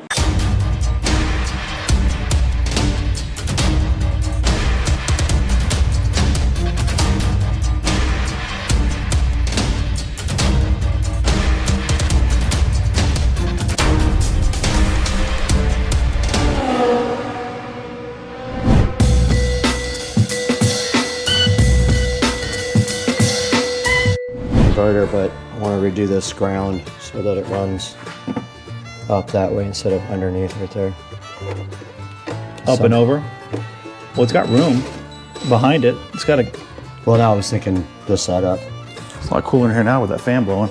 Yeah, I'm about to crank it up on high. Oh, I'll do it. Can you make us a ground with two of the big yellow loops to go from the fuse box to the battery? Cut off just enough so that I can tie it up with a clamp so that I can come around. Okay, I just got done connecting the inverter. You can see right here, I ran it right up the side of the inverter and then directly over to the fuse box. Right now, Joe is making our ground cable to go from the battery to the voltage reducer, and then we'll go from the voltage reducer to the fuse box for ground to give that a ground. So we're gonna just work on that right now real quick. All right, so we're coming off the positive here. That guy's gonna come off the negative, run the side of the battery along the top of here to right here. So leave me enough to just clamp it with this red guide to right here so that I can put a good clamp. And if you can... Hold on, so we're going from right here to here. And then... This is gonna go here. Just like that to the bottom of this terminal so it'll sit like right there. So you go right here? Yeah, just leave a tiny bit extra and we'll make that work. Okay. Now, do you want to come directly off the battery for your amplifier ground, or do you want to come off of the voltage reducer? I'm okay with coming off the voltage reducer. So then make a ground also that comes down, feeds down to here for your amplifier. Yep.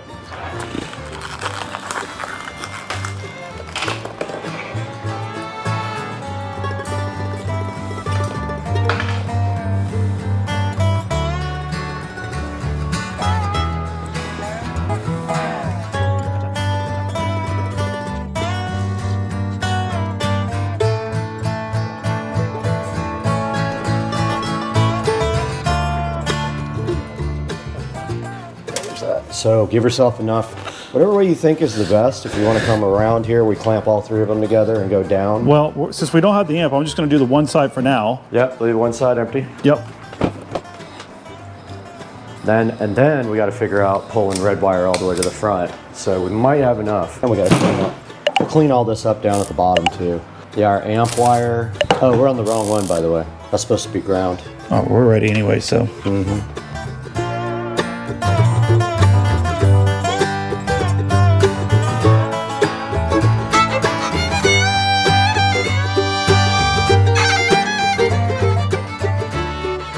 Those guys both go, and then what we'll do is we'll clamp them all together right there to keep them out of the way. But we got our amp power wire we need to run too.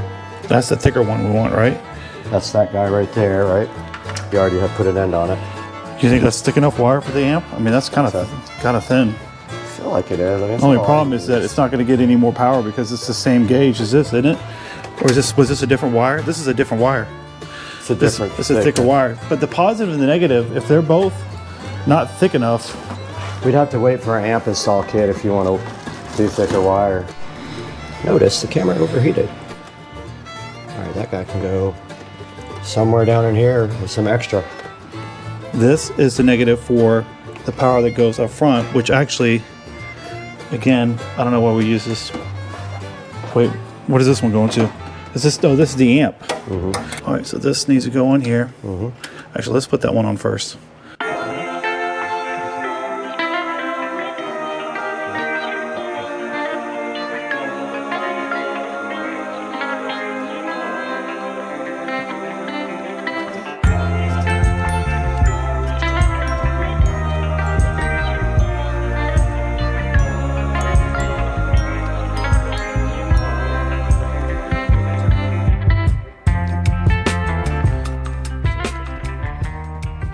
All right, so this feeds your amp.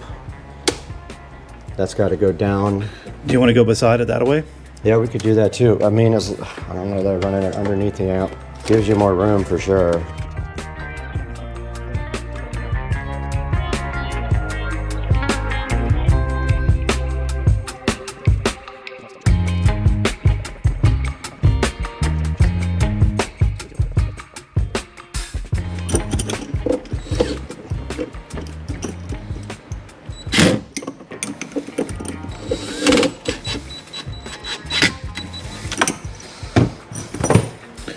Did you want to go behind it? I did want to, but...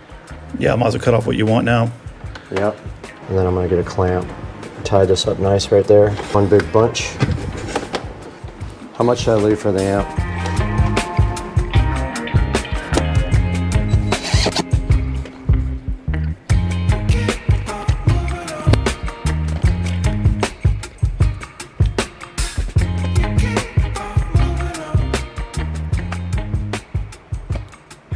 All right, just a little update here. I am working on cleaning up the wiring inside the bay now.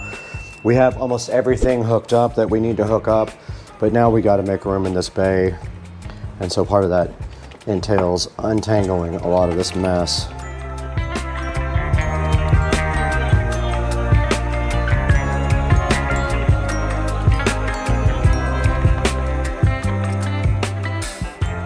We're in the middle of cleaning up the wiring, so we're basically running our COM cable and our actual power cable from it's a charging cable, from our charger to our battery. And so we're just taking clamps and going along the edge and kind of clamping down to clean up the bay real nice.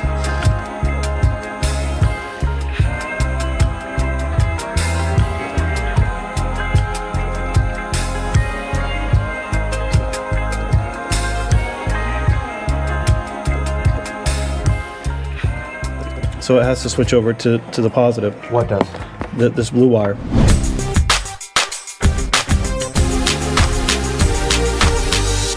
So we're back. We spent about an hour, probably equivalent, working on this bay here, getting things tightened up with all the additional items that we included in here. So to kind of run through this real fast, obviously you got the main battery. From here, what we did was go to a reducer, which is a 48 to 12 volt reducer. From that point, we jumped it over to a fuse panel, just in case we wanted to run any 12 volt optional electronics, but we haven't decided about that yet. From here, we have a converter from DC to AC that gives us a 110 option. And then over here is the charger itself. So we spent time really kind of going through everything, making sure all the wires were tight. We've prepped ourselves already for an amplifier that we're going to work on next. But the biggest thing is making sure everything was tight, up and out of the way, to give ourselves a good idea of how much room we can have for an amplifier. So earlier in this video, what you'll see is that we had a Boss amp. After breaking it out, looking at the dimensions, we figured that it just wasn't going to work for us. So we're going to go back to the drawing board, find an amp that makes sense, that will fit inside this compartment here itself. And then our next steps are going to be installing the dash with the speakers and the rest of the equipment for the stereo. So it looks great, very clean in here. We're going to do some additional cleaning up around here, but we are pretty much set, ready to go. If we're going to rip the dash apart, we could connect your front speakers and run the wires to the back. All right, so next we would need to pull the steering wheel off to install the dash, but we kind of get all the wiring done first. We do all that because I have to drive this thing around. That's what I'm saying. We can't just leave it in a state where it won't. We got to figure out the remote wire. We'll just jump from the positive lead on the amp to the actual power positive on the back of the amp to the remote, just a little jumper wire.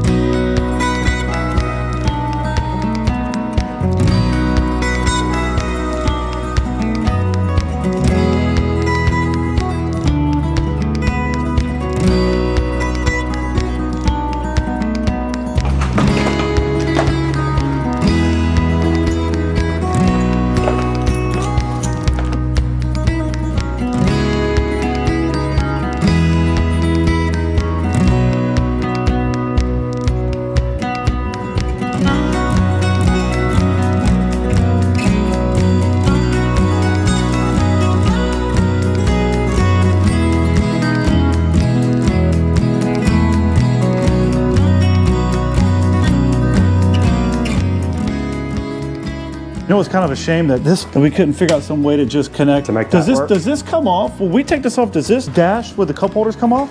Yes. It does, doesn't it? Mm-hmm. All that comes up. So it just, all the wiring just floats back there? It does, doesn't it? Yeah. Yep, it just sits back there. Everything that you don't reuse. You know, it's pretty clean install. Yeah, it looks good so far. I think we'll get it. It's going to look way better with an amp in there. Yeah. And all that stuff's covered.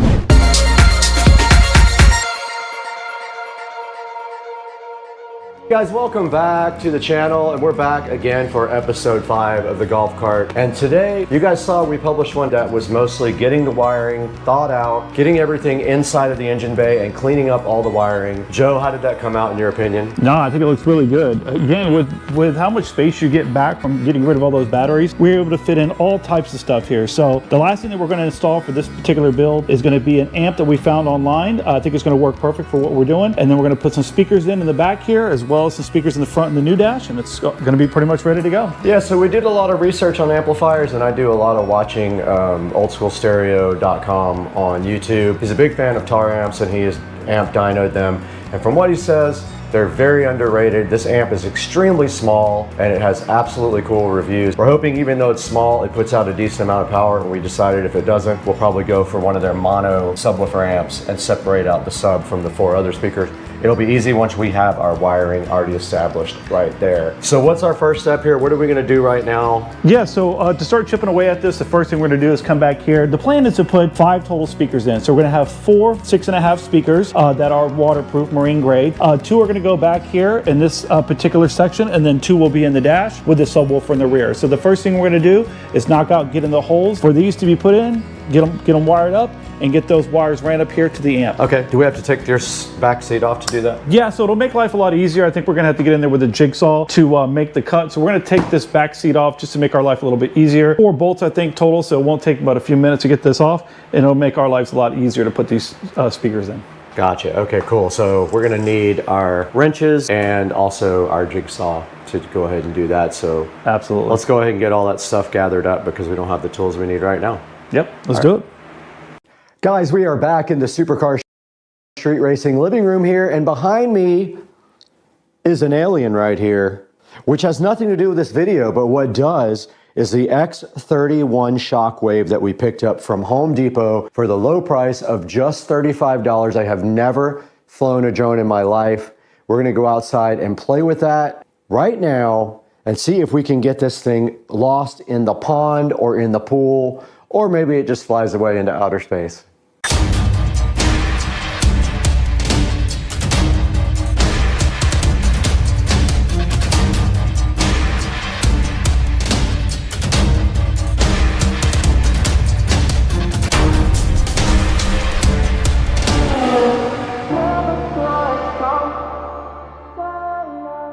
Welcome back to the channel, and today on Supercar Street Racing, we are so happy to have you to look at the X31 Shockwave from Skyrider. You see it right here looking so fresh in front of me, and it's $35 at Home Depot. And checking out the box here, we see a lot of cool features. Let's check it out. Having nothing at all to do with this alien, we have the X31 Shockwave. It is a quadcopter drone with Wi-Fi camera, and it has Wi-Fi real-time photo and video, smartphone control. It can stream video to phone and goggles. It has navigation lights and a 2.4 gigahertz remote with a phone holder. And today we're gonna be unboxing this. The app is right here. It tells you how to get it right here, and we'll look at that also on Supercar Street Racing. Let's get rolling. Inside the box of the Skyrider X31 Shockwave now, and we can see what came with this drone. It did come with a small screwdriver, some replacement rotors there, does have a manual right here. It has a USB charger, so it has a Type A on one side and a proprietary connection for the battery. It does come with a 400 milliamp hour battery, a very small one. Now to charge this, you can see how you have to hook that up. You hook it directly to the cable that normally would go to the battery. You disconnect that and hook up the charger. And it does take about an hour and a half to charge the battery, and the flying time is supposed to be somewhere between 7 and 10 minutes, and we will see. And then right here looking so fresh is the 2.4 gigahertz remote control for the drone, and it has a phone clamp up there.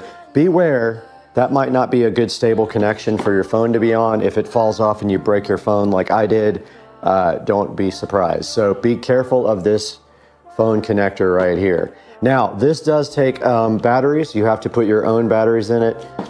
So let's open this thing and see what kind it takes. Inside of the drone remote control for the X31, you can see that it has 4 AA AC Delco batteries in it, who also make auto parts, and that is all you need to actually get this thing running. 4 batteries in the remote control.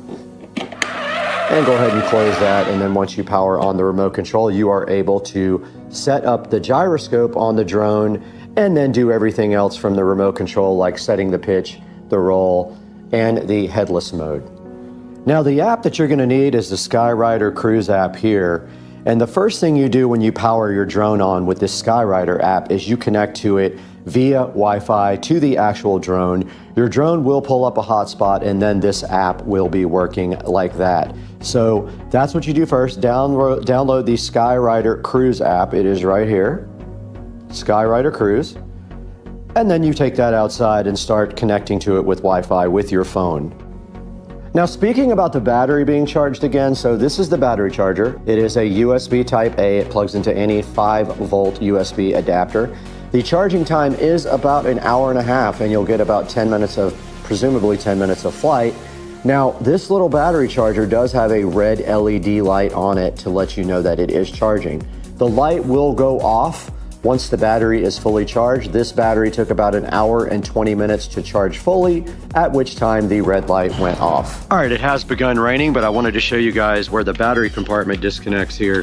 All you do is unplug the battery and plug in the charger and drop the drone. But when you're done, you just pull this out of the battery, slide the battery right back in here to the drone. It slides right into this compartment all the way back. And then you just plug the battery back in when you're ready to fly. And there's only it has a key on it, and it is plugged in, and then you stuff the battery cable back in there. The actual camera mount part is the cover, and it should just snap into place like that. And we're ready to fly. All right, we are ready to fly now. Put the drone out here with the camera facing us. Top isn't exactly on secure, but that's fine. Put the camera facing us. We'll put the switch on. And you notice the navigation lights on the drone. Now we connect to the drone's Wi-Fi. Skywriter Cruise right here.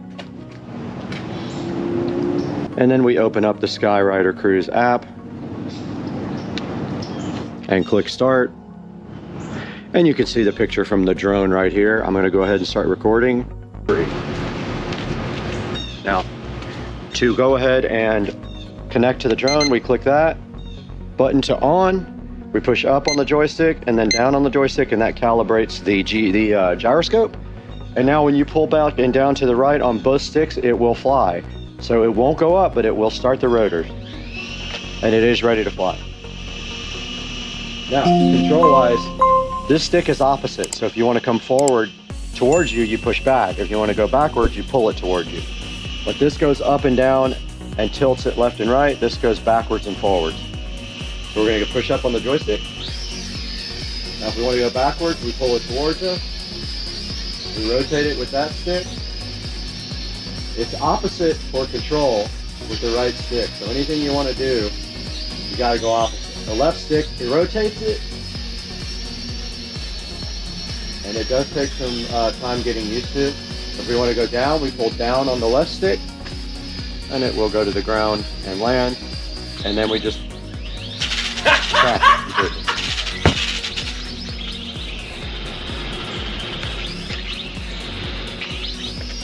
Oops. Okay, so I'm still getting used to it. As you can see, I'm not that great at flying it. But I wanted to land it and turn the rotors off. Okay, it did switch off automatically that time. Now we push forward on the left stick again, it will go up. Oh, we have to start the rotors. Down and to the right on both sticks. Let's raise it up and try to turn it towards us.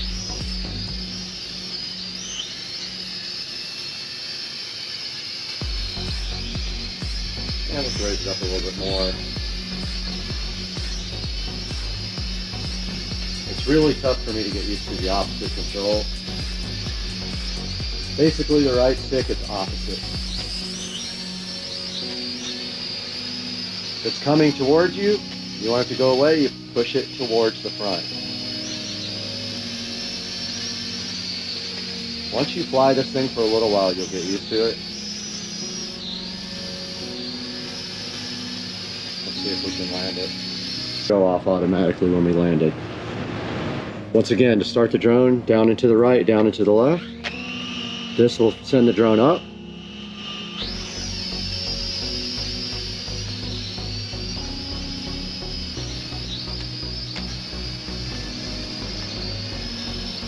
And we just flew under my neighbor's trellis.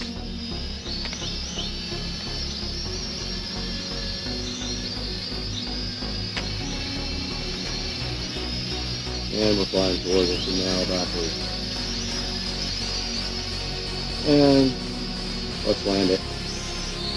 That goes up, and that goes down.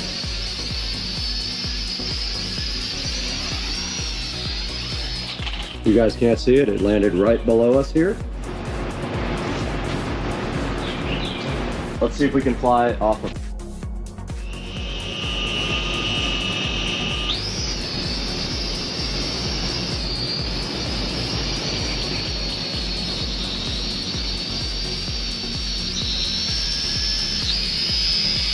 The key to this is keeping it oriented towards you.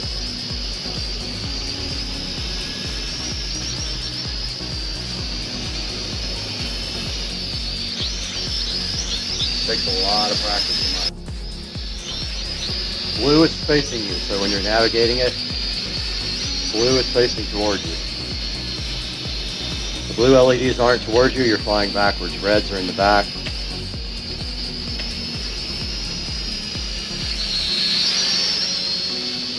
Almost took my head off. And it does drift with the wind sometimes. Okay, I'm still getting used to it, that's why I haven't flown it over the pond yet. And the charge is also probably...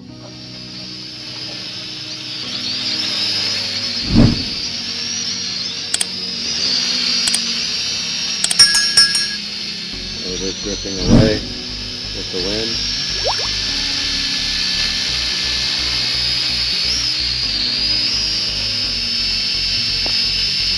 There's a good shot of it. Right in front of, trying to get used to like really precise controls. See it rotate and the blue LEDs in front of you? Almost hit the camera. Very close to hitting the GoPro.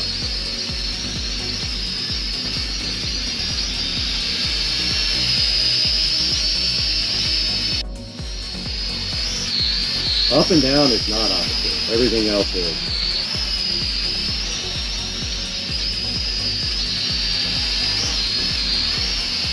And we have a squirrel. Very curious over there about what is happening with this drone. Now that was a drift. I did not do that. Oh, I almost hit the camera again.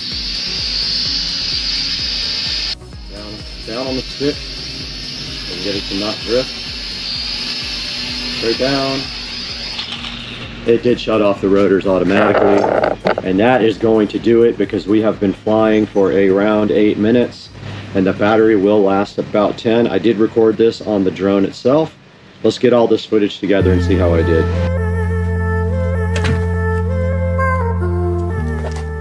Hey guys, welcome to Supercar Street Racing. You're back again with Brad. We're out here in the 4K production studios. You can see we are out here every day bringing you high quality 4K videos, testing all the products and letting you guys know how we feel. And today we are so excited to bring you this drone. Now this is the X31 Shockwave, directly from Home Depot right to your cart. This thing is about 35 bucks at Home Depot. I've got it up here on Amazon. Has a 3.7 star review. Now let's get some things clear about this before we get started. The X31 is a basic drone. What it is good for is to teach you how to fly drones, and what you can do with this is have an inexpensive, indestructible drone. And I'll tell you right now, this thing is very tough. I have crashed it probably 30 times into walls and metal furniture and the house, and it has not even once broken. No propellers are broken, nothing. This thing is awesome. As far as indestructibility, I didn't even put the guards on, and it still has not broken to this day.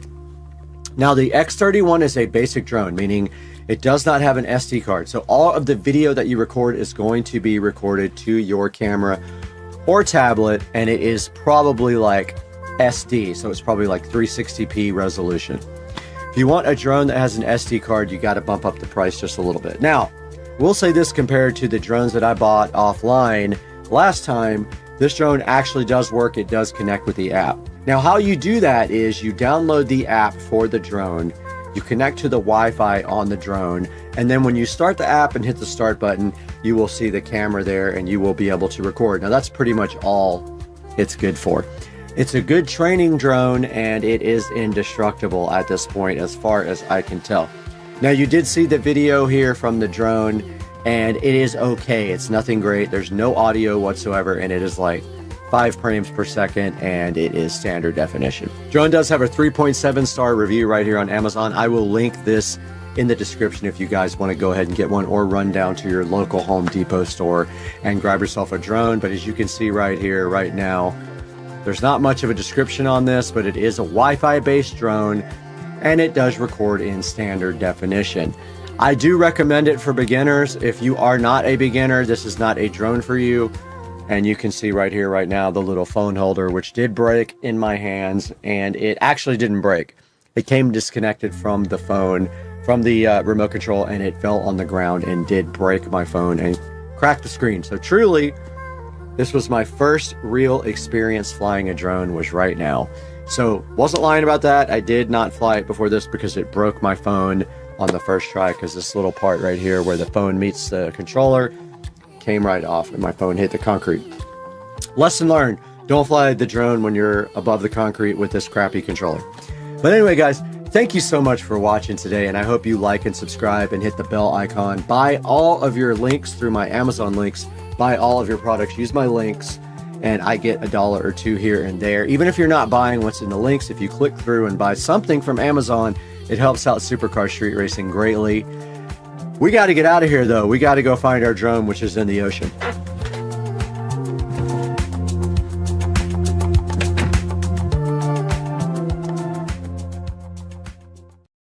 Hey guys, Supercar Street Racing here again for another episode. I'm glad you joined us today. And today, I know we look like absolute crap, but that is from actually working out in the garage. And today we have more of the mini bike restoration. I've been working hard on this, probably put about 30 hours into it just this week alone. And we're going to be taking a look at that right now. It's a lot of work. There's a lot of footage, so bear with me and stick around and let's watch this footage.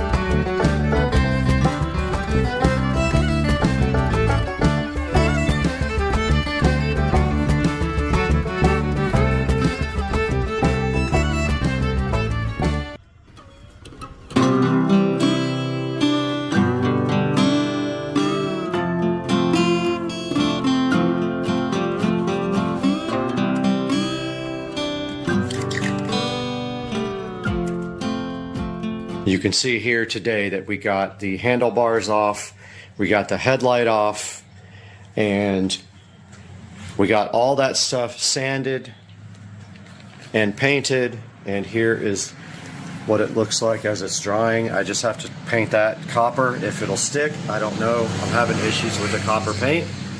But there is the handlebars all ready to go. There is the fake gas tank, the back fender, and the real gas tank. And then over here outside drying, we have the front fender looking all nice and good. The only place it doesn't look great is where it rusted, and I didn't do body filler or anything. Sanded it really well and painted it. So you're going to see that, but that's okay. That's part of the patina. And then we have our headlight and our chain guard, which I did in copper. I had a little issues with the paint not sticking, but it looks like a couple of coats made the difference on covering that part up. So I am going to attempt to paint this gas cap copper. It may be a complete fail. I might have to sand it first, but I might do like a really light coat and then see what happens, because yeah, I don't want to have to paint that whole gas tank again. And it looks like I got to mask off the gas tank just to do the gas cap, because it's not a real cap.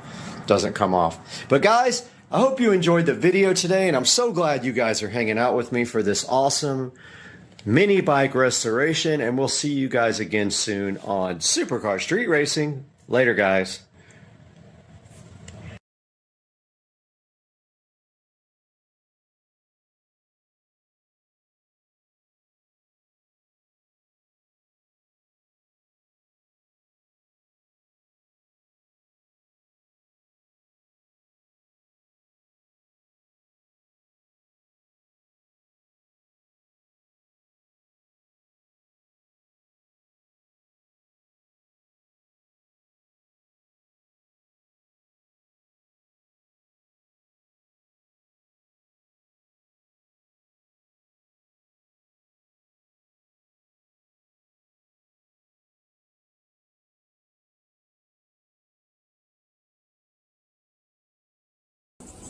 Check out this dude.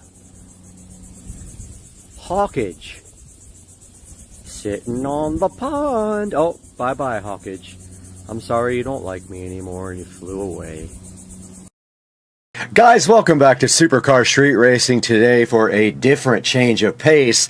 We are starting out in the 4K production studio, and I wish it was on a good note, because we were trying to do some green screen stuff and it just did not work out. So I'm shooting all this footage over again from the studio, and today we're going to be solving an issue with something in my house that needs some storage, and we're going to do that next. So hang out on Supercar Street Racing.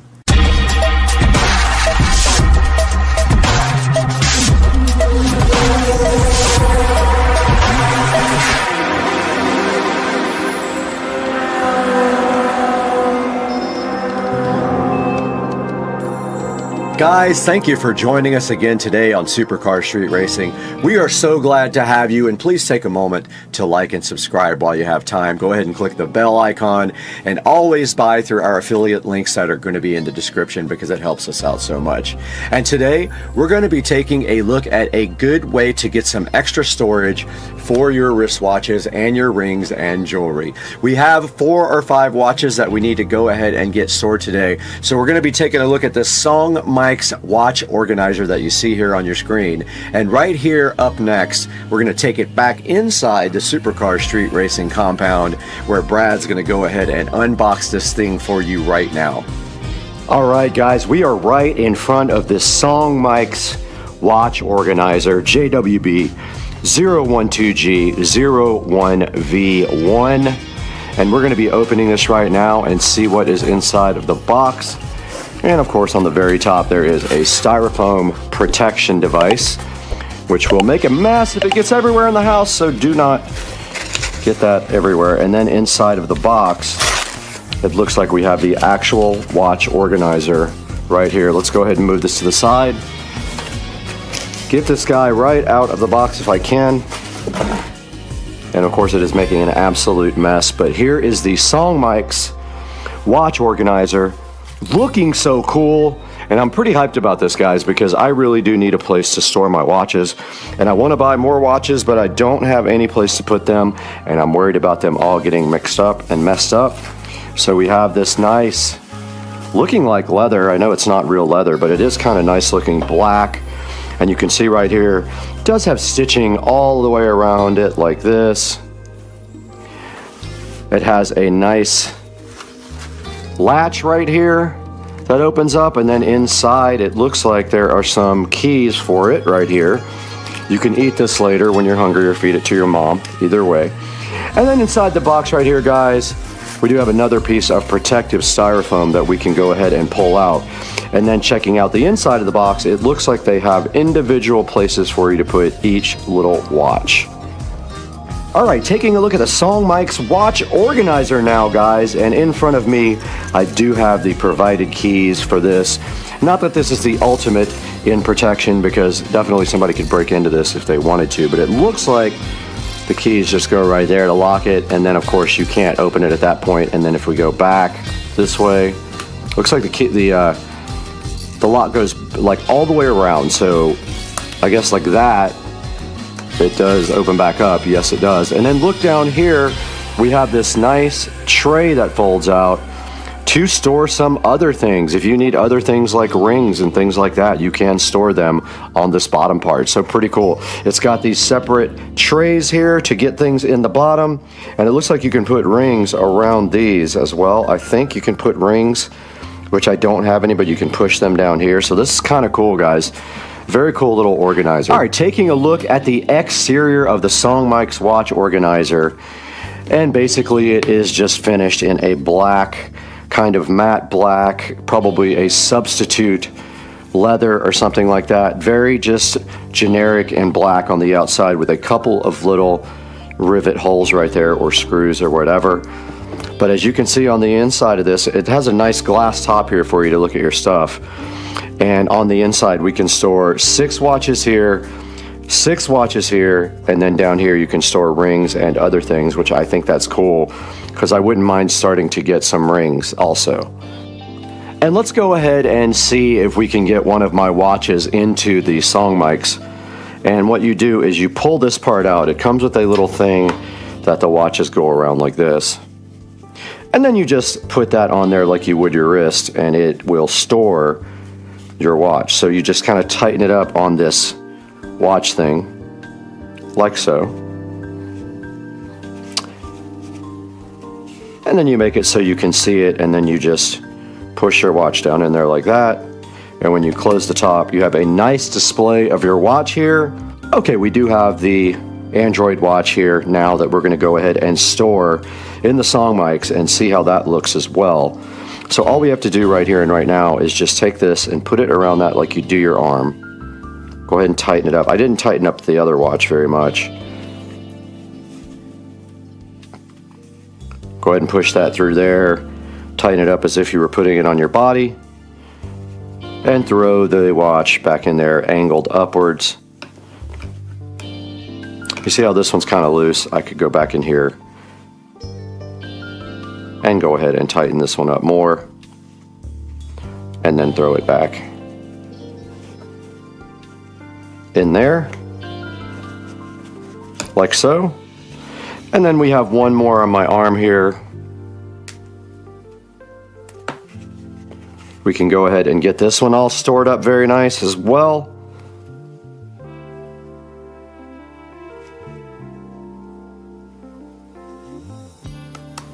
And so just putting it on there like that. And there is the Android.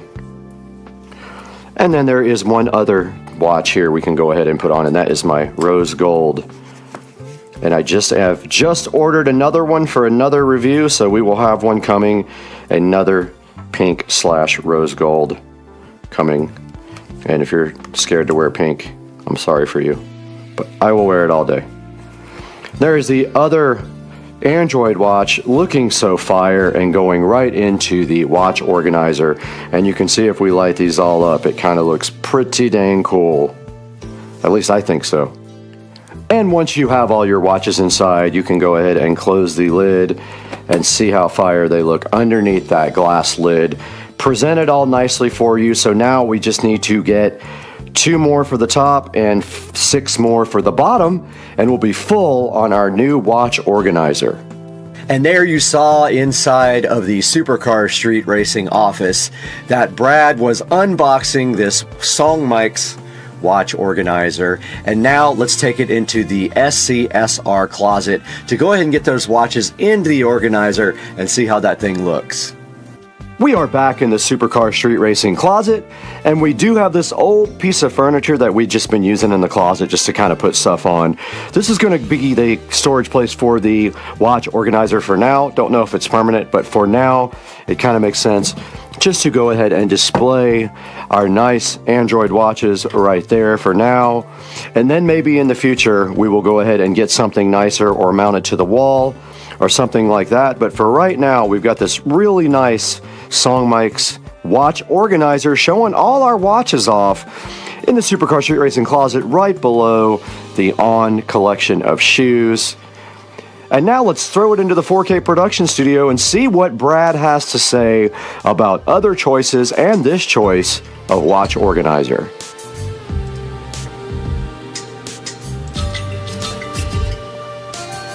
Guys, welcome back to the Supercar Street Racing 4K production studio, and we are out here today showing you guys this SODIMM 12-slot watch box organizer. Now this thing is a lockable watch case. It can organize your watches, all your rings, and all your jewelry, and it is going for $34, and there is a 10% coupon on it.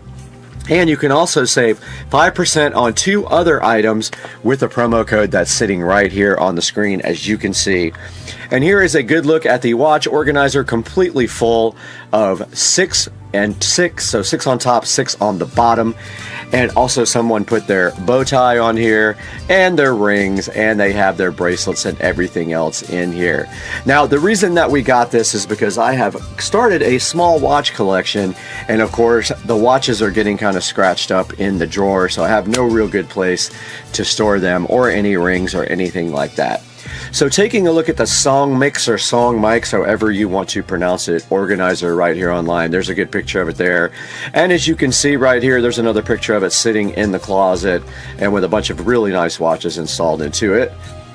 And then here it shows you that it has 2 tiers. So basically on the top it stores all your watches, and then on the bottom it has a drawer to store other things like rings, and you can see someone stored their bow tie here. It will store cufflinks, brooches, earrings, anything you need, tie clips, all that stuff on the bottom drawer.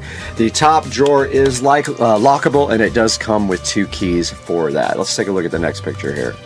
So there's a good look at it sitting on the table. It is kind of a good looking device. Actually, it looks pretty good, and it looks a lot more expensive than it actually was. It was around $35.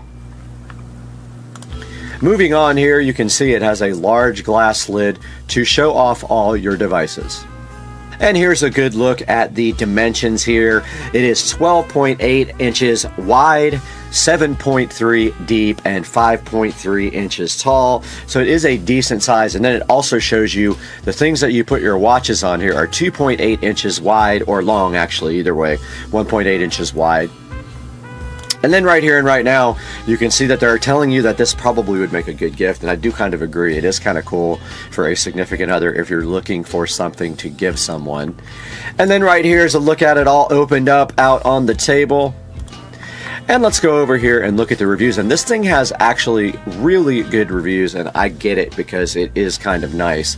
It's got some 4.8 star reviews, and there is a video here. Let's see what this is a review of the SODIMM blackened leather watch box for. All right, so that's just a review, so you guys can get online and take a look at that review after you look at mine.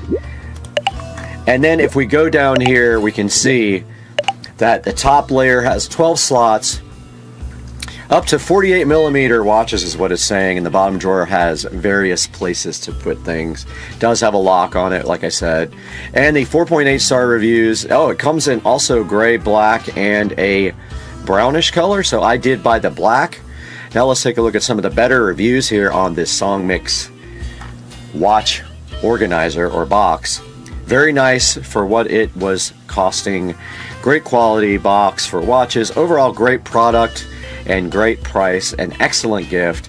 Exactly what I needed. And then let's see if it has any. Doesn't have any. Has a couple of 1 stars, but it has so many sales. It says poor craftsmanship. I don't see that at all on it when I am looking at it. Nothing more than a fancy coated cardboard box. I thought it was a little bit better than that. Not happy. I got a used one. Well, obviously, if you get a used something, you are going to be unhappy with that. Good drawer for storage, not for rings. It does have a place for rings. That is not true. The bottom drawer has a place to push your rings in, so that is absolutely not true. Now, if we look back here, let's see if there's some other options here for you guys to check out. And there is a bunch of people make these type of organizers. They also have a different type here from the same company. It has like a side drawer on it instead. Here's another one from another company called King Sapphire, which is actually cheaper. This one is going for $22, and it might just be the almost exact thing, but does it lock? It does lock. This looks like it could be almost the exact same product for $22. It has 3 5-star ratings. So make sure you check that out too if you're interested. There's several other ones over here for anywhere in the $25 to $29 range. So make sure you check out all the interesting options. And I do kind of dig this red one. But this is $129, so it's quite a bit more than the one that we purchased. They are all in the $129 range. So if you want to spend a little bit more money and go for a little bit better quality, go ahead and get one that's a little bit more expensive and see if you like that better. You can always return it, so always keep that in mind when you spend money on Amazon. Guys, I'm going to go ahead and put the link in the description. I'm going to go back to the song mix here. I'm going to put the link in the description for this, and please order through our affiliate links. Go ahead and click subscribe and click the little bell so you get notified every time we drop a video. And just FYI, if you click through an affiliate link in any of our videos, not the one for this, if you want to order anything from Amazon, click any of my links, and then it will actually help me out because I will get a slight commission on what you purchase. So go ahead and order everything through the affiliate links. We love you guys so much. Thank you for supporting the channel, and we'll see you next time on Supercar Street Racing. We're out of here. Let's go.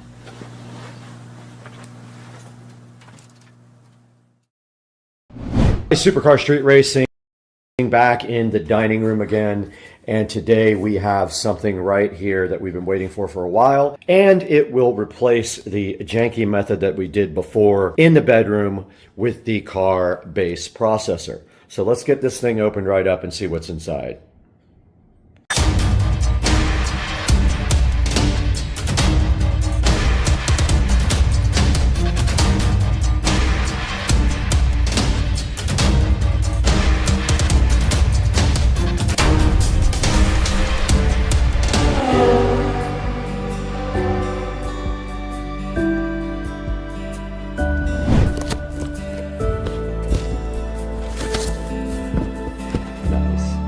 Side of this box in front of me, we've got the Behringer Ultra Bass Pro EX 1200. Now this is my third EX 1200. These things are very, very difficult to find online.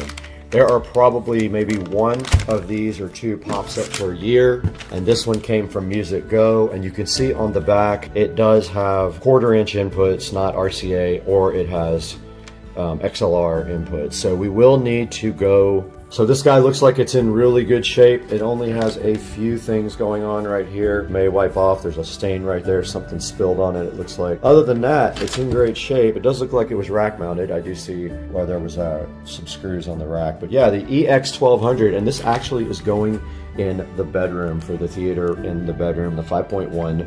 So we can go ahead and look for our 1/4 inch jacks now and see if we have any 1/4 inch RCA. We're in the bedroom now in Supercar Street Racing, and we do see double RCAs coming out of the subwoofer right there. However, there is only one connected right there. So let me check that out and see what I did back here. So basically there is a Y adapter behind the Marantz right back there. So All I have to do is remove that Y adapter and plug it up to the back of this guy, and then run a set of RCA cables down there. That would probably be the easiest. Although I think the Marantz has 2 subwoofer outputs. Let me check. All right, so we have to go into our trusty hoarder bin here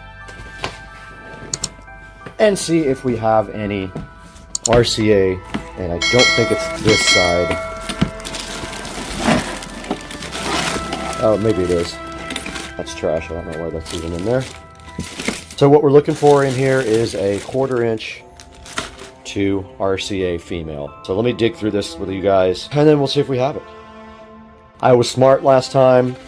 I bought a pack of these, so I have them. So what we have to do now is connect these to the back of the Ultra Bass Pro. We're going sub out. We only need one because we have the splitter right here. So let's just get this connected real quick. Now remember, if you are feeding speakers also with an amp, you come out of these outputs here, this one and this one. So we need input left, input right, and then we come out of that and go to the sub. So we're gonna have to feed both of these. So let me see if I have everything it takes, and we will get back.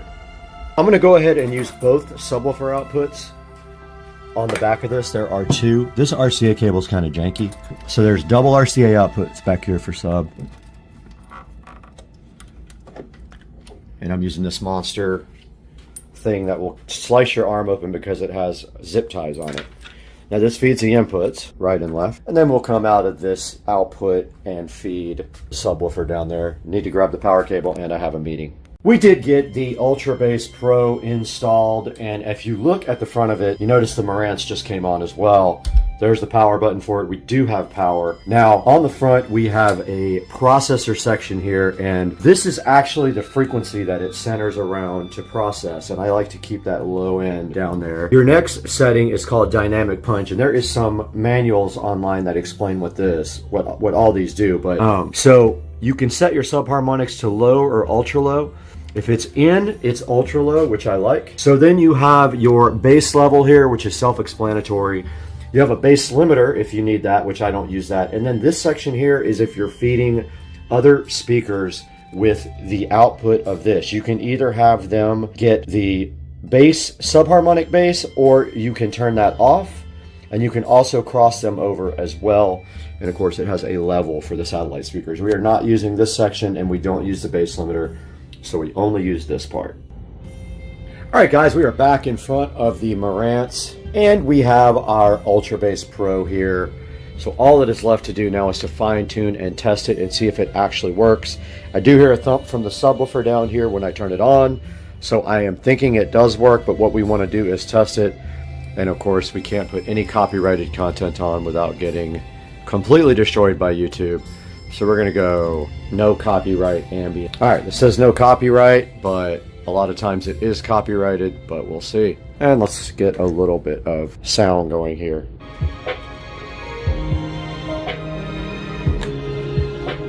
Okay, I don't see any lights on this. I went ahead and cranked up the level on the bass. We have our Govee Dreamview in the background there, lit up. All right, we got Blade Runner 2049 here, and I'm hoping that I don't get copyright on this. Can't show much of the audio because it'll definitely get me, but let's see if we got some bass response here. Finally got some movement of some LEDs, and we are watching Blade Runner now in 4K Dolby Digital Audio, and this looks amazing. And I'm just going to step back here to limit the copyright.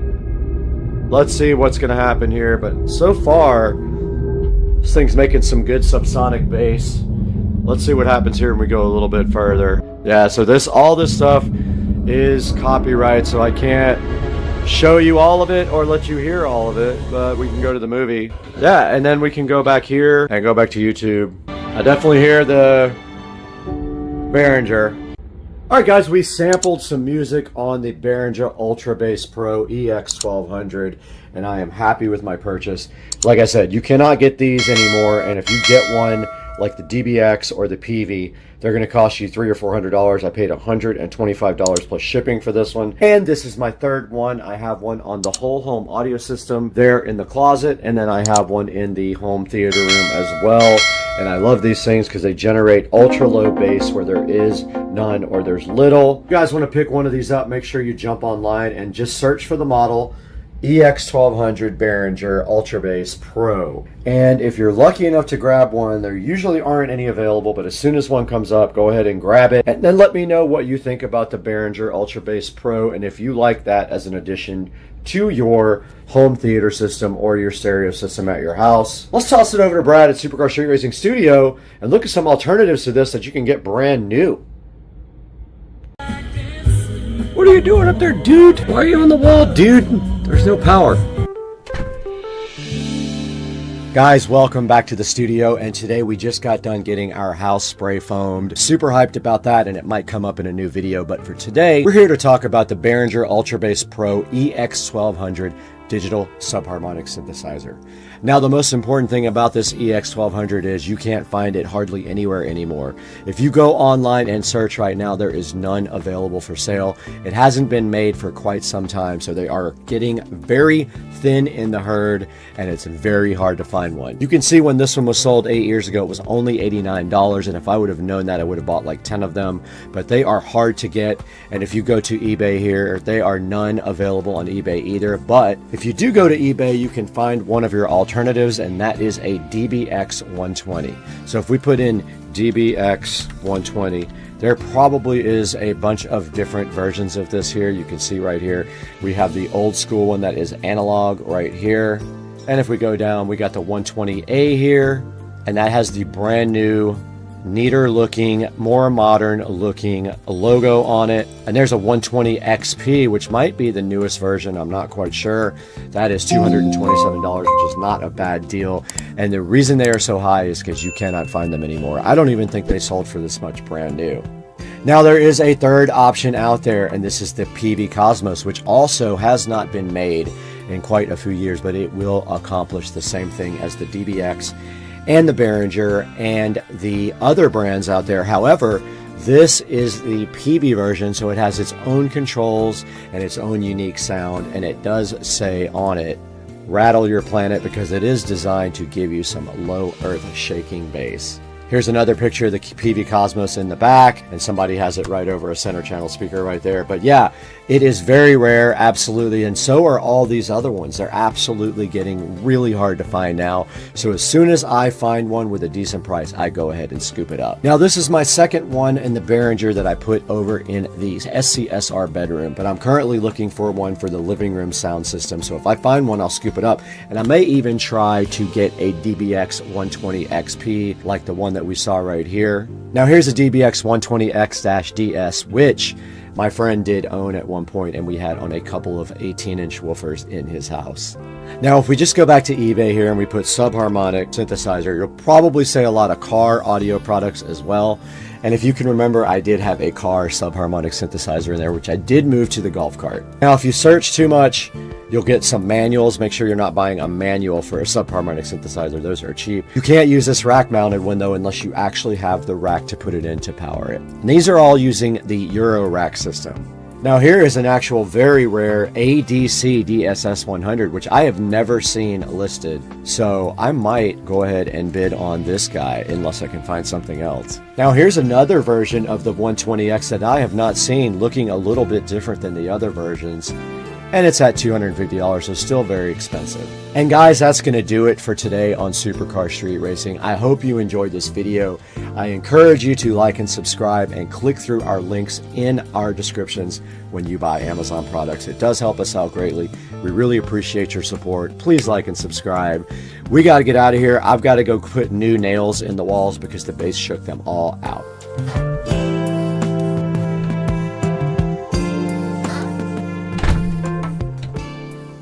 Welcome back to the channel. We're here in front of the thrift store rebuilt Mac today to explore the XTU Wi-Fi trail camera supplied to us so graciously by the manufacturer to give to you guys to test. And today we're also experimenting with shooting with the phone instead of the GoPro, and you can see the XTU trail camera sitting right here so fresh in front of you and ready to be reviewed, and the thrift store Mac doing its work behind it. Let's start looking at this right now.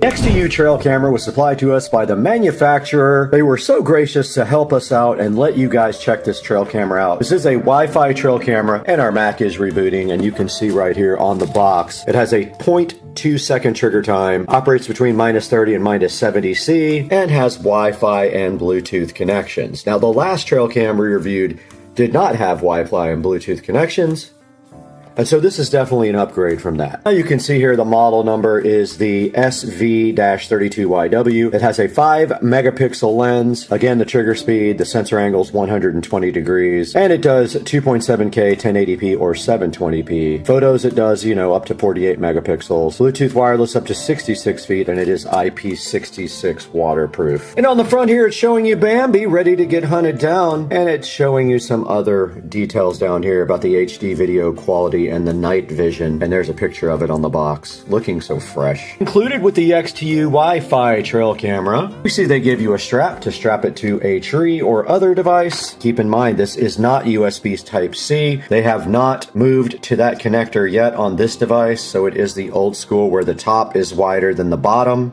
They give you an Allen wrench right here, assuming that is for this mount, because it looks like there's an Allen mount right there. And then you have the trail cam sitting in its glory, and it does run on AA batteries, or underneath it, it does have a power mount right there. It can run on power full time, but you'll need a battery bank or a power adapter for it. And it does use SD cards, as you can see right here in this card slot. They gave us a 64 gigabyte SD card. How nice of them.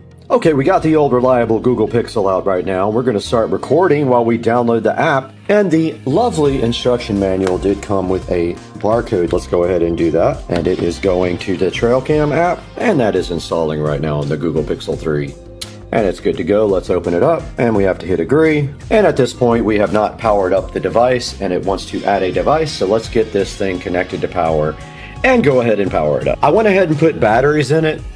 And it said it is PR is preparing. Let's try to add it with the device. Camera found. Okay, it says camera waking up. It did wake up. Searching for device here on the other screen. APP connecting, app connecting. That's what it was talking about. Connect to device, connect. It wants to connect to a temporary Wi-Fi network here. It says Wi-Fi connection successful. Let's call it test cam. Save that.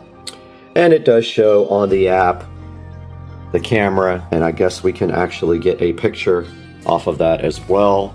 All right, let's go to the next steps. This next step, we're gonna mount the trail cam to the actual tripod. Heel sat there. All right, we're back in front of the trail cam now, and you can see the menu up. You put it in test down here to access the menu, and then you can go to menu, and then that's where you can set up the work time, photo or video, the resolution of the photo and the video, the photo burst mode, the video length mode, audio recording. Let's see if audio recording is on. It is. Okay, perfect. And then there's a delay in the detection setting, a sensitivity setting, a motion filter. If we go to that, it just says on or off. And then there is a test for the motion, a fill light distance, a camera name, a Wi-Fi, date and time, date format, time format, loop recording, and formatting your memory card. You can protect it with a password, etc. But yeah, so that is a look at the menu settings there. It's all explained in the manual when you get it. I did record some audio and video for you guys. Okay, I did figure out what the deal is with the external power supply. There is a connector right there on the bottom to plug into the external power supply. They do not give you the cable though, so you do not have the capability to charge this unless you get yourself a round pinned cable to go ahead and connect to the bottom of this. The app now on the settings, and you can see that it's on the motion detection mode right now, and its detect interval is set to 30 seconds. I'm going to set it to 5. I want to record a bunch of video. And it is on photo. I'm going to change that to video and change the resolution. Actually, it's already fine. I'm going to change the length to 10 minutes here. It's on 2.7K resolution, and it should be ready to deploy. So let's get this thing on the tripod and get out there. Oh, of note, when we close this thing, we can go ahead and check the camera by clicking camera at the bottom, home, camera. And there I am right now on there, and hopefully it is recording. And now I am also recording on this phone the video from the camera so that you guys can see the quality level of Supercar Street Racing right now. So that is how it looks for me right now. Now let's go ahead and keep doing this and go ahead and mount it on the tripod. Ready to go out into the Supercar Street Racing backyard.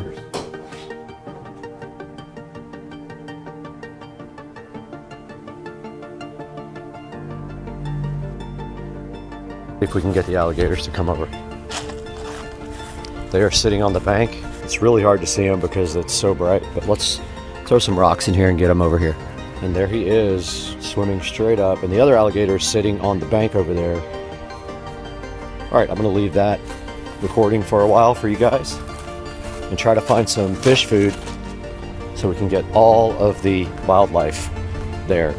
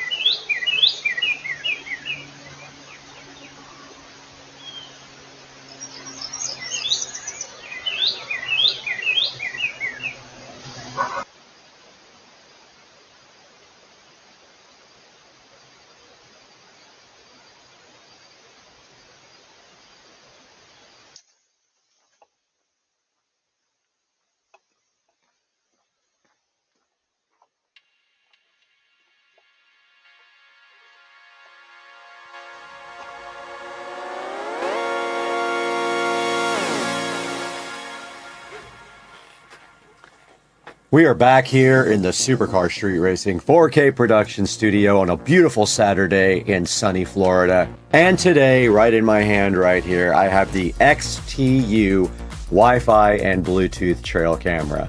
Now this Wi-Fi and Bluetooth trail camera does run on either AA batteries, and it does take 8, or you can connect it to the AC power underneath here. I recommend if you're gonna have this thing out in the field that you just take a power bank and go ahead and get the cable to connect it from this to the power bank. And you can see right here, it does have a color LCD screen as well. And down here are the menus, and when we flip this thing to test mode here, it will fire up and you can see the menu say welcome right now. And then you can go into the menu settings and change all the settings for the video, the audio, the sensitivity, and things like that. Now we did test this trail cam for a good 24 hours straight. We did not get a lot of clips. We did get a bunch of fish, you could see, and we got the alligators out there as well. and the video quality is pretty good. So what I'm gonna do is after I get done editing this video, I'm gonna go ahead and put all of the video from the SD card on one timeline, go ahead and render that out, and I'm gonna put a link to that in the description of this video. That way you guys can go see the video itself raw, unedited. And some of the things I really liked about this trail cam, and it actually is, and some of the things I did like about this trail cam is it was easy to set up. And some of the things I did like about this trail cam, it was easy to set up. The app was really easy to use, and you could also stream right from the camera. The app is pretty self-explanatory, and it was super easy just to open up, throw the batteries in, get this thing going, and start making video. Now there's going to be a link in the description of this video to go ahead and purchase this from XTU on Amazon. Please go ahead and click through my link if you'd like to buy the XTU trail cam. Now taking a look at it now on Amazon, you can see right here, it is $69.95. And let's take a look at some of the pictures here on Amazon. It does have 2 ratings, 4 5-star reviews. And you can see right here, it does have a 2.7 sensor, and it does better than 1080p and 1440p, obviously with a better sensor. And it has Wi-Fi and Bluetooth. You can actually view this remotely if it is connected to Wi-Fi. It says it's got a 20-meter range when you do use the Wi-Fi connection. And it says right here, it has a 0.2 of a second trigger speed. And it has 3 PIR sensors, and it says the detection range reaches 120 degrees of field of view. The detection distance is 25 meters. It says it has great night vision. You could actually see the minnows swimming in the pond when we had the trigger last night in the middle of the night. And there was probably motion going on the whole entire night because of the fish.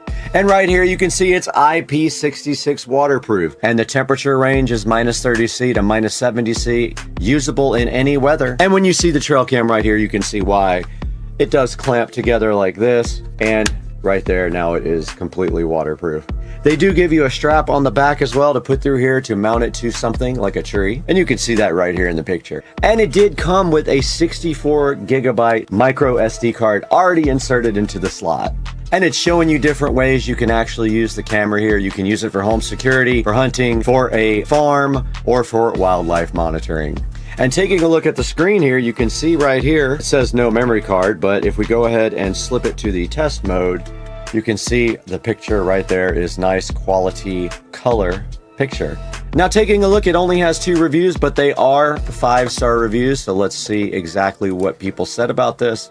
It said it works great. Great camera to watch the wildlife in our backyard. Easy to set up, works great. And they did put a picture of it sitting on top of their tractor. Now back into Amazon and comparing, there are several different wildlife cameras you can buy on Amazon. If we search for trail cam, there's going to be a lot of options. But this one is tried and true. This one is $199, but it has 4G LTE. Here's one for $79, 60 megapixels, IP66, only 4-star reviews. Here's another one for $35, one for $39, one for $49. And then there's some other ones down here for you to choose from. This one even says it is 4K. I would be wary of the ones that say 4K that are this low in price though. I doubt that they're that great. Now we are back on the Supercar Street Racing page here. And this is where we take the opportunity to ask you guys to please support the channel. Please buy all your Amazon products through any of my product links. You don't have to buy the actual product in the video description. You can buy anything you want by clicking on any of my links. And it does help the channel out greatly. It gives us a few dollars to keep going and purchasing products like this, although this was provided by the manufacturer for us to show to you. Please like and subscribe to all our videos. The videos are starting to take off and it's great for the channel. I put in a lot of work on this stuff every day. And make sure you have the bell icon clicked so that when we do publish a video, you'll see it right away. And we usually do a video per day. Guys, we gotta go. We gotta go buy a bow and arrow and go hunting. So we'll see you guys later. Peace out.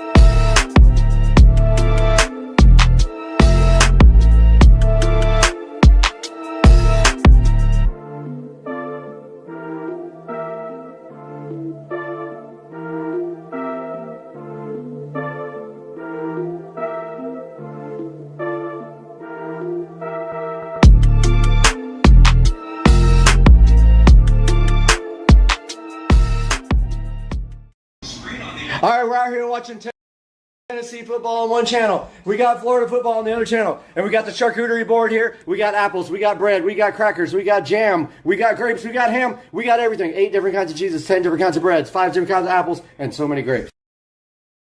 Supercar street racing here. I found this cool director's view setting on my S22 Ultra 5G. And it shows both the front and the back camera at the same freaking time. Can you believe it? All right, so this is part 3 of the pool remodel project, which you guys can see the pool right there. The thing's about to get remodeled in about 3 weeks. And the project that we're working on now is the LED pool light. And so I am going to have to pull new wire because here's the thing. So our goal is to hook up the existing switch box for the light. We're not going to use the switch. We are going to use the box, and we are going to run this new pool light that we got the other day, and you guys saw that video.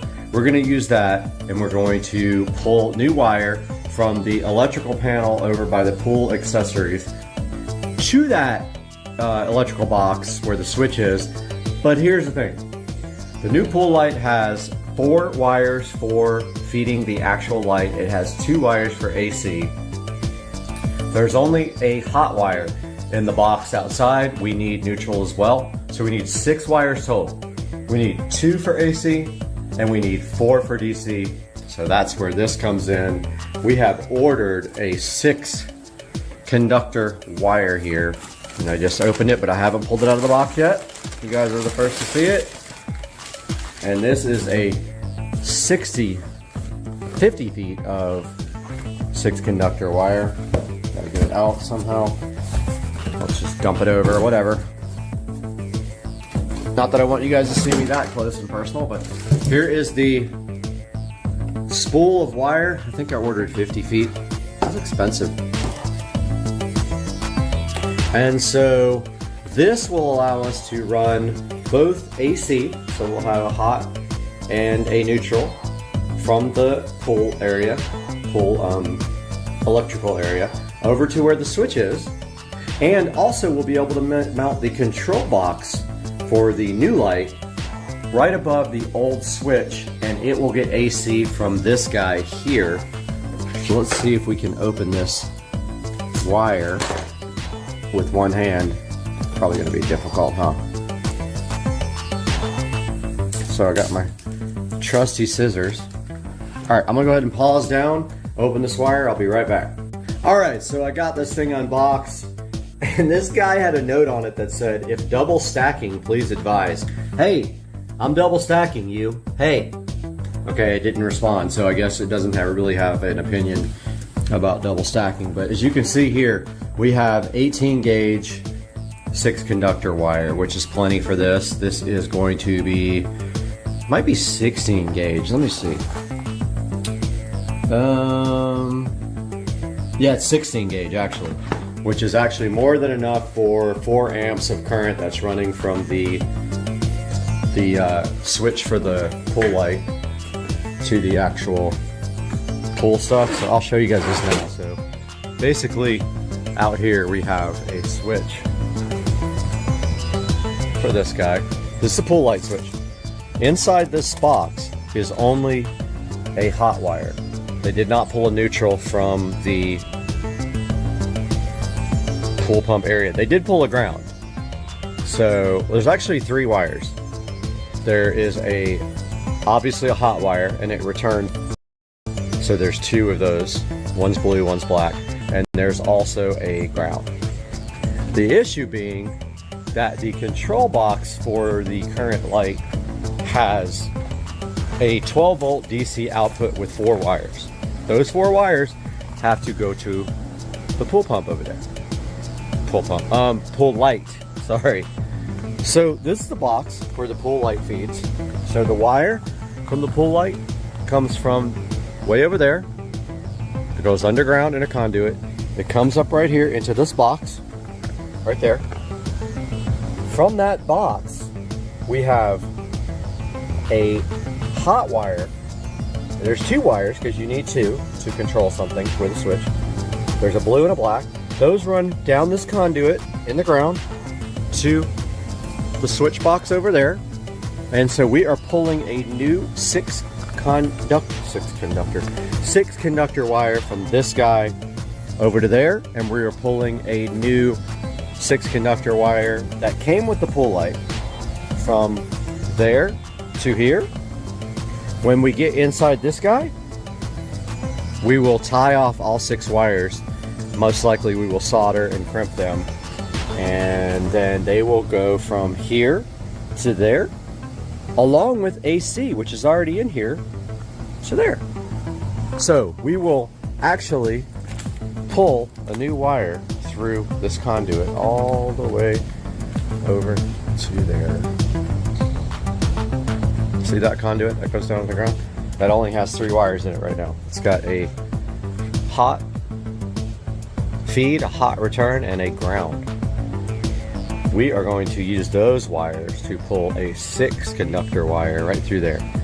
4 wires for DC, 12 volts, 2 wires for AC, and we will leave the ground in there. That's what we're gonna do. Shouldn't be too hard, okay? And once we get over here to this guy, we will probably wire nut the 12 volt wires, but I'm not 100% sure yet how I'm gonna secure that connection. Wire nuts should be fine. I don't know. I might order some of those solder crimp things, but I kind of want to get this done and I don't have any, and wire nuts is what's in there now.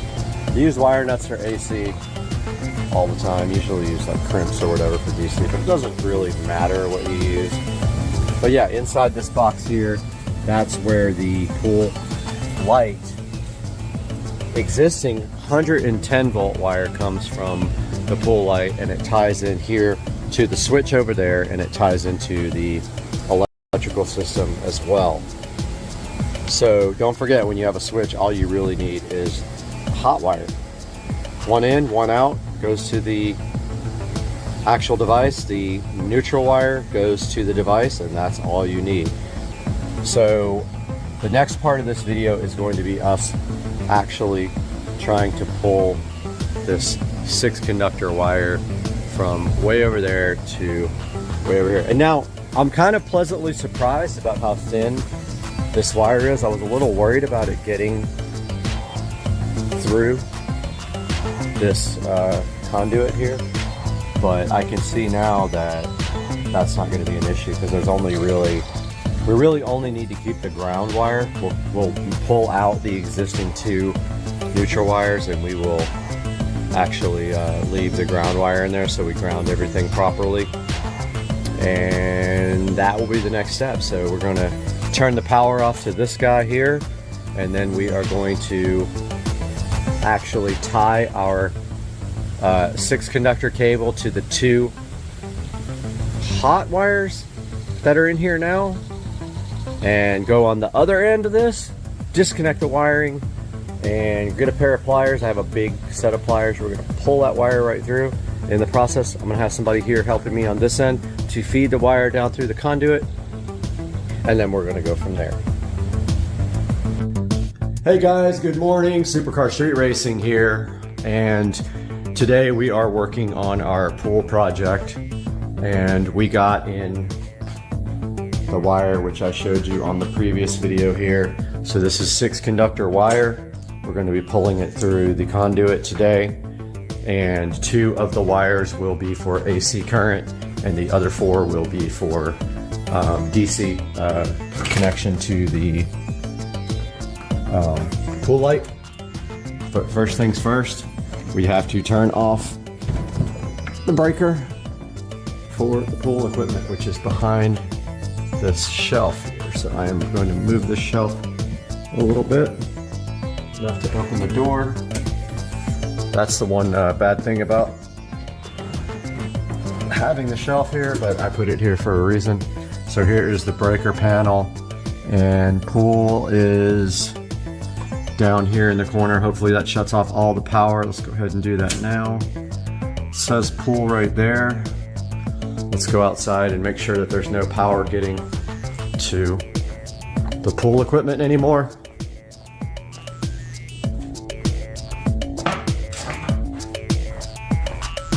Heading out to the pool area. It's supposed to rain today. I'd like to get this done before that. So here is the pool pump.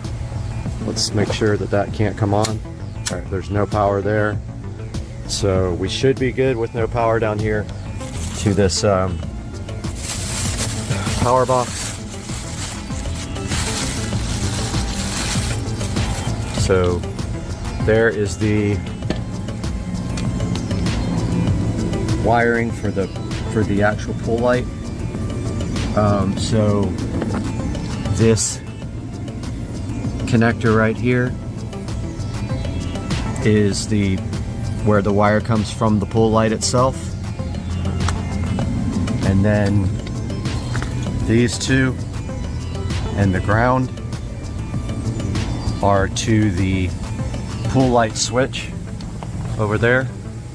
So we are going to be tying on to those and pulling in this new wire all the way over to there, which I haven't decided yet which way to pull. But here is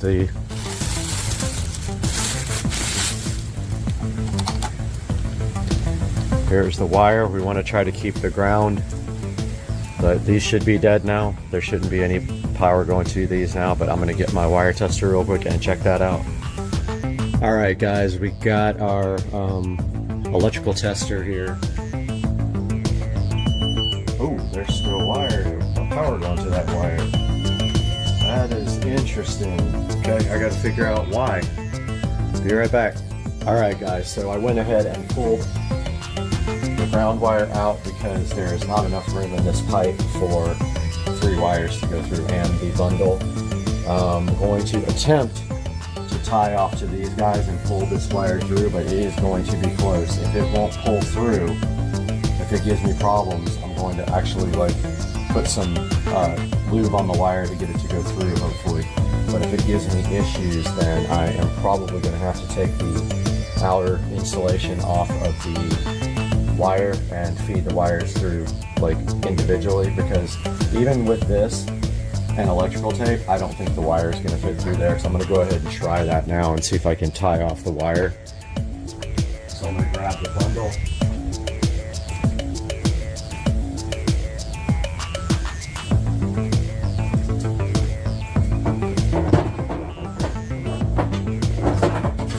I honestly thought that there was enough wire, enough room for all the wires to go through this, but it is borderline almost the exact same size as this wire. Now, it's not going to go through with these other two.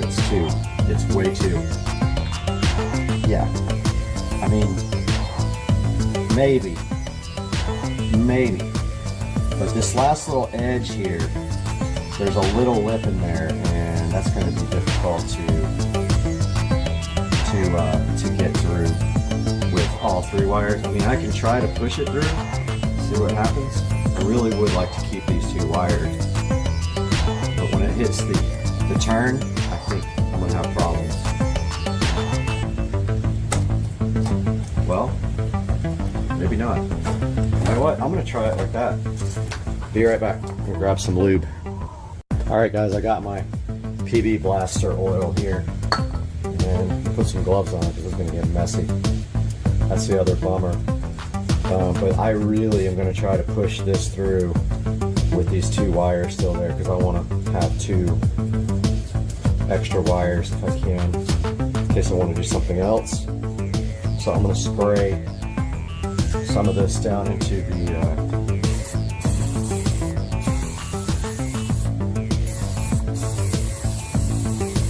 spraying this down into the hole.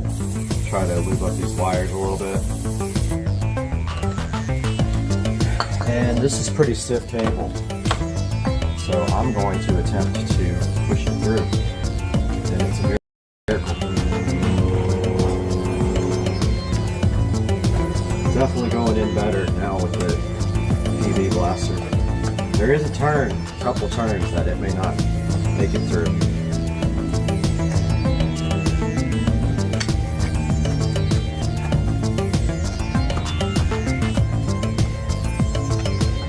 Yep, not gonna happen. It hit the turn. Oh. Yeah, that's not gonna happen. Now, of course, the wire is all slippery and I gotta put tape on it to pull it through with this other one. Need to grab a rag real quick, I'll be back.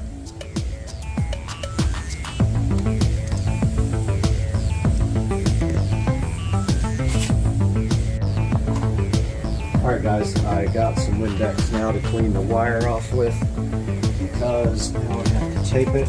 There's oil all over it. I thought for sure I could get around that turn, but it's not happening. So I'm going to clean this off. I think I might be able to leave one wire in there. I'm really going to try.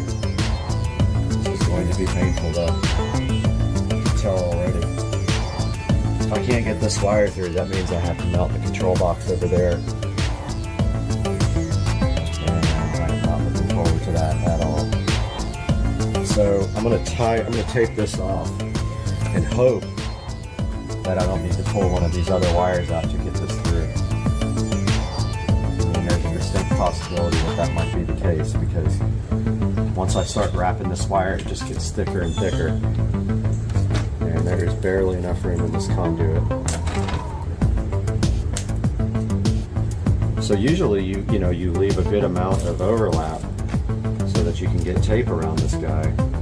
But my worry is that it's going to be too thick to go into the box.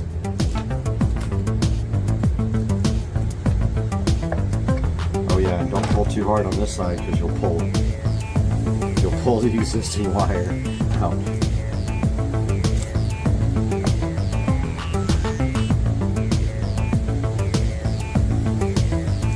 So it might also help to wrap it around a couple of times, the big cable, and just hope that you can get your wire through.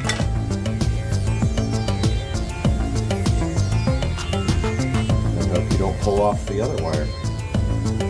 I'm leaving the blue, I'm going to go ahead and pull the black through, I think. I really need a second person for this, honestly. But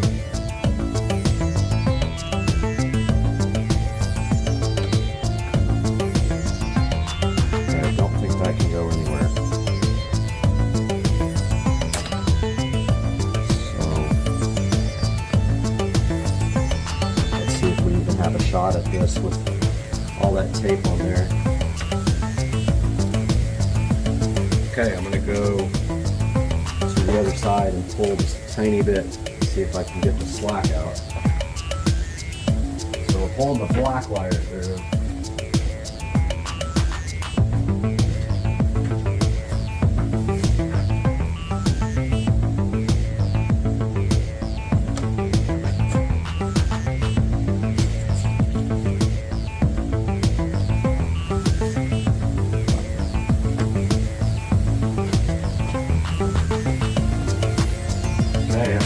Move.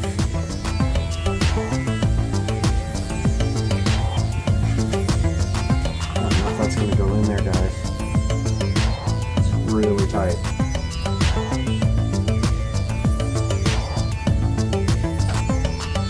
Yep, I'm going to have to pull the other wire back out. There's no way that's going.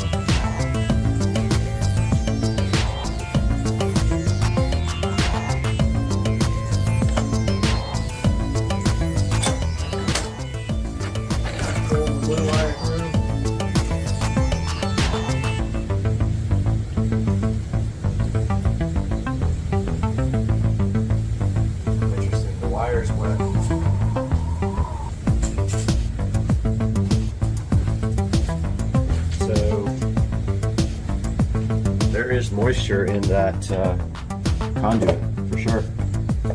All the wires are wet. Alright, I'm going to give this a shot now. If this doesn't work, like, I don't know what I'm going to do. first little bit is tough.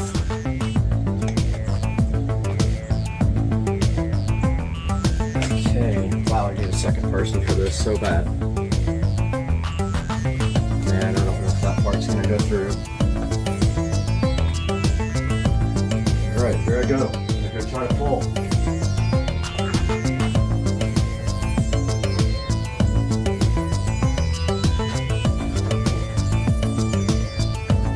I'm actually super worried about this.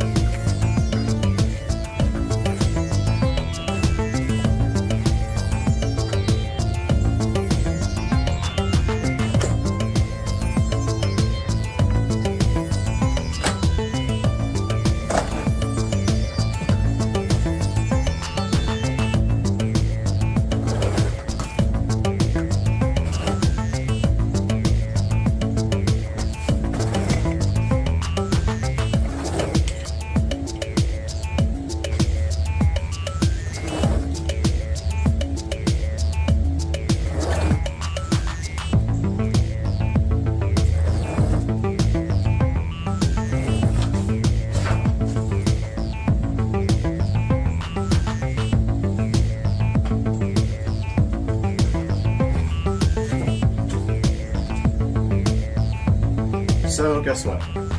My wire broke.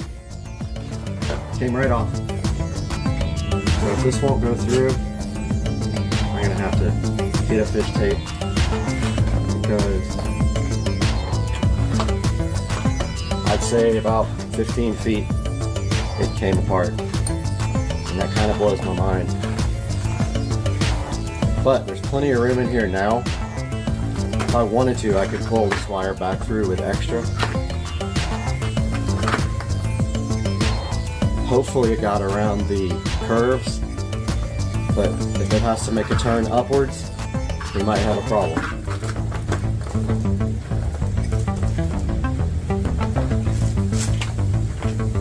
Unbelievable.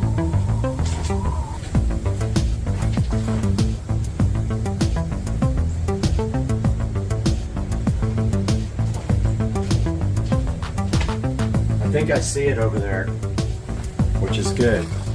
I think it's right at the top.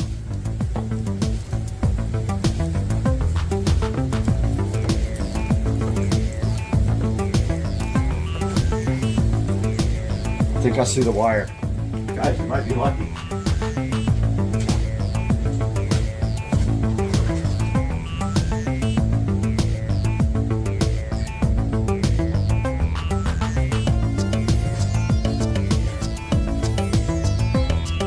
I saw it, but there's definitely water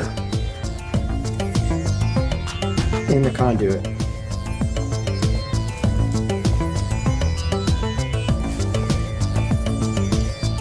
It's really tough. I should be close, guys.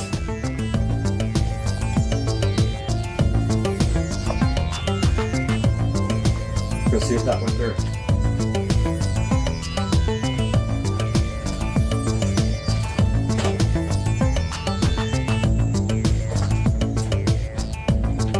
Okay, there's water coming out of the other end.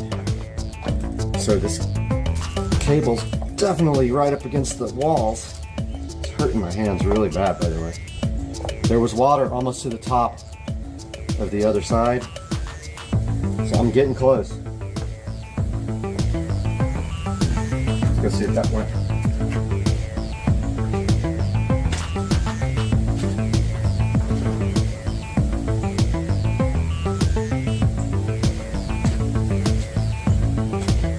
Alright, so there's actually water coming out of the other side now. I believe I'm getting there. Just hope I don't have to make another turn. I don't remember how much cable I pulled out with the black wire. It wasn't very much. Should have put the gloves on before.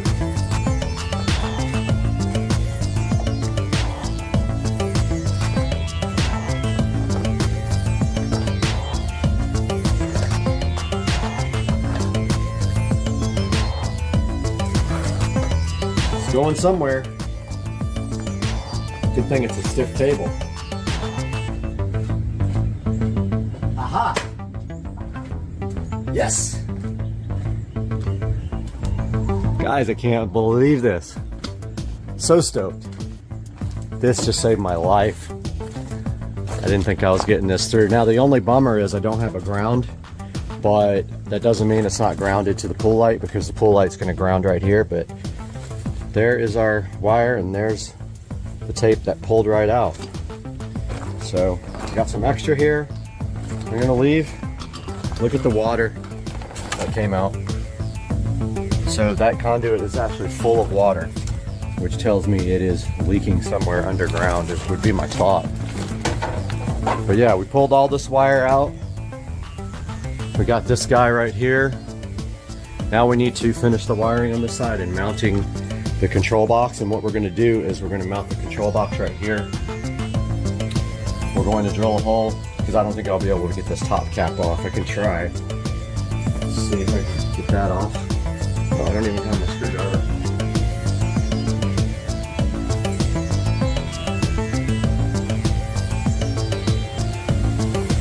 Alright, got my screwdriver. So the plan is we're going to come in from the top into this box. Yeah, there's no way that's ever coming off. I'm gonna have to drill into the top of this. We're gonna go into and the box is also mounted crooked, which looks like crap. But we're gonna go drill a hole in the top of this. We're gonna mount our controller for our new light right up against this and run the wiring through there, silicone seal this up really nice. And that's where we're gonna hook up our light. So we can go ahead and cut this guy here. Let's leave a little extra. You never know. All right, got my working pliers for this, guys. There's the 6 conductor, and now let's grab the drill a hole through the top here, and then we'll work on everything else. Alright guys, I got my step bit here. I'm going to go ahead and I just need a hole big enough for this to go through. Wow, so easy to get through. So what we're doing, actually no, I take that back. We need a hole big enough for both of the wires of the controller to go through. So it's going to have to be fairly big. So I got the torque too low. So that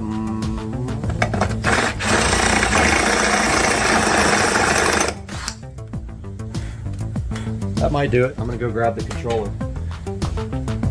All right, we got our controller box here. Here's the 2 wires that come out of the controller. One of them is for AC. The other one is for the light itself.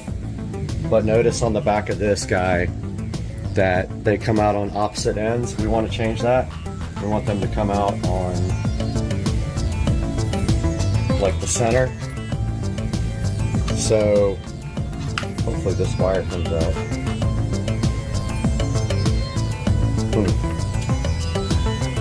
Can't get this. Okay. Guess it comes out. Oh, no it doesn't. Well, that's a problem. Bummer.